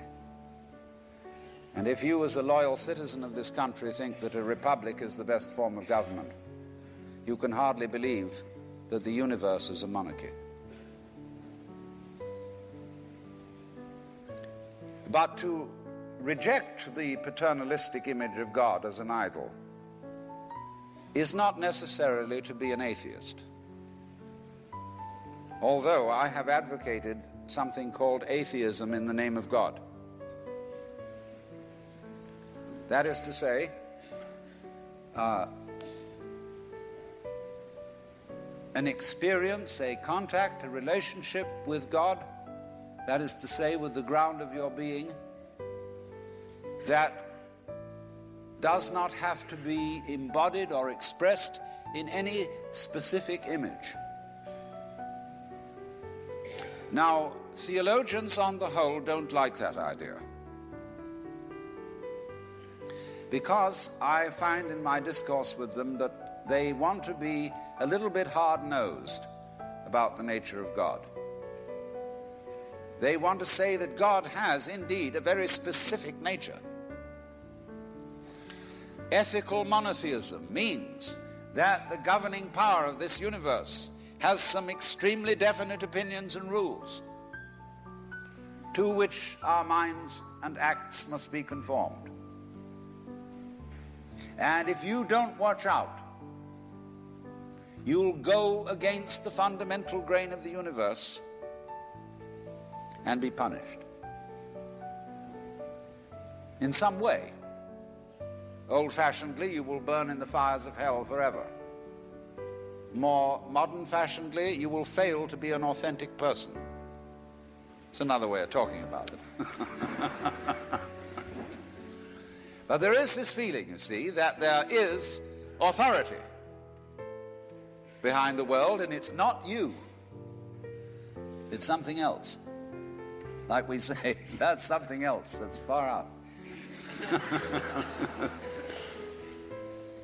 And therefore, this Jewish, Christian, and indeed Muslim approach makes a lot of people feel rather strange, estranged from the root and ground of being. There are a lot of people who never grow up and are always in awe of an image of grandfather. Now, I'm a grandfather. I have 5 grandchildren, and so I'm no longer in awe of grandfathers. I know I'm just as stupid as my own grandfathers were, and therefore I'm not about to bow down to an image of God with a long white beard. Now, naturally, of course, we intelligent people don't believe in that kind of a God, not really. I mean, we think that God is spirit, that God is very undefinable and infinite and all that kind of thing. But nevertheless, the images of God are have a far more powerful effect upon our emotions than our ideas. And when people read the Bible and sing hymns, Ancient of Days, who sittest throned in glory, immortal, invisible, God only wise, in light inaccessible, hid from our eyes, they still got that fellow up there with a beard on. It's way in the back of the emotions. And so we should think, first of all, in contrary imagery. And the contrary imagery is, she's black. Imagine instead of God the Father, God the Mother. And imagine that this is not a luminous being, blazing with light, but an unfathomable darkness, such as is portrayed in Hindu mythology by Kali, K-A-L-I, the Great Mother, who is represented in the most terrible imagery. Kali has a tongue hanging out long, drooling with blood. She has fanged teeth. She has a scimitar in one hand and a severed head in the other. And she is trampling on the body of her husband, who is Shiva. Shiva represents also, furthermore, the destructive aspect of the deity, wherein all things are dissolved so that they be reborn again. And here is this blood-sucking, terrible mother as the image of the supreme reality behind this universe. Imagine, it's the representative of the octopus, the spider, the awful awfuls, the creepy crawlies at the end of the line, which we are all terrified of. Now that's a very important image, because let us suppose, just for the sake of argument, that all of you sitting here right now are feeling, well, fairly all right. I mean, you're not in hospital. You don't have the screaming mimes. You have a sense you probably had dinner and are feeling pretty good. But you know that you feel that you're fairly good because in the background of your minds, very far off in the background of your minds, you've got the sensation of something absolutely ghastly that simply mustn't happen. And so against that which is not happening, and which doesn't necessarily have to happen, but by comparison with that, you feel pretty all right. And that absolutely ghastly thing that mustn't happen at all is Kali. And therefore, at once, we begin to wonder whether the presence of this Kali is not in a way very beneficent. I mean, how would you know that things were good unless there was something that wasn't good at all? Now I'm not putting this forward as a final position. I'm only putting it forward as a variation, as a way of beginning to look at a problem and getting our minds out of their normal ruts. She's black. Well, she, first of all, feminine, represents what is called philosophically the negative principle. Now, of course, people who are women in our culture today and believe in women's lib don't like to be associated with the negative because the negative has acquired very bad connotations. We say accentuate the positive. Well, that's a purely male chauvinistic attitude. How would you know that you were outstanding unless, by contrast, there was something instanding?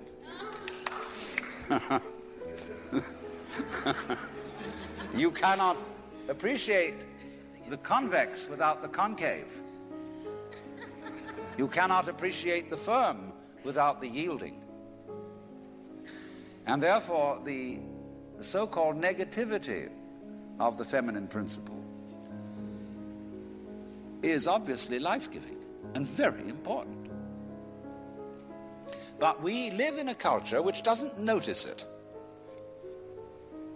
You see a painting, a drawing of a bird, and you don't notice the white paper underneath it. You see a printed book, and you think that what is important is the printing, and the page doesn't matter. And yet, if you reconsider the whole thing, how could there be visible printing without the page underlying it? What is called substance, that which stands underneath, underneath, stands. To be substantial is to be underlying, to be the support, to be the foundation of the world. And of course, this is the great function of the feminine, to be the substance.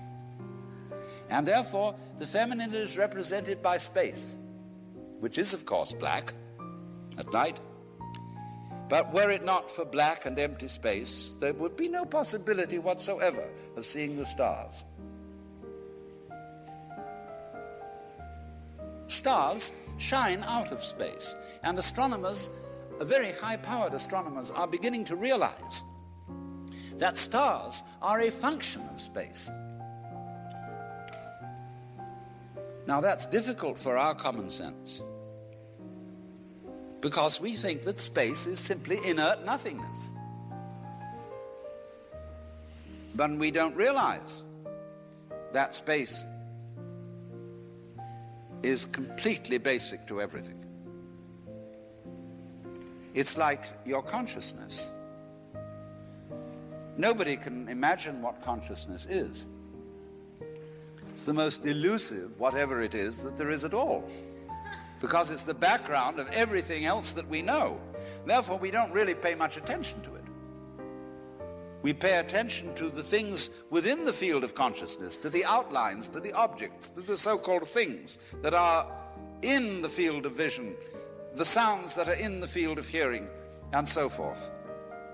But what it is that ever it is that embraces all that, we don't pay much attention to it. We can't even think about it.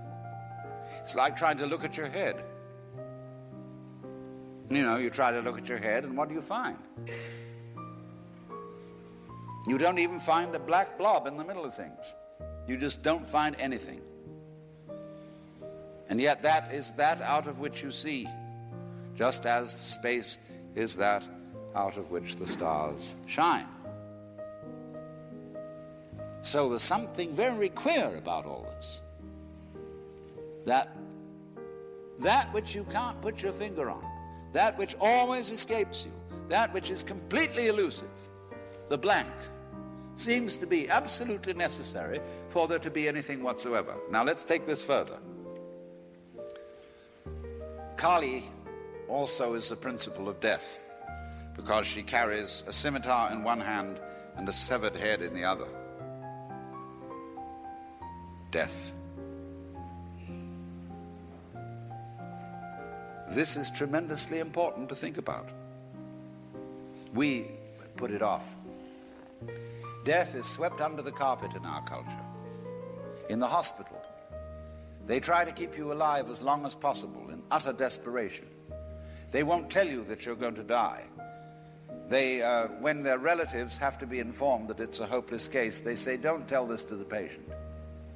And all the relatives come around with hollow grins and say, well, you'll be all right in about a month, and then we'll go and have a holiday somewhere and sit by the sea and listen to the birds and whatnot. And the dying person knows that this is mockery. Well, of course, we've made death howl with all kinds of ghouls.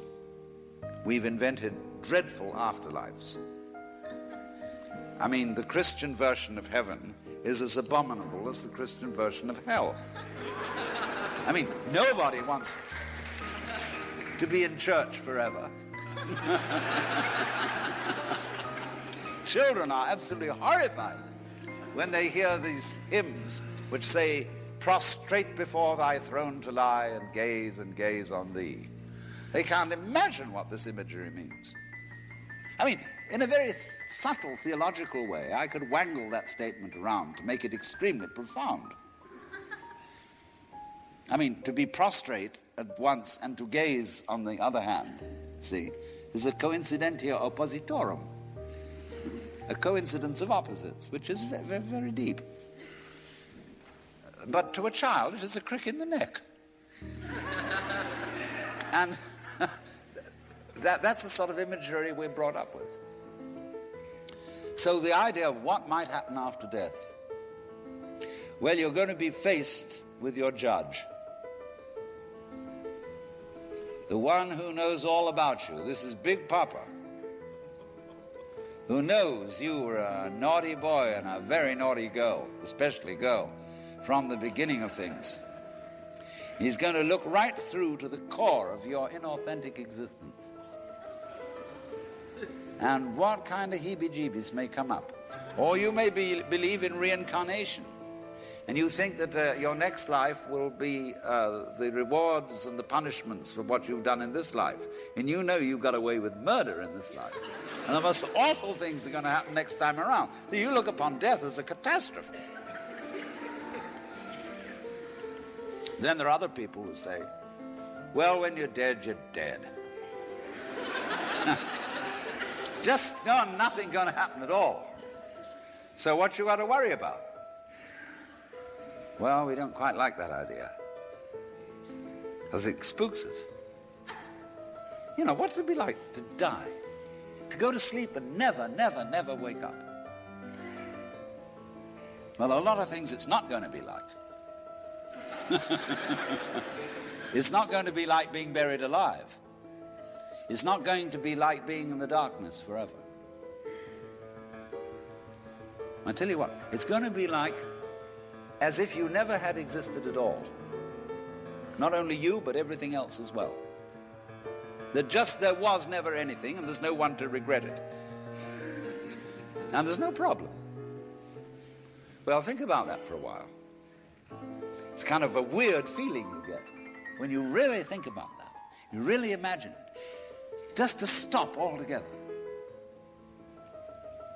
And you can't even call it stop, because you can't have stop without start.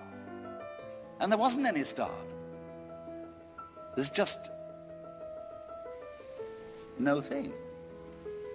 Well, then when you come to think of it, that's the way it was before you were born. I mean, if you go back in memory as far as you can go, you'll get to the same place as you go forward in your anticipation of the future as to what it's going to be like to be dead. Then you get these funny ideas that this blankness is the necessary counterpart of what we call being. Now, we all think we're alive, don't we? I mean, we're really here? That there is something called existence? You know, the existentialists, Dasein, throneless, you know, here we are. But how could you be experiencing that as a reality unless you had once been dead? What gives us any ghost of a notion that we're here, except by contrast with the fact that we once weren't? And later on won't we? But this thing is a cycle, like positive and negative poles in electricity. So this then is the value of the symbolism of she is black. She, the womb principle, the receptive, the instanding, the void, and the dark. And so that is to come into the presence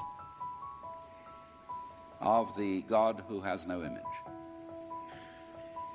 Behind the Father image, behind the Mother image, behind the image of light inaccessible, and behind the image of profound and abysmal darkness,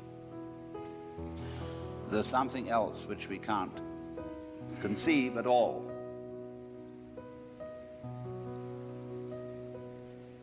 Dionysius the Areopagite called it the luminous darkness. Nagarjuna called it shunyata, the void. Shankara called it Brahman,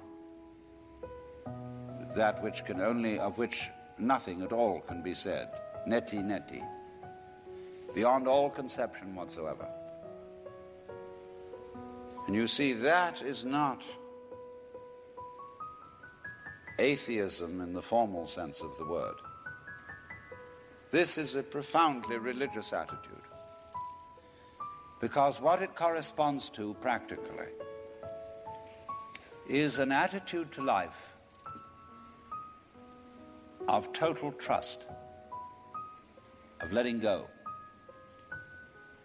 When we form images of God, they are all really exhibitions of our lack of faith, something to hold on to, something to grasp. How firm a foundation, what lies underneath us, the rock of ages or whatever, ein feste Burg. But when we don't grasp, we have the attitude of faith. If you let go of all the idols, you will of course discover that what this unknown is, which is the foundation of the universe, is precisely you. It's not the you think you are. No, it's not your opinion of yourself. It's not your idea or image of yourself. It's not the chronic sense of muscular strain, which we usually call I. You can't grasp it. Of course not. Why would you need to? Supposing you could, what would you do with it? And who would do what with it? You can never get at it. So there is that profound central mystery. And the attitude of faith is to stop chasing it. Stop grabbing it. Because if that happens, the most amazing things follow. But all these ideas of the spiritual, the godly, as this attitude of must,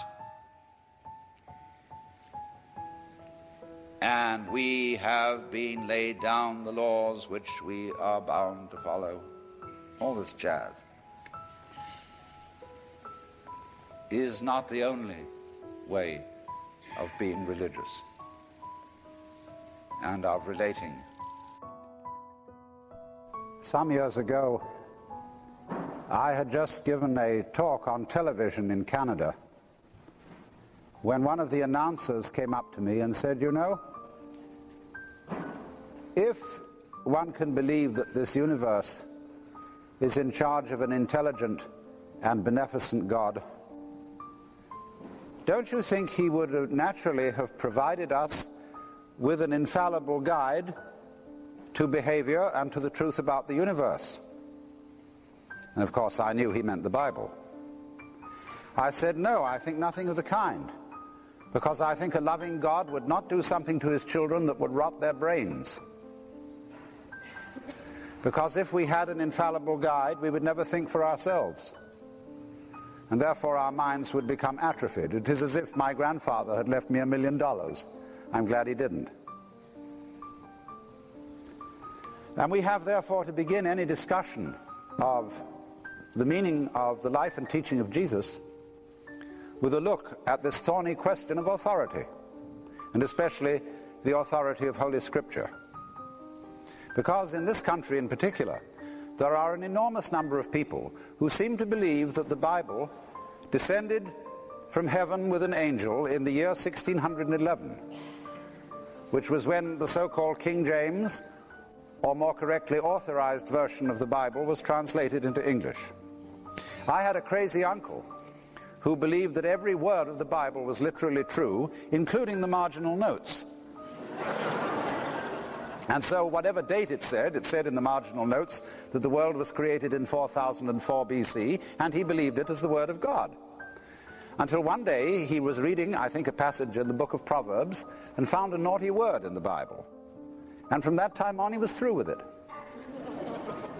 You know, how Protestant can you get?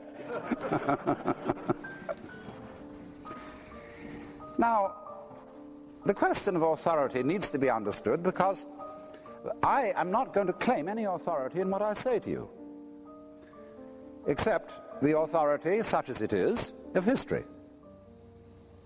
And that's a pretty uncertain authority.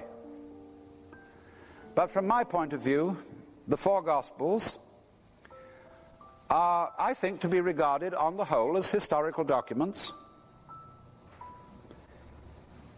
I'll even grant the miracles, because speaking as one heavily influenced by Buddhism, we're not very impressed by miracles. The traditions of Asia, Hindu, Buddhist, Taoist, and so forth, are full of miraculous stories, and we take them in our stride. We don't think that there are any sign of anything in particular except psychic power. And we in the West have, by scientific technology, accomplished things of a very startling nature. We could blow up the whole planet, and Tibetan magicians have never promised to do anything like that. And I'm really a little scared of the growing interest in psychic power, because that's what I call psychotechnics. And we've made such a mess of things with ordinary techniques that heaven only knows what we might do if we got hold of psychotechnics and started raising people from the dead and prolonging life insufferably and doing everything we wished. I mean, the whole answer to the story of miracles is simply imagine that you're God and that you can have anything you want. Well, you'd have it for quite a long time. And then after a while, you say, this is getting pretty dull because I know in advance everything that's going to happen. And so you would wish for a surprise. And you would find yourself this evening in this church as a human being. So, I mean, that is the miracle thing. I think miracles are probably possible. That doesn't bother me.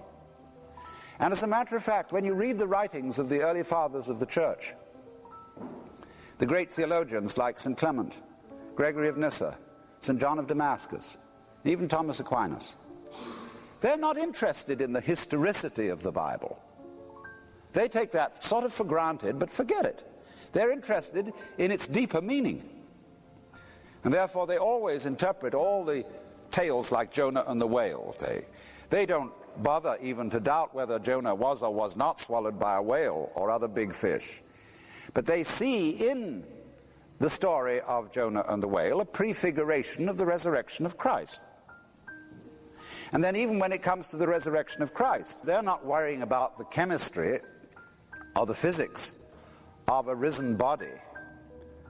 What they're interested in is that the idea of the resurrection of the body has something to say about the meaning of the physical body in the eyes of God. That the physical body, in other words, is not something worthless and unspiritual, but something which is an object of the divine love. And so, therefore, I'm not going to be concerned with whether or not miraculous events happened. It seems to me entirely beside the point. So I regard the four Gospels as, on the whole, as good a historical document as anything else we have from that period, including the Gospel of St. John. And that's important. It used to be fashionable to regard the Gospel of St. John as late. In other words, at the turn of the century, the higher critics of the New Testament assigned the Gospel of St. John to about 125 AD. And the reason was just simple. Those higher critics at that time just assumed that the simple teachings of Jesus could not possibly have included any such complicated mystical theology. And therefore they said, well, it must be later. Now, as a matter of fact, in the text of the Gospel of St. John, the local color, his knowledge of the topography of Jerusalem, and his knowledge of the Jewish calendar is more accurate than that of the other three writers, Matthew, Mark, and Luke. And it seems to me perfectly simple to assume that John recorded the inner teaching which he gave to his disciples, and that Matthew, Mark, and Luke record the more exoteric teaching which he gave to people at large. Now, what about then the authority of these scriptures? We could take this problem in two steps. A lot of people don't know how we got the Bible at all. We Westerners got the Bible thanks to the Catholic Church. The Catholic Church and members of the Church wrote the books of the New Testament. And they took over the books of the Old Testament, which even by the time of Christ had not been finally decided upon by the Jews. The Jews did not close the canon of the Old Testament until the year 100 AD, or thereabouts, at the Synod of Jamnia. And then they finally decided which were the canonical books of the Hebrew Scriptures, and embodied them in the Masoretic text, the earliest copy of which dates from the 10th century, early in the 10th century, AD.